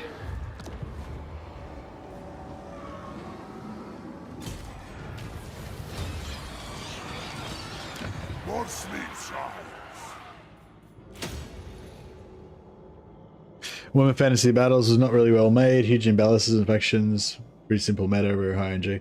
Yeah, see, that's not what I'm talking about, DPS. Like, I'm not talking about the rules of the game. I'm talking about the background, like the lore, the world, you know? So I never actually played Warhammer Fantasy Battles. I don't think I've even played a single game of it. I used to collect the miniatures when I was really young, but I never actually got into playing it. I played Warhammer 40k, but I was always into the lore. Like, I always read the novels and stuff. Like, I've read dozens of I've read dozens of Warhammer Fantasy novels now, even though I never played the game. And I really love that world, you know. And yeah, they fucking killed it. They literally killed it and said, you can never make anything further for this world. You can't play in it. You can't buy any books about it. You can't do anything. You can fuck off. Like, that's literally what they did. It's like the craziest thing I've never seen. I've never even heard of that, anything like that before. And you know, it's just so fucking crazy. But anyway, yeah, so a lot of people are excited now because Warhammer Fantasy, because the old world's coming back. But I'm sort of sad in a way, because that means that 100% Warhammer Fantasy will never return. You know, Warhammer Fantasy is 100% dead now. You know, even though it was already 100% dead, but now it's like even more dead. So, you know.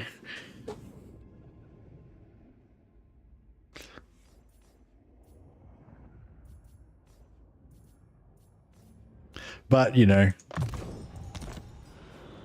I should try and look on the bright side. I should try and get into Old World and see if I like it. Like I do like Mordheim, which I think is roughly set in the Old World time period. But I have a feeling that the new Old World setting is not going to be anywhere near as awesome and grim as the as Mordheim. All right, I feel like Wurzag's had it. He's had it too easy for too long. I think it's time for me to just randomly attack him. Yeah, that makes sense. That makes I'm making a lot of sense to myself right now. Scarbrand's got 9. He's got strength ring 100, so he's still rocking a stack. You're getting it's a stack, half stack. It's potentially enough to cause me a nasty surprise. What's the oh, we got corruption here. All right, I'll put these guys. Oh fuck, what's that about?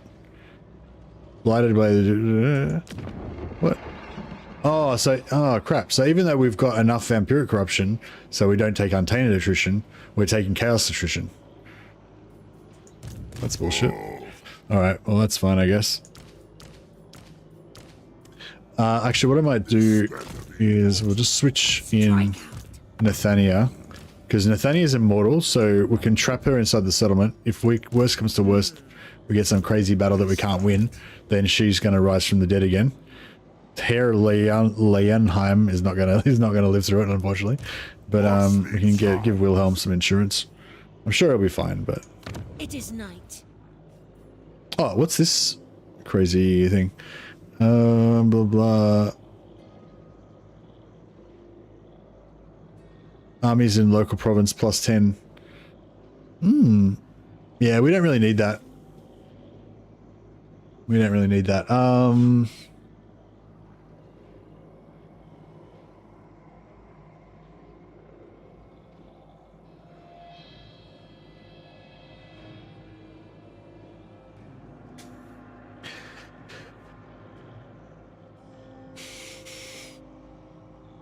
Yeah, my thing with it is that, like,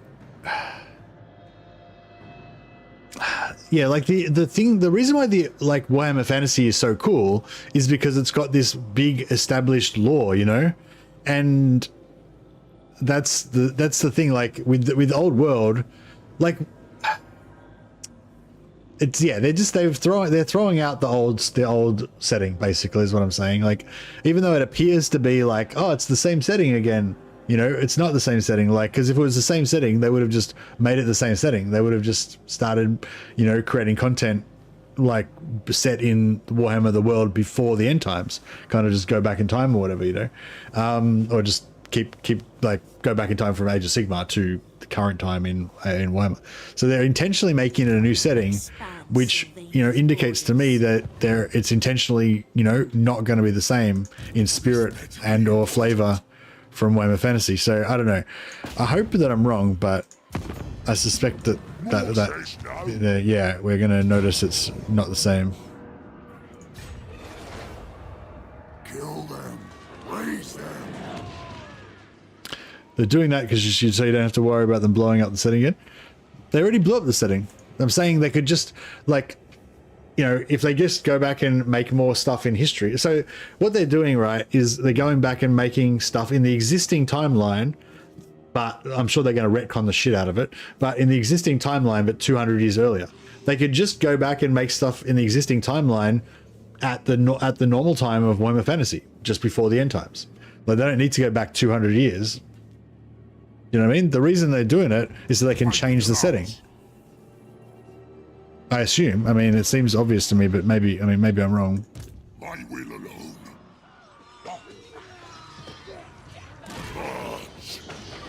There are no retcons, only clarifications. Exactly.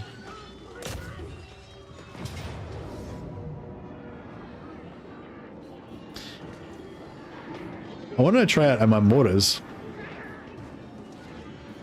Is that so wrong? I don't really want to have to fight another siege, but I do want to shoot things with mortars.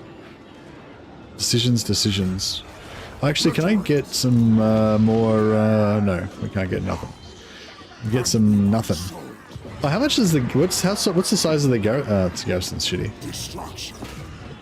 No more battle markers for us. Alright, I'm gonna fight it just so we can mortar some stuff.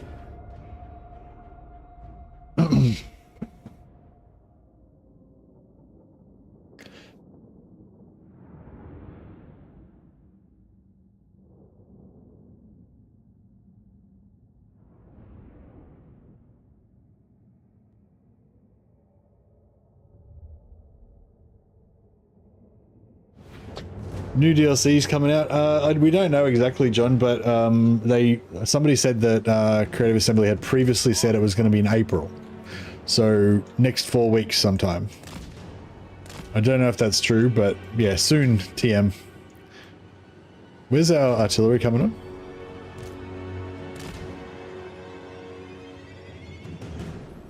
Where is it? I don't. What? Where the fuck is it? Is it in there? It's in here. God damn it.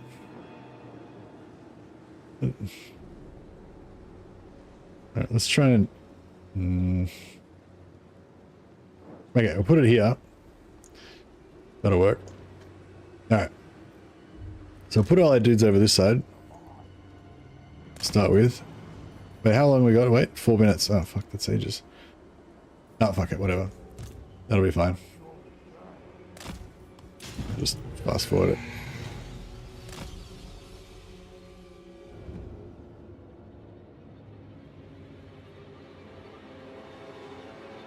If it flops, CA will cancel Total War Warhammer. I don't think... I guess it could flop, couldn't it? I don't think it will flop, though. Because it's like the Dwarves and the Empire are really popular factions. Nurgles may be popular, maybe not, depending on how you, like... Depending on how you, judge it, or, you know, whatever, but yeah, I think Empire and Dwarves are definitely very popular factions, and so I'm sure everyone, like a shitload of people, will buy the DLC, you know. I don't know, I guess there could be some kind of new backlash about it. Some, you know, people won't like the fucking Dwarf Lord that, or whatever, or they'll think the Dwarf Lord is like a reskin of some other lord or some shit, and then it'll turn into a meme about Creative Assembly ripping us off or something. You know, like, I can imagine, you know, some fucking pitchforks shit going on. But I don't really, like, I can't really imagine how people could, you know what I mean? Like, that's the only way I feel like it could really flop, is if there was like a massive backlash against it or something. But they can't really, I don't really see how there could be a massive backlash against it until after it comes out, you know what I mean? Well, I suppose we'll have early access to it, so people could just hate everything that gets shown in early access, I guess.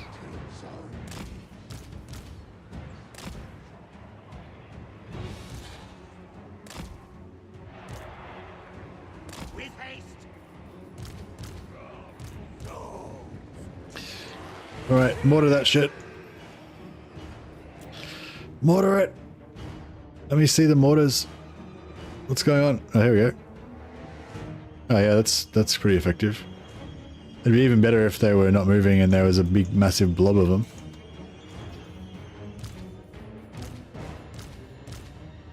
Where's our mortars? Yeah, you just stand in front of the mortars and regenerate. You'll be fine.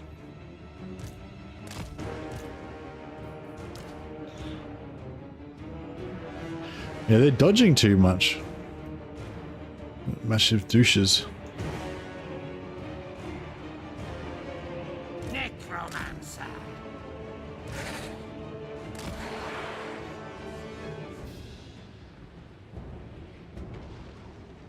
Supposedly Shadows of Change made more money than most DLCs, even with all the backlash, so I feel certain we're going to get more DLC for a while longer. Where did you get that information from, Fastwin? I'm not saying you're wrong, like, sounds right to me, but I was just wondering if you had any, like, actual confirmed legit source for it.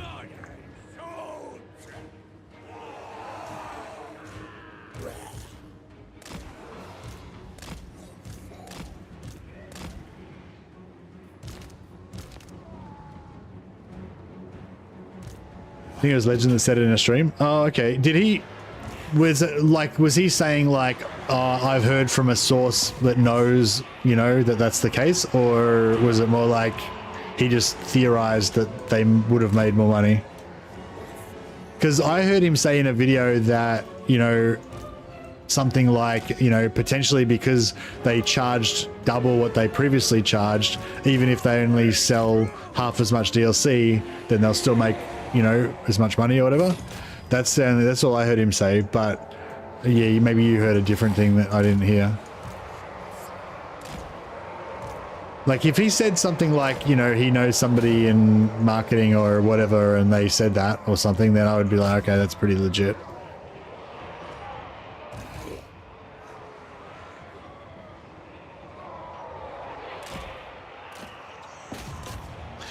You think it's bullshit? If that was true, they wouldn't add the stuff they did?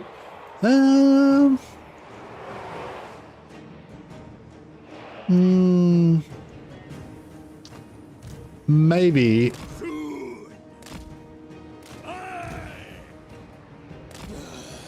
Well, there's heaps of inflation at the moment, right? So it could have, both things could be true, really, couldn't it?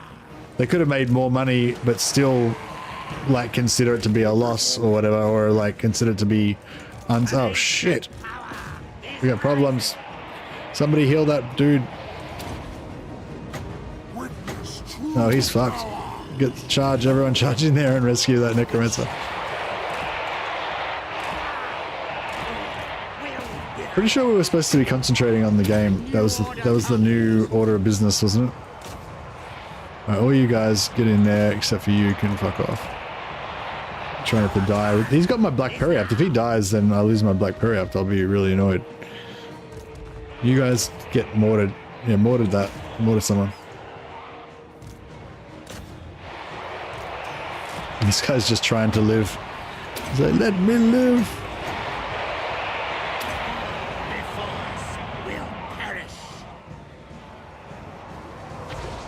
Ah, cool. He didn't backlash himself.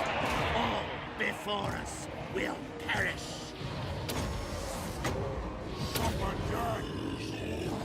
Yeah, the mortars. I feel like the mortars could be really good if we could get a blob and get them firing close. Because like if I fire, see how small the aiming circle is. So we could get a good blob going and have them really close. Then they could maybe be really accurate. Do some damage.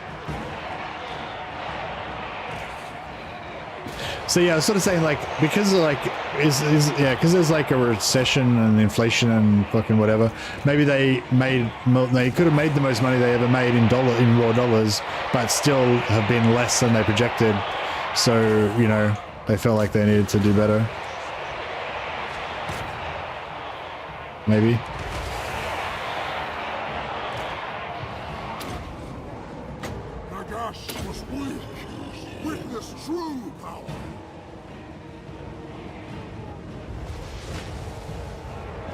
They said April when they announced that the Shadows of Change Part 2 was in February. Oh, that's right. Yeah, they did. They said that. Yeah, they said that the next DLC was going to be delayed until whatever time when they said when they announced they were going back to work on Shadows of Change more. Yeah, that sounds familiar.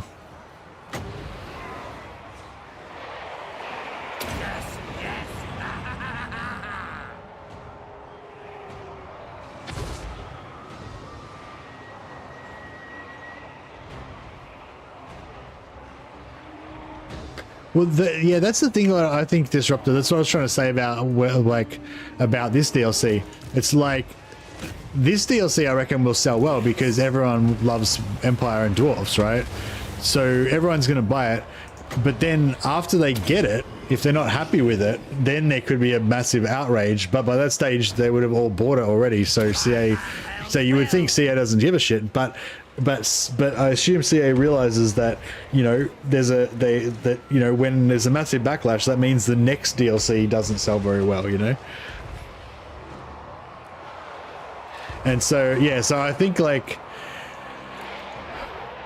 I don't know, but like another possibility, I guess, is what I'm saying is they kind of looked at their stats or whatever, and they sort of calculated that if they go ahead with Thrones of Decay and release that in the current environment, then Thrones of Decay is not going to sell.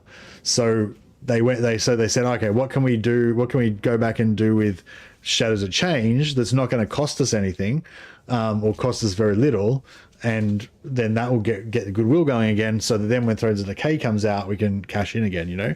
Because if they might have made heaps of money off Shadows of Change, we don't know, right? But then if they had released Thrones of Decay straight after that, when everyone was hating their fucking guts, then they wouldn't have sold much at all, I reckon, on Thrones of Decay. Definitely not much pre-orders. Whereas now, I reckon, you know, probably will be almost back to normal with pre-orders for a lot of people.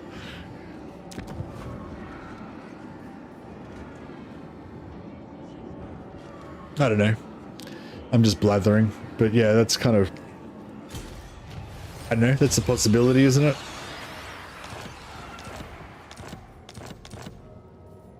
Thine right is mine.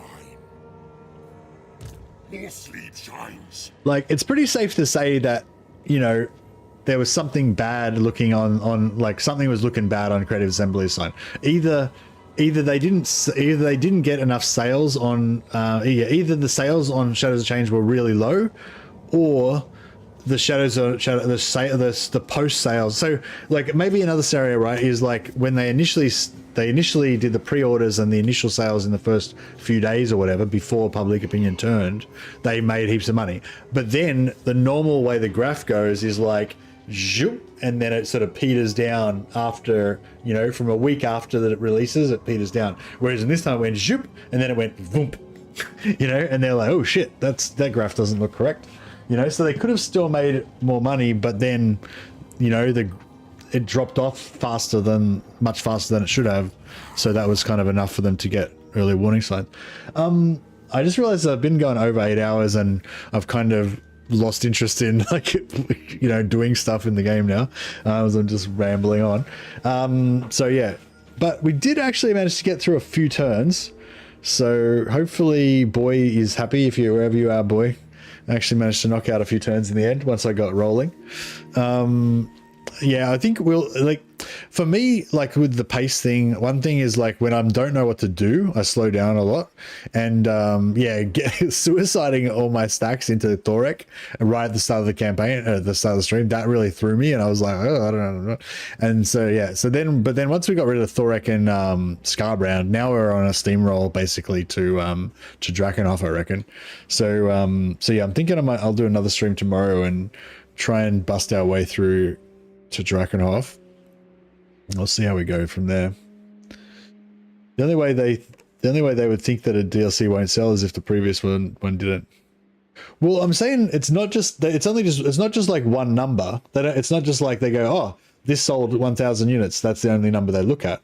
Like, do you know what I mean? Like they can also see that like normally they get this many. They've got like this. They get this many pre-orders, right?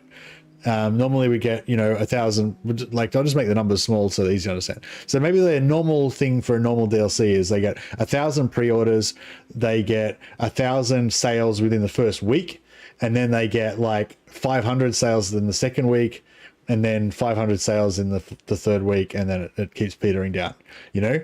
But in this case, maybe they got the normal 1,000 pre-orders, they got even more sales, they got 1,500 sales for the thing, and then when all the backlash hit, they just got like no sales, like the sales totally died immediately afterwards, you know what I mean? Like they've got lots of different stats, so they're not just looking at one number. But anyway, who knows? Yeah. Like not this conversation like doesn't matter at all. I don't know why I'm getting so excited about it. It's just fun talking shit, I guess.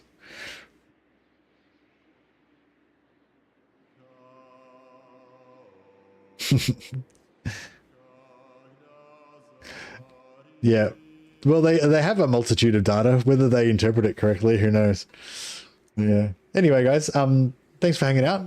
Sorry if the pace was a little bit slow at the start, but I think we're picking up some momentum again now, and we're heading towards Drakenhof as per 68% of you said that we should do. Yeah, I might skip the Mordheim today because like I said, already gone for 8 hours. But I was really enjoying the well, I wasn't really enjoying getting wrecked by Thoric at the start, but once I got over that, I was enjoying it. And yeah, thanks for the good chats about Creative Assembly and all that stuff. Hopefully, we'll be getting some good news soon. Hopefully, you know, hopefully not too many people got sacked from Creative Assembly in the layoffs. Yeah, we just have to see how that all pans out, and hopefully that doesn't cause too many delays for us, for our beloved DLCs. All right, guys, I'll chuck a host to somebody. I'll figure it out. I'll yeah, see you then. See you next time.